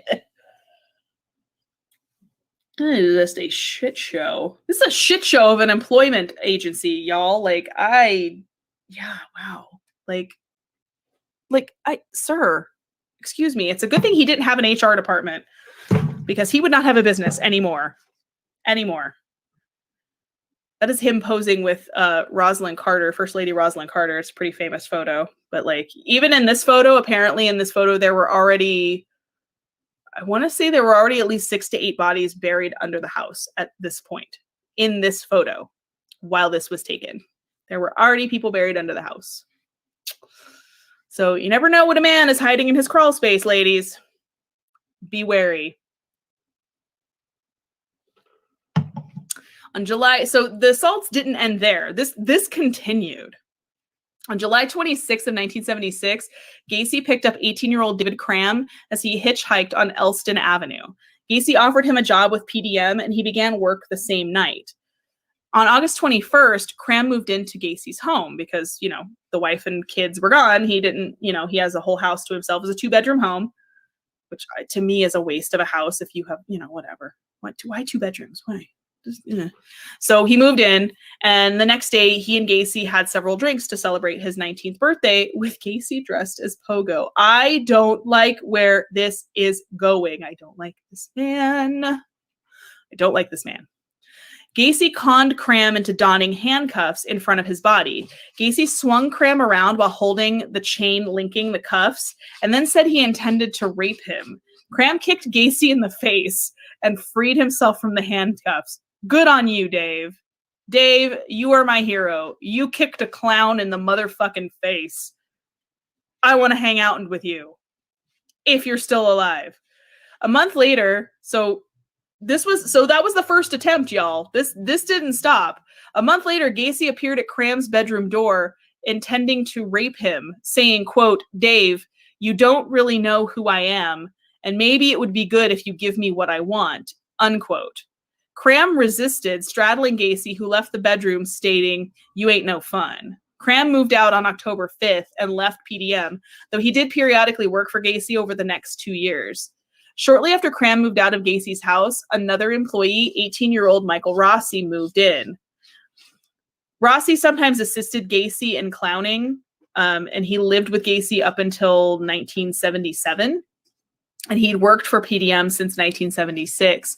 Rossi would also assist Gacy in clowning at grand openings of businesses, with Gacy dressed as Pogo, and Rossi dressed as Patches, more serious clown. I know, why in the world didn't they call the police? Like, I wonder if it's often because they were young men and they didn't think somebody would believe them. Plus it was like a homosexual assault. So they maybe didn't want to be labeled as gay at the time, which in the 70s was still like not really cool to do that. You know, that people weren't out then. So I don't think they wanted to have maybe that stigma about it. So maybe that's why they're like, I'm just gonna like pretend it didn't happen. But these young men, for whatever reason that fate favored and the gods smiled on, were the lucky ones. Gacy had been keeping a dark secret for years, and despite the smiles and public acts of service, at least 33 young men and boys would not find themselves so lucky. So you can see like the pattern of behavior once his wife and his stepchildren left started to kind of amp up. So he started to amp up the attacks with putting them in the handcuffs, restraining them, and either threatening to or actually sexually assaulting them. So he was almost like it was almost like he was giving this a trial run or a test run to further, like, you know, it just kept the line in the sand kept getting pushed further and further as to how he would proceed on this.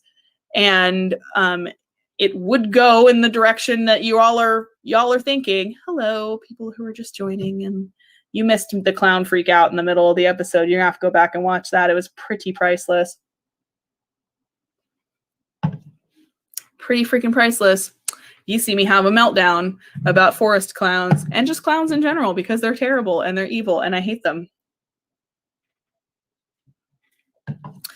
So that is one of Gacy's business cards. He was a Democratic precinct captain for the 9th precinct. He was an alderman at one point, like actual elected positions in the community.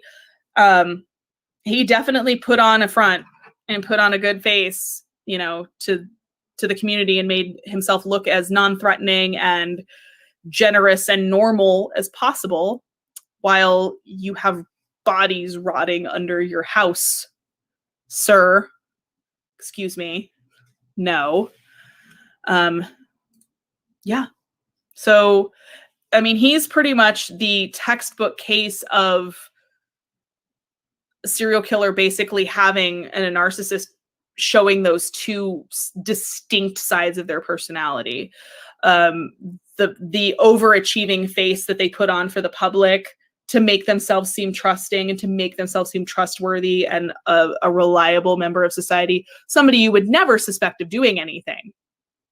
But then things like this happen behind the scenes. Gacy's first murder, hey Levy, occurred on January 3rd, 1972. And according to Gacy's later account, following a family party on the evening of January 2nd, he decided to drive to the Civic Center in the Loop to view a display of ice sculptures in the early hours of the morning. He then lured 16-year-old named Timothy Jack McCoy, that is him in this photo, from Chicago's Greyhound bus terminal into his car. McCoy was traveling from Michigan to Omaha, Nebraska. Gacy took McCoy on a sightseeing tour of Chicago and then drove him to his home with the promise that he could spend the night there than rather at a cold and windy bus station. And then he would drive him back in the morning in time to catch his next bus. He was one of the ones that was for a long time unidentified. And prior to his actual identification, he was known simply as the Greyhound busboy. Gacy claimed he woke earlier the following morning to find McCoy standing in his bedroom doorway with a kitchen knife in his hand. He then jumped from his bed and McCoy raised both arms in a gesture of surrender, tilting the knife upwards and accidentally cutting Gacy's forearm. Gacy twisted the knife from McCoy's wrist, banged his head against the bedroom wall, kicked him against the wardrobe, and walked towards him. McCoy then kicked Gacy in the stomach, doubling him over. Gacy grabbed McCoy, wrestled him to the floor, and stabbed him repeatedly in the chest as he straddled him. As McCoy lay dying, Gacy claimed he washed the knife in his bathroom, then went to his kitchen and saw an open carton of eggs and a slab of unsliced bacon on the kitchen table. McCoy had also set the table for two. He had walked into Gacy's room to wake him while absently-mindedly carrying the kitchen knife in his hand. So that was Gacy's claim. Whether or not that any of that actually happened, because he claimed basically oh, I killed him by accident because he walked into my bedroom and all I saw was the knife and I attacked him. Almost kind of, blaming the victim for his circumstances. So, take that with what you will. But Gacy did bury McCoy in the crawl space and later covered his grave with a layer of concrete. In an interview several years after his arrest, Gacy said that immediately after killing McCoy, he felt totally drained, yet noted that as he stabbed McCoy and he listened to the gurgulations, I don't like anything about that word, and gasping for air, that he had experienced a mind-numbing orgasm. Ew. He added, quote, "That's when I realized that death was the ultimate thrill." So Gacy said the second time he committed murder then was, so now, of course, that one under his belt, he just continued because it happened and he didn't get caught and he got a thrill from it. So why stop there?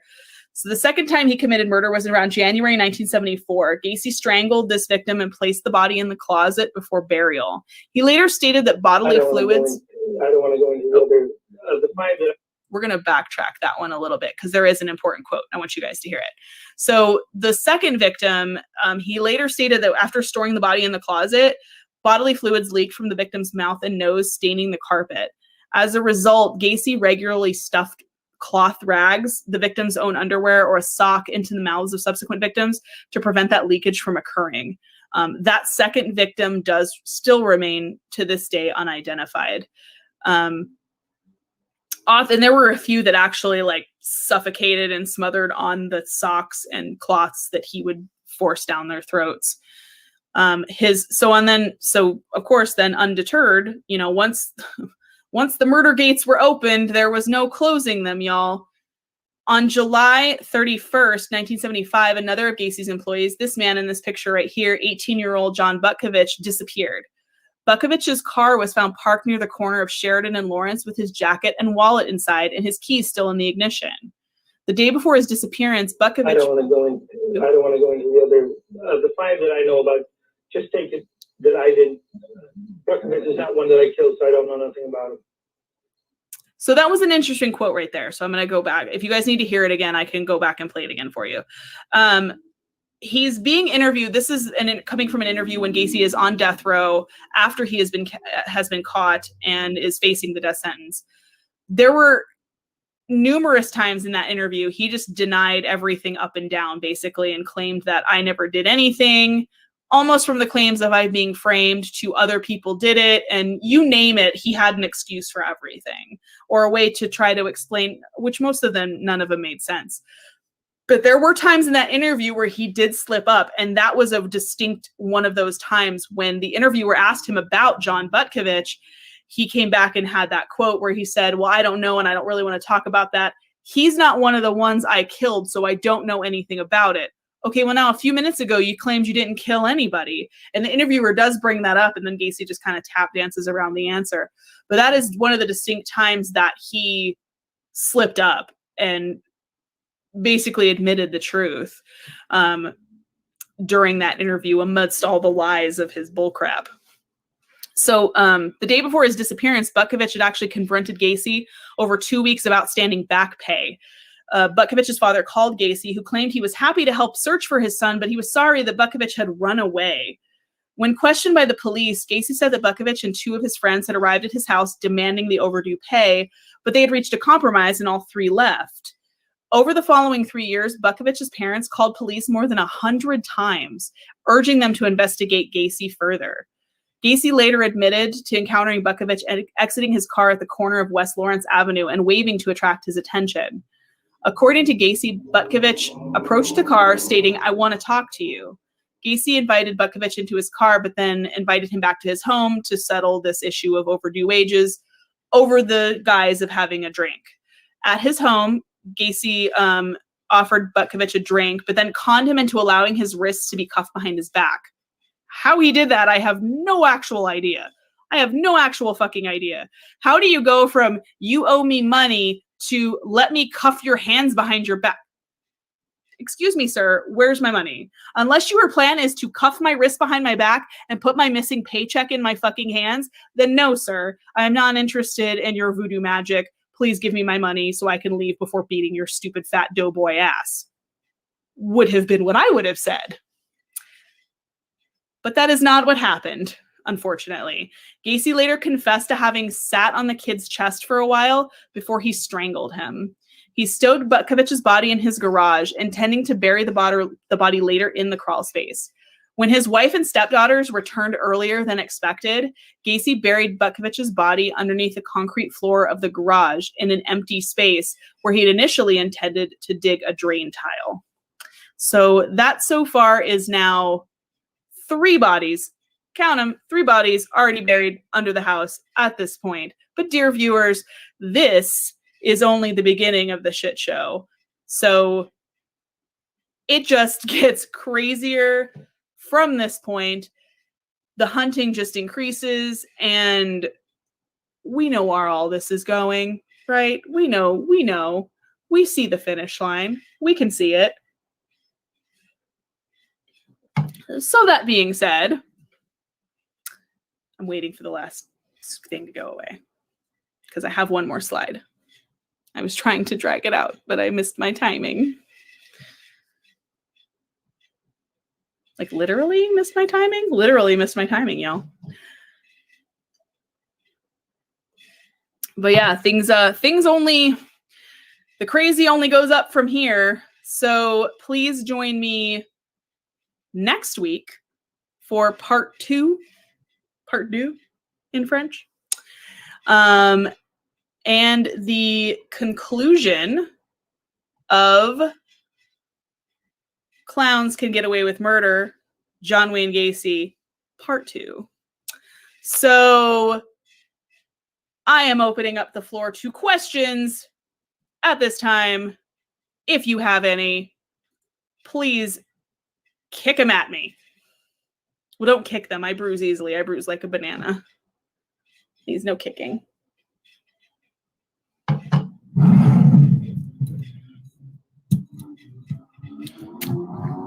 This one, I'll tell you this. This one took a toll because of the whole clown thing. Serial killers already take a toll on the psyche as it is, but god damn, that clown business is hell no to the no. No.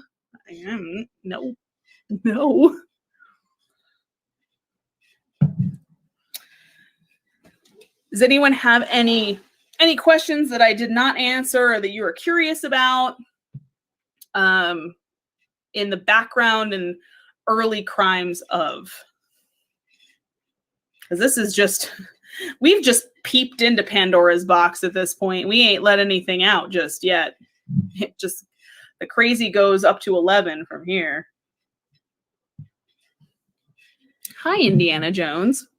My cat decided he wanted to join me on the desk, so we may get blinded by a tail in just a second.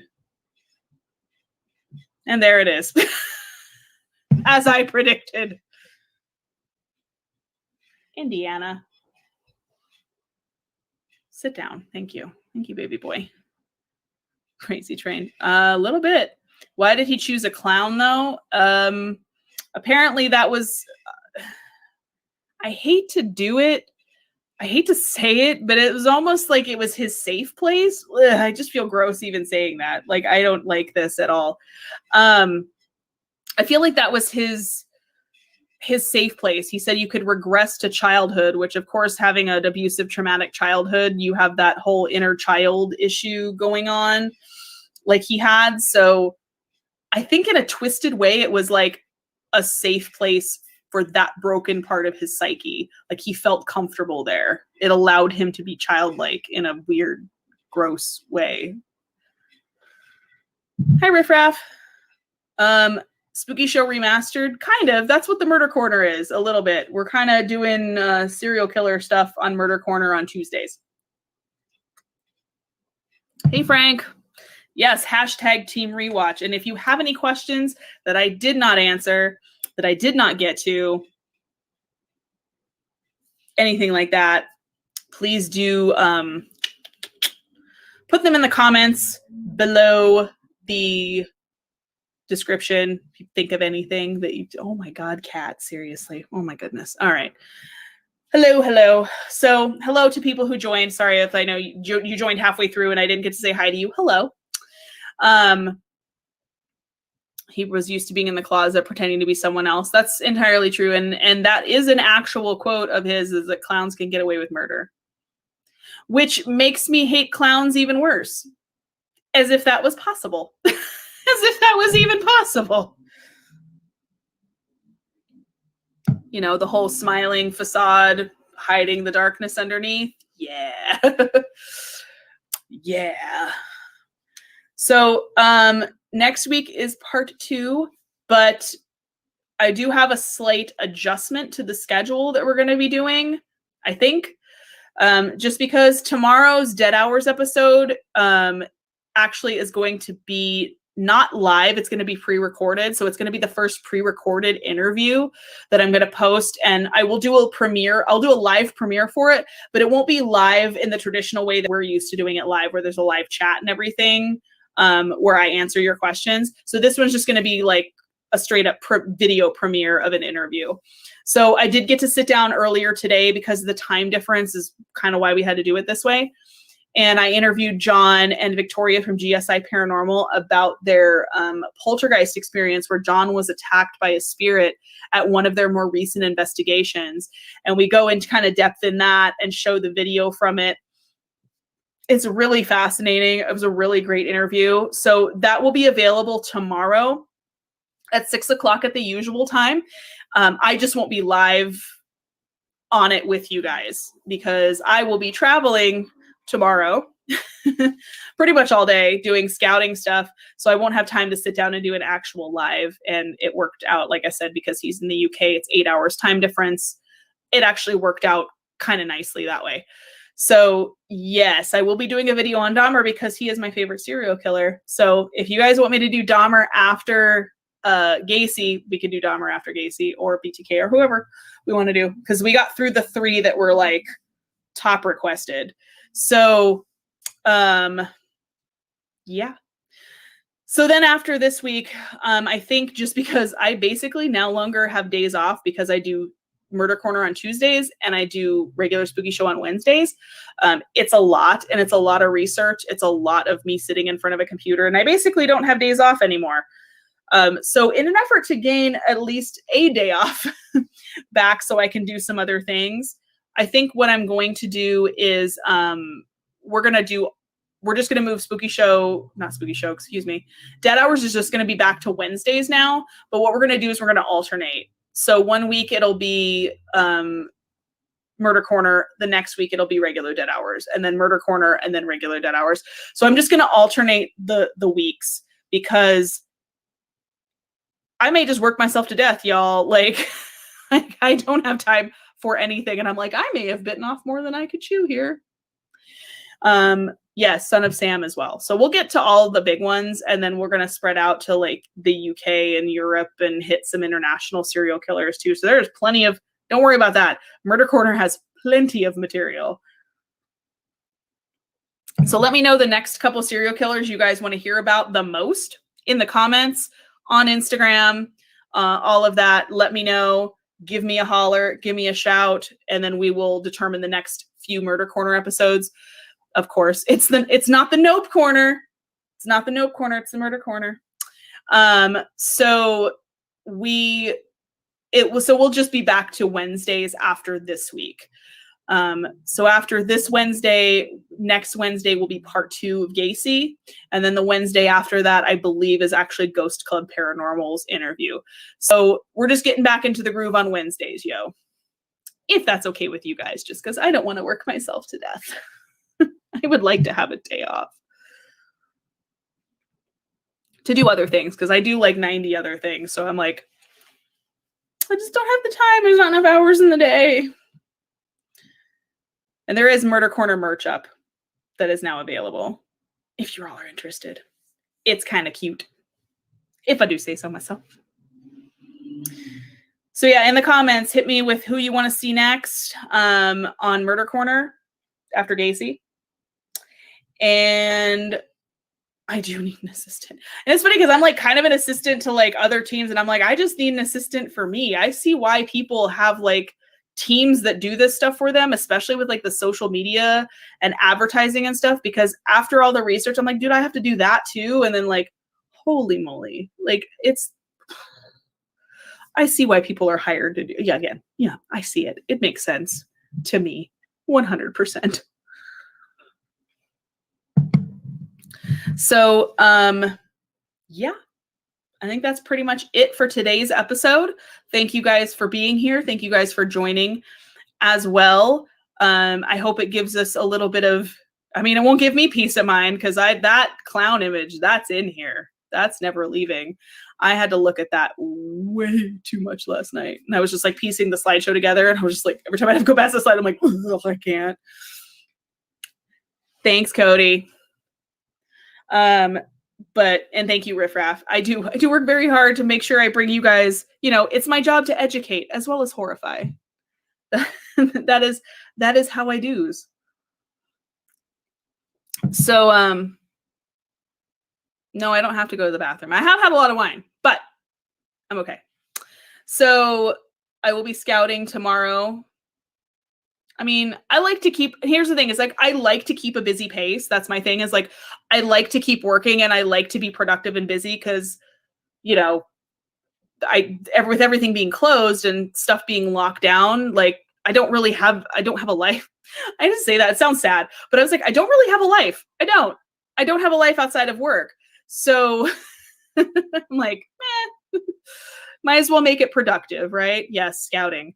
Absolutely. Cody and New Reality is going to benefit for some of the places that I am going tomorrow. So kudos to that.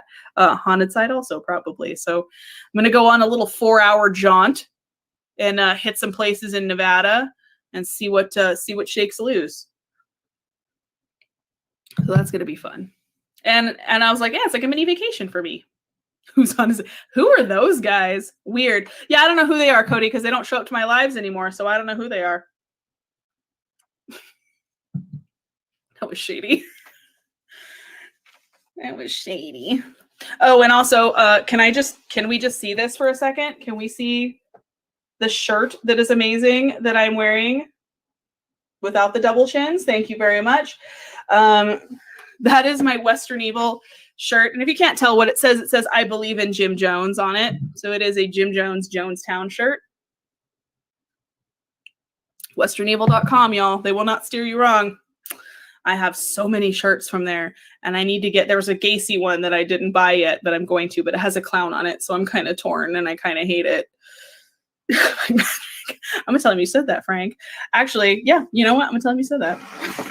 And, you know, we'll see. Kool-Aid. Yes, Flavor Aid. Delicious poisoned Flavor Aid. That's always one we could do too. We haven't done cults yet. Levy, it is westernevil.com. I will go ahead and type it in here. I'll type it right in there right now.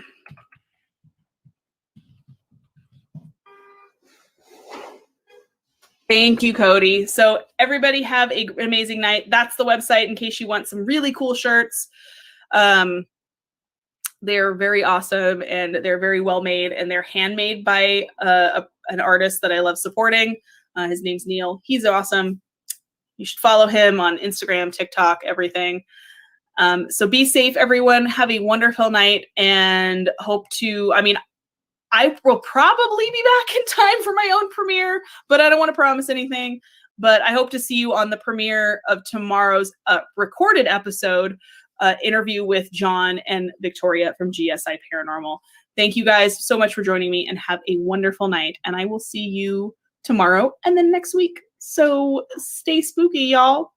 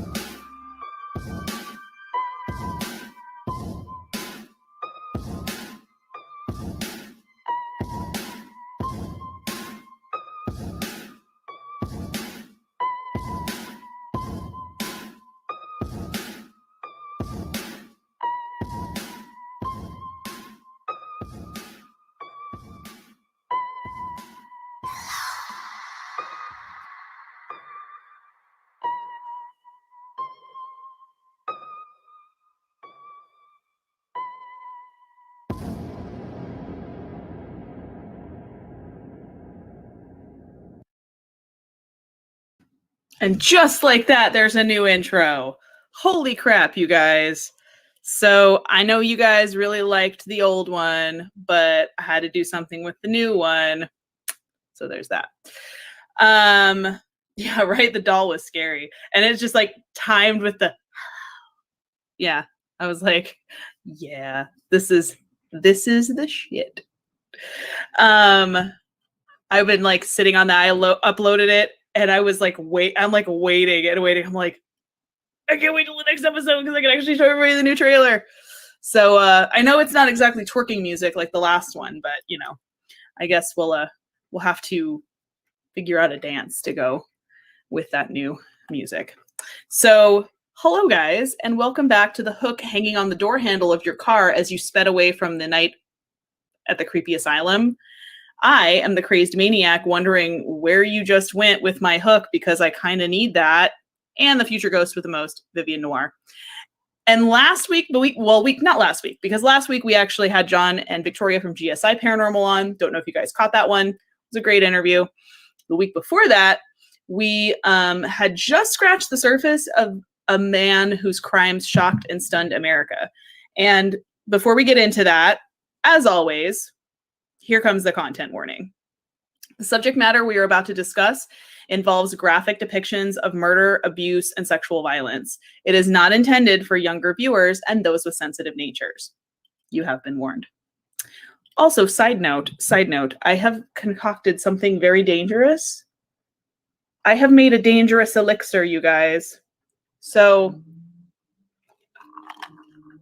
this dangerous thing is the Bang Energy, the teas. I don't know if you guys have had those, but the regular sweet tea is it's okay. But there's a lemon drop lemon drop tea. It is that and bourbon, and there's a decent amount of bourbon in there, and I cannot taste the bourbon at all, you guys. This is dangerous. This is dangerous. And yes, I absolutely think that your 7-year-old niece, was it? Should definitely get a shirt. Like, Future Ghost, why not? We all want to be Future Ghosts, don't we? You guys razor cut my hair to be wispy? Me. me, I did. Oh, this is bomb. This is bomb, and it's dangerous because I cannot taste the alcohol at all. Oh. Lordy, Michael Jordy, that is dangerous. Anyways, so, hey Crow, hey everybody who popped in, hey Whisper, hey Sabra, hey Mr. Bunny Lamekins, hey Cody, hey Frank. I'm just reading them as I see them, guys. Hey Max, hey Cassie, hey Electric Pagan, hey Jessica, hey, I think I got everybody. I think I got everybody. Anyways, so that's the round of hellos. If I missed anyone, oh Sean, hi Sean. If I missed anybody, I'll catch you on the rebound. So, trailing back to our story, to our sordid tale, where did we leave off last time? So let's get into it. Let's share a screen and let's get into that video, shall we? Because wait till you guys see the new. I've been doing a lot of editing and graphics and things, so let's just appreciate this little masterpiece now, shall we?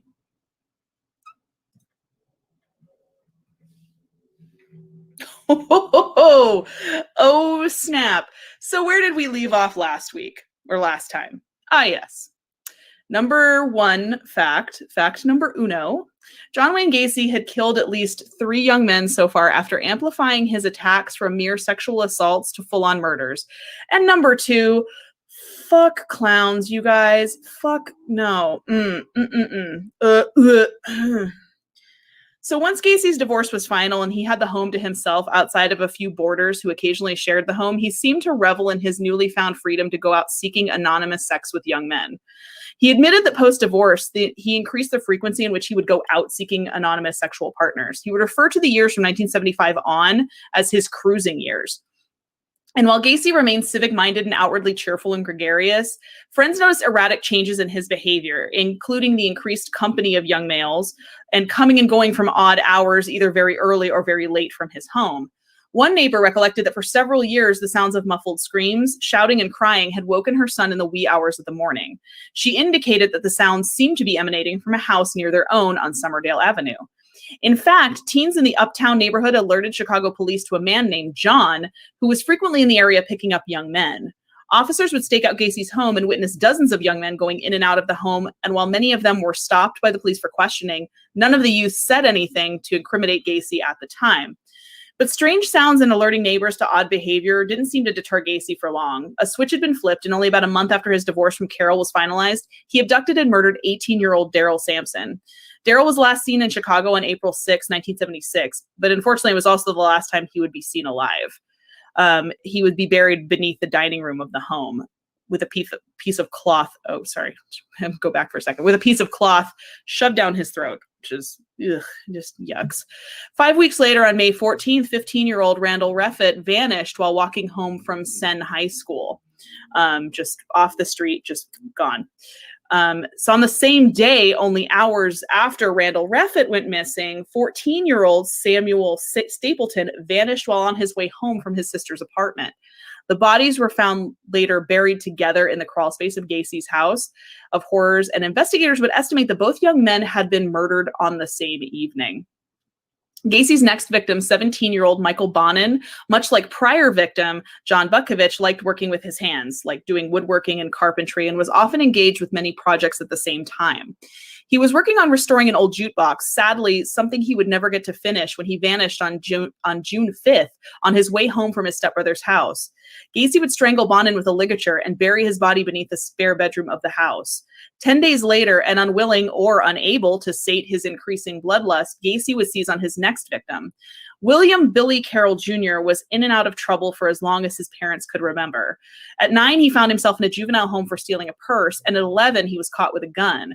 A precocious and troubled youth, 16-year-old Billy spent much of his time on the streets in the uptown neighborhood of Chicago. He had found a niche working as a pimp, arranging meetings between young teenage gay men and adult clients for a cut of the commission. And while he had a very different upbringing and experience from the previous victims, they all had one unfortunate thing in common. They all ran afoul of John Wayne Gacy. On June 13th, Billy left his home and was never seen alive again. He was buried in a common grave under the crawl space under Gacy's house. Crazy active. Oh, crazy things. I'm sorry. I'm just like trying to catch up on the chat for a second, you guys.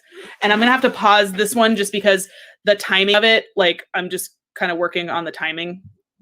So we'll pause for a few times just to get the transitions lined up.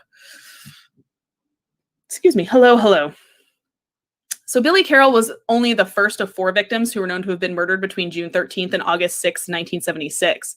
3 were between 16 and 17 years old, and another unidentified male appeared to be an adult. On August 5th, 16-year-old Minnesota teen James Hawkinson disappeared after calling his family, possibly from Gacy's own home. He died of suffocation and was buried in the crawl space under the body of 17-year-old Rick Johnson, who went missing on August 6th. 2 more unidentified young males were thought to have been murdered between August and October of 1976. Their bodies also buried beneath the home. On October 24th, Gacy would double the stakes when he abducted 2 young men at the same time. Teenage friends Kenneth Parker and Michael Marino were last seen standing outside of a restaurant in Chicago. And unfortunately, that was also the last day either of the young men were ever seen alive.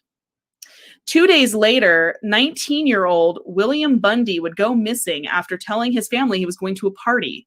He worked in construction and had done some jobs for Gacy. Bundy would die of suffocation like many of the other victims and would be buried beneath the master bedroom. Also, side note to this one, him and James Hawkinson were actually 2 prior unidentified victims. There was a point where about 9 victims that were buried in the house or under the crawl space remained unidentified up until about 2011 when they ran new DNA tests. And we'll get into that later. But William Bundy, whose picture is seen here, and James Hawkinson, who we saw before, were ones that were actually identified about 30 to 40 years later after the crimes were committed. So they were able to actually put names to the faces and give the families some kind of closure, which is always a good thing. So Bundy wasn't the only employee of Gacy's that would befall this tragic fate, unfortunately. The next victim, 17-year-old Gregory Godzik, enjoyed his job at PDM Contractors. Even though he'd only worked there for about 3 weeks, the money was good and allowed him to purchase parts to restore his 1966 Pontiac. He didn't even seem to mind the odd jobs that his boss would ask him to do, like cleaning and digging trenches for drain tiles under the crawl space of the home. On December 12, 1976, Godzik would drop off his girlfriend at her home after a date and would disappear into the night. His Pontiac, his prized possession, was later found abandoned miles away, but Gregory was nowhere to be found. His parents and older sister Eugenia contacted his employer, John Wayne Gacy, regarding Godzik's mysterious disappearance. Gacy claimed that the young man had run away after expressing him a desire to do so. He even claimed to have an answering machine message from Godzik shortly after his disappearance, stating his intention to leave town. When asked if he could replay the message for Gregory's concerned parents, Gacy claimed to have erased it. Around the same time, Gacy became a suspect in the disappearance of a 9-year-old boy, and Chicago police would again stake out Gacy's home. But sadly, yet again, they were unable to produce any evidence against Gacy, and the surveillance was dropped. The vigilance and police presence might have saved 19-year-old John Ciszek's life, but sadly, this was not to be. Gacy lured the young man to his home under the pretense of wanting to purchase Ciszek's 1971 Plymouth Satellite. The youth would never be seen again, but interestingly, his vehicle would be. A short while after Ciszek's disappearance, another teenager was spotted in the car, pulling away from a gas station without paying. Police would stop the youth, who turned out to be Gacy's roommate, Michael Rossi. Rossi claimed that Gacy had sold him the car for $300 and could explain everything. Gacy coolly confirmed Rossi's tale, stating that Ciszek had sold Gacy the car, who then in turn sold it to Rossi. Police, however, failed to check the car's title. They only checked the VIN number, which had been signed by someone claiming to be John Ciszek. But there were two problems with that story. One, the signature was clearly not John Ciszek's, but a forgery. And two, the title had been signed by this person 18 days after Ciszek went missing.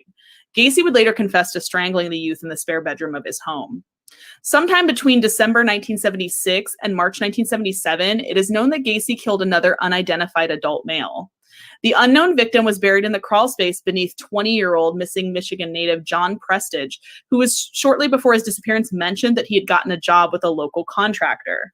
An additional unidentified youth was buried in the crawl space in spring or early summer of 1977. The exact time frame of the murder remains unknown. On July 5th, Gacy would murder 19-year-old Matthew Bowman. Bowman's mother would last see her son at a suburban train station. The next time he would be seen was when his body was exhumed from beneath Gacy's home. By the time 1977 was winding down to a close, Gacy had only amped up his hunting, murdering 6 more young men between the ages of 16 and 21. The first of these was a bold choice, indeed for reasons that will immediately become obvious. Robert Gilroy was the 18-year-old son of a Chicago police sergeant and an avid outdoorsman. On September 15th, he was supposed to catch a bus with some friends to go horseback riding, but he never showed. He only lived 4 blocks from Gacy, and while an extensive search was mounted for the missing young man, to no avail, he was never found. He would be murdered like the others and buried in the growing mass grave beneath the home on Summerdale. There is a theory that Gacy had accomplices in the murders, a theory that Gacy himself gave as an alibi of sorts in later years, and his theory is supported solely by this standing piece of evidence in the Gilroy disappearance. Gacy had flown to Pittsburgh on September 12th to supervise a construction project and did not return until the 16th. This discrepancy in the timeline has yet to be explained. 10 days later, former Marine John Mowry would disappear after leaving his mother's home to walk back to his apartment. Gacy would admit to strangling Mowry and burying him beneath the bedroom. On October 17th, I think I timed it, there we go, 21-year-old Russell Nelson disappeared after being last seen outside of a bar. Nelson had been seeking work contracting, but instead, unfortunately, stumbled into the crosshairs of John Wayne Gacy. Nelson was murdered and buried beneath the guest bedroom. Less than 4 weeks later, Gacy would kidnap and murder 16-year-old Robert Winch, and he would join the others buried beneath the home. On November 18th, 20-year-old father of one, Tommy Bowling, would disappear after leaving a Chicago bar. 3 weeks after the murder of Bowling, on December 9th, 19-year-old Marine David Talsma would disappear after leaving home to attend a rock concert. He would be strangled to death with a ligature and buried beneath the bedroom near the body of the other Marine victim, John Mowry. Not one to end the year with a bang, or without a bang, I guess. Yeah, there's investigation needed. So we'll get to the house in a second. Like, we'll get to the house. Like, this was crazy. This was like, it was like murder buried under the house, murder buried under the house, murder buried under the house. And it was like, dude, I was like, what kind of fucking game of Tetris is this asshole playing right now? And how much room do you have in a, like, first of all, please beg my salty, sweet, caramel coated, crunchy fucking pardon, but I have never lived in a house with a crawl space. So maybe that's my bad. I've also never lived in a house with a basement. But how much fucking room do you have in a crawl space under a house? First of all, it's not big. It's a crawl space. So I imagine you have to crawl in it. It's not like a basement where you go downstairs and like you can stand up. You have to like army crawl in there. Can I please say that again? I believe it was what was it? Oh, dang it. Your salty, sweet, caramel, crunchy fucking pardon. So yeah, he would send people under there to dig out and to dig what he said were like drainage, like places for drainage or something, because he claimed that that it would flood under the house because of the sump pump. Again, I've never lived in a house with a sump pump either. But I'm like, first of all, this was a 2-bedroom home. So not a huge house. The crawl space under the home is only as big as the house's foundation. How many? I mean, yeah, you can dig down and like dig, but like we're talking about like this, like putting bodies in like this, and I just, what kind of jigsaw fucking nonsense? I can't with this man. Yeah, and some of them will be buried on top of each other. So again, this was like Jenga in the worst way possible. I'm not here for it. So on September, so we've had murder. We've actually got a survivor on this next one, guys. And unfortunately, this is not the photo of the survivor here. I was unable to find a photo of this person who survived. I don't even know if this guy is actually still alive or not. But we'll play it and I'll pause it if we need to. So not one to end the year without a bang, Gacy would abduct 19-year-old Robert Donnelly from a bus stop at gunpoint. He drove Donnelly to his home where he would torture and rape Donnelly for hours, dunking his head repeatedly underwater in the bathtub until he passed out, and then he would wait for him to revive and continue to attack him. He would taunt his victim with statements like, "Aren't we playing fun games tonight?" Donnelly would incredibly survive the ordeal and reported later being in so much pain that night that he begged Gacy to kill him. We're going to go back. To which Gacy replied, "I'm getting round to it." For reasons unknown, after several hours of a living nightmare, Gacy would drive Donnelly to his workplace and release him with the warning that if he ever reported him, nobody would believe his story. So no one's really sure why he let Donnelly go. He's the first one that he let go. He did have that prior history of sexual assaults or attempted sexual assaults on prior roommates and other employees, but they all seemed to get away from him. Like the one guy got him into the handcuffs, and the other guy kicked him in the face.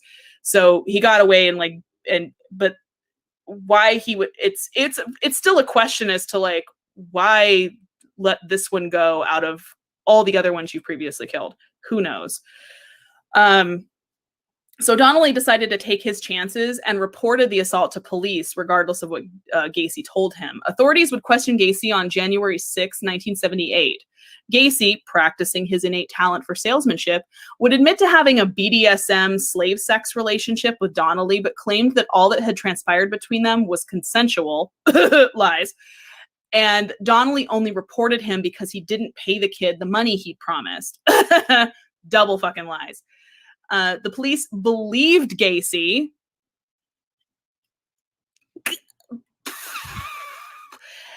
And no charges were filed. The following month, he would murder 19-year-old William Kindred. That is his picture right there. Kindred disappeared on the 16th of February after telling his fiancée, who knew Gacy, that he was going to spend the evening at a bar. Kindred would be the last of Gacy's victims to be buried in the crawl space beneath the house. In March, Gacy would make another mistake that would lead his eventual capture. He's starting to get sloppy. 27-year-old Jeff Rignall would accuse Gacy of luring him to his vehicle by offering some pot before using chloroform to render him unconscious. Rignall then claimed that Gacy drove him to his home.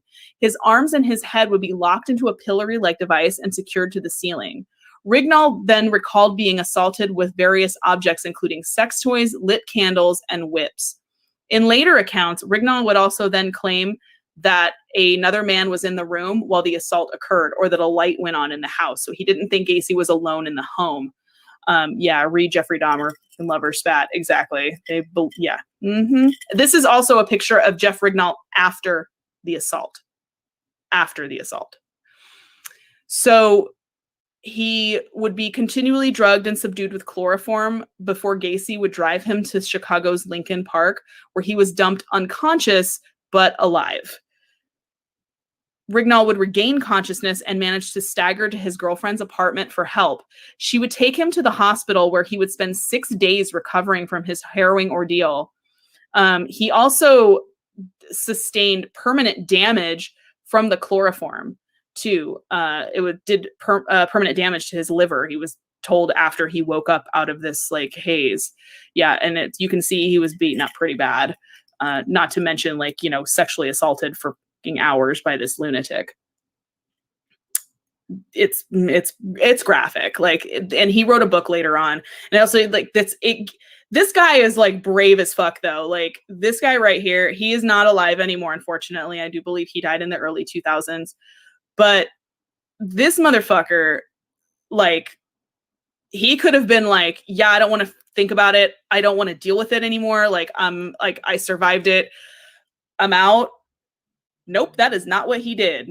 So he was in the hospital and he recounted his story to police, who seemed skeptical because, you know, somebody turns up half beaten up, burned with chloroform, anally bleeding, and, you know, doubt it. Like, what did this man need to do? He's in the hospital for 6 days. And you're like, I don't think that really happened. No.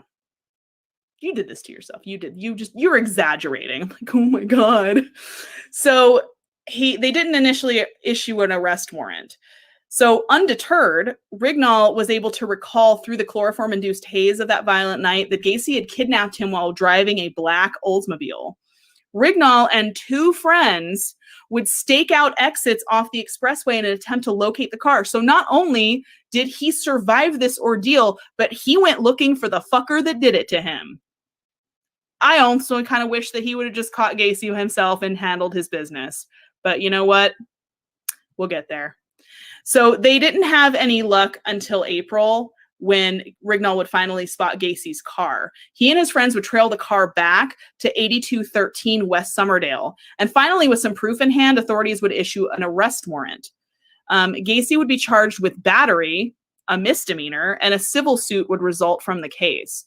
A mere slap on the wrist for such a brutal attack that even Rignall himself claimed that Gacy did not seem entirely sane during, citing the beastly and animalistic ways in which he attacked me. The brush with the law didn't seem to deter Gacy one bit either. By 1978, there was no more room in the crawl space for any more bodies. Gacy would later glibly confess to police that he considered storing victims' bodies in the attic space, but was concerned about complications arising from leakage. Ugh. Instead, he went with the more practical route of disposing bodies into the Des Plaines River off the I-55 bridge. He would claim that he disposed 5 of 5 bodies this way, but only 4 were ever found. And I don't have a picture of this one either, actually. I might have put him in out of order. I don't think I uploaded his picture. Oops. I'm missing another one. These were a lot of victim pictures to go through, guys. It was real depressing. So the first victim thrown from the I-55 bridge was 20-year-old Timothy O'Rourke. He was murdered in mid-June after leaving his apartment to purchase cigarettes. Shortly before his disappearance, O'Rourke had told his roommate that a contractor on the Northwest Side had offered him a job. On November 4th, Gacy killed 19-year-old Frank Landingen. His naked body was found in the Des Plaines River on November 12th. On November 24th, a 20-year-old James Mazzara disappeared after sharing Thanksgiving dinner with his family. Mazzara had informed his sister the day before his disappearance he was working in the construction industry and doing all right. He was last seen alive walking in the direction of Bughouse Square carrying a suitcase. But time was running out quickly for John Wayne Gacy, and it would be the disappearance of his final victim, Robert Piest, that would draw the eye of the police to a small suburban Chicago home and shock and horrify the nation. On December 11th, at around 9:00 p.m., 15-year-old Robert Piest, an honor student at Maine West High School, prepared to end his shift at Nissen Pharmacy. It was his poor luck that at the same time, John Wayne Gacy was also at Nissen's to discuss a potential remodeling deal with the store owner. Gacy mentioned within earshot of Piest that his contracting firm often hired young men for labor starting at $5 an hour. $5 an hour. Guys, the 70s were crazy. The 70s were fucking crazy. $5 an hour. And get this, that's not even the gem. That's not even the carrot at the center of the fucking shrubbery maze. No. That was twice what Peace was making at his job at the pharmacy. So he was making $2.50 an hour?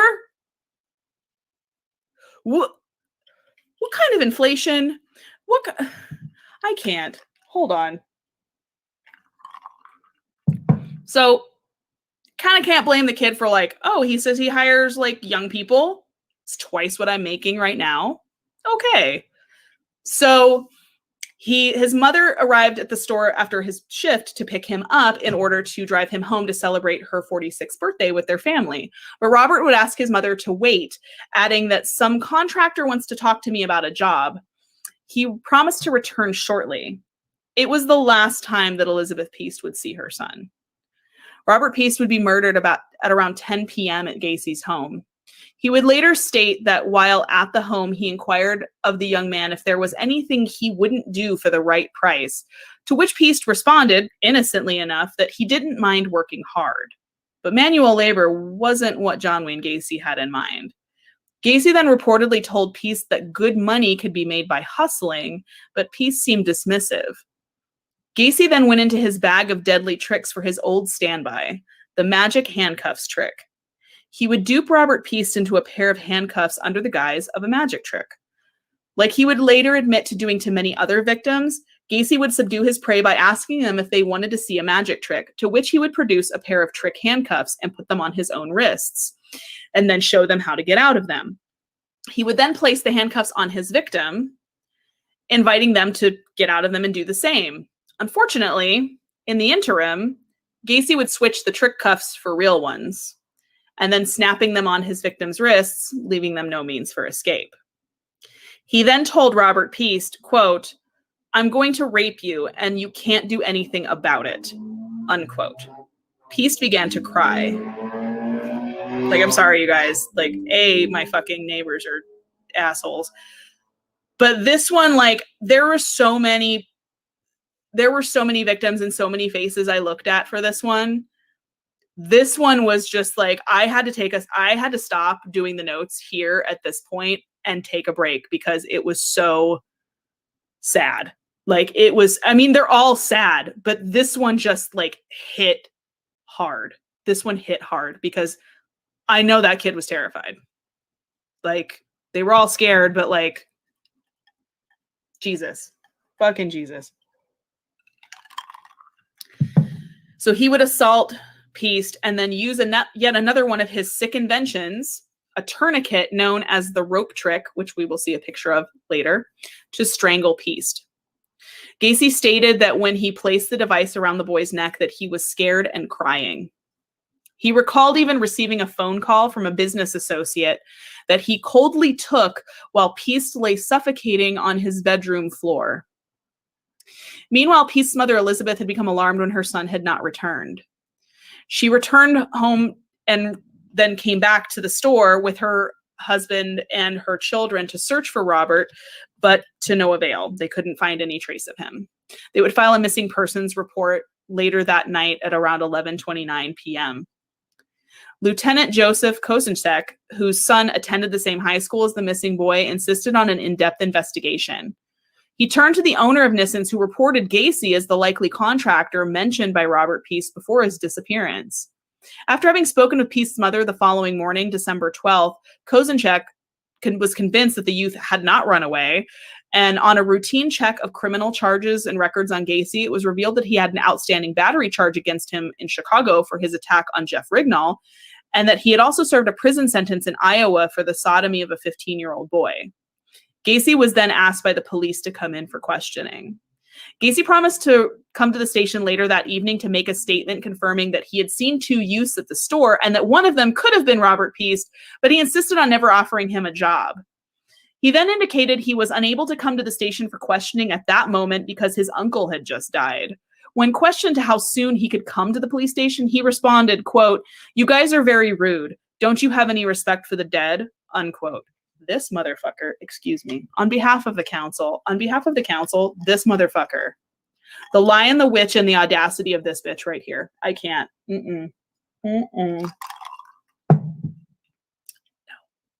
Just, you're canceled. No.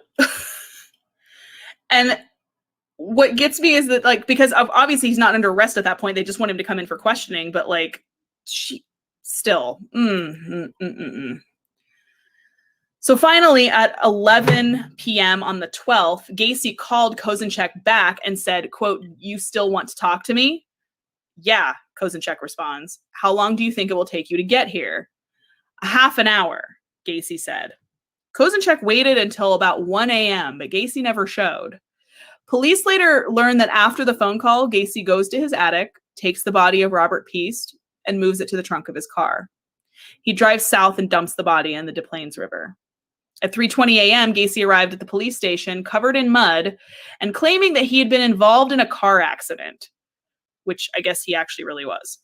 On returning to the police station later that day, because he was told to leave and come back, Gacy denied any involvement in Piest's disappearance and repeated that he had not offered him a job. When asked why he had returned to the pharmacy, because they heard that he'd come back, Gacy reiterated that he'd done so in response to a phone call from the store owner informing them he had left his appointment book there. Detectives had already spoken to the owner, who denied calling Gacy. At the request of detectives, Gacy prepared a written statement detailing his movements on December 11th. And people were finally becoming suspicious of John Wayne Gacy, and the net around him was slowly starting to close. At this point, though, authorities suspected that Piest might still be alive but being held captive in the home against his will. Police then obtained a search warrant on December 13th to search the home on Summerdale. The initial search of the property turned up a wide variety of suspicious items, including several police badges and a 6mm Bravitata starter pistol inside an office drawer, a hypodermic needle inside a cabinet in Gacy's bathroom. Investigators also found handcuffs, books on homosexuality and pederasty, 7 pornographic films, capsules of amyl nitrate, and an 18-inch dildo in Gacy's bedroom. A 39-inch piece of wood with 2 holes drilled into each end, and bottles of Valium and atropine. Also, several driver's licenses were found in the northwest bedroom. We'll revisit this in just 1 second. A blue hooded parka was found atop a toolbox inside the laundry room, and underwear too small to fit Gacy was located inside of a bathroom closet. In the northwest bedroom, investigators found a class of 1975 Maine West High School ring engraved with the initials JAS. Investigators also recovered a Nissen Pharmacy photo receipt from a trash can along a 36-inch section of nylon rope. The Des Plaines police confiscated Gacy's Oldsmobile and other PDM work vehicles. Police signed 2 two-man surveillance teams to monitor Gacy on a 12-hour rotational basis as they continued their investigation into his background and potential involvement in Piest's disappearance. The surveillance teams consisted of officers Mike Albrecht and David Hockmeister and Ronald Robinson and Robert Schultz. The following day, investigators received a phone call from Gacy's housemate and employee, Michael Rossi, who informed the investigators of Gregory Godzick's disappearance and the fact that another PDM employee, Charles Hatula, had been found drowned in an Illinois river earlier that year. On December 15th, Des Plaines investigators obtained further details of Gacy's battery charge, learning that the complainant, Jeffrey Rignall, had reported that Gacy had lured him to the car, then chloroformed, raped, and tortured him before dumping him with severe chest and facial burns and rectal bleeding in Lincoln Park the next morning. In an interview with Gacy's former wife the same day, they learned of the disappearance of John Butkovich. The same day, the Maine West High School ring was traced to the missing John Allen Cizik. So the things are starting to fall into place. The stuff is starting to line up. By December 16th, Gacy was becoming affable with the surveillance detectives, regularly inviting them to join him for meals in restaurants with him, to eat with him, and occasionally for drinks in bars or at his home.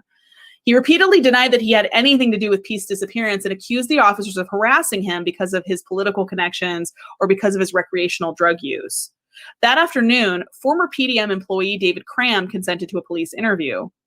In which he described Gacy's hardworking lifestyle and open-minded attitude regarding sex between men. Cram also revealed that because of his poor timekeeping, Gacy had once given him a watch, explaining to him that he had gotten it from a dead person.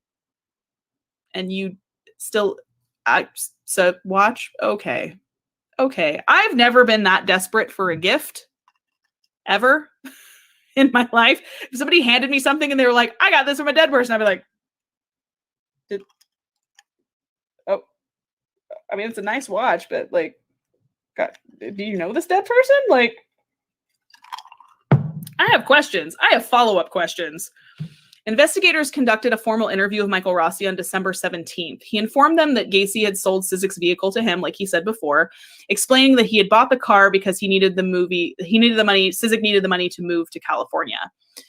A further examination of Gacy's Oldsmobile was conducted on this date. In the course of examining the trunk of the car, investigators discovered small clusters of fibers, which may have been human hair. Forensics weren't really super great at that point, but it could have been hair. That evening, officers also conducted a test using 3 trained police cadaver dogs to determine whether Piest had been present in any of Gacy's vehicles. One dog approached Gacy's Oldsmobile and lay on the passenger seat, and what the dog handlers informed investigators was a death reaction, indicating that Piest's body had indeed been present in the vehicle. That evening, Gacy invited detectives Albrecht and Hockmeister to a restaurant for a meal. In the early hours of December 18th, he invited them to another restaurant where over breakfast, he talked of his business, his marriages, and his activities as a registered clown. At one point during the conversation, Gacy remarked, quote, "You know, clowns can get away with murder," unquote. And that, ladies and gentlemen, excuse the ever-loving Kentucky Fried fuck out of me, is why I hate clowns. Nope. It's a nope for me, dog. So by this time, the stress and constant surveillance was actually starting to show on Gacy. He was unshaven, nervous, and drinking heavily. He even attempted to instigate a civil lawsuit against the Des Plaines Police Department, demanding that they cease their surveillance. The same day, a serial number on the photo receipt from Nissan's pharmacy that was found in Gacy's kitchen trash was tied to 17-year-old Kim Byers, a co-worker of Piest's from the store. She said she had worn the blue hooded parka that was also found in Gacy's home to work that day and had given it to Robert Piest to wear when he left the store that night to go meet with the contractor who was offering him a job. The statement contradicted the many previous statements from Gacy, who insisted that he had no contact with Piest whatsoever. Fucking liar. You fucking liar. That same evening, Rossi was interviewed a second time. This time, he was a little bit more cooperative. He informed detectives that in the summer of 1977, at Gacy's behest, he had spread 10 bags of lime in the crawl space of Gacy's home in order to get rid of a weird smell. A weird smell, you guys. A weird fucking smell. So, in this slide right here is a sketch that Gacy actually made himself on the back of a form at the police department. Of the crawl space and where the graves were in the crawl space of the home. So that is drawn by John Wayne Gacy himself. It's not as eye-catching as the altar that Jeffrey Dahmer drew a picture of that had 13 skulls on it. But, you know, guy's not an artist. It's not an artist by any means. I guess I can't critique it too hard. I'm gonna, but I you know. So on December 19th, investigators began compiling evidence for a second search warrant for Gacy's home. While flushing Gacy's toilet, the officer noticed a smell he suspected could be that of a rotting corpse emanating from a heating duct. The officers who'd searched Gacy's house previously had failed to notice this. The house had been cold. The heat kicked on, which then, of course, stirred up any kind of nasty smells. So they were like, that smells wrong. But at the same time, in the neighborhood, too, people had already been complaining about a smell coming from the house, and he kept trying to they were like, no, I'm pretty sure it's coming from that house on Summerdale. Pretty sure it's coming from your house. And he was like, and Gacy always had an explanation for it. He always had I have a rat problem. And I had some rats die under there. Oh, the sump pump flooded it and it's just mold smell. So he always tried to discount, but even neighbors had been complaining about the smell. For obvious reasons, you have this many bodies buried under your house that are just rotting and putrefying. It's not going to smell great. I don't care how many fucking Glade plugins you put in there. It's not going to cover a dead body smell. John, if that is your real name, which it is, but fuck you. So they didn't notice the smell the first time. Now that they noticed it, the investigators went back and interviewed Cram and Rossi again on the 20th. Rossi had agreed to be interviewed in his relation to possible links with John Cizik, as well as the disappearance of Robert Piest. When questioned by Kozenchek as to whether he believed Gacy had concealed Piest's body, Rossi replied that Gacy may have placed the body in the crawl space, adding that he thought Cizik's car was also stolen. Rossi agreed to submit to a polygraph test, and he denied any involvement in Piest's disappearance and murder. Cram informed investigators of Gacy's attempt to rape him in 1976, and when asked whether he'd been down to the crawl space, Cram replied that he'd been once asked by Gacy to spread lime down there also, and that he had also dug trenches, which Gacy explained were for drainage pipes. Sure, John. Sure, John. Cram stated that these trenches were 2 feet wide, 6 feet long, and 2 feet deep, the size of graves. So not the size of pipes. Got it. Got it. I'd be like, these are weird pipes, John. What kind of pipes are fucking 2 feet wide, 6 feet long, and why do we, what? Why, John? I have questions. On behalf of the council, questions. Sir, for you. On the evening of December 20th, Gacy drove to his lawyer's house to attend a scheduled meeting, ostensibly to discuss the progress of his civil suit against the police for following him around. On his arrival, Gacy appeared disheveled and immediately asked for a drink, whereupon Sam Amarante fetched a bottle of whiskey from his car. On his return, Amarante asked Gacy with what he had to discuss with them. Gacy had picked up a copy of the Daily Herald from Amarante's desk, pointed to a front page article covering the disappearance of Robert Piest, and said, quote, "This boy is dead. He's in a river," unquote. That sounds like a motherfucking confession to me. To me. Bitches. Excuse me. Excuse the ever-loving fuck out of me. Gacy then proceeded to launch into a rambling confession that ran into the early hours of the following morning. He began informing Amarante and Stevens that he had, quote, been the judge, jury, and executioner of many, many people, and that now he wanted to be the same for himself. He said he buried most of the victims in his crawl space and had disposed of 5 other bodies in the Des Plaines River. Gacy dismissed his victims as male prostitutes, hustlers, and liars, to whom he gave the rope trick, adding that he sometimes awoke to find dead, strangled kids on his floor with their hands cuffed behind their back. He had buried bodies in the crawl space as he believed they were his property. Ugh. As a result of the alcohol he consumed, Gacy fell asleep midway through his confession. Amarante immediately arranged for a psychiatric appointment for Gacy at 9 a.m. the following morning. On awakening several hours later, Gacy shook his head when informed by Amarante that he had confessed to killing approximately 30 people. Gacy responded by saying, "Well, I can't think about that right now. I've got things to do." Ignoring his lawyer's advice regarding his scheduled appointment, Gacy left their office to attend to the needs of his business.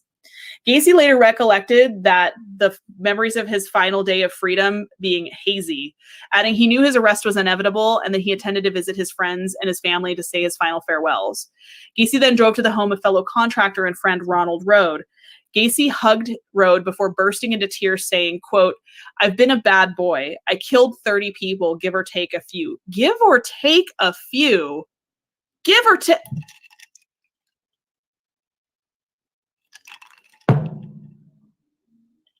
Give or take a few. Mother... Woosah. Okay. So you run... Okay. There's a lot to unpack in this right now. The fact that you ran up on your friend, and that is the first thing you say to him, is that you hug him and tell him, "I've been a bad boy. I killed 30 people. I'm sorry. If my friend, I don't care who they are, rolls up on me, just run up on me with that confession, they're rolling back because I'm going to knock them on their fucking ass." No. First of all, yet a bad boy is the understatement of the century. Excuse me. Excuse the fuck out of me. But can you imagine this guy's reaction? Like, you ran up on your friend and confessed to murdering 30 people and then bounce. What?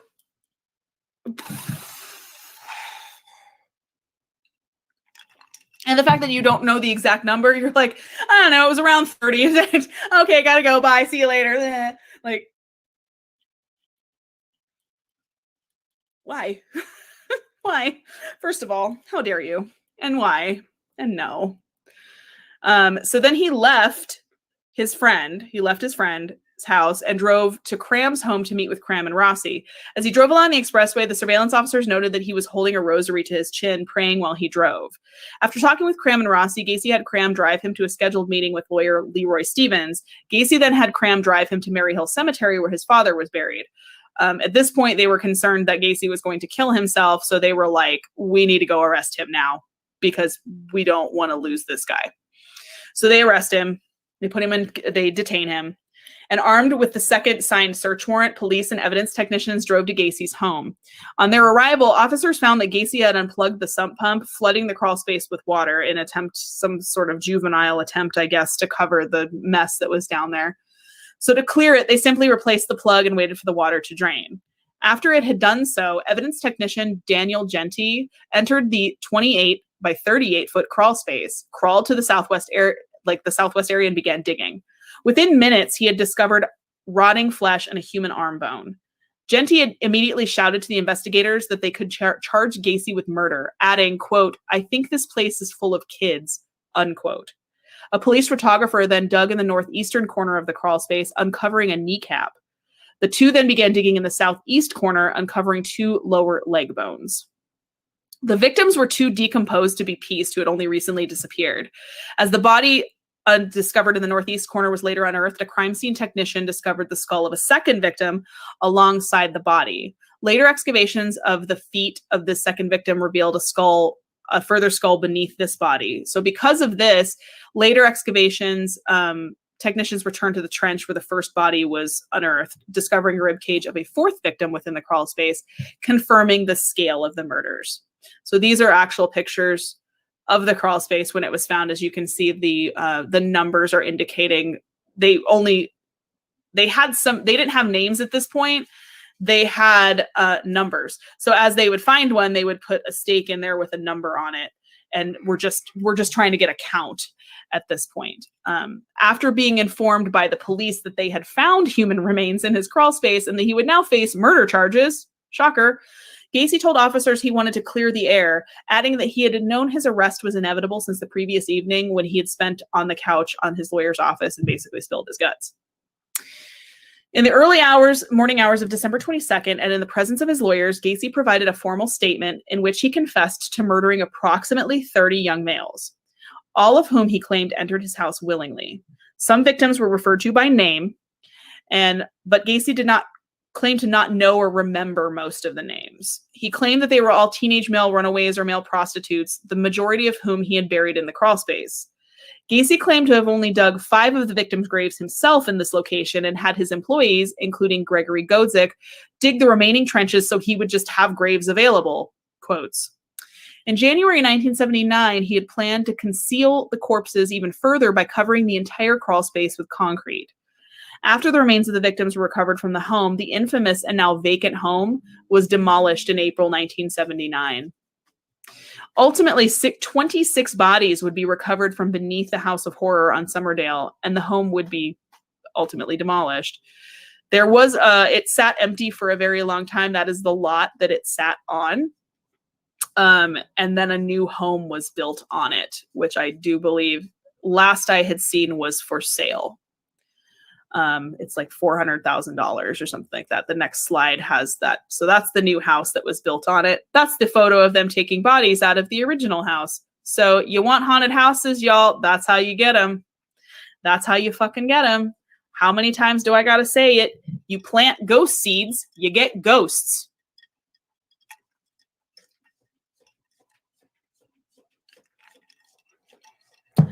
Four bodies would also be recovered from the Des Plaines River, including that of final victim Robert Peast, who ultimately led to Gacy's capture.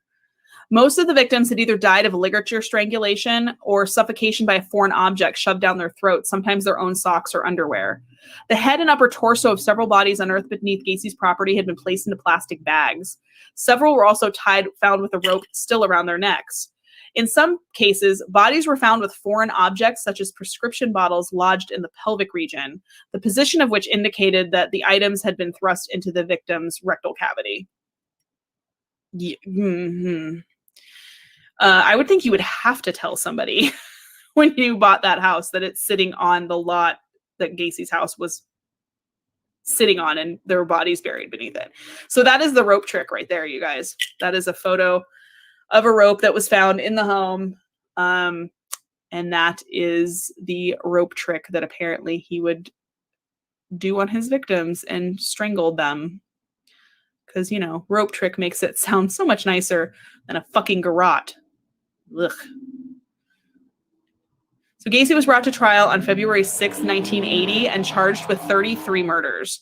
At the request of his defense counsel, Gacy spent over 300 hours with doctors at Menard Correctional Center in the year before his trial. He underwent a variety of psychological tests before a panel of psychiatrists to determine whether he was mentally competent to stand trial. Gacy attempted to convince the doctors that he suffered from multiple personality disorder.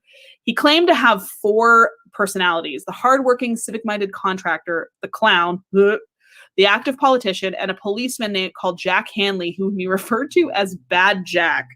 Okay, hold on. Excuse me. Bad Jack. That's the best you got, John. That's the best you got.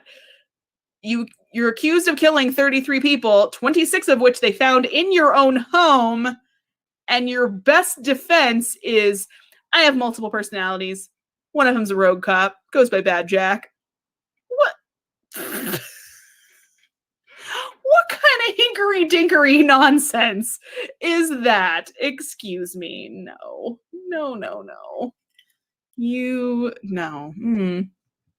When Gacy had confessed to police, he claimed to be relaying the crimes of Jack, who detested homosexuality and viewed male prostitutes as weak, stupid, degraded scum.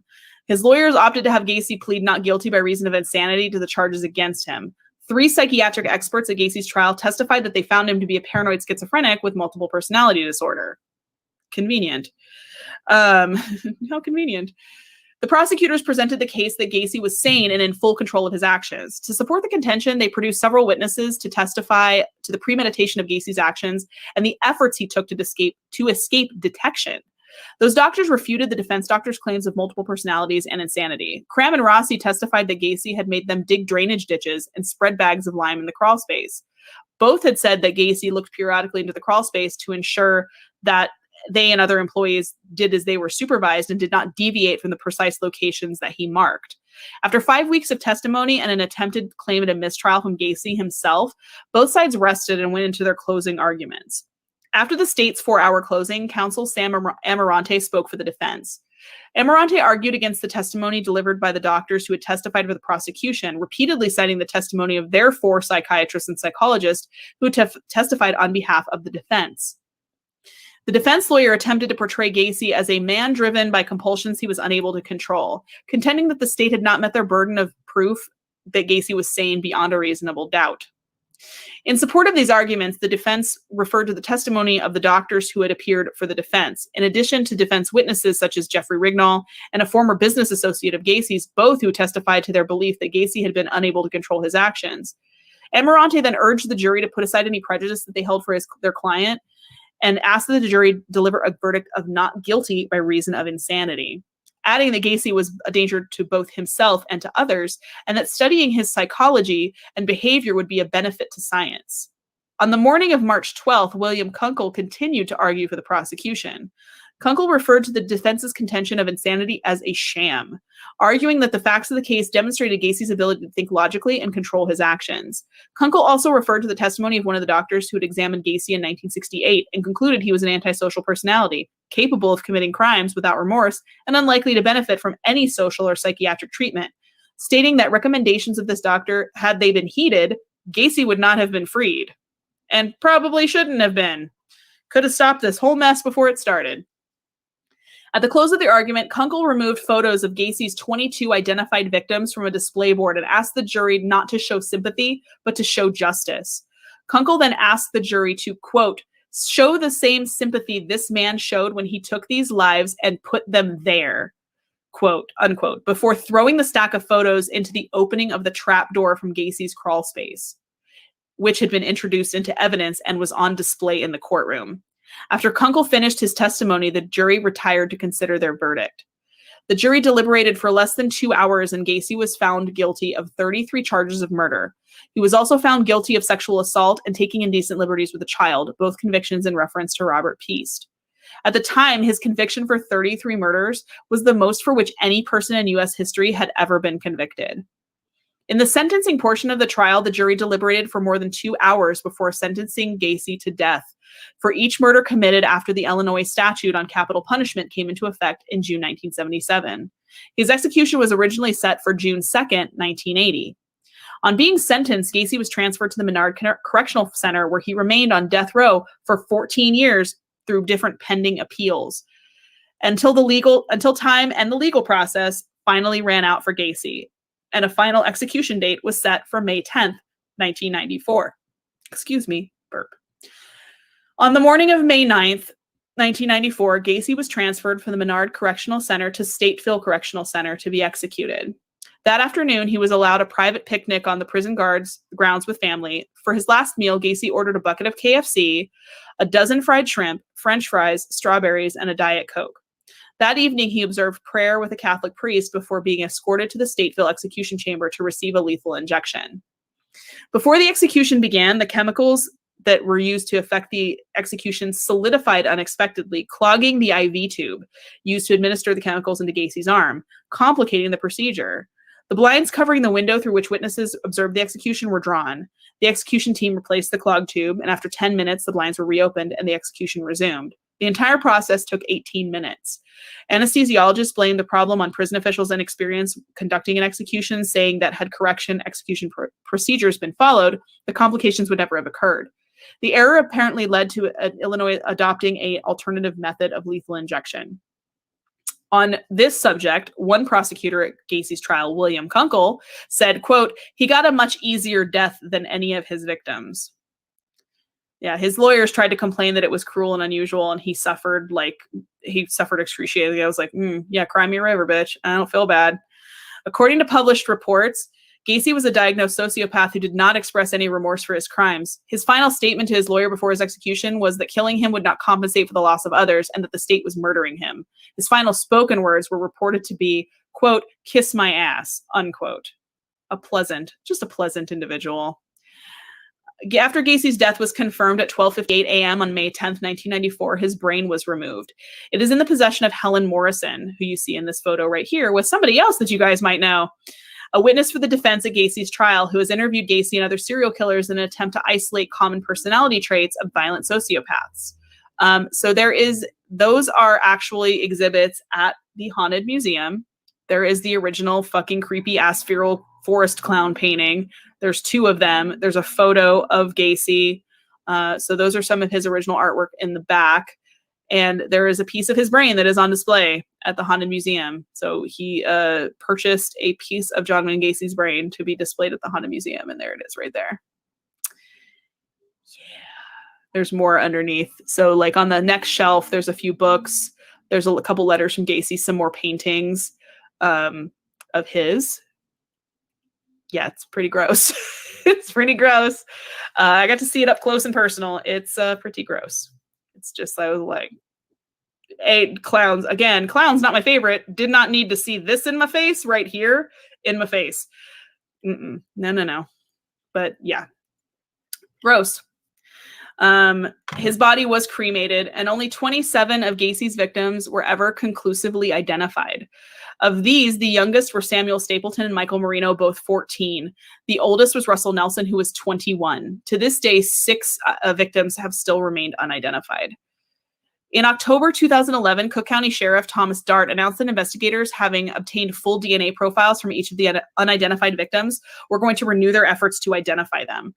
After a press conference held to announce this, sorry, I'm looking for the button here, Sheriff Dart stated that investigators were actively seeking DNA samples from individuals across the United States related to any male missing between 1970 and 1979. Results of tests conducted thus far have confirmed the identification of 2 victims who we saw earlier, James Hawkinson and William Bundy, but ruled out the possibility of other missing youths as being victims of Gacy, and solved 4 unrelated cold cases dating between 1972 and 1979. In November 2011, the victim previously known as Body 19 was identified through DNA testing as William Bundy. Shortly after Gacy's arrest, Bundy's family had contacted his dentist in the hope that submitting dental records for comparison with the unidentified bodies, but the records had been destroyed after the dentist retired. The most recent victim to be identified is 16-year-old James Hawkinson, previously known as Body 24. He was identified in July 2017 using DNA testing. At the time of Gacy's arrest, he claimed to both Des Plaines and Chicago investigators that the total number of victims could be as high as 45. However, only 33 were ever linked to Gacy. Investigators excavated the grounds of the property until they had exposed the substratum of clay beneath the foundations, finding 29 bodies. Gacy said that after he had assaulted and then released Jeffrey Rignall in March 1978, he began to throw his murder victims in the Des Plaines River. He confessed to having disposed of 5 bodies in this manner, but only 4 were ever actually discovered and linked to him.